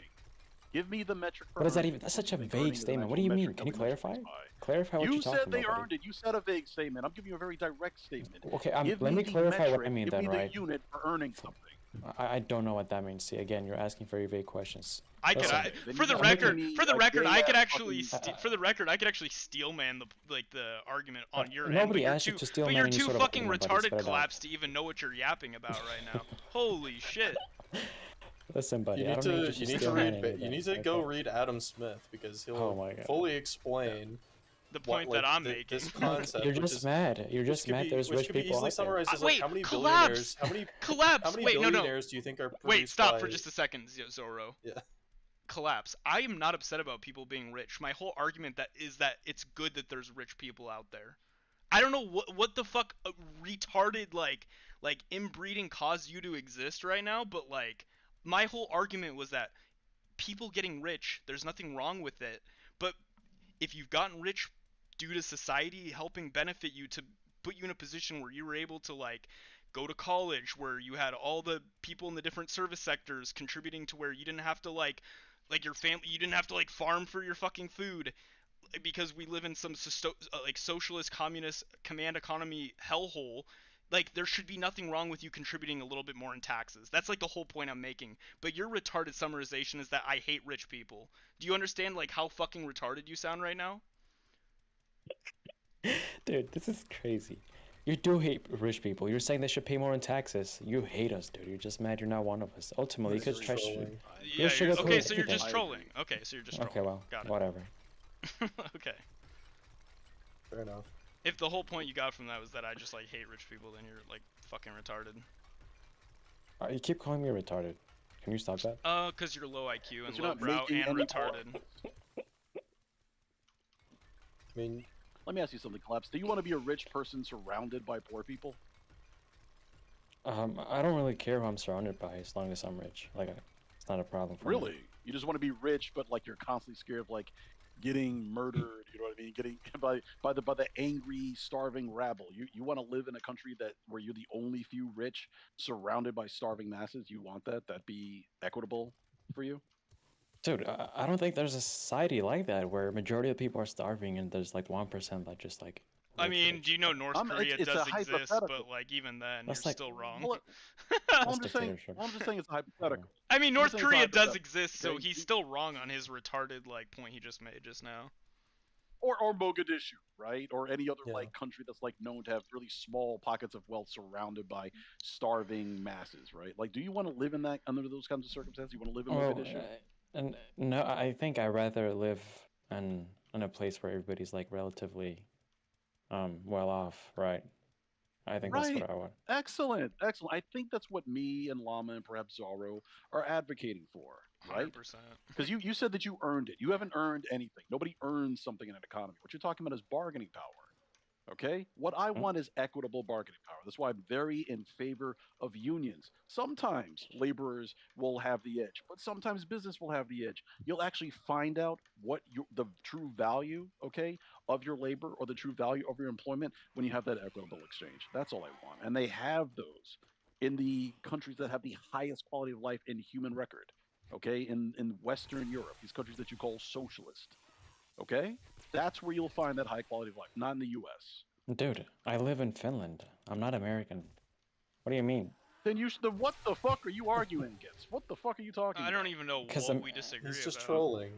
He's just No, trolling. you think I'm whining from Helsinki? would Are you never like wanna you think? live Can I tell by my accent that I have an accent? Are you serious? I'm not American. I don't know. I thought you were Saudi Arabian or something. So No. I don't know what the argument we're having here even initially was. No, from. he was just trolling. Like, Look, I just there's like no the free argument. market. He That's was all I'm just- saying. Yeah, and I That's it. said my whole initial point was that I like the free market and that I'm a free market capitalist. So I don't know like why you said that I hate rich people. Like it just makes no sense. Well, you said tax them more, but whatever. That's not what I said. Even then, that's still not what I said. I said that there should be nothing wrong with you, like you shouldn't be upset with paying a little bit more in taxes if it funds social goods for like society, like to help more people benefit. If it raises the quality, yeah. And the overall, To live in a quality great of life. society. Like, what's wrong with that? Jesus, I just don't understand. Well, not like, even rich people, just too people am in the 1%, general. Caleb. I mean, if I live living in a wealthy country, country, yeah, living in a wealthy country, even not a multimillionaire, but being well off, like I have no problem with paying taxes just as a general person living in a wealthy society. To pay, like, because that's the price of living in a society that's actually worth living in. But again, I feel like we're just circle jerking here because I don't think any of us actually disagree with this. Does anybody disagree with that? We should Collapse pay. did, I think Collapse does disagree with. He was trolling. Like, taxes. He's just Are you actually trolling? I don't think I don't want to put words in your mouth. Is that what you feel? That it should be like Um, infinitely lowered taxes until like. Do you like the Finnish market socialist economy that you currently live in, Collapse? Yeah. No, then what the fuck have you been yapping about? Is Are it you just really been just an trolling us? extended What is troll? this shit, bro? Come Dude, on, bro. look, Come on. I don't know. I just don't like taxes, but it's whatever. You don't like You Texas? live in a great country because of those taxes. You live in a great country because of that. I wouldn't say it's a great country, but I mean, nobody likes taxes. It's wait, like nobody likes Come on getting their down. booster shot, but that's not the same thing Nobody as thinking that you likes- shouldn't get a vaccine. Nobody likes doing chores around the house when you like have a significant other. Sometimes it's just nice to. You just would like for them to like do all of it for you, but that's not how it works when you like are living in a shared space where stuff needs to Sometimes get you done. got to be an adult. Yeah. to be honest, like I just haven't. I'm just not as experienced on the subject as you guys, I think. But I see Nick Fuentes make great You points live again there. yesterday. I forgot what See, it he's was. trolling. You live He's trolling. there. Okay, he is trolling. All right. Dude, what? I live there because I'm born there. I don't have a choice, but whatever. You always have a choice unless you're under the age of 18 or the age of majority in your country. I thought you were a millionaire. What the fuck are we talking about? I thought you were a millionaire. I think He, that was. he has a Shut the million fuck Finnish up, you rupees. dickhead. You dickhead. Even if you were LARPing, it doesn't make any sense. You know what I mean? Shut up, Glenn. Shut up. Well, what's your solution then? I don't see the solution here. What do you guys plan on doing? What's Running It's not a real solution to what? conversation, man. I can't take you serious. The final Like- solution? Yeah. What do you guys? I mean, are you guys? I'm assuming you guys are like part of the Global left. Nordic model, bro. That's the final solution. Global Nordic model. I think Nuke the I think entire I global think south. I was about to say I think that the final solution is constitutional eugenics. I think that's how we solve a lot of our Alright. issues here in America. Gang. Based. Cultural You know how many revolution. surprise faces are going to be in that fucking line? You know how many surprise faces are going to be in that fucking sterilization line? They're going, me? You met me? I'm like, yeah, we met you. You didn't have your IQ check? It's 95. Yes, we met you, Red State. We met you. Goodbye. Me? Goodbye, I'm on the goodbye. list. It's me? I'm like, yeah. Goodbye, Jesus. goodbye. And then you're going to have a bunch of leftists like me trying to, like, kidnap them and be like, to save them. This is ridiculous. Yeah. Like, yeah. True. A bunch Imagine of how pissed a off bunch they'll of be when they a realize that bunch all of that's left is cucked Jews. liberals too. All of us cucked liberals getting cucked. Oh, I don't know if you're liberals. Actually, my bad. For the people I agree with, maybe you don't see yourself don't know, as bro. such. I'm lefty. I'm mostly liberal. I have some liberal What are views, your I What are guess. your liberal views? Ooh, do tell. I'm just curious. He's neoliberal. I'm I'm a monarchist and I don't believe in absolute freedom. So Don't make me puke in my God, mouth. you are not Jesus. a monarchist. Are you? Wait, are you the Canadian? You're LARPing. I'm You're LARPing. yeah, I'm Canadian. Oh, My so he might ancestors left genuinely the United be a States. monarchist. Yeah. My ancestors left the United States to He escape believes the in fucking he believes in Washington the feudal traitor. monarch. He believes in being No, a he feudal doesn't. No. peasant. He loves that. No way. There's no way. I'm a subject There's of no His way Majesty King Charles. Oh wait, maybe it is an extensive troll. I have no fucking clue. Actually, It's not really a It's troll. gotta be. It's not really a troll. Like, I understand the arguments against monarchy. I just think that I just like having a head of state that's not elected. ugh. Then okay, I'm super democracy Why? pilled, so that's why I don't like that. Why? Because it stops it from turning into like American Idol, basically. I just like people having to put up with something that they didn't pick. I just like But having then a little bit of the abuse problem- in the You system. do that now. That's how we always feel. That's how we always feel. Anyway. Yeah, we but keep there's a rolling forward. manufactured consent. Like, I like the transparency of like, you didn't pick this guy and nobody's asking you whether you like him. I just like having a Yeah. little bit of that. Ugh. It's like an inoculation. Ugh. Make Do me you wanna understand that puke in North my Korea mouth. is a de facto monarchy? All the last three leaders are in the same bloodline. Yeah, It's I the know, but just because grandson, the father, we the have that, grandfather. just because they have that in common doesn't mean that every monarchy is North Korea. Name a good monarchy. The United Kingdom, Canada, I disagree Sweden. with the United. That The is not a United. monarchy. Yo, the United. That is not a monarchy. The That is United. not a monarchy. The United Kingdom went from owning like 2/3 of the world to being like a fuck ass island that nobody gives a shit about anymore. Well, that's because they relaxed their monarchy and that's tendencies. supposedly being taken over by like Islamic Indians. fundamentalists. Well, when were or they a good something? monarchy? Name a period in English history when they were a good monarchy. Well, maybe when they owned The 2/3 of the world. Yeah, the Roughly. 1400s through to the 1800s. The quality of roughly. life was. True, the quality of life there was But the pretty quality of dog life shit. was shit everywhere. Not true. To some, Pre-colonial, to some like, degree, places were great before you came. to some degree, the quality of life across the world at that time was pretty dog shit. Yeah, I mean, The global The South had quality of great life, economy, the though, quality heavily of life, documented. like Yeah. life You have tons of free expectancy time. overall, you get like with your family. leisure. oh, but I mean, if I'm not trolling, like historical monarchy, yeah, I concede is not great. I'm just saying that I like There's no parliament. good I version like of what you're talking about. There's no what? There's no good version of what you're talking about. There's no good version of that shit. Oh, Canada is a good version. Like present It's day, not a though, monarchy either. present day, you're not a monarchy. It is. Yeah, how No, are we it's not? You don't you have a parliament and like a whole like democratic Yeah, process? and we have a voting of parliament. Our people? head of yeah, we do, but the head of state is King Charles. But is he the one making? Is there like a co-equal not. powers going No, on he's there, or is Well, it... he technically so not constitutionally, but technically yes. He has all the political power. In practice, the parliament basically makes recommendations and he rubber stamps them. Well, then he wouldn't be the one making. That would be the auto pen argument against apparently Biden. Yeah, basically, but essentially the So head of is he state, like really say for doing example, anything? no, he's not, which is fine, but it's So still a monarchy. It's not really a monarchy. It's more like what the UK is then, right? It's Like the- where it's just like. Yeah, It's literally what the UK is. The UK, yeah. It's Well, it's I wouldn't basically consider heavily the on UK to place. be a monarchy then, like an actual like. But Okay, like, well, I guess that's a semantic argument then. But our head Well, of no, state the is effect. not. No, the effective. Whoever has the actual effective political power of the state would be what I would determine what that state is. If there was an actual monarchy where like the king was the one dueling out like the actual like what Trump's trying to do I mean, there are here in the U.S. examples by of that. ruling via like executive fiat and not using the Congress. That to me, you know what I'm saying? Like, who's actually the one like wielding the power and actually the one making the decisions? Yeah. I mean, in 'Cause most you- 'cause systems, your even monarchy- historical monarchies, there's a monarchy where the monarch has absolute power, which is like one version. But I mean, in the same way, there's different versions of democracy where you can have a president who like has Saudi Arabia. substantially more power. Yeah, I like Saudi guess, Arabia, but that just seems like we're just cherry picking different examples, right? Like, the reality is the Those head are of the only state of real working Canada. examples. What's that? Those are the only real working examples anymore, where you have somebody who's like tied to a bloodline where they have almost absolute control, like Well, I'm Jordan, not arguing for Saudi absolute Arabia. control. Well, then what We would you need an be example. arguing for then? Yeah, I'm just curious. I'm curious. I'm not trying to like. Not be a bad non-presidential system, constitutional monarchy. Well, okay, I'm confused. faith. A constitutional monarchy. Like- well then, Yeah, couldn't- but which is couldn't- what. But couldn't the monarch still just like?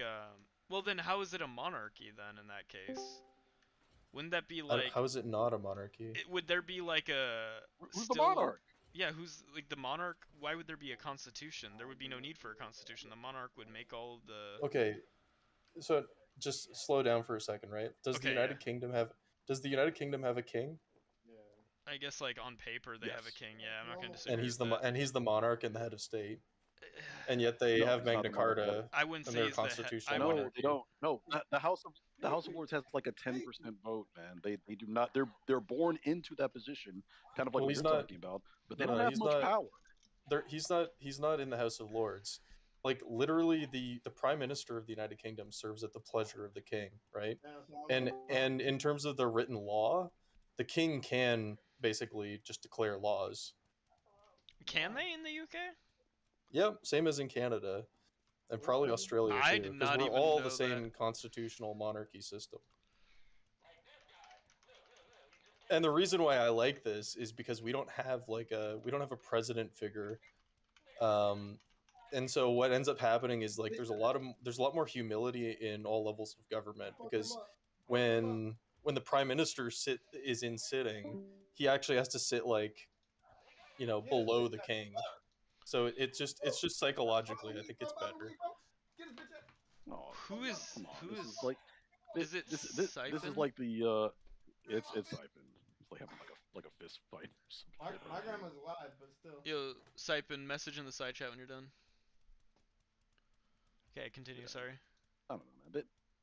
This is kind of like those guys that have like the Warhammer 40K. The King of like, Canada profile cannot pics. effectuate new laws at any time. Lawmaking is the responsibility of the elected parliament. The monarch's role is limited to ceremonial functions like royal assent. If you have further questions about Canada's legislative process or the monarchy's role, let me know. Yeah, so it's like just a... Is that ChatGPT though? No. Okay, because the thing is, like, yeah, you could write that and you'd be somewhat correct, but legally speaking, the king does have the power to make laws. He just he doesn't in this practice. is from the Citizenship, the Justice Laws website, Government of Canada. Okay, well that's a lie legally speaking. That's a but Constitutional Act 18. It's like the foundational document of Canada's from government. 1984. That would be from 1984. 1867. Sorry. That's Confederation. That was their but initial we one. didn't- The we didn't- Constitutional Act we didn't- 1982. Yeah, we didn't have like a constitution or a bill of rights until the 80s. Yeah, 1982. Yeah. No, but like that whole summarization came from those two different pieces of those two documents. But like the Canadians monarch is more of just like a ceremonial role, right? It's not actually a like ruling monarch who like effectuates the majority of like decisions that are made or can In practice, like regardless of what the law is, that we can debate that, I guess, but it doesn't really matter. Like in practice, you're right. Yes, the king, the king doesn't make our policy and laws for us. No. Nor could he. That's debatable, but I think it's irrelevant.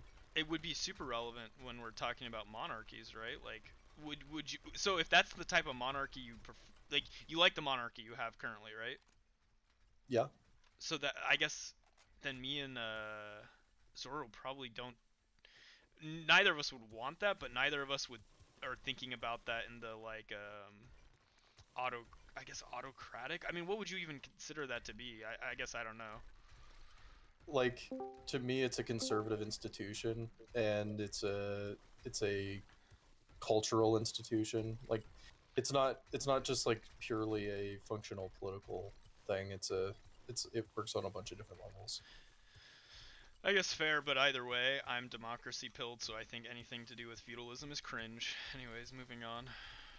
No offense. No, I mean we fought a war over this. Like it's kind of it's water under the bridge. Yeah, yeah. Anyway. Like my ancestors literally left the United States because they wanted to be part of the That's fair. British. Yeah.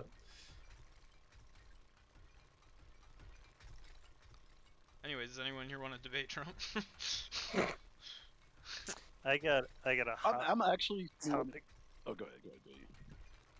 His was the Hell yeah. There's in the workplace. I don't know how old you guys are. I'm 35 years old. Mhm. When I've noticed, you've heard of the Zoomer stare, right? Yeah, I don't think this is real. But I've heard the boomer stare. Yeah. Boomer stare. I've never heard of the boomer stare. I've heard of the Zoomer I've stare. never heard of either one of these stairs. So the Zoomer stare. The Zoomer stare is when they just kind of look at you. They don't interact. They just look.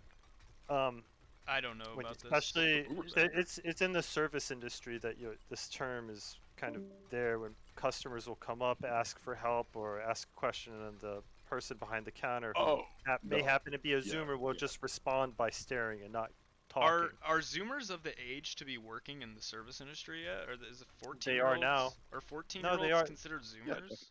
No, they are now.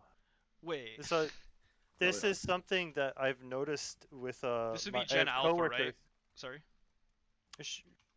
Maybe Gen Alpha. Because Gen Z is my generation. I'm 25. Okay, I guess technically there are 15-year-olds that might be in the service industry because that's Gen Alpha. So let's 16, make 17, it 18 are Gen Z. That's my generation. Right. Let's make it a combination of Gen Z and. Oh, okay. Sorry, I didn't mean to be pedantic. I was just confused. The point is that in my workplace, I've noticed that a lot of the younger people, when they walk in, they don't say hello to anybody, and they usually are on their phones or have headphones in. So even if you were to take the initiative and say hello to them, they do not respond. Like there is no hello. Where do you live at? I'm just curious. Like, do you live in a nicer area? Yeah, I live in a city, a major metropolitan area in That the could United States. That could just be like a urban thing, because I'm pretty sure. It could be, but these 'Cause kids, there's you know, I they're live in a college kids. Sorry, you go. They're college kids. They kind of come from a little bit everywhere, including like, I don't know, like Georgia and stuff. But sure, go ahead. Atlanta What were you gonna exists. say? Well, no, the point I'm making is that when I go back home to like the small town that I grew up in, of like, I grew up outside of it, but we're talking of a population under 10,000. I consider that to be a small town, right? That's not very Sure. large. The kids there are pretty socially adept, and they're not like super awkward, I guess, but I do notice a little bit more of the awkwardness, like when I'm in where I live currently, the city I live in now, from that age demographic. I think that's more of like a urban versus rural kid thing, and maybe even some class difference as well. I don't know. Maybe. I know that it's like, I consider it very rude. And you know, it's one of those things that like when you're in the workplace, you kind of have to pretend to give a shit about other people. You cannot just come and like you can be the person who just comes in, does their jobs, and then fucks off. But like in order to keep sort of the workplace cohesion going, I think it's important to kind of reach out and be like, hello, how are you doing? Oh, that's great. What did you do for the weekend? Okay, bye. You So know, that's what especially the if you're show does over when the you talk weekend, about people you're time. working next to. I didn't every day. really do Because too if you don't do that, I find that it's You hear just that? a source of That's what tension. this guy does when he's not right? following us around. Wow. There's an animosity that builds. Wow. And this is something that Really I've noticed pathetic. with all of the younger Really ones. sad. There's really like 3 of them pathetic. that I work That's what with. you do. Uh, It's really sad. it's just Pathetic. systematic. I know that if I never said hello to them, they would never say hello to me. And it's not like we hate each other or anything, but they really aren't helping with the sort of atmosphere of the place. And then when it comes to other people, you know, the receptionist, the cleaning lady, the person who serves my lunch, the doctors that I work with, the residents, they all say hello, no problem, you know? Do you work like in a think restaurant of that's a weird curiosity, or? I don't work in a restaurant. No, I work in you could say it's a university laboratory. Like laboratory / hospital / university. Oh, okay, I was just curious. I don't think this phenomenon is cultural or generation based. I think this is really just the age. I was about to think say, young yeah, people in right. the workplace, some of them just because you see every generation complain about like the coming on generation, Right. and it's because people work at like pretty young age these days, and they're not socialized to like to that position yet. They don't really know how to bring value to a company. They don't really know how to work in an environment. So, and being a consumer for such a long time, you become kind of like entitled. Like, shouldn't you be laying down the red carpet for me and taking care of me? This older person is. It's like, yeah, that person has a lot more working experience than like this young larval staged worker that's like very uncomfortable, very unsure of themselves. They're not used to the environment at all. Like, Yeah, just that's give them probably some what it time to is, at get least beaten from my down. experience. They'll be good. I think that's Or really just because deal with people. Yeah. it's nice here, you know, it's really nice. People are not toxic at all. There is no like talking down to, nobody gets yelled at. And I think, I'm not saying that's what's missing, but these kids are like, I think the oldest one is Are like you- 25 or 26. Are you like in and an it's like, entry level job? no man, I'm a medical doctor. Oh, so okay, your opinions about like people that are getting into their entry level positions though, like the age kids? Yeah, but they're Within not your in entry level facility? positions. They're not in entry level positions anymore. Well, then this wouldn't be the Zoomer stare if they're like, are they like out of college, out of high school? They're either in graduate school or they have left graduate school. Well, holy shit, I think that's a Also, there's older completely people. different discussion. Okay, These would that's be people like in way their different. I think the early youngest 20s, one is right? like 22. Yeah. early That's to right. mid 20s. I don't know. Maybe it's a fuck. I have no. That is a generation. I have no idea then in that case, like to comment on. Right. This. Is this... I find it, I could tolerate it if the kid's like 18, 19, 20 and it's like their first job and they don't really know. But usually what you find in those kids is that they're overly, you know, trying to suck up and overly trying to make a good impression. These kids don't give a shit. Like they stay in their own little clique, their own little circle, and they don't interact with anybody else. And it's kind of, they're kind of singling themselves out, like this little clique here. And I know that they're Are gonna these get like lab talked to. techs? Are they like people that are working? Yeah, they're lab techs. You can say they're researchers. I mean, What's what's the the rate up? What's of the also the turnover, up? Yeah, what's the turnover rate? What's the upward mobility in their position look like? There's probably a lot of factors that Turnover rate is very low. These kids, it usually So they're good they at their decide. job? It's they're not particular. One is no, out of the three, they're not stars. You know, they're okay at their job. They do what needs to be done. Okay. And Well, that's the a pretty upward small mobility is quite good because what they're doing right now is they're getting their degree. They're in this sort of semi-permanent position, and this is the place where they're making their publications and they're Wait, making their pause network. for a second. So I have a friend upward that's- mobility is good. But Upward go ahead. mobility in research right now. You think that's good currently? Yes, it is. Oh. Medical research it would be. So if you were at some bumfuck laboratory in the middle of nowhere processing samples and that's what you do, Probably no. not? But Okay. if you're in this university medical laboratory that is very prestigious, yes. Okay, Yes, fair it enough. is. I was just curious. Yeah, I'm I just- know. Like, I'm a biology major at the beginning, so I know it sucks. Like, Yeah, I job was about to prospects say, for biologists sucks. Holy I fuck! know. Yeah, my friend right now just got his he just got his bachelor's in biomolecular fucking Biology, yeah. something like luck. chem. I don't know. He's like a big nerd and researcher, and he lives in the Midwest, so he's like ultra fucked. But yeah, I don't know. I guess my thought also is probably a small sampling. Like when you go to like restaurants or your coffee shop with younger people, do you find this same phenomenon existing where you're seeing them be like socially inept for the younger people? Yeah, I mean, I'm European too, so like, you know, if I go to a club or a bar in Europe, people tend to talk to each other a lot more. In the United States, they kind of clique out, and you can't approach a group, or if you do, like, the person might be very engaged, but then all of their friends are going to like, ugh, don't talk to him, he's weird, you know, like it's really US kind of bizarre. society is very isolating, even down Yeah. to the structure of infrastructure is very isolated. Oh, I know. I've never met so many men who are alone here, and women too. Yeah. Everybody's alone. Just Even just the fact that people don't walk anywhere is in itself like very isolating because there's no common spaces. Everyone's in a silo. They just drive from place to place, and so it's not. I think the Gen Z stare that people talk about in customer service is not new at all. I think that's always been. That's just teenagers that are moody. But what you're talking about, where it's like people entering the workforce that are in like real jobs, I think that's probably symptomatic of like the way that people are being socialized is different, even from like a school level. And depending on the age too, don't forget like a lot of people entering the workforce right now went through COVID and they were homeschooled for X number of years.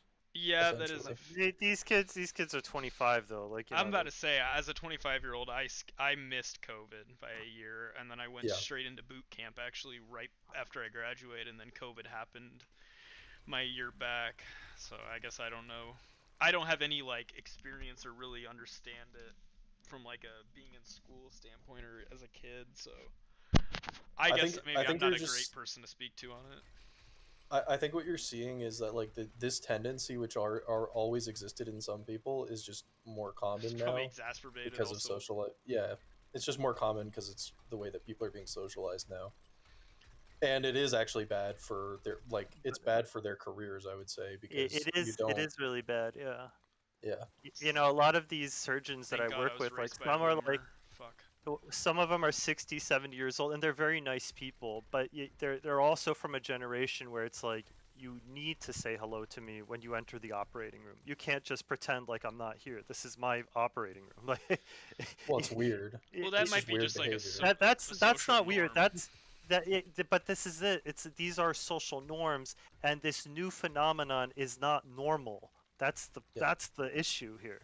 And if I kind of tried to make them know a little bit, like, you have to kind of include me or at least say hello, or that didn't go over well. And I think now the head of the lab also kind of told them, like, you know, you guys have to kind of like pretend to give a shit a little bit. So Yeah, I know that it's not just me. You know what I mean? Like this that's is fair. a little I'm not problematic. I'm not saying you're wrong, and that I know you're not. There's a whole group in Discord here that's like, you're the problem. They don't owe you anything. What is this boomer mentality? It's like, okay, we don't live on the same planet, obviously. I think Yeah. there might be some people that would push back, but I think that most people aren't gonna investigate what you're saying as much as like potentially I'm gonna, or is it Zorro here, to like understand the full picture. They're coming to like an assumption where you're coming across as like the type of person, like initially you came across to me as somebody who's like bitches and moans about like cold quitting type of stuff or whatever. No, you could do it. That for that, like, it's not nice, but you don't really owe the company anything. Yeah, like, I get it. but I can see why somebody could come across as like not like thinking that's what you mean by what you're saying. But No, after speaking to you more, it's obvious it's not really what you're. It's the same I got phenomenon. the support Adam. When you meet somebody with your friend, like I don't know, a friend of a friend says hi to your friend. What is normal, socially normal, and is that friend introduces you to the other person, right? Or else it's rude. Yeah, it is right. rude not to and introduce so people. these are small things that I see Zoomers completely, or the younger generation, whatever you want to call them, they don't care anymore. Maybe they weren't taught, or maybe they're apathetic to it. But the thing is that I find it incredibly rude and maybe I don't want the future to be like this, because what it points to in the larger image, from what I see, is a low empathy society. And a low empathy society, from my perspective, is very dangerous. I mean, I think it sounds very slippery slope, right? But I think you're fundamentally. I mean, right. I think that's the world we're heading towards. Like, I just that think that's is. the reality. I think like, that is the world we're heading towards too. Let me just. Is that at the end of the day, and it's not just these little things that you're talking about here. As someone who kind of straddles the Gen Z millennial boundary, I'm probably more millennial in some ways, because since I'm a normal, functional fucking person, and I've had normal experiences. But we'll be the judge of that. I identify with water the from a Zoomers hose? more. Sorry, continue. No, but I identify with the Zoomers and a lot more of the political views. Is that the Zoomers, like, at the end of the day, they're nihilistic. For the Like, record, we're Zoomers are 0 to nihilistic. 15. I think you guys mean Gen Z, like No, my generation. 15. No. Same thing. That's like Gen Alpha. Well, that's Yeah, Zoomers. that's That's what Alpha. Zoomers. No, it's the not, Zoomers you is fucking not the moron. colloquial Gen Z for is Gen Z. Zoomers. Is it? Wait, the colloquial expression for Zoomers is Gen Z. Like, would be in reference to Gen Z. Yeah, that's Z. Yeah. I thought How that. did you not know this? I thought Zoomer was more like the real young kids, like the real like. Well, it was actual when we young coined the kids. term, but then you fuckers grew up. Oh well, Yeah. fuck me. Anyways. Yeah, Hey, continue. Sorry, my bad. This is just a difference of. I think at the end of the day, yeah, there is going to be a huge decrease in empathy, because at the end of the day, here, look at the fact that more people are buying homes over fucking 70 than under fucking 35. Yeah. Guys, you don't have to worry. Like more. Look, you don't. Like, You don't have to I worry think because shit is the, immensely fucked, and I think at the end of the day, the Zoomers are gonna fucking be the ones that are ultimately gonna break, and more or less, yeah. Like, you look at Zoomer men. They're too. They weak. are ready. They are ready gonna be to fine. organize and basically do a bunch of wild shit that you could never really imagine happening in the United States, because they've been radicalized. I don't blame them, because of all the inputs that have been put into society for the past 40 years, and it's all coming to a head now. You can't buy a home. Your fucking job, you can't. You go to school. Is that you true? do everything Is you're that- supposed to Wait, do. the not being able to Is buy a that home true in the thing, United low key, States? is true. Okay, here, let me hit It you is with some. true. Let me It hit is you with true. some. Let me hit you with some knowledge. Me and my fucking fiance, we make a good living for ourselves when we are not the norm for our age demographic. All that stuff. Like, I make good money. She makes good money. Like, she works in the financial sector. I work in construction management. We have a combined gross income over the median, and it's not just by a little bit. And we struggle. We're struggling to like find our first home that isn't like to afford our first home as well. Like That isn't a fucking and crack den and we're or not something. and that isn't in a crack den or 4 hours away from like the nearest like metropolitan. Yeah. Like where you need to or go work. or it's a financial opportunity where you got to put like 400, 500,000 into it. to get it to be like Yeah.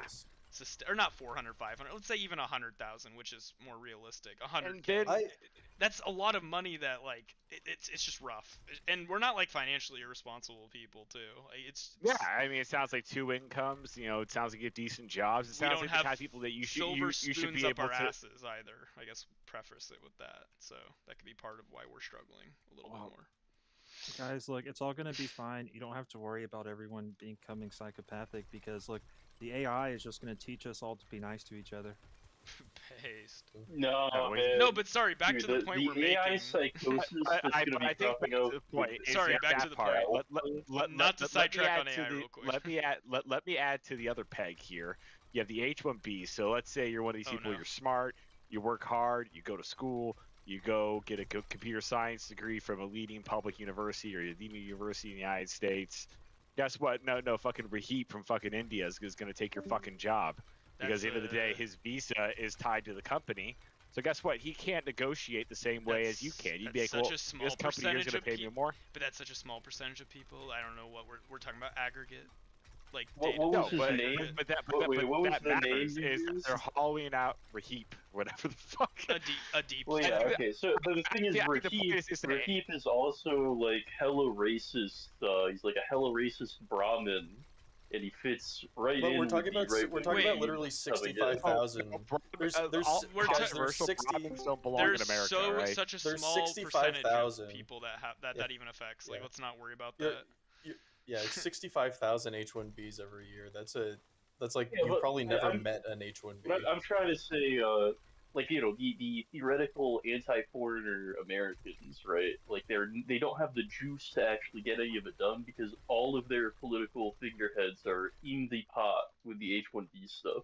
Like they have like these weird political arrangements with far right Indian Brahmin political guys. Wait, when did we They're get in to the tank H1B for H1B, visa? man. Weren't we talking about just the unaffordability of I didn't America for bring it Gen up. Z? Yeah, that Isn't seems all like this such is a right now? Well, yeah, but that comes into pretty much how much the generational contract's been fucked for Gen Z. No, that's H1B totally- visas have like it is such a small. It's negligible the impact on Gen Z's affordability. And plus, I don't know what that is um, anything like. It's so negligible for the overall It's affordability. it's only with tech jobs. Yeah, Like, and it's not also like one. H1B It's also is one taking, sector. like- Yeah, it's one sector of the economy, and it's 65,000 per year. I'm not worried about that on the and aggregate. it's changing. And it's changing too because somebody made a website that aggregates all of the job postings that were sort of hidden away specifically for H1Bs. American companies have to justify that no American can do the job before they hire an H1B visa guy. So now Did you that see the all Flesh of these Simulator video. Hey, if you're no, taking I didn't. measures I to didn't fix watch it- the Flesh Simulator. I love Flesh Simulator, Wait, but pause for a second. there is a No, it's website not out there live. now. Can we get away from H1B visas when we're talking about aggregate like All right, financial? you want to talk about the other bigger issues? All right.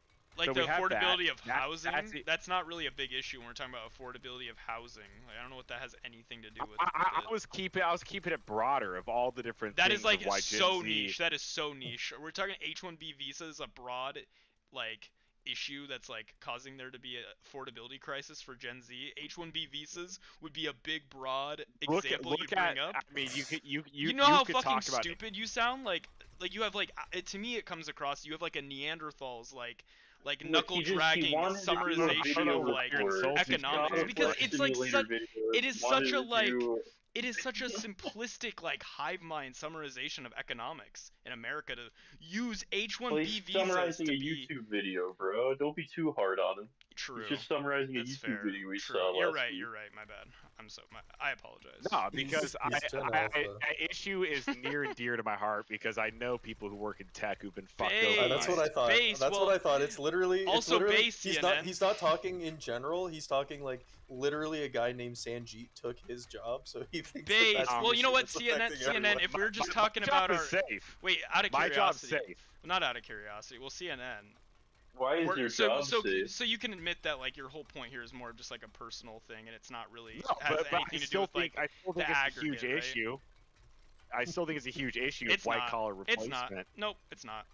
You're wrong. Offshoring collar of white collar jobs. You're just wrong. The great It's white just not. collar replacement guys. It's also just not. Fine. Wait, fuck it, bro. I'll just fucking outsource your fucking construction job, bro.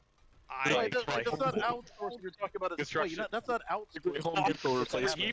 From India, fucking managed construction It's sites, also bro. not outsourcing. Yeah, CNN, it wouldn't be that's not outsourcing. outsourced.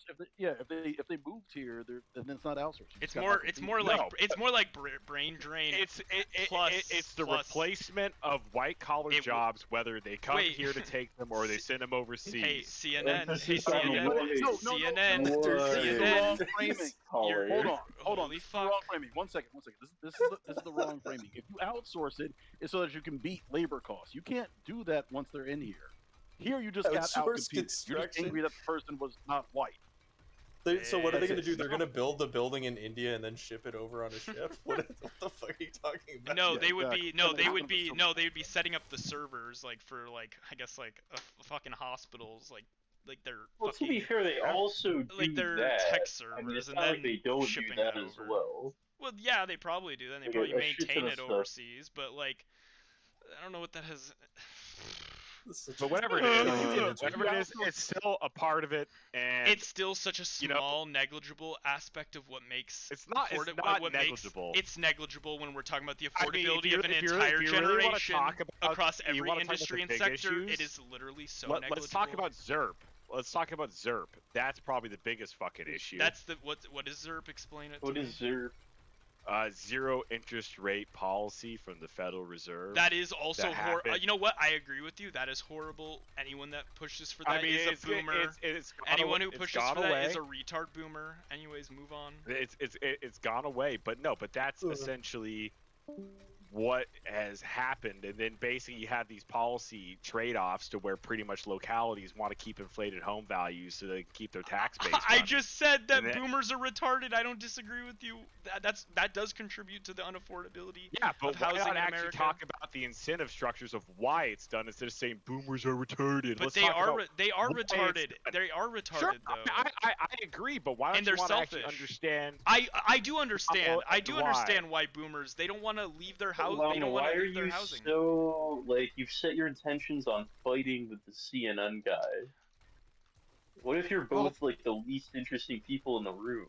Why you gotta make this all about having a cat fight between Base. attacking me Base. because Does I don't anybody know else? why. Does anyone else want to contribute to the unaffordability of the United States for Gen Z? Maybe you can't afford a house because you're fucking stupid, bro. Have you ever thought about that for a second? Base. You're so Well, right. You're so right. There are a lot of Let me stupid ask people. Base. Hold You're on, so I wanna right, ask CNN King. something. I want to ask CNN something. I want to There are a lot of stupid Okay, where people, do you it's stand true. politically? Are you right or left, bro? Right or left, CNN? Fucking right. Right. You're fucking right. Okay. So who are you blaming the housing prices on? Left wing, right wing? Sanjeev. That's a very difficult question because I don't think it's a right it's not. left. It's No, not it's a not. right left thing. It's not. China. I mean, Okay, in historically, 2001, the interest rates were lowered 11 times in 1 year, and all these fucking brokerages just took up huge positions. because and just Greenspan was a gobbled fucking up all vandal. these- well, he's a Republican, as have been most fucking Fed heads. Yeah, Name a that's Fed what I chair. said. Name somebody who's had the Fed who was not Republican. Janet Yellen. Based Janet Yellen. Wow, what a show. Janet Yellen's one of the issues.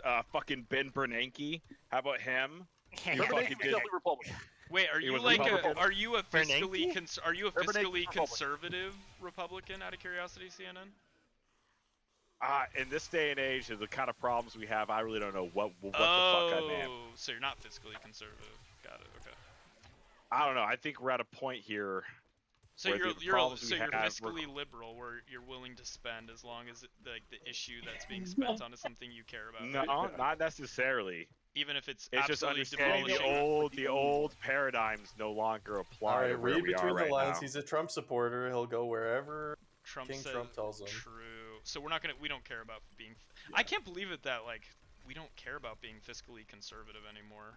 That's just. I wild to mean, me. here's one of the fundamental issues. So, because part of me wants to slash the budget, but what happens? Let's just say if you really cared about the economy, you probably shouldn't be voting ICE. Trump. Well, yeah, we don't. You get to spend money on ICE and National Guard members just walking around with M16s doing absolutely nothing except check people. It's a waste of money. That's not why we're going broke. We're They're going guarding broke everything because, but the because, border. because of Medicare and Social Security. That's what's Social our Security biggest is fucking Social Security is non-discretionary spending. I don't know why you'd ever bring that up.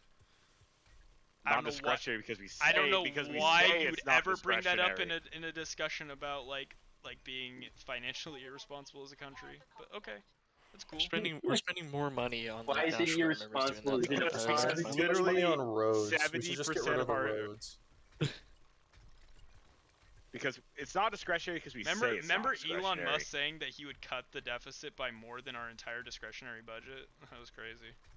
Yeah, I think never I'd rather believed my that. money not go to Trump's golfing trips and Vance's vacations, and I want that money to probably go towards like Social Security or other like SNAP benefits instead of like, just menial Or shit. to putting more gold leaf in the White House. Oh, Yeah, you're or so like putting a gaudy, ballroom. tacky, That's still not Jesus. why we're going broke.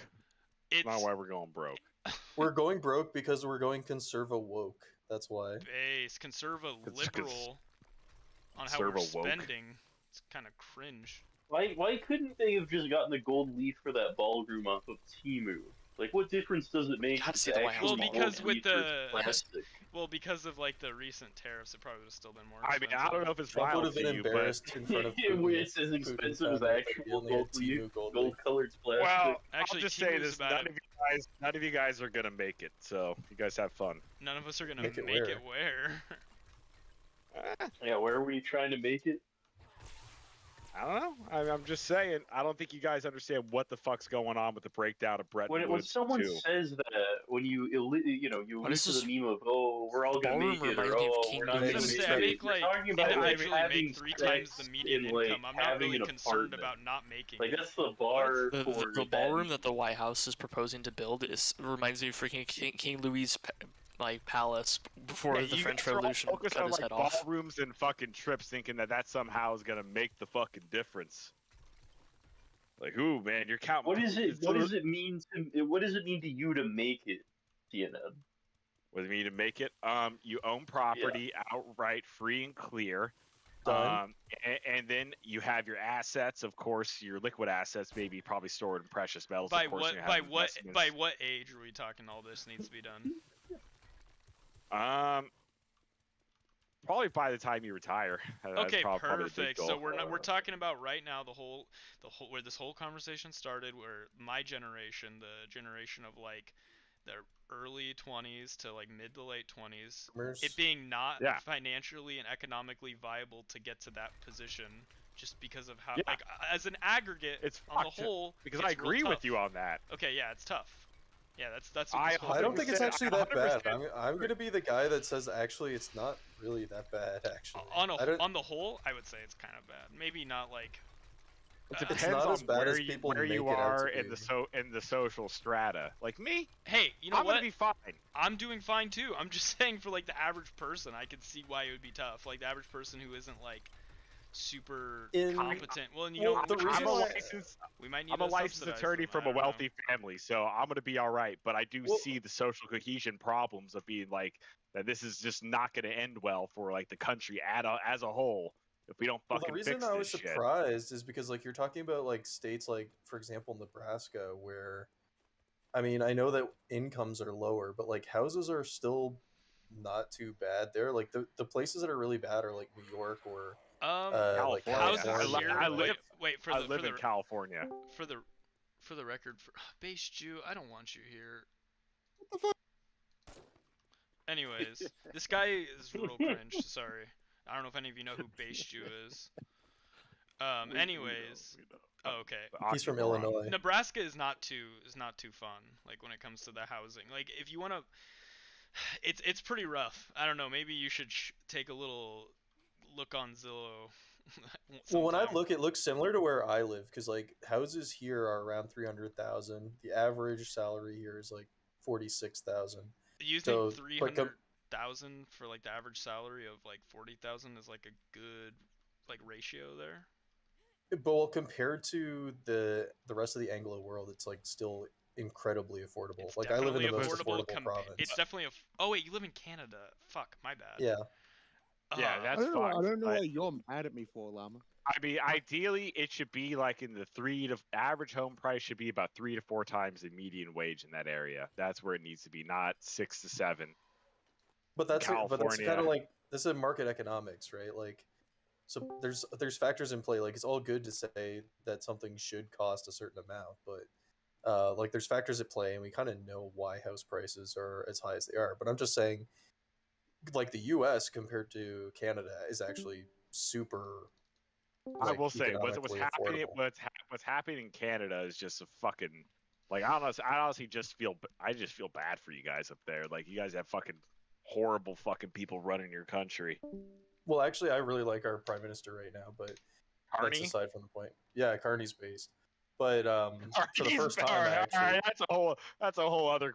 Hey, Llama, can I just point out, by the way, I didn't. Continue with you guys are saying. Yeah, for the first time, I actually really like Canada's government, and I haven't liked the government for a long time. So, but yeah, like I'm just surprised because in the U.S. compared to the rest of the world, like you guys still make significantly more income and salary, and your house prices are actually reasonably low compared to the rest of the entire Anglo world, right? Like Australia, the UK, Oh, am I Ireland, complaining about Canada. like compared to the rest of the world? No, I No, guess I we're get doing. rest of the I world. guess we're doing better than the rest of the world, but like that's not the We are. standard I would use to like. I still would want to do like. And frankly, better, right? and I want better for these other countries too. Yeah, I like also it, want. I wouldn't use Well, that as like. and then the other thing is though too, like if I look locally, like I don't like the fact that I have to pay a certain amount, but interest rates are really low. think And if I look property at what my is- parents paid for their house in the 80s, it's actually pretty comparable. So like in terms of housing, at least in my local area, it's actually not too bad.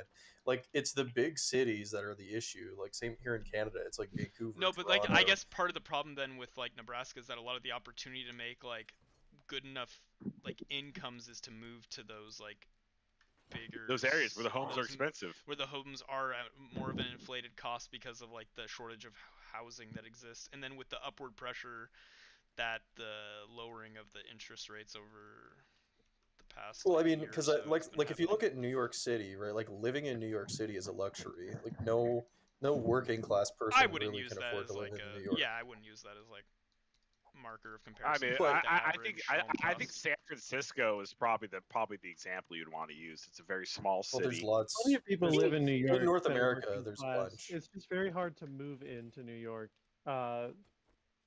Like Mhm. you already kind of have to know where to get a good place.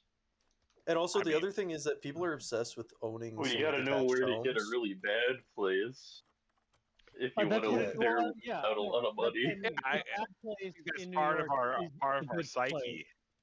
Oh yeah, I was about to owning, say you that's know, like that's part of like the American dream, man. Owning a home. I don't know. Right, but Yeah, I don't think that that's and there's- necessarily. I You're think, so and for the record, Nebraska does, or not Nebraska, the United States does not have a Say, look at your the, skull the shape. United States does not have a Homeowners shortage of associate, space they for get the building homeowner homes. income. Does not have a shortage. No, of but space. there's more. But there's more than just the space that you have to consider, right? Because Yeah, when the you build economically- single detached homes, Sorry, continue. yeah, when you're building single detached homes, you're necessarily putting yourself on a timer to have to pay for all the infrastructure to support it as well, right? It's true. Like when you build very flat like that, you don't realize, but that's actually a really expensive, inefficient way to yes. live. Yeah, you're right. It's also a little bit ahistorical because in the time when we're talking about the American dream being invented, I mean, most people lived in apartments, right? Like people didn't live in. They either lived in farmhouses or they lived in apartment blocks during the time when that mythology came about. And that the was white really more of picket a marketing fence campaign. was like more like Yeah, that the was a 70s, 80s, where it was the Yeah, detached. so it 50s. was really, Late 50s, really, 50s, you're right, probably the 50s. probably the post-war. You look at things like Levittown and Long Island. People were going out, coming back from the war. They have a bunch of money saved up to get a job at the factory. They buy a house. You know. Yeah. And yeah, it is ahistorical in the sense that that was how things were done in the past. But I think my point is that is. It is You part know, of the that's psyche. I kind agree. that's the standard now, and I think it's a good one. Like I Well, want I don't people know. to own homes.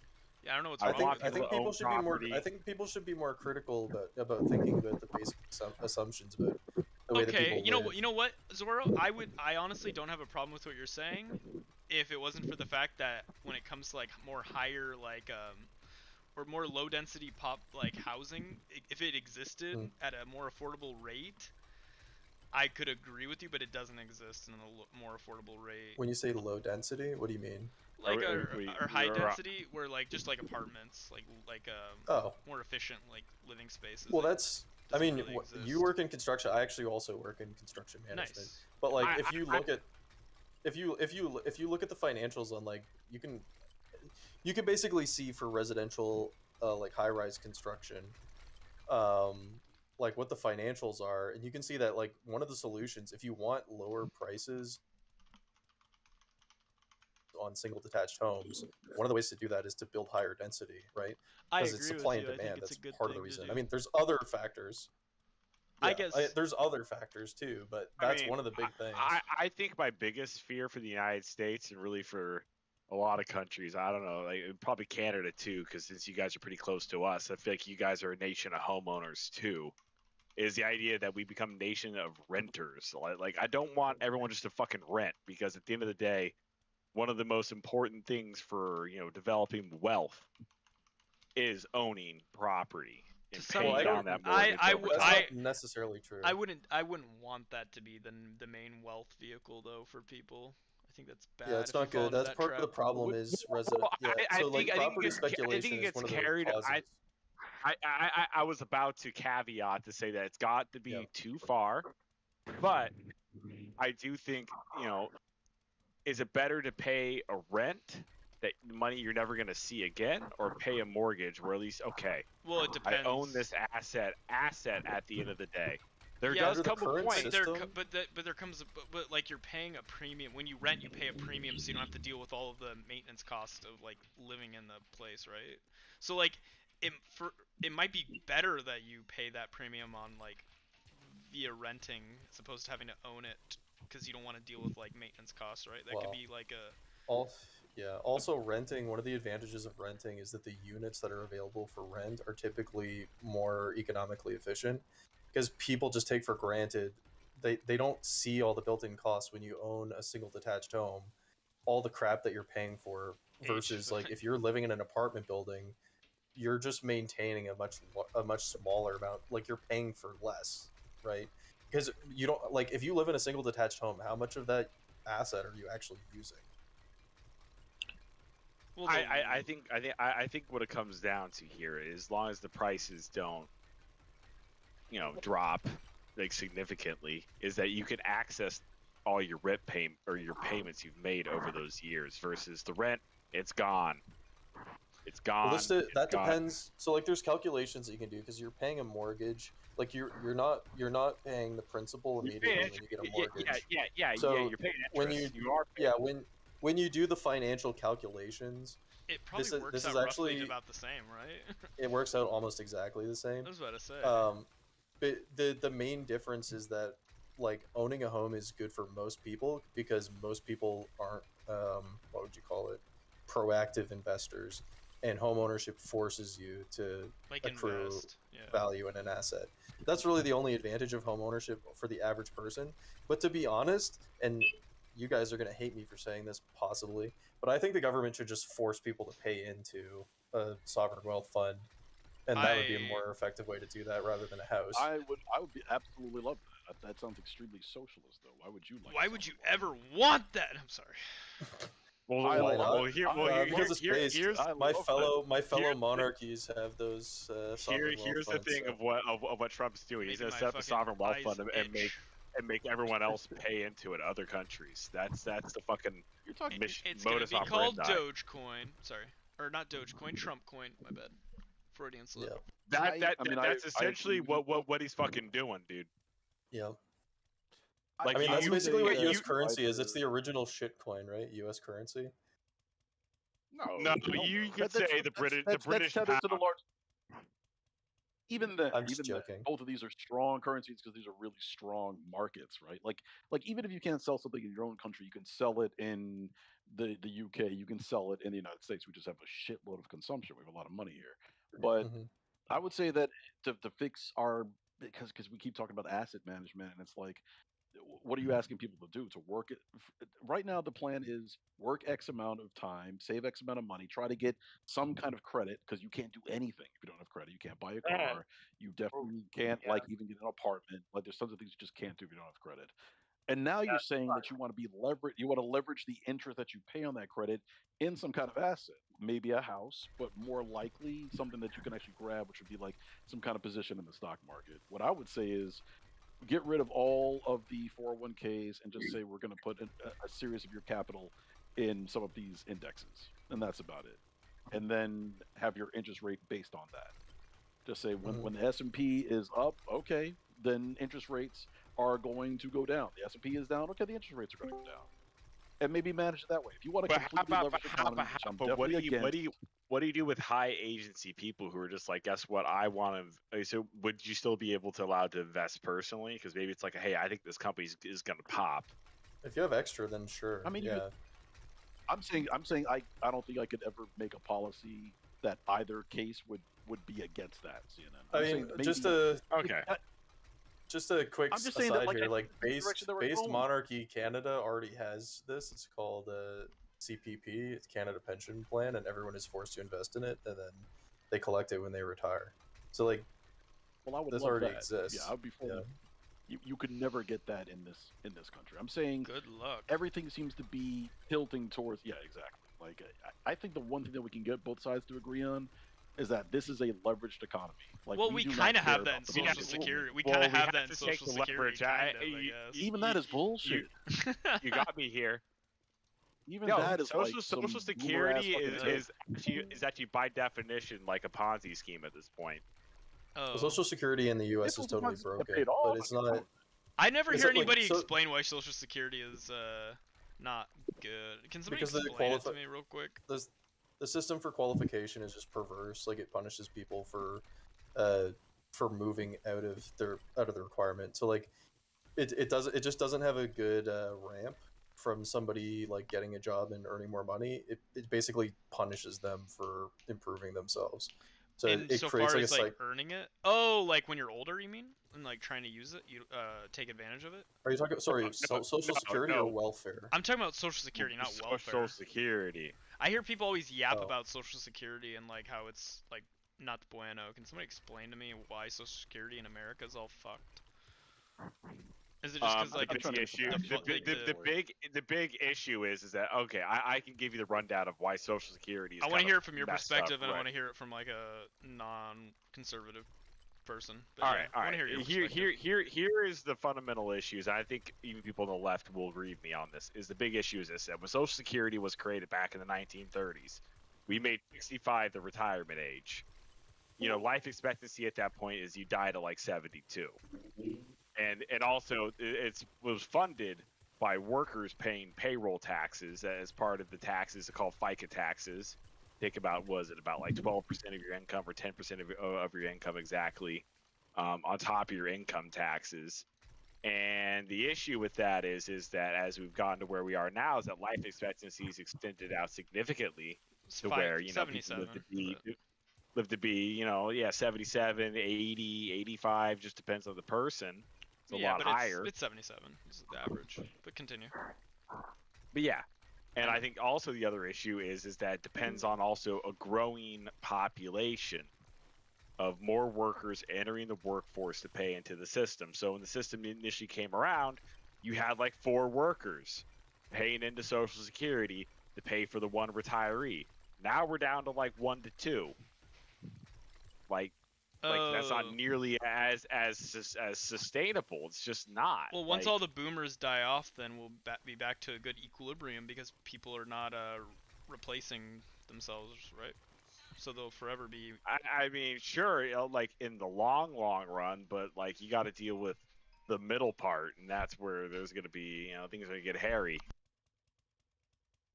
That to me is the fundamental issue. Those are the facts of the system, and why structurally there are problems with it.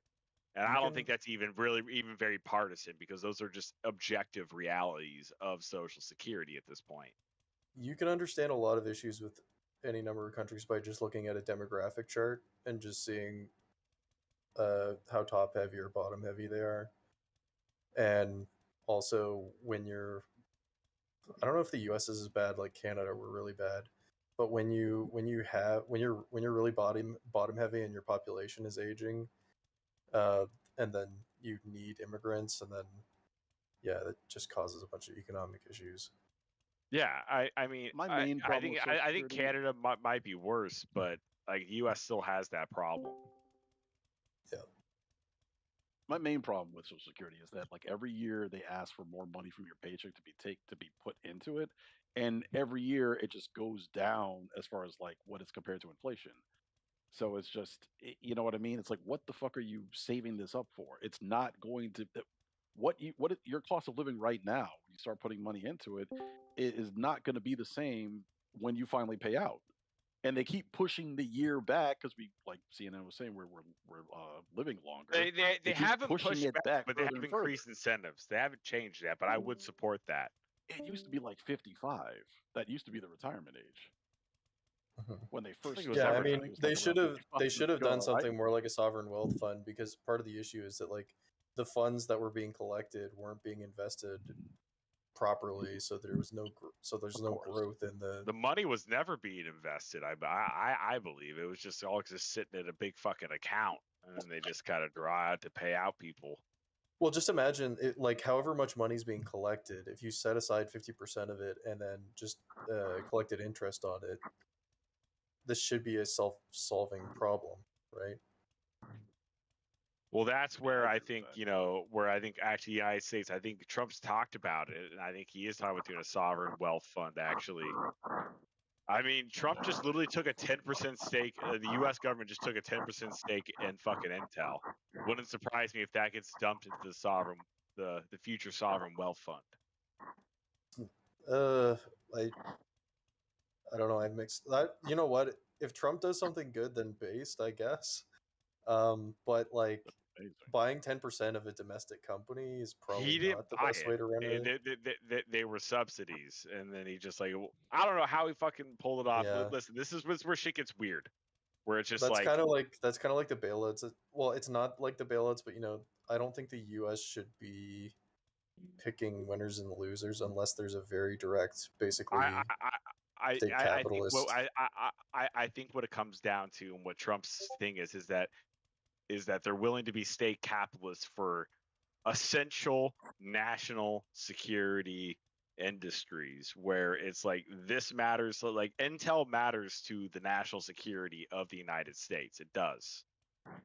There's certain companies that are so important to the United States that you do have to control them, or at least have significant influence. Like same with Nvidia is probably another one. That just gets really sketchy when you have a guy who's criminally minded like Trump, because there's a liability that he's just gonna like use government money to buy stocks in like Trump stakes or something. Like I don't not to be. I find that to be a little bit far fetched. But if you have a deeper concern about this, this I mean, do you principle, really find it far fetched given other yes, stuff that I do. Trump's done? I don't think Trump's gonna literally help himself. The government fucking. You don't think that Trump hasn't used the office of the presidency to personally enrich himself before? Well, I mean, him and the identity of doing his fucking meme coin, I find that to be different than taking taxpayer money and trying to like line your pockets with it. I mean, didn't he sell like isn't he basically explicitly selling influence With the tariff Right. regime? Well, no, he was selling. I mean, the no, question he was selling access to his what do you call it? Wasn't he to his cabinet? Wasn't he So- also so selling here- green cards, like Trump cards or whatever? Well, all that stuff you can make an argument for, but you can't really make It's an going argument to the for. government. Oh, true. That is going to the government. You're right. That is going to government. My bad. And I think that's the point, is that Trump is in some ways is selling access, but I think it's like you're going to give the money to the United States government, Okay, well, not let's to get me, back Donald to Trump. the point that was it. Okay, yeah. Well, no, but what he was doing is he was selling. It was like you had to buy his shit coin or something, and then you would get access to a club, and in that club he would have all of his cabinet members go there. Oh, so true. that's Like a it was form like of a dinner. self-enrichment. Yeah, he was using like a dinner with like. Yeah. Those were for the Trump NFTs. No, it was the Yeah, Trump so- coin specifically, wasn't it? The highest, like the top. Well, that's kind of the 10 same thing. Coin Like holders? NFTs. Yeah, you're both right. NFTs and And the shit Trump coins coin, are kind of in the same territory, but there's examples like that, and then also like the political favors with Elon clearly was sucking up to Trump with the expectation that he was going to get policy that was favorable to Tesla. Which ended up not happening, which is amazing. That ended up not happening, but at the same time, I mean, still. But your whole point in CNN is that there's no way that there's no logical leap to him using tax money to personally enrich himself. I think my point is that has he profited off of being president? Yes, 100%. Yes. Way but more than not way in a more way- than like any other In an like any unprecedented manner. Yeah, and more than any way that any president in like U.S. history has ever done. In, But in not a way that like they've in the done way it. it's like selling merchandise and all this kind of shit. No, like, the shit coin where he like only- legitimately scammed like his own, or where he has like a personal stake in it and like is able to have like the largest microphone. But yeah, he has made money off of being president. But I think there's a difference. This though. is, Conservachat a few months ago. Everyone was saying he's tanking the dollar so that Bitcoin can rise. Who said that? Remember that other conspiracy that he was deliberately hurting the U.S. dollar? No, that's stupid. I mean, I wouldn't rule That- anything that- that out was with a- Trump, to be honest. But I still think that's stupid. I don't think he's. I don't know, like that particular claim. I have no idea, to be honest. But I really wouldn't rule anything out. I do think Trump supports a Reddit weaker dollar. conspiracy or some shit. No, but Trump, Trump like, does. No, but the stuff Trump he does is support doing. a weaker dollar. No, his policies though, like, even though I don't agree with him, like the tariff regime to hurt China is effectually trying to hurt China to help the U.S. Even though it's like he's doing it from like a poor understanding of economics. I don't think he's intentionally trying to hurt the USD with his tariffs towards Well, China. you would try to lower. That would be a separate No. thing. So, like for example, again, not to be the annoying Canadian who makes everything about Canada, but like in Canada, we intentionally lower our dollar because it helps us to maintain Yeah, the trade. but you're like not the Federal Reserve. You're not the reserve No, currency. and that's the fundamental issue with is a company called Triffin's Dilemma. That's what it comes down to. Is the idea is that being the reserve currency, they call it the exorbitant privilege, is the issue is our currency is super strong, and the issue is that policymakers have to make a decision. Are we going to do monetary policy that's good for Americans, or are we going to meet the global liquidity demands that need to be made? You know, like what are we going to ultimately go? But why are they? But also like, for a trade-obsessed president, like he's clearly not well, thinking about it in anti-trade those terms, right? obsessed president, but Yeah, either way. No, you wanna- but here's but like he looks at Canada and he literally looks at like what we do with our dollar, and he would see that as like, oh, well, I need to make our dollar cheaper by comparison so that they don't have a trade advantage. There's actually a paper that outlines kind of what Trump's doing. This guy named Stephen Mirren, who's an economist that was at Hudson Bay Capital, he literally wrote a paper called "Rebalancing Global Trade." Well, would there's read it. multiple. There's Just- multiple just wait. academics. But just wait. But you do Let me realize finish that my for point. being a consumer-based economy. Let me finish I'm just my point here. Okay, Is finish that your point. is that this guy talked about bringing in a weaker dollar and pretty much coercing all of our allies to do all these different things for us. And this guy has just been, Stephen Mirren has been appointed to be one of the go onto the Fed Board of Governors for the Federal Reserve. He's probably going to get approved. Okay. I think I'm using this to point is that I think Trump supports a weaker dollar. This guy's kind of a gold bug a little bit.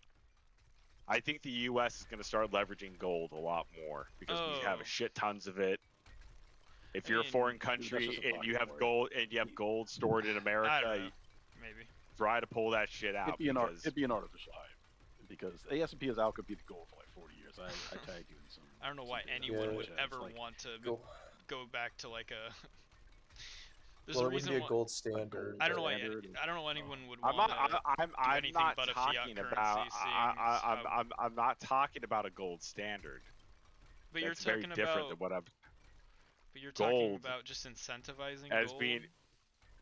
Yes, because people understand that there's a global reserve currency, but there's also a global reserve asset, and there has to be. And that Yeah, global the global reserve asset asset is the United States economy. Like if anything. No, it's could be any it's the number of reserve it's the assets. treasury bond.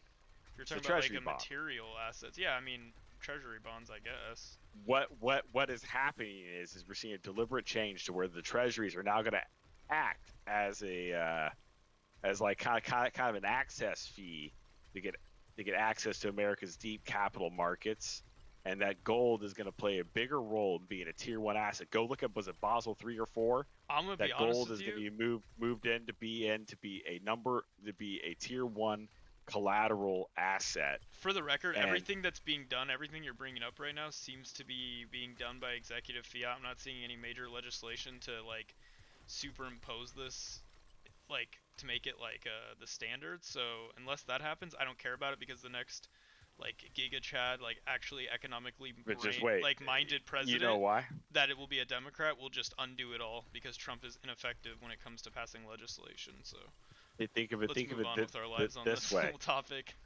No, because I actually have a very good point in return.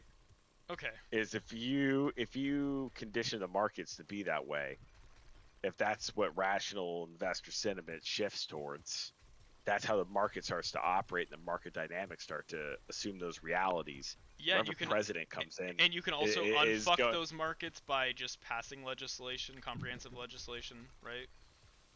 No, but if everyone's positioned a certain way, it's going to be more problems than what it's probably worth for you at that point. It could be. That's It's the same way. depends It's the on what same way happens. that it's the same way Trump did the opening salvo on China in 2017 to 2021 as president, and then Biden came in. Are you really Biden making picked the it up Are you really and- making the argument that like Trump's tariffs are so good that Biden just left them? Like there were some of those tariffs were good and like wouldn't have been necessarily something that Democrats wouldn't have also done themselves. No one has a problem with any of those things. I think there's a point that you create there is some degree of policy continuity because you have to deal with the structural realities that exist when you step in as president. If the market's already primed to be a certain way, maybe I'm not saying it's impossible to go in and do what you're saying. You could do it. I'm not saying it's not impossible, but like the reality and the pragmatism of what people face. All right. I just don't even understand what if you break the system enough, and the system's already Yes, working, are you the like an markets are working in a different way. accelerationist out of curiosity? Towards No, like some I'm sort not of an like acceleration. Okay, just curious. Anyways. No, I'm not an accelerationist, but I do think the old model of the United States is no like, longer so maybe some like anarcho-capitalist sustainable system or some other. No, fringe anarcho-capitalism is just the tyranny of corporations ruling your lives with no rights. So it's like fuck that. Actually, no, I'm just kidding. But yeah, no.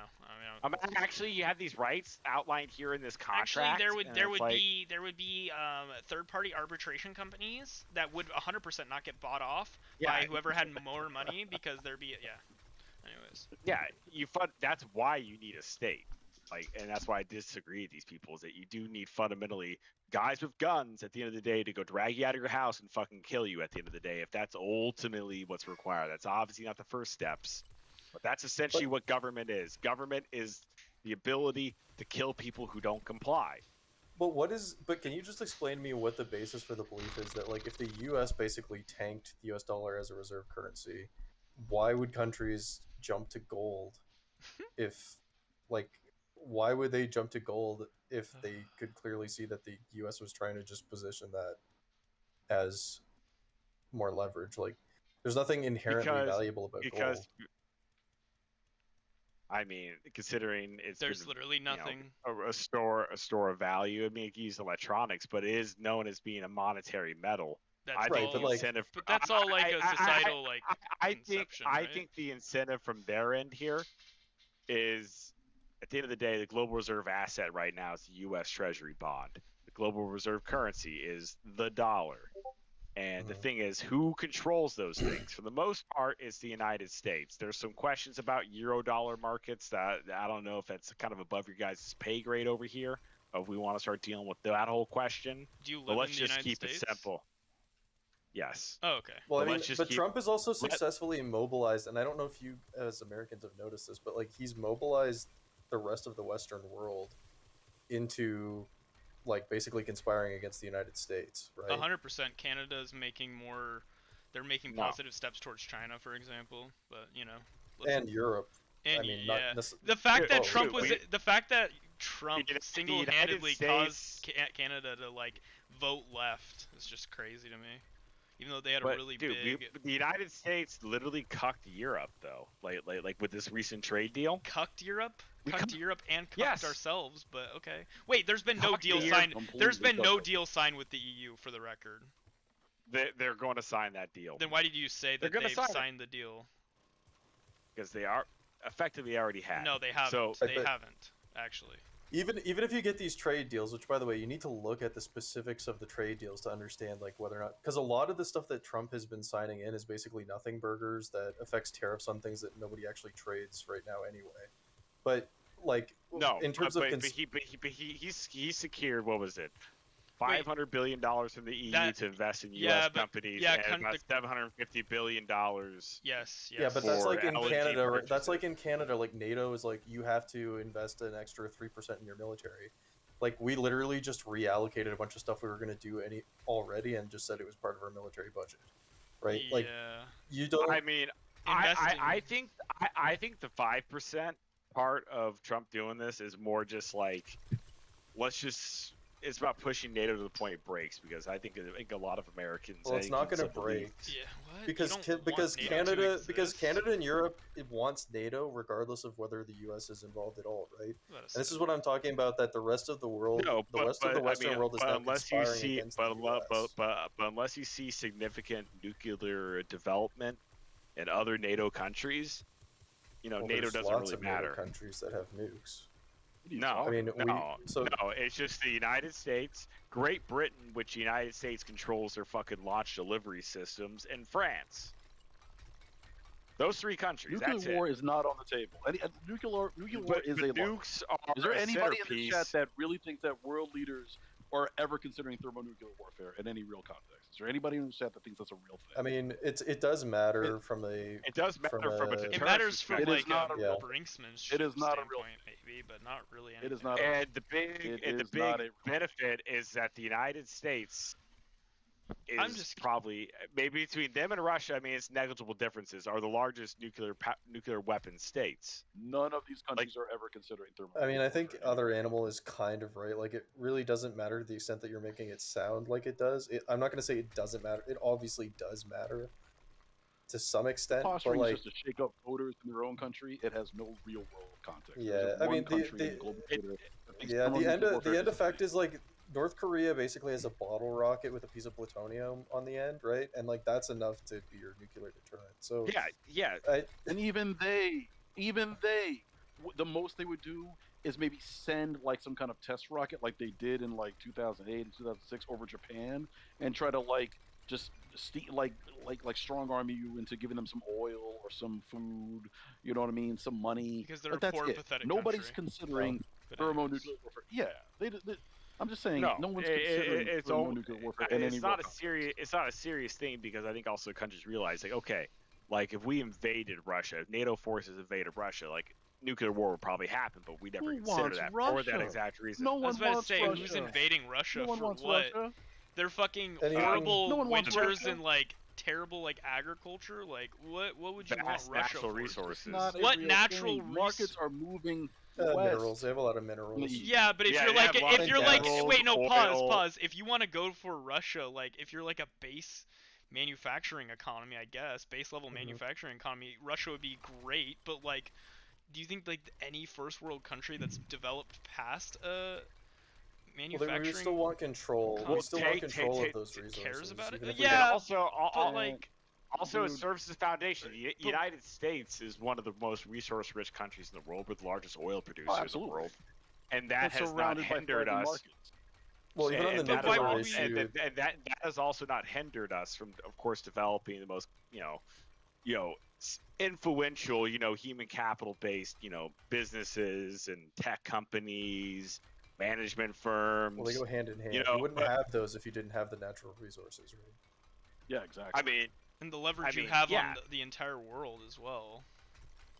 Yeah, Which you but also I wouldn't think the have with point the is natural resources. Yeah, that true. you have countries that have human capital and they're really all based on tech and technology. You have countries that are commodity based. And the United States is like, we're both, and we're fucking stacked in both, and we can access both the Pacific and the Atlantic. And it's like, okay, well, you're kind of overpowered at this point. Well, we're an end stage manufacturing and service based economy. Like that's pretty much our two big We are markets. still, people Well, don't realize this, we are still the second largest manufacturing country in the world. and Machinery, even that is stage manufacturing.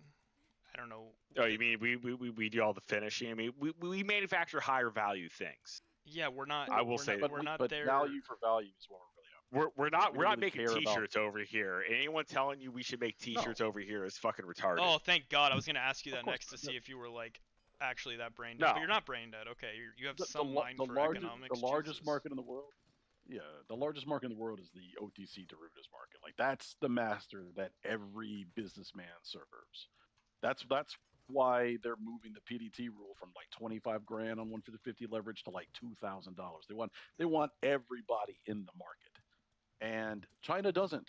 China hates. They fucking put holes in their fucking billionaire hedge fund managers. Man, they hate bankers. They hate that shit because they think that real control comes from the ground underneath your feet, from food in your stomach, from the car that you're driving. They put all their faith into making real things. Like, when's the last time we secured mineral rights in another country, man? Like maybe in like Peru or some shit. You know what I mean? Chile, when we threw their fucking leader out. I forgot which country it was, but Trump did some sort of thing with Rwanda was invading Ukraine. the Democratic Republic of the Ukraine. Congo. No, And I he have no literally clue. That sounds like a talking Ukraine point to is me. the largest play. No. was the last This time- actually the happened, last but time people we don't did get something like people don't give a shit about Africa. But Trump got a deal to where No, I guess China cares about Africa. What? And we should and do Immensely. kind of care about Africa Dude, as we well. literally got a quarter. I think it was a quarter of all the mineral Well, wealth in the maybe Democratic Trump doesn't Republic of the care about Congo. Africa. A lot of that is just that China had a big money shot that they needed to shoot all over someone's face, and Africa was just there as like a good place no, to they spill needed to over a secure bunch of mineral excess rights. production. They, I mean, it's they, both, They were but second in the world. But also, It- like, They were second in the world in iron both. production. also securing like ties with Africa early on in their development's probably good, right? Like, it's probably early in their development. Yeah. which like, they are to some degree because they still early in need- their development. Am I like crazy for that? Yeah, they're China's a huge reason why like Rwanda took off, why South Africa's taken off. Like they're building roads. Every engineering problem that the continent has had, making glass, making cement, they're there for definitely. I mean, the trade routes don't make any sense because they're like basically just exported. They're like, oh yeah, we're gonna make a road, but it's gonna lead right to the fucking coast. It's gonna lead right to your strongest port, and then we're taking off. And like, whatever. You can do something with the infrastructure. But Well, it's China's like colonialism educating on their their end. people there. Like they're No, it's not unironically- colonialism. It's No, like I'm not saying it's neoliberalism. literally colonialism. I'm just saying that development pattern basically matches colonialism. They're extracted. Yeah, it does in a lot of ways. But that's the thing is that they put all their confidence in physical things. They're for a superpower. They are the most patient country in the world. What's the last time they really invaded anybody? They don't start shit. They don't invade countries. They got into like some little fist fight on Tibet. like the Indian border, and that's about it.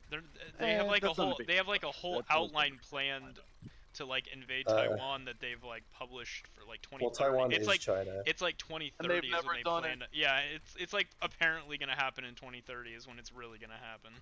That's dude. And if it pushed it back another 30 years, they wouldn't care. They're a really patient country. Yeah. You know what I mean? Like they've got goals, and their main goal is all the things you actually need, all the things you need to survive. We're gonna have control over that. It's the Nestle's plan. Nestle's owns so much of the world's fucking drinking water because everybody fucking needs it. They got their faith in that shit. That's gonna be like honestly, there's a couple candidates to replace the petrodollar. One of them would be water, but the second one would probably be like semiconductors. You know what I mean? Like because the reason why people love the petrodollar is because that actually says something about your economy. If you are buying a ton of oil, you need it. That means your economy is booming. That means people are driving. Factories are fucking firing up. You're making something. The gold standard was bullshit.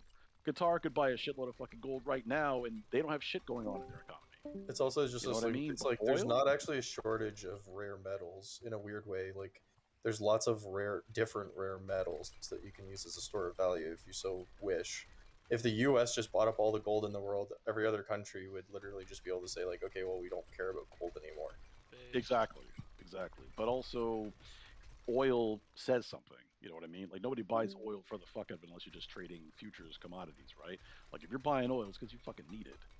It says something about your country. Like maybe there could be like a coal dollar too now that fucking China's firing up all those coal-fired power plants. But like, eventually that's going to happen. There's going to be some kind of pivot, and that currency is going to be based on that pivot. Well, it'll be something China like an is energy one dollar. leader. Something, right? Something that says something about your fucking economy. Where it's Because like you coal can and bullshit oil about are what's going kind of on. fulfilling, like coal, oil, nuclear, all of these different sources of energy generation are really kind of filling the same niche. It's just that Yeah, but oil way too expensive. Depends on which country you are and how patient you Way are. Like too you said, expensive China. worldwide. What's too expensive? Wait, What's too in expensive? China, nuclear energy is really Nuclear energy, to get like started. right now. Oh well, yeah, to get started, but eventually, I mean, to I maintain mean, it. we're mini reactors and stuff. I was gonna say that too, but for Canada, nuclear Canada also has a lot of nuclear cards because we have tons of uranium and we're a main producer of CANDU reactors. So when it comes to nukes and nuclear, we're kind of a superpower. But yeah. Also, for everybody in the chat, I bought my like third Powerball ticket of all time today. You won? Because I saw it was like 700 million. I bought it one when it hit like $1 billion and another one when it hit $2 billion, I think. Just figured I'd get lucky, so I don't have to get. You need to be able to afford a house in Nebraska. So I didn't right? have to get into Discord. Well, I can afford a house in Nebraska. I'm just saying, like, it's not like easy. That's all I'm saying. Even for me, like, Yeah, someone I like know, me just who's trolling well. you, dude. Oh, okay. But yeah, even for someone like me who's fairly well off, like with combining income with my significant other. Anyways. No, I totally agree. But yeah, like houses here are the most affordable, and still, even though I make like top 2% income in Canada, it's still feel poor. yeah. Well, and I also like contribute 8% of my gross income into my like my retirement account through my work, and they match like up to 5. So like that's like where my actual like wealth vehicle is. I'm just thinking more for like I want 3 to 4 kids. That's why I want like a Holy fuck. me and my significant other. Yeah. I hope those kids don't want to I go to hate college. No, I'm just Um, joking. If they want to, they sure can. No, I'm just joking. No, yeah, kids are good. It's good to have kids. Yeah. No, I definitely. Yeah. Anyways, gotta do my part. Isn't that sad? We see children as such a fucking liability. That is fucking sad. I don't see children as a liability. I want 3 to 4. Well, they are. Oh, we've worked. They really are, but Ideally I mean, 4. they're financially they're a liability in terms of your life. Like, if that's what you want to do, that's the point of life, right? Is But- to produce or reproduce. I mean, guess is like the to literal me- biological imperative, right? Is to reproduce. Yeah, for mental well-being, I think for the majority of people, having kids is a really good choice. I think it's great for you. Yeah. From a financial point of view, we're kind of in a perverse situation right now. We're like, well, perverse and good at the same time, because like, actually, like I actually have a lot of friends that are actually from China, and in China, the culture is still, for example, that like your children basically are your retirement. So, which is sort of an agricultural mindset that like That you is have an children. agricultural mindset. Yeah. That's what Yeah. America used to be. You have children so that they take care of you when you get older.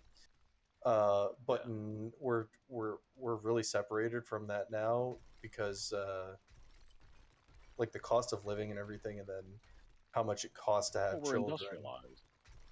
Well, and we Industrialized. rely Like, how on long things is it- like social insurance.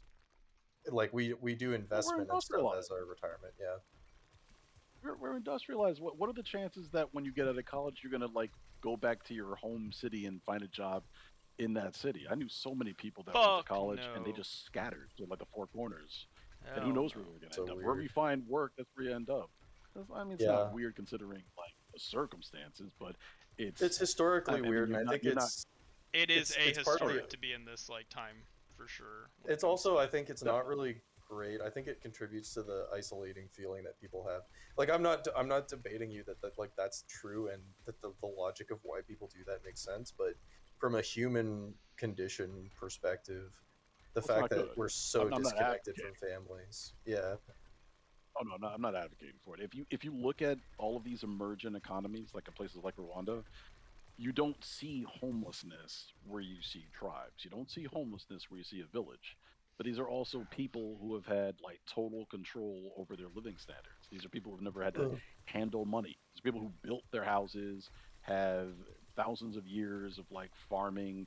They didn't. Once they go to the cities, that's when you finally see a homeless person. You know what I mean? You see They're also, someone they're, all, who they're, lives they're in a also home. not on drugs. Oh, they might there's be. They're just not- so they many. just didn't There's get- there's so many like factors that contribute to this. Probably like the push to people becoming less religious as well probably plays a big role in all of this as well. No, Not to. no, Yeah, they just don't yeah, have a fold. probably They don't- because there isn't like a I central was like gonna say next. like. I think drugs are probably because I'll tell you this. No, live in I was gonna say that California, like when you go to these I tribal see- communities, the majority of their homeless are children because they just don't have orphans. They don't understand. They haven't like industrialized to the point where they have like an orphan system. They're like, what? If your parents die, you just go live with the rest of the people in your tribe. That's totally normal for the majority of the global south that's not industrialized. It's not uncommon at Yeah, all to just take care of your no neighbors. You're part foster of the same homes. tribe. The foster Yeah, homes you know, is a sense of it's- community. Well, I think This is one of out the my interesting depth. I things guess to this look is out at of too. my bad. I think though that combined with the fact that I think the big thing in the West, and particularly, I'll say in the United States, I don't really speak to this. I see That's what homeless people it's- every day. You see every day. What, co- what, Yeah. what do you live in a city by chance? Yeah. I live in a city in California. Is the There's homeless? tons of homeless people. Oh yeah, homelessness is pretty bad, and good thing to. I mean, good thing. Good thing to. the United States is the. I mean, I don't say United States. I'd say California is the magnet because all the homeless people come to California because the weather here The is weather's like livable. great. Good thing the homelessness is Well, going down there though. It's probably a good thing. Well, I mean, they get Homelessness rate shipped for there from other cities. but let me get to my observation. Almost all these people I look at, maybe they didn't start out that way, but wherever they are here, they're almost all of them are. Not say everybody, but almost everybody I've seen. And it probably is true about the vast majority of people is that they're addicted to serious drugs. Like a lot of them are crazy. No, the like, majority of like- homeless people are not like those long-term homeless people that you see addicted to drugs. The majority of homeless people are like transitionarily homeless, right? Like we do know that, right? That's bullshit, dude. Well, this is a visit. visit. You guys are just talking about visibility. There's probably a difference between the homeless people that you see visibly versus like the statistic of homeless people. There which might includes- be a point there, but Yeah. I, It- but when you talk- when you look at figures- is this that there are shelter beds available, but they require drug testing. Which is Well, I probably think not on the good, drugs right? issue, yeah, I think on the drugs issue, part of the missing part of the conversation is that like you have to grade drugs on what the particular drug is and how Yeah, I'm not damaging talking that about drug smoking is. pot. I'm talking about doing like Yeah. fentanyl or like meth or something. I'm not Yeah, talking and- about and with Harold the hippie smoking pot down here by the fucking Yeah. pier or something. You know. In those visibly homeless cases, people you're that you talking see- about drugs that are like uniquely damaging, like society killing in other circumstances.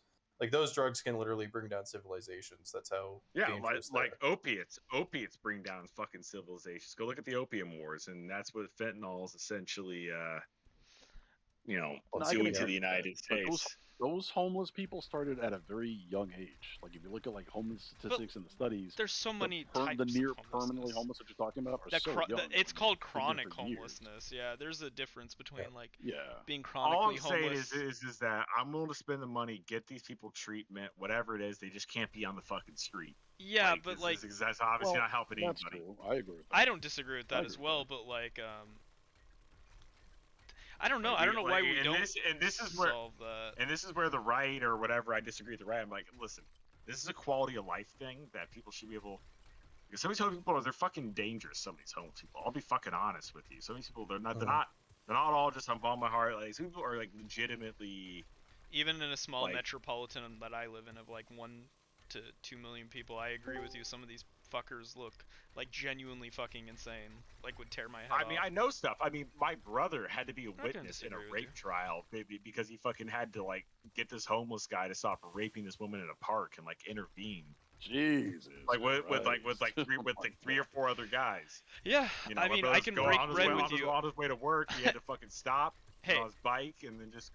I can break know, bread well- with you. I think we should probably do things to help with like homeless people. I'm not gonna disagree with you. I mean, but it's not staying on the street. It's not just like a housing problem. It's like a mental health or whatever it is. A lot of these people. Oh, this way. Well, You I think force- it's an you get- institution problem. I think that we got scared of institutions because they got really dark. Yeah, they got Ronald Reagan got rid of them in California. It's not that we didn't get scared. Like this happened in Florida. They just don't have the funding. They just don't allocate the funds. They will literally just release these people into the crowd. It's not permanent at all. They're just Well, letting because them we still have just institutions, wander but around. basically they got rid of mental health institutions or asylums and just I replaced mean, them with the general obviously, prison I system. have my due process concerns, and those will need to be. But I'm willing to spend the money for it because whatever we're doing now just isn't working. Like there's a paranoid schizophrenic who can't work, unfortunately, can't be productive to society. Do we want him on the street harassing people, or would you rather spend the money to have him in a mental health care facility? Which, by the way, if he ever gets his shit together, he can get released. The chronic I'm more than homeless happy to people let- probably won't, but I get what you're saying. Yeah. There should always be an option that if you get your shit together. But then I'm the willing to problem with the let you go. institutionalizing them is that like that there begs there's probably a concern there when it comes to like civil liberties and all that, right? Like what if they're not Well, that's committing why but what about this the is ones one of that my aren't illiberal- what about when they're Yeah. not committing crimes, the ones that are just homeless and on drugs, but Well, they're you not can like usually get them. You can usually get them on some quote unquote crime, and I know that's dark, but like this is Well, one of the is areas that- where I'm pretty illiberal in this sense of like, if Yeah, I somebody, mean- I don't think you're helping somebody by quote Letting unquote them just be on the respecting street. their civil liberties. to I be think a- well, in you, this- but the in government's this place particular isn't to step in to help somebody if they're not like I- committing crimes Well, or the- like I think the normal standard because for like when you because can. they're ruining the cities. No, I- this well, is they're such a committing low. But this crimes. is such a, the ones that aren't committing crimes. I'm not arguing about the ones that commit The- crimes. Yeah, the- no, the- but We're problem talking, is but that there are there's a lot of chronically them. homeless You know how people many that don't commit times- crimes. You know how many though, times right? I'm just trying to get to work and I don't live in a bad area. People just keep asking me for fucking money and shit, and you have a bunch of homeless people around. Like it's not a good look. yeah, soliciting, loitering, like those are actual. But those are crimes. actual I know crimes. I'm people- not talking about those people. Those people should Well, probably wait, be. to clarify, soliciting is not a crime. I don't think soliciting is a crime. Is soliciting some municipalities have illegal made it On private Soliciting, on private property, soliciting. yeah. We talk about soliciting. You're talking about like prostitution. That's usually what's you're soliciting, like you're going around looking for hookers in the. Oh, beach. then what's the begging? There's Not- one for begging though, right? There's a. It's not No, illegal there to is, ask I someone don't- for money. It's But not I illegal to think ask that there's some municipalities that have. No, it's loitering is what you get. Is them it on. loitering? Okay, I don't remember what it was, but there's something to do I'll- with I'll- begging. I'm pretty sure that I'll is. put it this way. Yeah. I'm not I think looking to panhandling hold is- these. I think there hold is these people, panhandling like, if laws in some cities, Yeah. but sorry. if they're violating the law, I'm not looking to bash them over the head with this shit. Really, but we gotta get them off the fucking streets. Like, Yeah, I the want ones them that to are be breaking the productive, laws, healthy- I'm 100% with you. Yeah, I have no problem with getting. I think the problem is that currently the standard is this: that like they have to even be where the homeless camps are, a lot of that's trespass. I mean, they, I think they, you get they almost have all to the- like to get someone like institutionalized. Currently, you have to be like imminent danger to themselves or others, right? Not necessarily.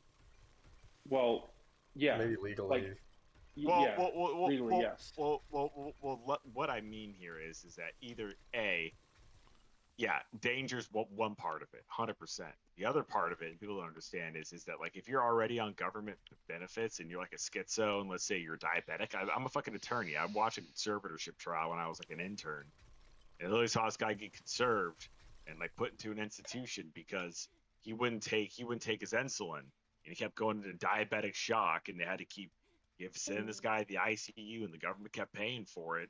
and they're just like, Yeah. well, guess what? You're being institutionalized, and it made sense because it's like you're not asking you anything crazy. Like you just gotta take your damn insulin. I think that the problem is that like I understand the concern about civil liberties, and I think that is a concern you should always have. But the problem is that like I think there needs to be more.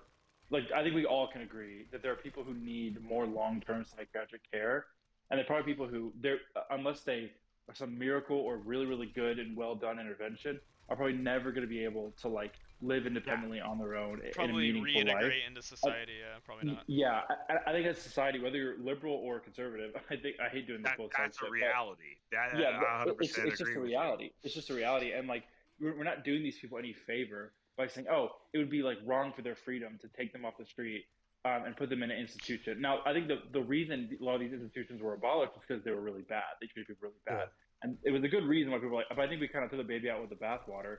You know, I like just to quote a very quick. Instead of anecdote. reforming them and making them better.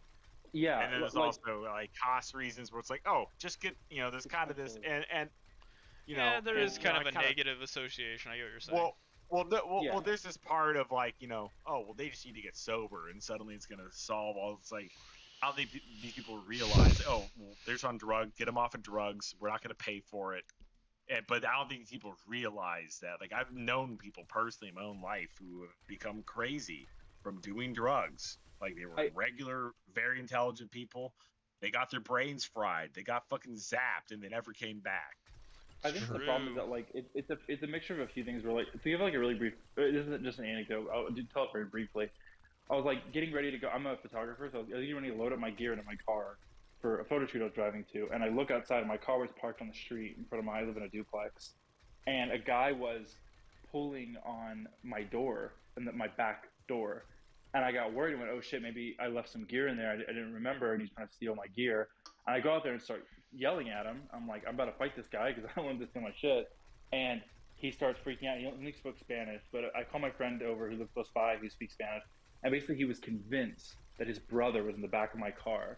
And he was worried that he was going to die because it was really hot that day, and he was worried that his brother was going to like die in the back of a car. And so we tried to talk him down. He was clearly freaking the fuck out. We ended up calling the cops, and basically I asked him like, so what do y'all? You know, they went up and talked to him. They got him to calm down. He was starting to look for a rock to break my window. And that's when they're, all right, I need to call the cops. So I called the cops, and eventually they came in, and I kind of asked like, hey, like, so what happened? He goes, well, did he threaten you? And I was like, no, I'll be honest, like, he did not threaten me. He was going to break the window, but, like, he didn't threaten me personally. And he's like, did he seem like he was going to harm himself? I was like, no, he just seemed like he was convinced his brother was in the back of my car. And, you know, throughout the story, eventually they convinced him to go into an ambulance, like, on his own accord. But, like, people like that, right? Maybe he just had a temporary schizophrenic break, and he's fine now. I don't know what happened to him after that, obviously. I hope the best for him. But people like that who are thinking like that, if there's not, like, a solution where they can take a medicine, they're fully good, they need to be in a long-term care facility of some kind. It should be ethical. It should be humane.